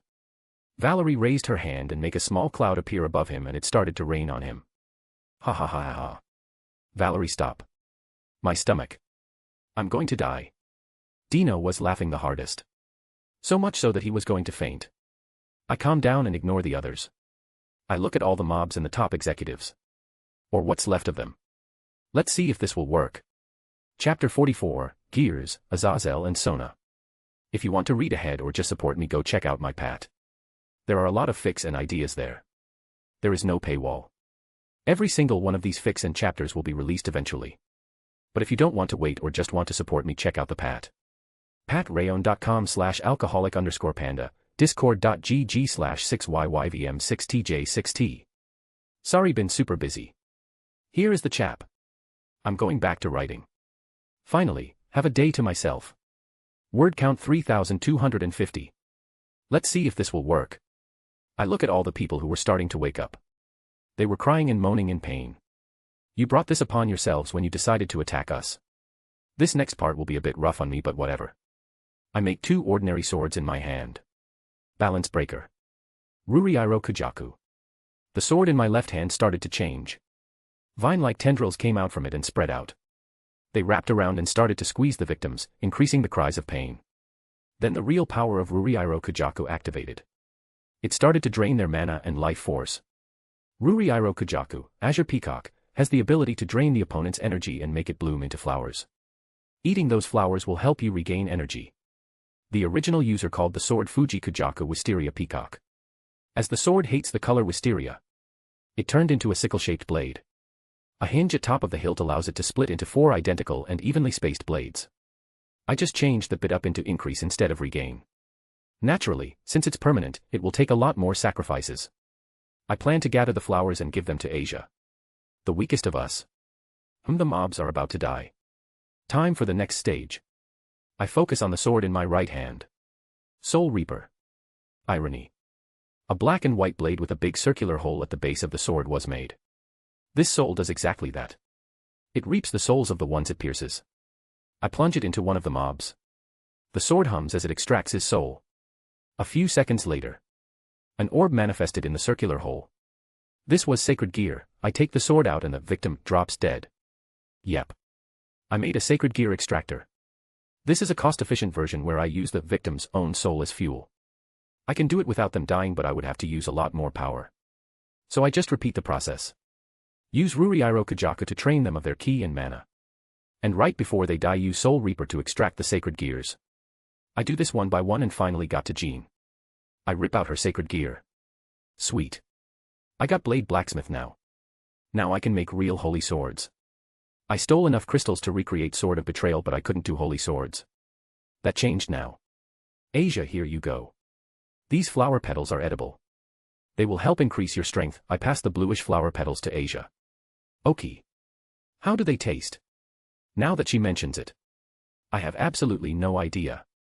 I really don't. Try one out and tell me. Asia grabs one of the flowers with an uncertain face. Well, itadakamasu. Isa bit down on one of the petals and started chewing. Her face scrunched up. So sweet. It's too sweet. Ah. Hang in there. Meredith pats Asia on the back. A bluish aura surrounded Asia. Her strength was increasing. One by one she ate the petals. Those things contained the mana of 4 low ultimate class and a dozen mid and high class humans. Since it's for a permanent increase in strength, some of the power will be lost in the process. Asia's aura shot up from high-low class. All the way to peak high class. Way to go, girl. Meredith cheered for her. Valerie also clapped with a smile. Wow, Asia smiled brightly as she looked at her hands. But then frowned. My control is all over the place. I will need to train a lot for it to be perfect. I scoff internally. Yeah, right. She is born with perfect control. It will take her a week to get it back to perfect. Sigh, some things just aren't fair. And here is another gift. I pass on variant detonation to her. No, it's too much. You already increased my strength. It's better to give it to Karama or Veldora. Asia shakes her head in denial. Nope, they got more than enough power and they specialize in different things. This is perfect for you. It will increase your strength by a lot, plus with this gear, your punches will get that much stronger. We won't have to worry about defending you, I explained to Asia. My senjutsu wouldn't work very well with the gear. Same with Veldora. He prefers energy attacks instead of just punching someone. This gear fits you the best, illusion human. Karama adds his reasoning. Veldora nods, backing him up. Well, if everyone is sure, then I gratefully accept. Asia took the gear and did a deep bow. Now we party. I yell out. Yoo-woo. The rest cheered after me, but suddenly my phone rang. BZZZZZZ, BZZZZZZZ. I grab my phone and check the number. Unknown. But very few people know this number to begin with. Yellow, I call out. Sigh. Hello to you too, you heartless brat. I got the Vritra gears and your money. Where do you want the exchange to happen? Azazel's voice was heard over the phone. I instantly grinned. Time to get paid. Black Dog Bar, I reply without any hesitation. You want the exchange to happen? In one of my places. Aren't you afraid I'll ambush you? Azazel said incuriously. Hell no. Even if you do that, the chances of you actually killing me are minimal. And I will get back at your entire faction. A smart man like you wouldn't do something so stupid. Like hell, he is that dumb. From the start, he has tried to be cordial with me. Neutral in a way. He isn't going to ruin it just because of this. True. I was just asking. But why the bar? So I can get drunk with your money. Well, at least you are spending the money in one of my establishments. So I will get some of my money back. Sure, knock yourself out. And bring friends. The more the merrier, Azazel said happily. See. Old people like him will take what they can get. They have lived too long to be bothered by trivial things. Black Dog Bar. Looks like an interesting place, Veldora said as he sensed the concealing wards. He was wearing a white shirt and brown pants. As he wasn't about to go topless in a high-class bar. The girls were dressed up in fancy dresses. Asia was wearing a green dress that matched her eyes. Valerie was wearing a wine-red dress. And Meredith was wearing a deep blue dress which strangely suited her auburn hair. Isaiah was wearing a white shirt with a black suit coat, suit jacket, and black pants. Even Dino was wearing a white suit. Kurama sadly still couldn't enter his human form. So he stayed behind. With more motivation to get his KI under control. As soon as we enter we see that Azazel was already at the bar table. He raised his glass when he saw me enter. He pointed to the table near the bar. Looks like they reserved a table for us, Meredith mumbled. Well, this is a business meeting. Somewhat. It would be considered bad form not to get us a table, I explain as I sit on the bar table. Dino took the seat on the other side of Azazel. The others go down to their own table. Hello, my runaway son. I'm curious to know what made you do it. Why did you leave Grigori? Azazel asks calmly. There was no hostility in his words. Just pure curiosity. You woke me up with an ice bucket too many times, Dino says with a dead serious voice. That's it. Tobio said incuriously. He left his faction. The faction his father runs. Because of something like that. Sleep is sacred, Dino nodded like the choice he made is justified. Azazel sighed while Tobio facepalmed. Well, if you haven't noticed by the stage gear, it's rock/pop night. That's why there are so many younger people here. You guys enjoy yourselves. I need to go backstage to check on some things. The other waiter will take over. I turn around to the crowd and they were right. Lots of young people were in the bar. Naturally everyone over 18. Except those from the supernatural. Here you go, you evil monster. Azazel makes a magic circle behind the bar and a couple of cases appeared. There was already a ward around us to block the humans from seeing. I grab the first one and open it up. In it, 3 violated metallic orbs were contained in some kind of orb. The Vritra gears. I use telekinesis to open up the other cases. Money. Gold. Jewels. Metals. Yep, 10 billion right here. Pleasure doing business with you, I grin at Azazel who had a sour expression as all the cases vanish in my own storage space. Enjoying Rennie's singing. Girl's Dead Monster, Crow Song, Angel Beats. You guys can choose your song. But I recently heard this one and it threw me back so hard I got chills. Wow, Asia says as she hears Lavinia. Her voice is beautiful, Meredith had her eyes closed as she listened to the singing. Pretty, Valerie noted. The girls love her. And I'm enjoying myself as well. Woo. Rini. Veldora's eyes were shining as he stood up from his seat. Shut it, you otaku. Meredith slammed him back down. This is going to be a fun night. Kuo. Akuo. Can't say I have missed this, I say while looking at the city from above. Isaiah. As much as I like the view. Can we please go down? Asia said while holding on to me for her dear life. I was carrying her princess style. I needed her in case something went wrong. So she could heal them. Which wasn't going to happen. But it was professional in a way. I brought my own healer just in case. Well, let's go meet Sona. Kuo Academy. Student Council Room. Asterisk scribble. Scribble. Scribble, asterisk. Asterisk scribble. Scribble. Scribble, asterisk. Sona was finishing up a giant stack of paperwork at incredible speed. Wow, Kaicho sure is pumped today, Momo mumbled. That's Kaicho for you, Saji said proudly. BZZZZZ. Sona quickly grabbed her phone and put it between her ear and shoulder so her hands can be free. Sauna Shitori. May I ask who is speaking? Sona's hands didn't stop for 1 second. Hello Sona-chan, a playful voice was heard over the phone. Sona's hands froze. Kiba. She yelled out in surprise, causing the rest of her peerage to just stand there dumbfounded. Bingo, how have you been, Sona-chan? I'm in Kuo currently and I have an interesting deal for you involving sacred gears. Wanna hear me out? Sona's mind was working in overdrive. Me and my peerage will arrive in the park in 30 minutes. Will that be acceptable to you? Sona already figured out that he doesn't want to come near the school. Otherwise, he wouldn't have called, he would have just walked in the student council room. But Rias and Co would definitely sense him. That sounds great. See you there, and with that he cut off the call. Everyone get ready. Sona quickly stood up from her chair. Kia, I get to see Kiba again. Where is my dress? Should I put makeup on? Sona facepalmed, not that kind of ready. Kiba is currently considered a threat to our faction. Or that's at least what my sister says. I mean, get ready for possible combat. But I doubt Kiba would attack us. Tsubaki shifted her feet a bit. Can we dress up a little? The other girls in her peerage who had a crush on Kiba were looking at her with a begging expressions. Sona just slumped, sigh fine. Yay. Don't worry, Kaicho. I will be there to stop him. Saji patted his chest, trying to look cool. Sona just stared at him. Saji, when we get there just keep quiet. Otherwise, you might piss him off and I will have to intervene to save your life. Kiba is, wait, he is Isaiah now. Isaiah is stronger than all of us combined. When I said prepare for combat, I meant more as tactical retreat. Saji froze in place, you want us to run away? Sona raised an eyebrow and just looked at him like he is an idiot. Do you want us to stay and die? Fair point, Saji slumped. Koa Park.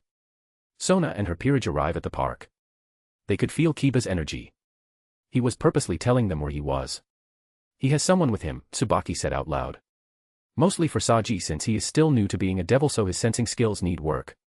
They arrived near one of the benches on them. Isaiah was eating ice cream with a short blonde girl. She was wearing denim shorts, a pink punkish t-shirt and a blue hoodie. Her hair was in a ponytail.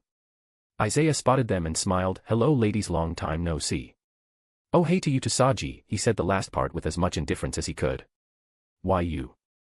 Saji raised his fist only for Sona to smack him over the head. Saji, behave. Long time no see. You are going by Isaiah now, right? That's what you said before you left. So what's this deal that you mentioned? Sona said strictly. Business first. I'm fine with that. I have been involved in a new business recently. Sacred gear exchange. I made a sword that is able to safely extract sacred gears. Lots of people have been using my method to switch to sacred gears more suitable to their fighting style, Isaiah explained with a grin. That's incredible, Tsubaki said breathlessly. You figured out to take out sacred gears safely, Sona said in disbelief. Oh, Ne-sama isn't going to like this. Yep, and some people have taken an interest in Saji's gear. Even if it is a low-rank gear, its absorption qualities hold certain interest to scientists. Bullshit. Like a Vritra gear will be low level. They are willing to exchange a mid-rank sacred gear. Isaiah takes out a bluish orb. Inside the orb was a blue bow. This is Starling Blue. A bow-type sacred gear. It shoots blue light arrows, which act like light attacks from fallen and from angles, making them effective on devils. Isaiah explained, got it from one of the hero grunts. It was a lucky find. So are you willing to trade this for Saji's gear? This is non-negotiable. One gear for another. I think a bow that can deal light attacks is more useful to your peerage. The rating games are starting soon, right? Sona looked at Saji then at the orb. Saji was doing the same. He summoned his gear and was thinking what would be better for him. Sai, is the extraction process 100% safe? Sona asked seriously. Yep, it will be painful and there is a small chance it will damage the host. It will not be life-threatening or crippling. I even brought a healer with me just in case. Meet Asia, the holder of Twilight Healing. Isaiah pointed to Asia, who only waved her hand. Sona sighed. Saji, the choice is yours. I think Starling Blue will suit you more. But this is your soul and sacred gear we are talking about. You might get injured. Saji looked at the gear on his wrist. I'll do it. Anything for Kaicho. We need to win in rating games for Kaicho's dream to come true. The light bow will help us out a lot, Saji said resolutely. Good choice. Balance breaker. SG extractor. First a barrier appeared around them, then a black and white blade with a big circular hole at the base of the sword appeared. Get ready. I will plunge this sword in you. It won't do any physical damage. That's because it attacks the soul directly to cut off the gear from the soul. Asia, the sword should make the pain minimal but start healing him just in case. Tearing the soul damages the body as well. As soon as the gear is out I will put Starling Blue in to fill up the gap. Got it. Asia summoned her sacred gear, which was 2 rings on both hands. Ready? Isaiah asked Saji, who just nodded resolutely. Isaiah just slowly stabbed the blade in his chest. It doesn't hurt. Saji said in surprise. That's because the process hasn't started. Grit those teeth. The sword started to glow. Saji started to scream out in pain. Saji. Sona's peerage yelled out. Asia. Isaiah quickly followed as he put in more power into the blade. Asia also started to heal him. Saji's screams immodestly stopped, but he was grinding his teeth in pain. Isaiah used more and more power to make the process as painless as possible. In a few more seconds Isaiah and Saji let out a relieved huff. The process was over. He drew the sword out and inside the hole in the sword there was a purple orb with Saji's gear inside. Man, I feel tired, Saji slumped a bit. That's because of the void that is in your soul right now. The space that the gear previously took. Here after taking the new gear you should feel better. Isaiah pushed the blue orb inside Saji's chest. He glowed blue for a few seconds before sighing out in relief. Much better. Now for the next part. You need to wake up the gear. Since you are already tired it will drain you fully and you will faint. But we need to test if the gear is fully functional. Do you understand? Isaiah asked Saji. Wait, he doesn't need to test it now, does he? Sona intervened. Well no, but I'm not sticking around to wait until he is rested. And I need to make sure the exchange is successful. I got a reputation to keep up now. Summon the gear. Saji looked at Sona before giving her a wry smile. He then closed his eyes and concentrated. Huff. Huff. Huff. Starling blue. Saji called out with all his remaining power. A bow made from blue light appeared in his hands. He pulled back a string and an arrow from blue light formed. He let go of the string and the arrow took to the sky. Saji moved his hand and the arrow moved as well. Kaicho. Saji excitedly turned to Sona and her peerage only to trip. His gear deactivated and Saji lost consciousness. Sona's peerage was quick to catch him. Well, that's another successful transaction. Sona, I'm in a bit of a hurry so I will have to leave. If you need anything feel free to call me on that number. Oh, and I will only accept calls from you so don't bother giving out that number. Bye. Before anyone could say anything Isaiah and Asia disappeared in a flash of light, leaving the rest of them in the park. Sai, let's go. We need to get Saji back to bed. I need to report this to my sister and I need coffee. I can feel the headache coming. Sona rubbed her forehead. Hi Kaicho. Chapter 45, Damsel in Distress. If you want to read ahead or just support me, go check out my Pat. There are a lot of fics and ideas there. There is no paywall. Every single one of these fics and chapters will be released eventually. But if you don't want to wait or just want to support me, check out the Pat. patrayon.com/alcoholic_panda, discord.gg/6yyvm6tj6t. Word count 2500. After dealing with Sona I didn't actually teleport anywhere long distance. I just warped to another part of Kuo.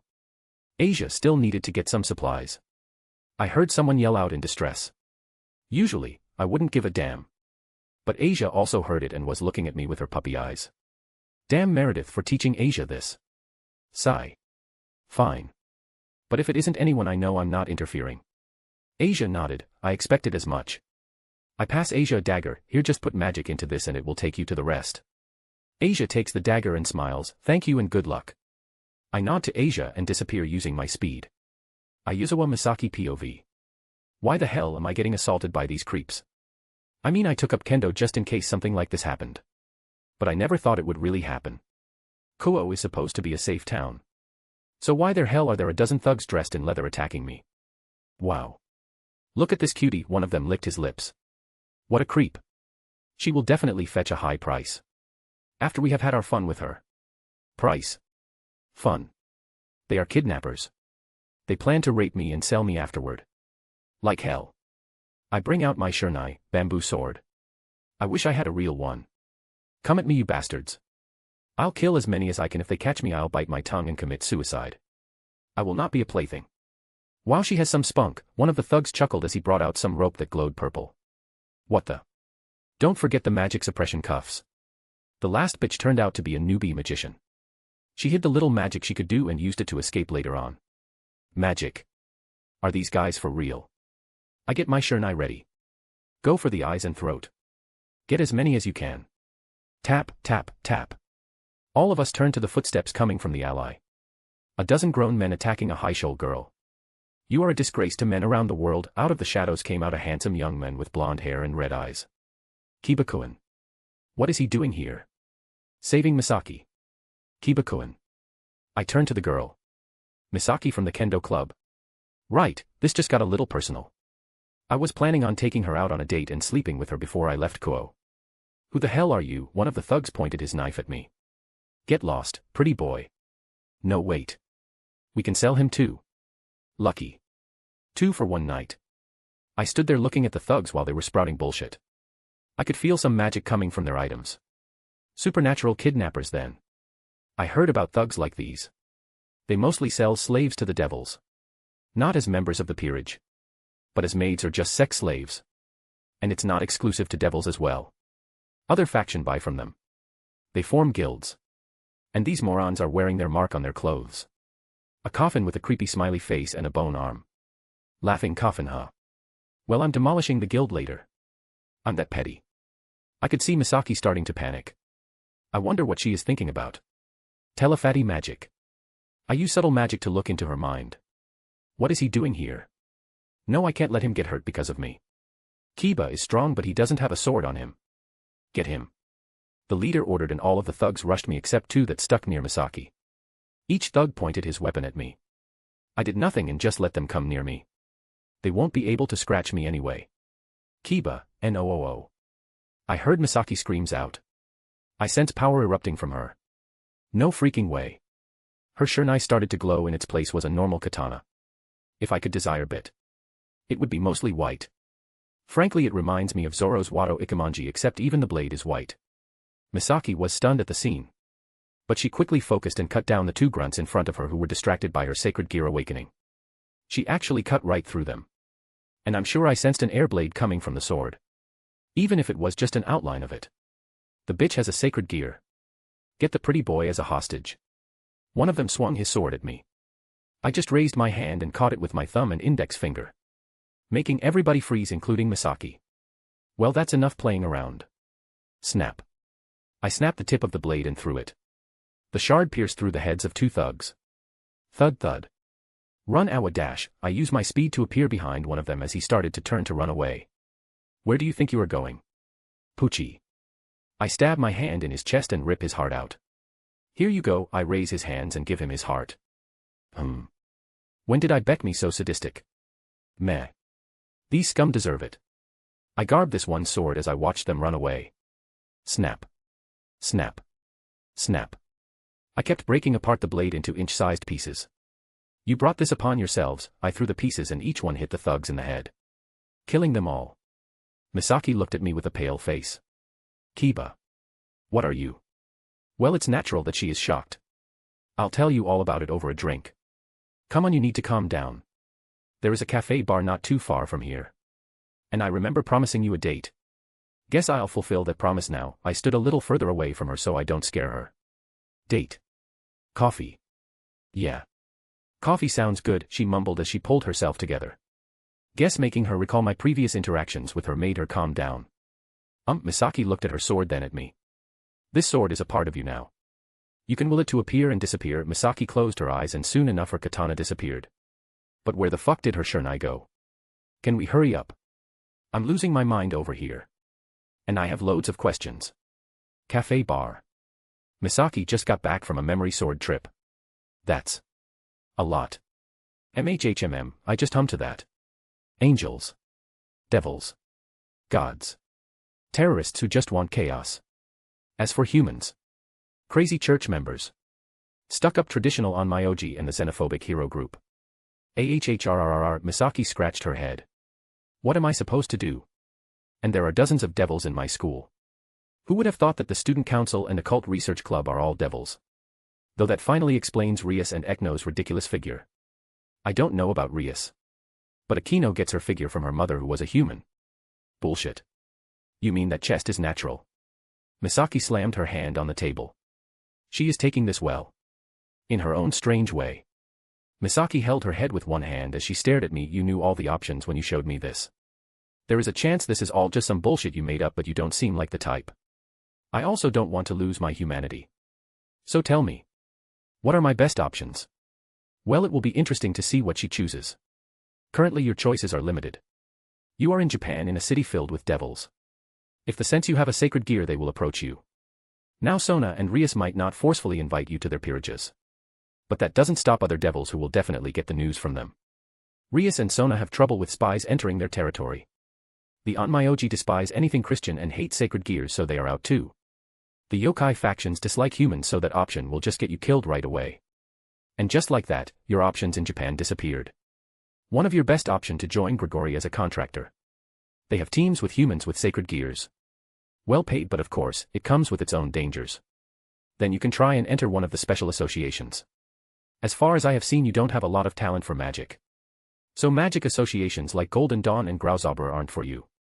But there are groups who train people to fight. So instead of magic they teach martial arts. Misaki looked like she wanted to bang her head on the table. And then there is me. I'm gathering a team of talented individuals.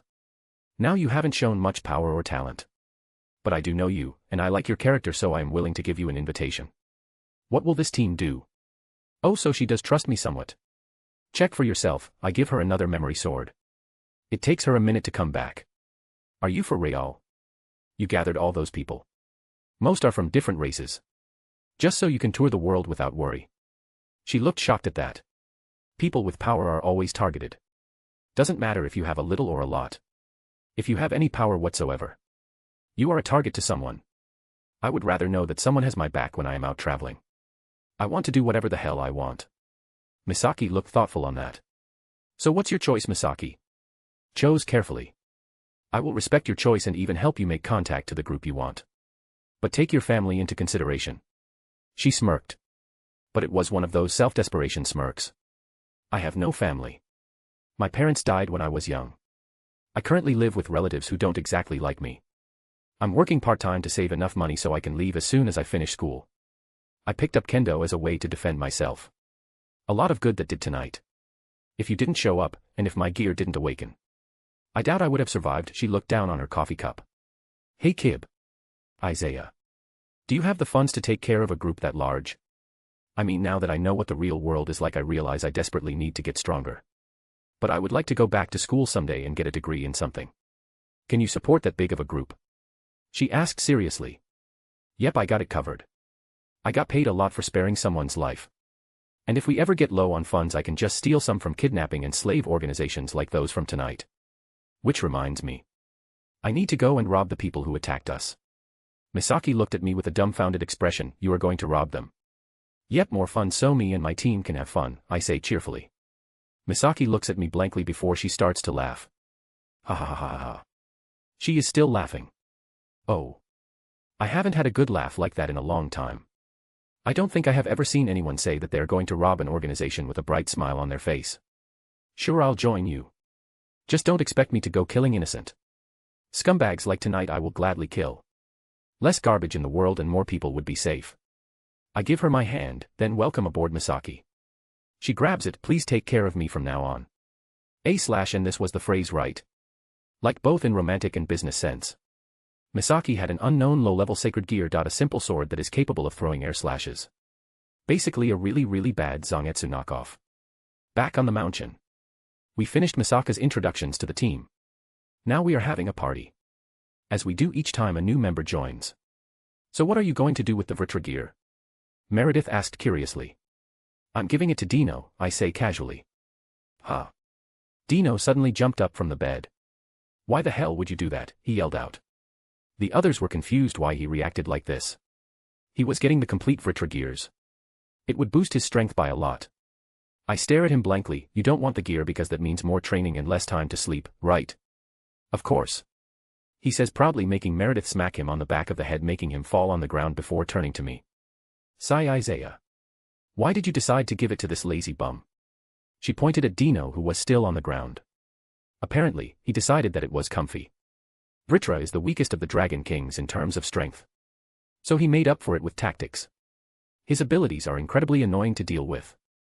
Dino is similar in that regard. He is a technical fighter. Always preferring to end the fight quickly using any means necessary. He positions his enemies into traps he sets during the fight. The Vritra gear suits him well.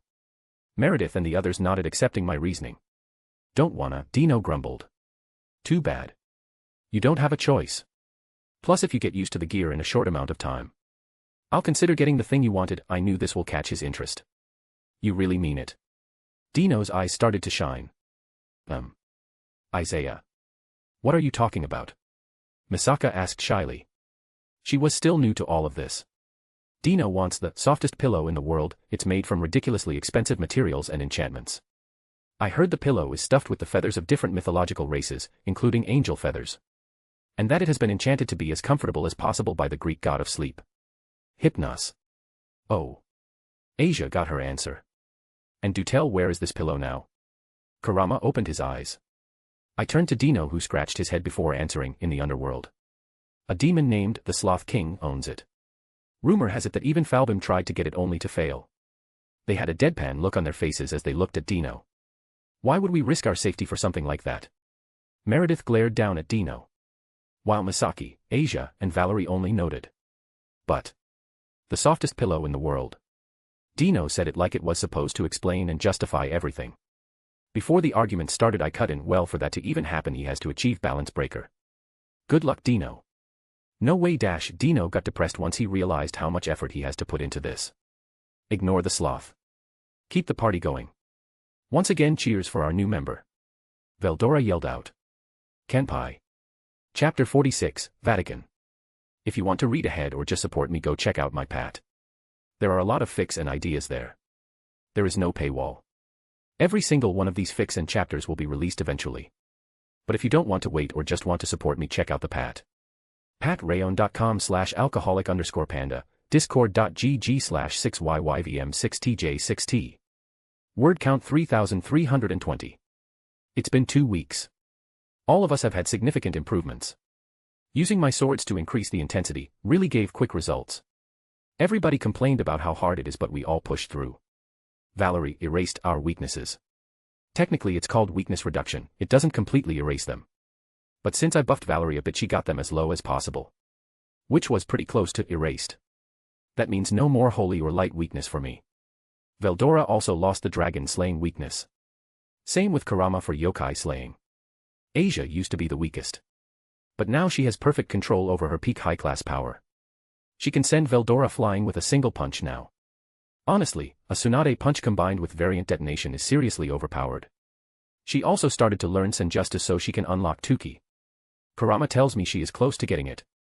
Something about her pure personality making easier to connect to nature. Plus my swords make it even easier. I call bullshit, but whatever. Meredith has been practicing with her sacred gear. That's the best path for her. She now has more attacks with her holy nails, fusing them to make bigger weapons and figures. She even made some golems made out of those nails. The golems had spikes all over its body, like a hedgehog. And it packed a punch as well. When it's defeated or its core is destroyed, it blows up, sending all the nails flying in all directions like a bomb. Dino got Vritra gear and we awakened Vritra. He was surprised that someone got all of his pieces back together. Now he is coaching Dino. Vritra and Meredith keep him from slacking off. Both of them are trying to make a scale male balance breaker. Vritra was surprised about how much the world has changed. And since everyone has an armor-type balance breaker these days, he wanted one as well. Dino is more than strong enough to handle balance breaker. He and Vritra are figuring out how to do it. It shouldn't take them long. They said they were close to doing it. Veldora didn't want any sacred gear. Call it a dragon's pride. Every single famous dragon got to that level without any sacred gears or weapons. Every part of their body is a weapon. Kurama made a lot of improvements. Thanks to my swords. He got rid of 3/4 of the corrupted Ki, but kept 1/4 to use as a weapon on his enemies. He can finally enter his human form. He was very happy about that. He also didn't want any sacred gears, which I'm fine with. As long as they don't slack off on their training, they can take any route to power they want. As for our newest member Misaki, I just decided to give her Kanla's sacred gear Night Reflector. I could have saved it for someone more compatible with it, but might as well give it to her from the start so she can start training in it. Her original sacred gear is too weak, but together with this one she might make something interesting. Like I did. I combined both gears to form a new one. Sacred gears react to strong willpower. I just willed them to combine and they did. Sword creation. I can make any sword I want now. Holy, demonic, and everything else I can think of. Given that I have the pre-required mana levels, of course. All in all, I think we are improving in a steady but good pace. BZZZZZ. I pick up the call while doing handstand push-ups. Yo Kiba. Or should I say Isaiah? Long time no see. That voice.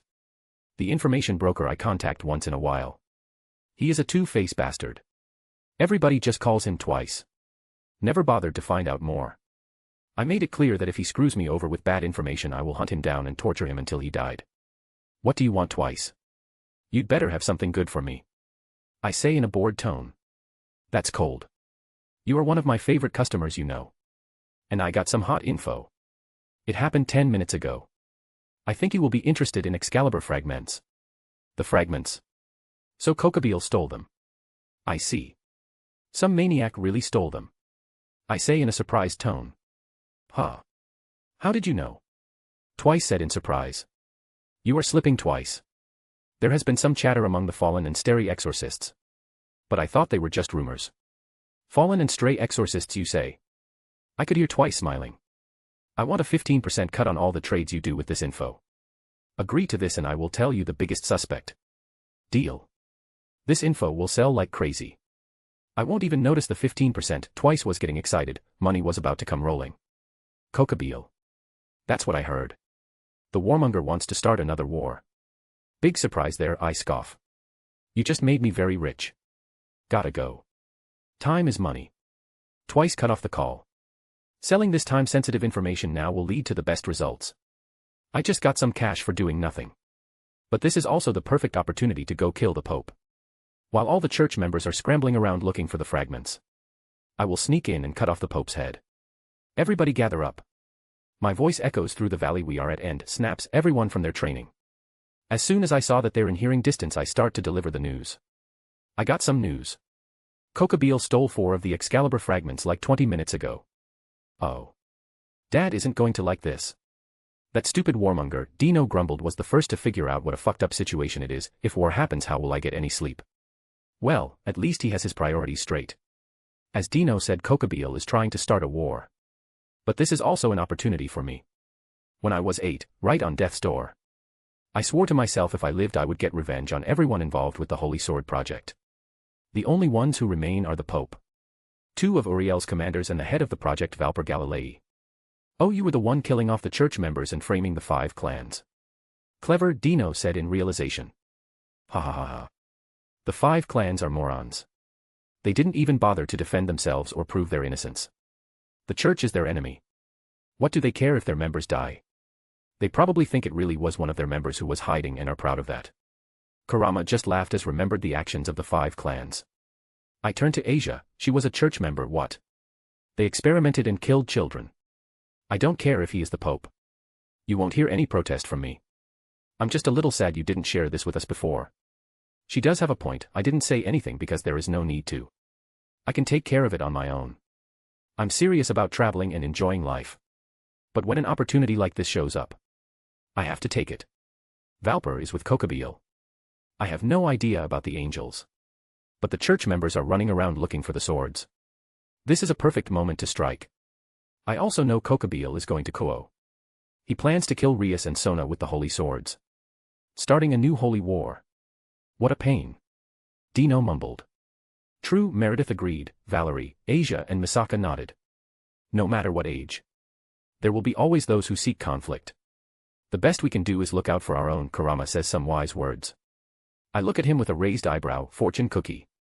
He just nods. Fortune cookie. So I suggest you slowly start to get ready. Once I'm done with the Vatican, I will teleport us to Kuo. We finish off Valper. And if Kokobeel is stupid enough to attack us, we rip him apart. Then we start our world tour. Veldora put his hand in front of him, looking at us with those sparkling eyes. He wanted to do a team cheer.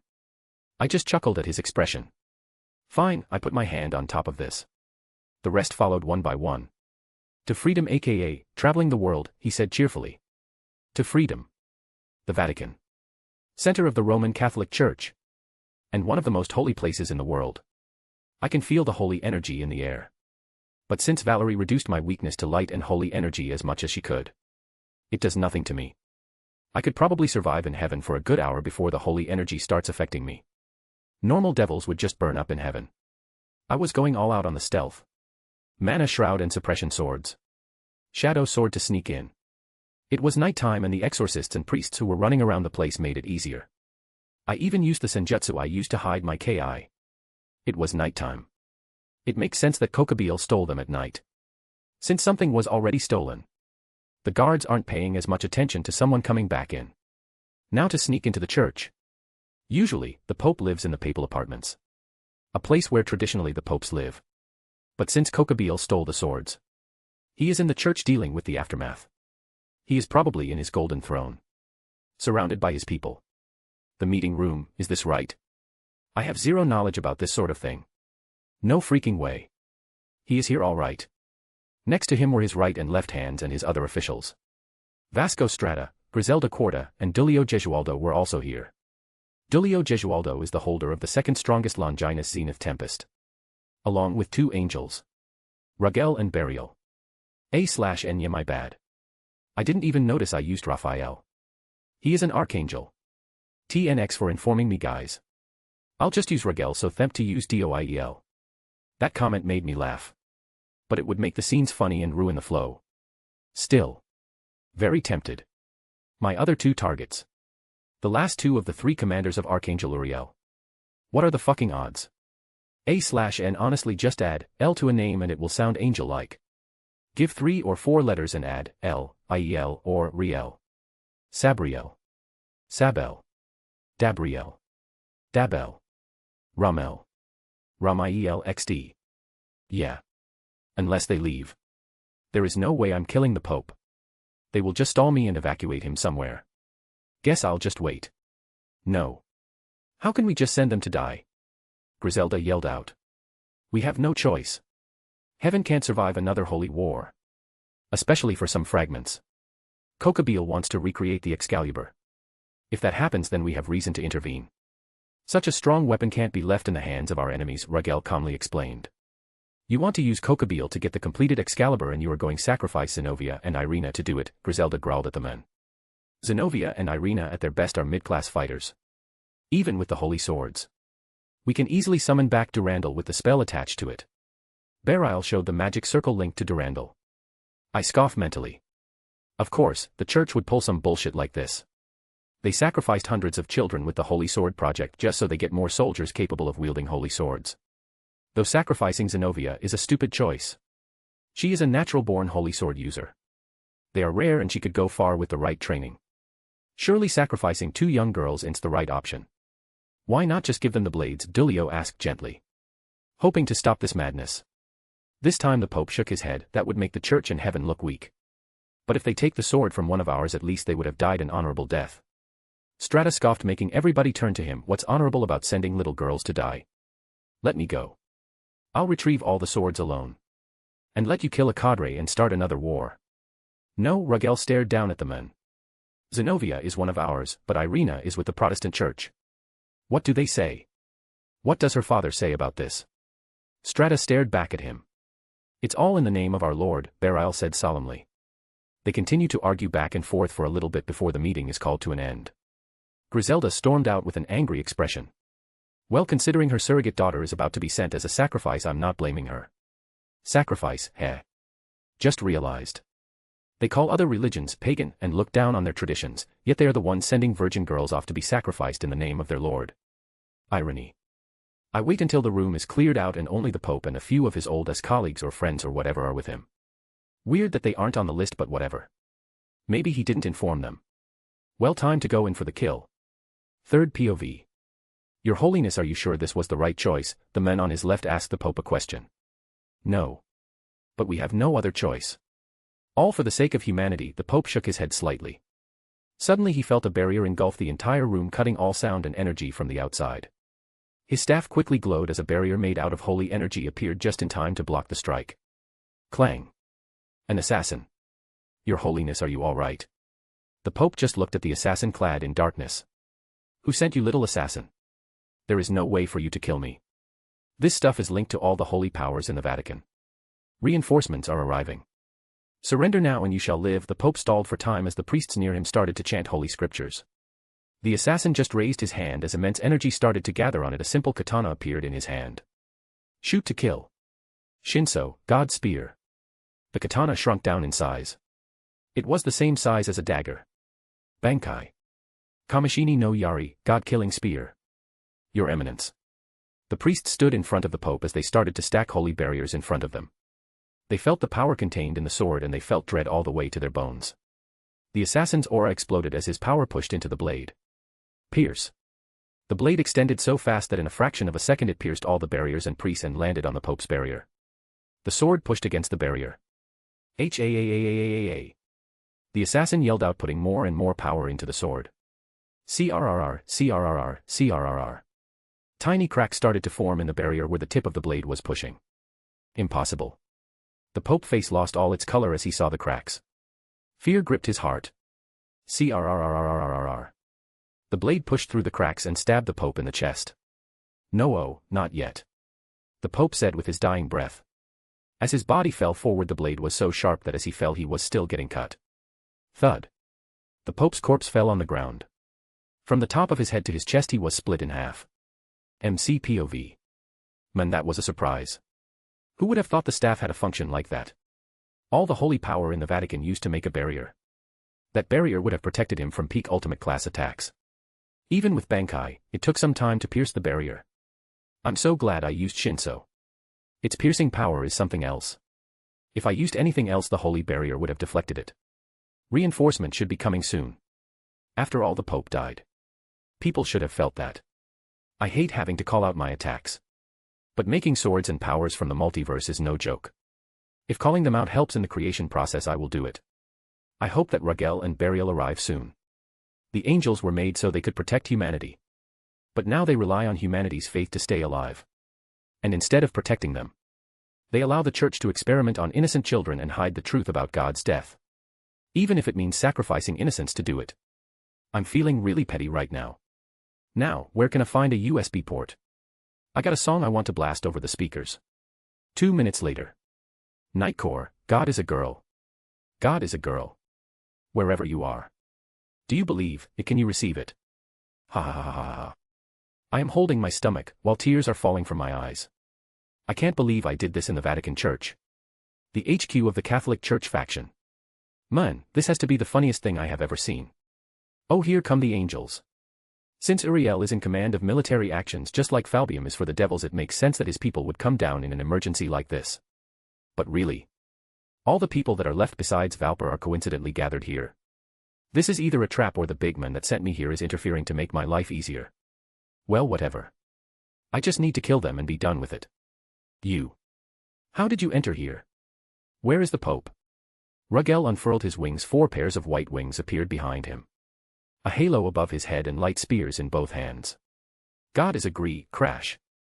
And how dare you play this heathen music here? Burial was angry, but he kept it in check. As all angels are trained to do. They can't succumb to sins or they will fall. I wonder. Balance breaker. I make a sword in my hand. Shatter. Kyoka Suijetsu. Raphael POV. Was that supposed to do anything? Who does he think he is? Don't let your guard down, brother. Who knows what kind of tricks he has? Burial narrowed his eyes at me to make a point. I know. But with the 2 of us here he won't be able to do anything. Whoosh. The assassin appeared before us. He quickly kicked me away before I could do anything. I watched as Burial stabbed him with his light spears only for them to pass through the assassin who raised his sword. NOOO. Burial tried to fall back, but it was too late. The sword had already pierced his heart. Burial. Rugel. How dare you kill my brother? Righteous anger surged through me. Burial will avenge my brother. Die. MCPOV. So this is the true power of Kyoka Suijetsu. Complete hypnosis. I think this is the first time I actually used it like this. Clang. Clang clang clang. The 2 angels were having a high-speed battle. Light spears clashed with each other. A death match between brothers. Without them even suspecting a thing. After I used Kyoka Suijetsu, I just kicked both of them away to separate them. Then I made the illusion. Burial saw Rugel getting killed, while Ragel saw Burial. They are now going to fight until they kill each other. As much as I would like to stay and watch, I got better things to do. I use my superior speed and dash at them. Both of them can't even sense me anymore due to the illusion. I swung my sword. Splat. X2. And I decapitate both of them. Thud. X2. Now only Valper remains. Chapter 47, Exorcists. If you want to read ahead or just support me, go check out my pat. There are a lot of fics and ideas there. There is no paywall. Every single one of these fics and chapters will be released eventually. But if you don't want to wait or just want to support me, check out the pat. Patreon.com/alcoholic_panda, discord.gg/6yyvm6tj6t. I put down a list of other fix below. Word count 2080. Now only Valper remains. But this is too much luck to be just a coincidence. 3 of my 4 targets all in the same place. I think not. I guess that ROB or whatever wants me to finish it as quickly as possible so he can consider this deal completed. Whatever. I quickly teleport back to Kurama's mountain. Yo, back already. Kurama, the designated Senjutsu master, was the first to notice me. Yep. Something interesting happened. The Pope was being guarded by 2 of Uriel's commanders, who were also my targets. That's lucky. Very lucky, Kurama said suspiciously. In a world like ours, coincidences rarely happen. Usually, it means someone is pulling some strings from the shadows. What's lucky? Veldora dropped from the sky. The others arrived right after him. Me and Kurama share our thoughts with them. You are right. It's extremely suspicious. But there is nothing you can do about it. Meredith nodded. Asterisk it yawn doesn't matter. Let's just go to Kuo and kill Valper. Then we can start our adventure, Dino mumbled with his face mask on. Meredith pulled back his mask, sprayed something on the inside and let go. Slap. The mask snapped back to the place. Meredith started to count 1, 2, THR-AHHHHHH. It burns. Dino started to roll on the ground while holding his eyes. What did you do? Asia sighed as she went to heal Dino. Liquid tear gas on his sleeping mask. Meredith casually shrugged her shoulders. You bitch. Dino stood up with his eyes still a bit red. HAAA. Who are you calling a bitch, you slacker? Meredith grabbed Dino's shirt collar. Dino did the same, and now both were nose to nose while glaring and growling at each other. I bet a $100 that they are going to kiss. Veldora announces. I'll take that bet. Asia surprisingly replied. Me too. Valerie and Misaki joined on the fun.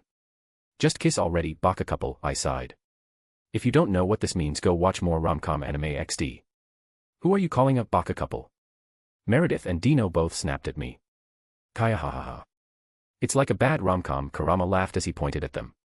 Ever since he got his human form, he has been watching and reading anime and manga on Veldora's tablet. I just shake my head at their antics and went to prepare. A few minutes later Valerie appeared. I turned back to her, her head was lowered and she had a big blush on her face, and was nervously playing with her fingers. Need blood again? I ask her gently, to which she only gives a small nod. I smile at her and sit down and remove my jacket. Valerie refused to look me in the eyes. Her face turned red as she straddled me and pushed away my shirt a bit. Chew, A/N if you know, you know. Valerie started to drink my blood. Drink a little more than normal. You need to be at your peak for this. Leave nothing to chance. The only reply I got is that the drinking got faster. A few seconds later, she stopped drinking. I used KI to heal my wound. Filled up. I patted her on the head. Valerie only shyly nodded, not moving her head from the crook of my neck. She is super cute and she is like 4 to 5 years older than me. Suddenly Valerie put her hands on my cheeks. She quickly moved her head and pressed her lips against mine. It was a soft kiss that barely lasted for a second. But her face afterward was a sight to see. She was red from the tips of her ears all the way to the end of her neck. Valerie quickly burst into dozens of bats and ran away. Ha ha ha ha. I take it back. She is adorable. Go to Kuo. Team, MC, Dino. Veldora, Kurama. Asia. Meredith. Valerie and Misaka. We all arrive outside Kuo. Man, it feels like forever since I have been here. Even though I have only been gone a few weeks, Misaki smiles as she sees the town. Well, she has lived her whole life here. So I can't really blame her. Duke, I call out. From my shadow, Deucalion showed up. Go check out the city. I want to know where all the players are. Deucalion nodded and disappeared into the shadows. As a blade wolf, he can't really do that. But he has a permanent shadow sword in the form of a tattoo. He powers the thing himself. We walk around for a while. Duke came back fairly quickly and telepathically give me the information. The maniac Freed is still killing people. Valper and Kokabeel aren't here yet. And 2 exorcists just left the empty church and are heading towards the school. Let's cut them off. One of them has something interesting. Irina and Zenobia, third POV. 2 cloaked figures were walking through the park. Their goal was to reach Kuo Academy. Zenobia, do you think things will go well? Irina said calmly. Her friend scoffed. We are dealing with devils. So I doubt it. The other devil Citri agreed to stay out of our business. But if the rumors are true, I doubt this one will. If they get in the way of our mission, we cut them down. Hello, little exorcists, the young blonde man smiled at them. Man, these church members are as crazy as ever. Behind them a tanned blonde man dropped from the sky. Irina and Zinovia were quick to raise their blades against them. I wouldn't do that if I were you. Karama appeared out of thin air. He used illusions to hide himself. More and more people started to pop up, making Zinovia and Irina nervous. What do you want? We are messengers of the church, Irina said nervously. Are you with the devils or the fallen? Zinovia demanded the information. Neither. What I want is the other sword the blue-haired girl has. Take out Durandal. I will duel you for it one-on-one. And you have no choice in the matter. Isaiah brought out Excalibur ruler. If I lose, I will give you Excalibur ruler. Isaiah smiled confidently at them. I feel like a bully. But why let the devil faction have such a good sword? Even if it was basically a gift from heaven. Michael gave Ascalon and Durandal to the devils, in exchange for the mechanics behind the evil pieces. How do we know you will keep your word? You outnumber us after all, Irina pointed out. Fair point. But my word is my bond. Besides, these people will guarantee I keep to my word. Especially her, he pointed at Asia, who waved her hand at the exorcists. Zenovia's eyes widened when she saw her. Wait, I know you. You were a holy maiden before you were excommunicated. She then snarled, so it is true you have been colluding with the devils. You witch. Oh. Now that you mention it, I did hear she was exiled because she could heal devils and fallen, Irina said in her cheerful tone. Asia just facepalmed. Ah. So this is what I was like. Naive, stupid, loyal to the church and God. I really dodged a bullet there. I should be thankful they excommunicated. No, wait. They were in on it and planned to have me killed. Thank you again, Isaiah, for taking me away from a life in the church. She turned to me and gave me a big smile. All while pissing off Zinovia and Irina. I'm so proud. Asia is doing mind games now. UWITC-. Zinovia pointed at Asia. No, listen here, you bitch. I was given this gear by your god. The sacred gear he made. So how is it my fault that I am capable of healing every race there is? Asia yelled at both of them, leaving them stumped. Zinovia got pissed off and her aura spiked. Are we going to waste time or are we going to duel? Your targets might escape if you don't hurry up. I stopped Zinovia from doing anything stupid by reminding her of her mission. Only more question. Do you believe in our God? Irina asks, hopefully. Asia shook her head. I have believed in God all my life. I was raised that way. But when your friends, your family, your God, when they abandon you, when you have done nothing wrong, that is the time to ask yourself, are these people worth my faith? My loyalty? I found the answer to be no. A/N holy fuck. I love this. I have no idea how I wrote this. It's like day 3 that I'm writing this chapter. I'm so glad that I kept writing the scene instead of starting the duel. A saint only needs God's love. Those seeking love or friendship aren't worthy of sainthood, Zinovia says with firm conviction. It's no use. They have been brainwashed since childhood. It's like a cult. No, it is a cult. Normal people just pray, do good deeds and keep traditions alive. That I religion to them. These morons will kill children in the name of their God. Whatever. Do as you like. And good luck. You will need it to face Isaiah. Asia turned her back on Zinovia and walked back to the group. Third POV. Zinovia scoffed as she saw Asia walk away, but she quickly focused on Isaiah. She could feel the power rolling off of him. Petra, Basilius, Dionysus, and Mary, the Holy Mother. Hear my voice. A yellow magic circle appeared next to her. A big sword bound by chains came out of the circle. In the name of the saint which rests in this blade, I will unleash dash. The chains broke apart. The holy sword, Durandal. Ha-iya, Zinovia runs as she prepares to cut Isaiah in half. Naive, Isaiah raises his hand and a golden white European longsword appeared. Holy energy freely radiating from it. He used it to block Durandal, quite easily at that. How? How can a devil wield, let alone make holy swords? Zinovia was getting hysterical. Her worldview was getting destroyed. Well, why would I tell you that? Why don't you go pray to your God for answers? Isaiah smirks at her as he pushes her back. Then processed to swing his sword at high speed, putting her on the defensive. He can make holy swords. Ah. He also said, God. But devils can't do that. Irina pointed her finger at Isaiah while looking at my team. Karama scoffed at her. Heh. Only weak devils get affected by the system God put into place. Isaiah is anything but weak. Zenobia once again tried to attack Isaiah, but he kept parrying her attack with a lazy smirk on his face. Stay still. Zenobia screamed out as she prepared to use the power of Durandal. She raised it high above her head and slashed down at Isaiah. Okay, Isaiah put his hand in front of it. His mana, dark red, and Ki, white, surrounded his hand. It looked like his hand was made from energy. Isaiah caught Durandal with little to no effort. All the force behind Durandal's swing was cancelled out. The result was obvious from the start. Zenobia is peak mid-class with Durandal. Isaiah was almost mid-high ultimate class. There was no competition to begin with. But that's impossible. Durandal can cut through anything, Zenobia says weakly, barely more than a whisper as she stared at his hand. You have no idea what's possible. Isaiah raised his own sword and the sword transformed into Durandal. His own copy, he slammed it into the original, burying it in the ground. Zenobia refused to let go of the handle, so she was pulled down a bit as well. But before she could even do anything, Isaiah's finger poked at her throat. Game over. I could have killed you then and there. His words make Zenobia drop on her knees. Isaiah makes his copy disappear and picked up Durandal. He looked at it for a few moments before he threw it at Veldora, who caught the sword and started playing around with it. If you want to get the sword back, you are welcome to challenge me at any time. With that, Isaiah and his team left Irina and Zenobia. The church just lost a priceless holy sword. The fifth one this week. ####A/N. This chapter is a bitch to write. It took like a week.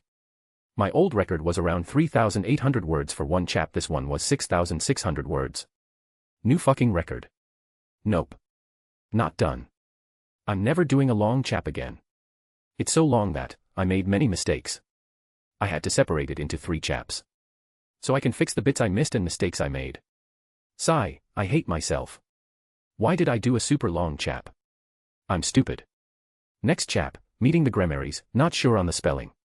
Gremmaries. A/N4 Excalibur fragments and Durandal XD.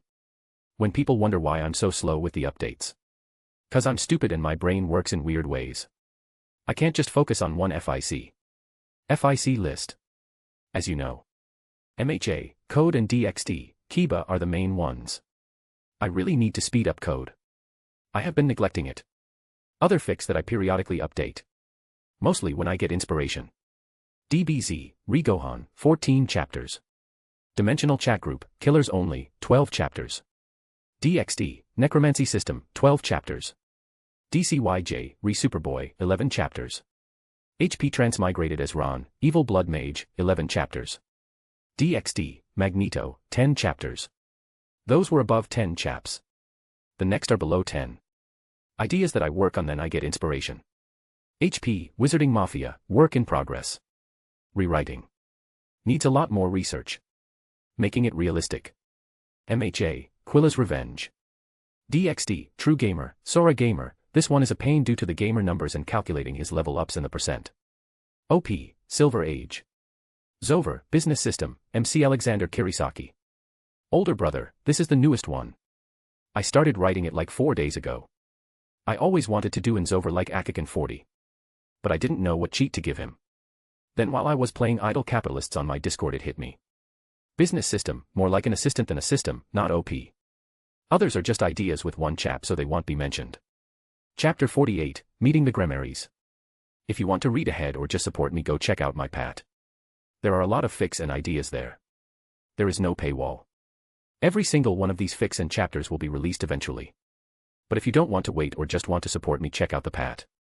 patrayon.com/alcoholic_panda, discord.gg/6yyvm6tj6t. Word count 2100. Part 2 of the 6600 word chap that I had to split up. Drop some stones if you like the FIC. Go to the auxiliary chapters. I posted a chap called My Fix. A lot of people were asking me about it, so I answered some questions and gave detailed info on my other fix. MC POV. Veldora laughed out loud as he playfully swung Durandal around. Durandal joins the club. We are really starting to gather some rare artifacts and gears. Firstly, Valerie Seraphat Grail. Excalibur Ruler. Britra Gears. Then Meredith and the Hero Faction Gears. Now Durandal. And we are on our way to get the remaining Excalibur pieces. Isaiah, you are one badass collector. Maybe I should start collecting something. Veldora, you are already collecting manga in your room. Misaki just shook her head at Veldora's forgetfulness. Ah. Right. Does that count? Manga is not a hobby, is a way of life, Veldora says seriously. Dino coughed into his fist, *cough *weeb. What did you say, you lazy bastard? Veldora raised Durandal above Dino. Me and Kurama look into the distance. Our senjutsu caught. Veldora quickly dropped the sword. I smell a cat. The same one that attacked us last time. Kuroka is here? Duke, go fetch her. Duke-alien comes out of my shadow. GL. Add, ly, gladly, Duke-alien said with some difficulties. The girls stared at him blankly for a few seconds before they went wild and started to scream, Duke can talk. Misaka said in surprise. OMG OMG OMG, Meredith looked like she was having a panic attack from the cuteness. Duke-chan is talking. Asia started to pet his head. While Valerie was scratching his chin, good boy. Duke sat down and started to enjoy the petting. You can pet him later. Duke, go get Kuroka. I threw an acceleration sword at him. Duke started to grow in size. He was twice as tall as me. He let it fall on his back, but instead of piercing his body, it fused with him. Duke glowed green and he was gone. 15 minutes later. A bloody Duke-alien was carrying a bloodied Kuroka by the sash of her kimono. Heal them both. Great job, Duke. I threw him a whole cow. A5 Wagyu. Just as promised, Valerie and Asia instantly healed Duke and Kuroka. Veldora, if he would be so kind. Veldora just grinned, pointed his finger at Kuroka and used his special lightning. It was the weakest charge he could do, but the lighting has special effects. Bzzzzz. Nya. Kuroka jumped up like a cat and instantly entered combat mode, or she tried. Ha! Why am I so slow? Kuroka glared at all of us, but then paled as she realized who we were. You again. That hellhound belongs to you. She pointed at Duke, who was getting pampered by the girls. Ahahaha. My lighting has some special elements. It does the usual damage a lighting attack does. But mine lingers for longer. Staying inside the enemy. Making it harder to move and gather their power. I'm quite proud of that. Veldora puffed out his chest. His mother taught him that. You can't just invent a skill like that this quickly. She perfected it over her life and passed it down to Veldora. What are you doing here, Kuroka? I don't have time for any bullshit. If Valley is coming at me again, I'm killing him. I'm here for Chiron Naya. A psychotic warmongering cadre is about to blow this town sky high. I'm getting my sister out of here. Let me go, Naya. She glared at us. I turned to Kurama. I think she is telling the truth, based on my own senjutsu and her personality from the original story. Kurama looked at me and nodded. It's true. Then there is no reason to stop her. You are free to go. I suggest you leave quickly. You are letting me go, Naya. Just like that. Kuroka looked at us with a shocked expression. I don't particularly want Kaneko dead, so you are free to do whatever you want. I wave her off. That's surprisingly nice coming from the guy that almost killed Valley. Now that I get a good look at you. You are pretty handsome. Say, how about we make some kittens, Naya? Kuroka said seductively. PFFFFF cough cough. What? Dino was yawning when Kuroka made her offer, so he started to choke on his own spit. Valerie started to glare at Kuroka. Asia and Misaki as well. But it was not as serious. Interesting. I refuse. You are a beautiful woman, Kuroka. But I don't trust you. She opened her mouth to explain herself, but I cut her off. Your team came with the intention of harming me. You are just a bunch of idiotic delinquents who want attention. Following Valley is going to get you all killed. Because I know that he plans to fight me again. And the next time he does, I won't spare his life. I don't know if it's even smart to let you take Kaneko. Maybe I should take her instead. I know that Valley recruited his team in order to battle his grandfather, Risavim Levon Lucifer. As such, he did not recruit Sacred Gear users into his team, as Risavim has the Sacred Gear Canceller. But he pissed me off. So splitting apart his group sounds fair. Kuroka jumped like a cat whose tails have been stepped on. I won't let you have Chiron. Well, it will be her choice. But she hates you more than she hates me, so. My words caused Kuroka to flinch. I felt bad for doing this. I mean, manipulating her using her sister. That's low even for me. Nice new devil milestone. It will be interesting to see where this goes. Good luck, Kuroka. If you aren't as careful. Kaneko will hate you for life. Now I just put in her worst fear in her head. She will be less impulsive about kidnapping Kaneko. A few hours later. Meeting the Gremaries. Everybody. We have tracked Freed down to the abandoned church. Sona is already gathering her peerage. Rias stood in front of her peerage. So we are getting involved after all? Gasper asked with his arms crossed. Well, they are acting in our territory without permission, Aquino explains. Doesn't matter. I will do whatever Bucho wants. Issei pumped his fist. My cute servants. I order you to come back alive. So we can come back to school and study together. Rias smiled brightly at her servants. Still as dramatic as ever, aren't you, Rias? They all hear a voice above them. They all look up to see a blonde-haired man slowly descended from the sky. Yuto-senpai. Gasper and Kaneko muttered in disbelief. Yuto. Kiba. Rias, Aquino, and Issei were also shocked. Yo, I would say it's good to see you again. But I would be lying. Naturally, Gasper and Kaneko are excluded from that. Yuto-senpai. Tears started to fall from Gasper's eyes as he appeared in front of Isaiah and hugged him. Good to see you again, Gasper. You got stronger and manlier. About damn time, and it's Isaiah now. He patted Gasper on the shoulders, but his words made Gasper cry harder. Yuto, Isaiah-senpai. Kaneko walked slowly and stopped a few meters from Isaiah. Hey, Kaneko. How are you doing? You certainly grew up, Isaiah asked gently and teased her about her increased bust, but he was interrupted. Yuto, why are you here? Why have you come here alone? I heard news that you were on some team, Rias says solemnly. She was still holding a grudge for Isaiah leaving. Alone. Why ever said that I came alone? Isaiah smirked at her. Whoosh X7. 7 figures surrounded them. Each of them let out an aura that is stronger than them. Rias and Co started to panic, well except Issei. He started creeping on the girls. Oh. So many pretty girls. A short blonde beauty. Asia just looked at him with a disgusted expression. A pretty vampire Nasan with platinum blonde hair. A gorgeous auburn-haired girl. Valerie ignored his existence and Meredith was about to skewer him with her nails. And... Ayuzawa-senpai. From the kendo club, Issei's voice got lower and lower after he spotted Misaki. Hayudu. Still a perverted scumbag, I see.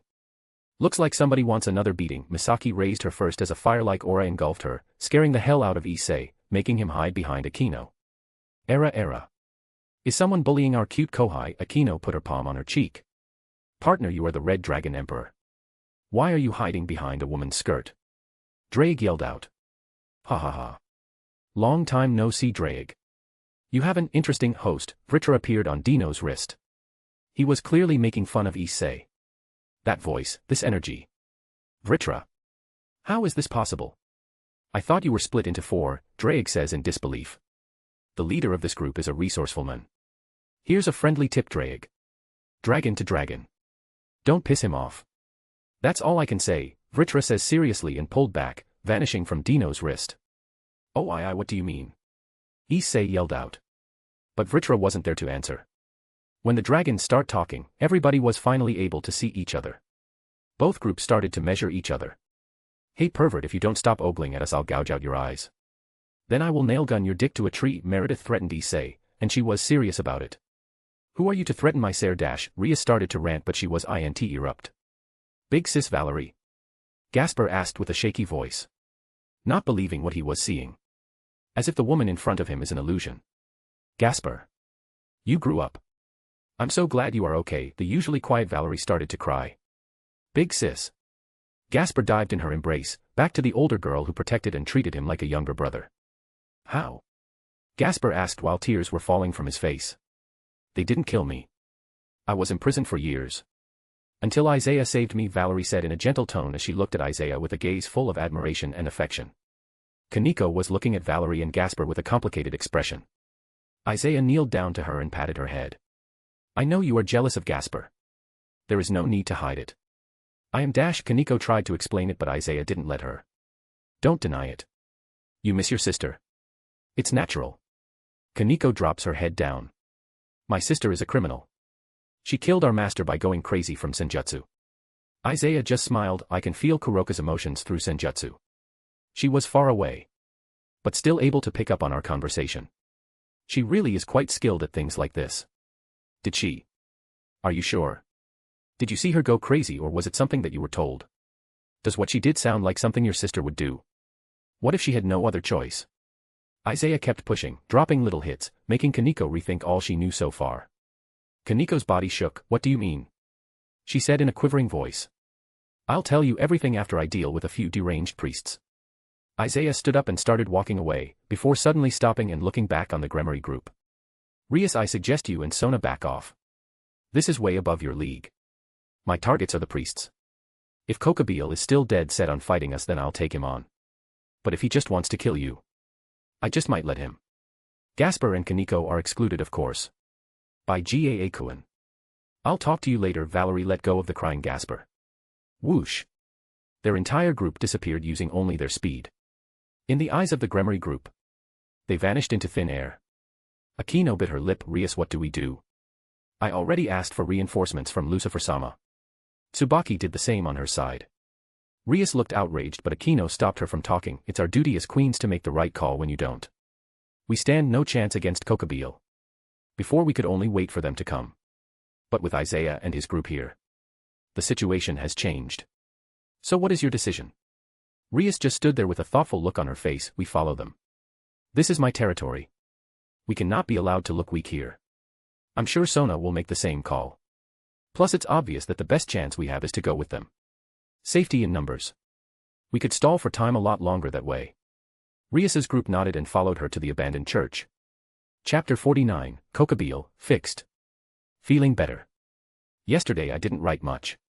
I think I can write normally today. So it's a new month. If you guys want to read ahead, read my other fics or just support me. Please check out my patreon.com/alcoholic_panda. I bolded the words, let's see if it works. Nope. They don't work. I had to change them all. It only works for some people. God damn it. I was really happy that I could do bolded words here. Stupid WN. Sorry about your comments, y'all. Word count 2930. Enjoy the chapter. Me and my group arrived before the abandoned church. There was a light show near the church. Probably Valper trying to combine the swords. Kokabil was on his throne in the sky. Kurama put us all under his illusions. So we would be seen for a while. Wait for my signal. I need to take out Valper. We will wing it once he is finished. I whisper to my team. They nodded back at me. I slowly used my own illusions to get nearer. Kokabil was sitting in his throne reading some books. Fried and Valper were already there. They had defeated Irina and Zenobia and took their fragments. They were fusing the 6 Excalibur fragments. Irina and Zenobia were laying on the ground defeated. I can hear their breathing. So they are still alive. Yes. Yes. After years of study, it is nearly complete. I only need to gather one more fragment from the Pendragons and Excalibur will be completed. Valper cackled like a maniac with his arms spread wide. While standing in front of the alchemy circle, with Fried next to him, I slowly close in on them. Ha! I can't wait to slaughter the devils with this. It will be a bloodbath. Fried started touching himself like a creep while probably visualizing himself cutting people up. Yeah, I don't think so. I appear behind them and plunge my hands into their backs. I quickly pull back. They both coughed out blood as they turned around to see me. My hands were raised, showing a beating heart in each palm. I just squeezed. Splat X2. And crushed both hearts. Done. I am completely free from now on. No. Kokabil yelled out and threw light spears at me. Those were quickly destroyed by my team. Boom. Boom. Heh. Keep him busy. Don't let him run away. Roger, my team answered with a smile as they flew towards Kokabil. I pick up Valper's holy energy crystal and crush it in my hand. One by one the souls appear in front of me and they all bow at the same time before disappearing without a trace. Gong. I heard a large gong in my head. The contract is complete. Isaiah gives you his thanks and wishes you the best in life. He has now joined his friends in the afterlife. Sweet. Now that that's over with, let's see what they have been doing with Excalibur. I started to inspect the alchemy circle and see what I can understand with my limited knowledge. Fixing the Excalibur swords with alchemy, my ass. These morons just pour alchemical metals to make up for the gaps in the sword. The fragment is the power source. The sword itself is just a bunch of metals mixed together. Well. Time for a legend to be reborn. I take out Excalibur ruler and put it next to the mangled up fake Excalibur. Almost instantly it fuses together. And it started to shine a bright golden color. Like a golden star. Now all the 7 pieces are finally joined together. Excalibur is a legendary sword. It has many origin stories. Created by God, created by the Lady of the Lake and many others.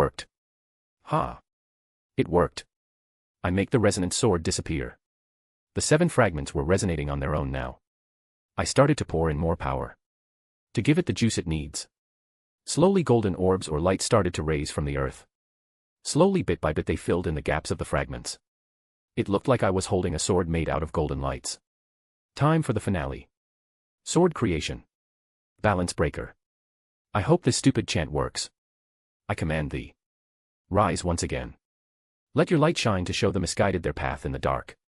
Let your name be revered once again. In this realm. In all realms. The sword of promised victory. Excalibur. Boom. A golden pillar reached for the stars. 5 minutes earlier. Third POV. Roger. Dino, take the sword. It's useless to me. Veldora threw Durandal to Dino and LL of them surrounded Kokabeel. What? Do you think that you can take me on with just your numbers? Kokabeel said arrogantly while sitting on his throne. He really loves the sound of his voice, doesn't he? Veldora frowned. Kokabeel was looking down on them. Tell me about it. Kokabeel always sprouts bullshit when he is around other fallen. Which is 24/7. I avoid him like a plague. Dino glared hatefully at Kokabeel for all the hours of sleep he has lost. Dino.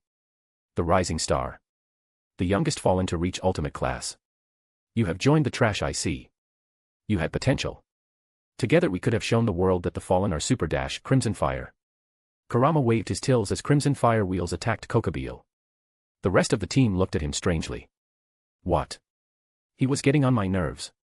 Well, you are a fox yokai. So it's expected of you to do sneak attacks. Misaki nodded in understanding. You pathetic fox. I'll skin you.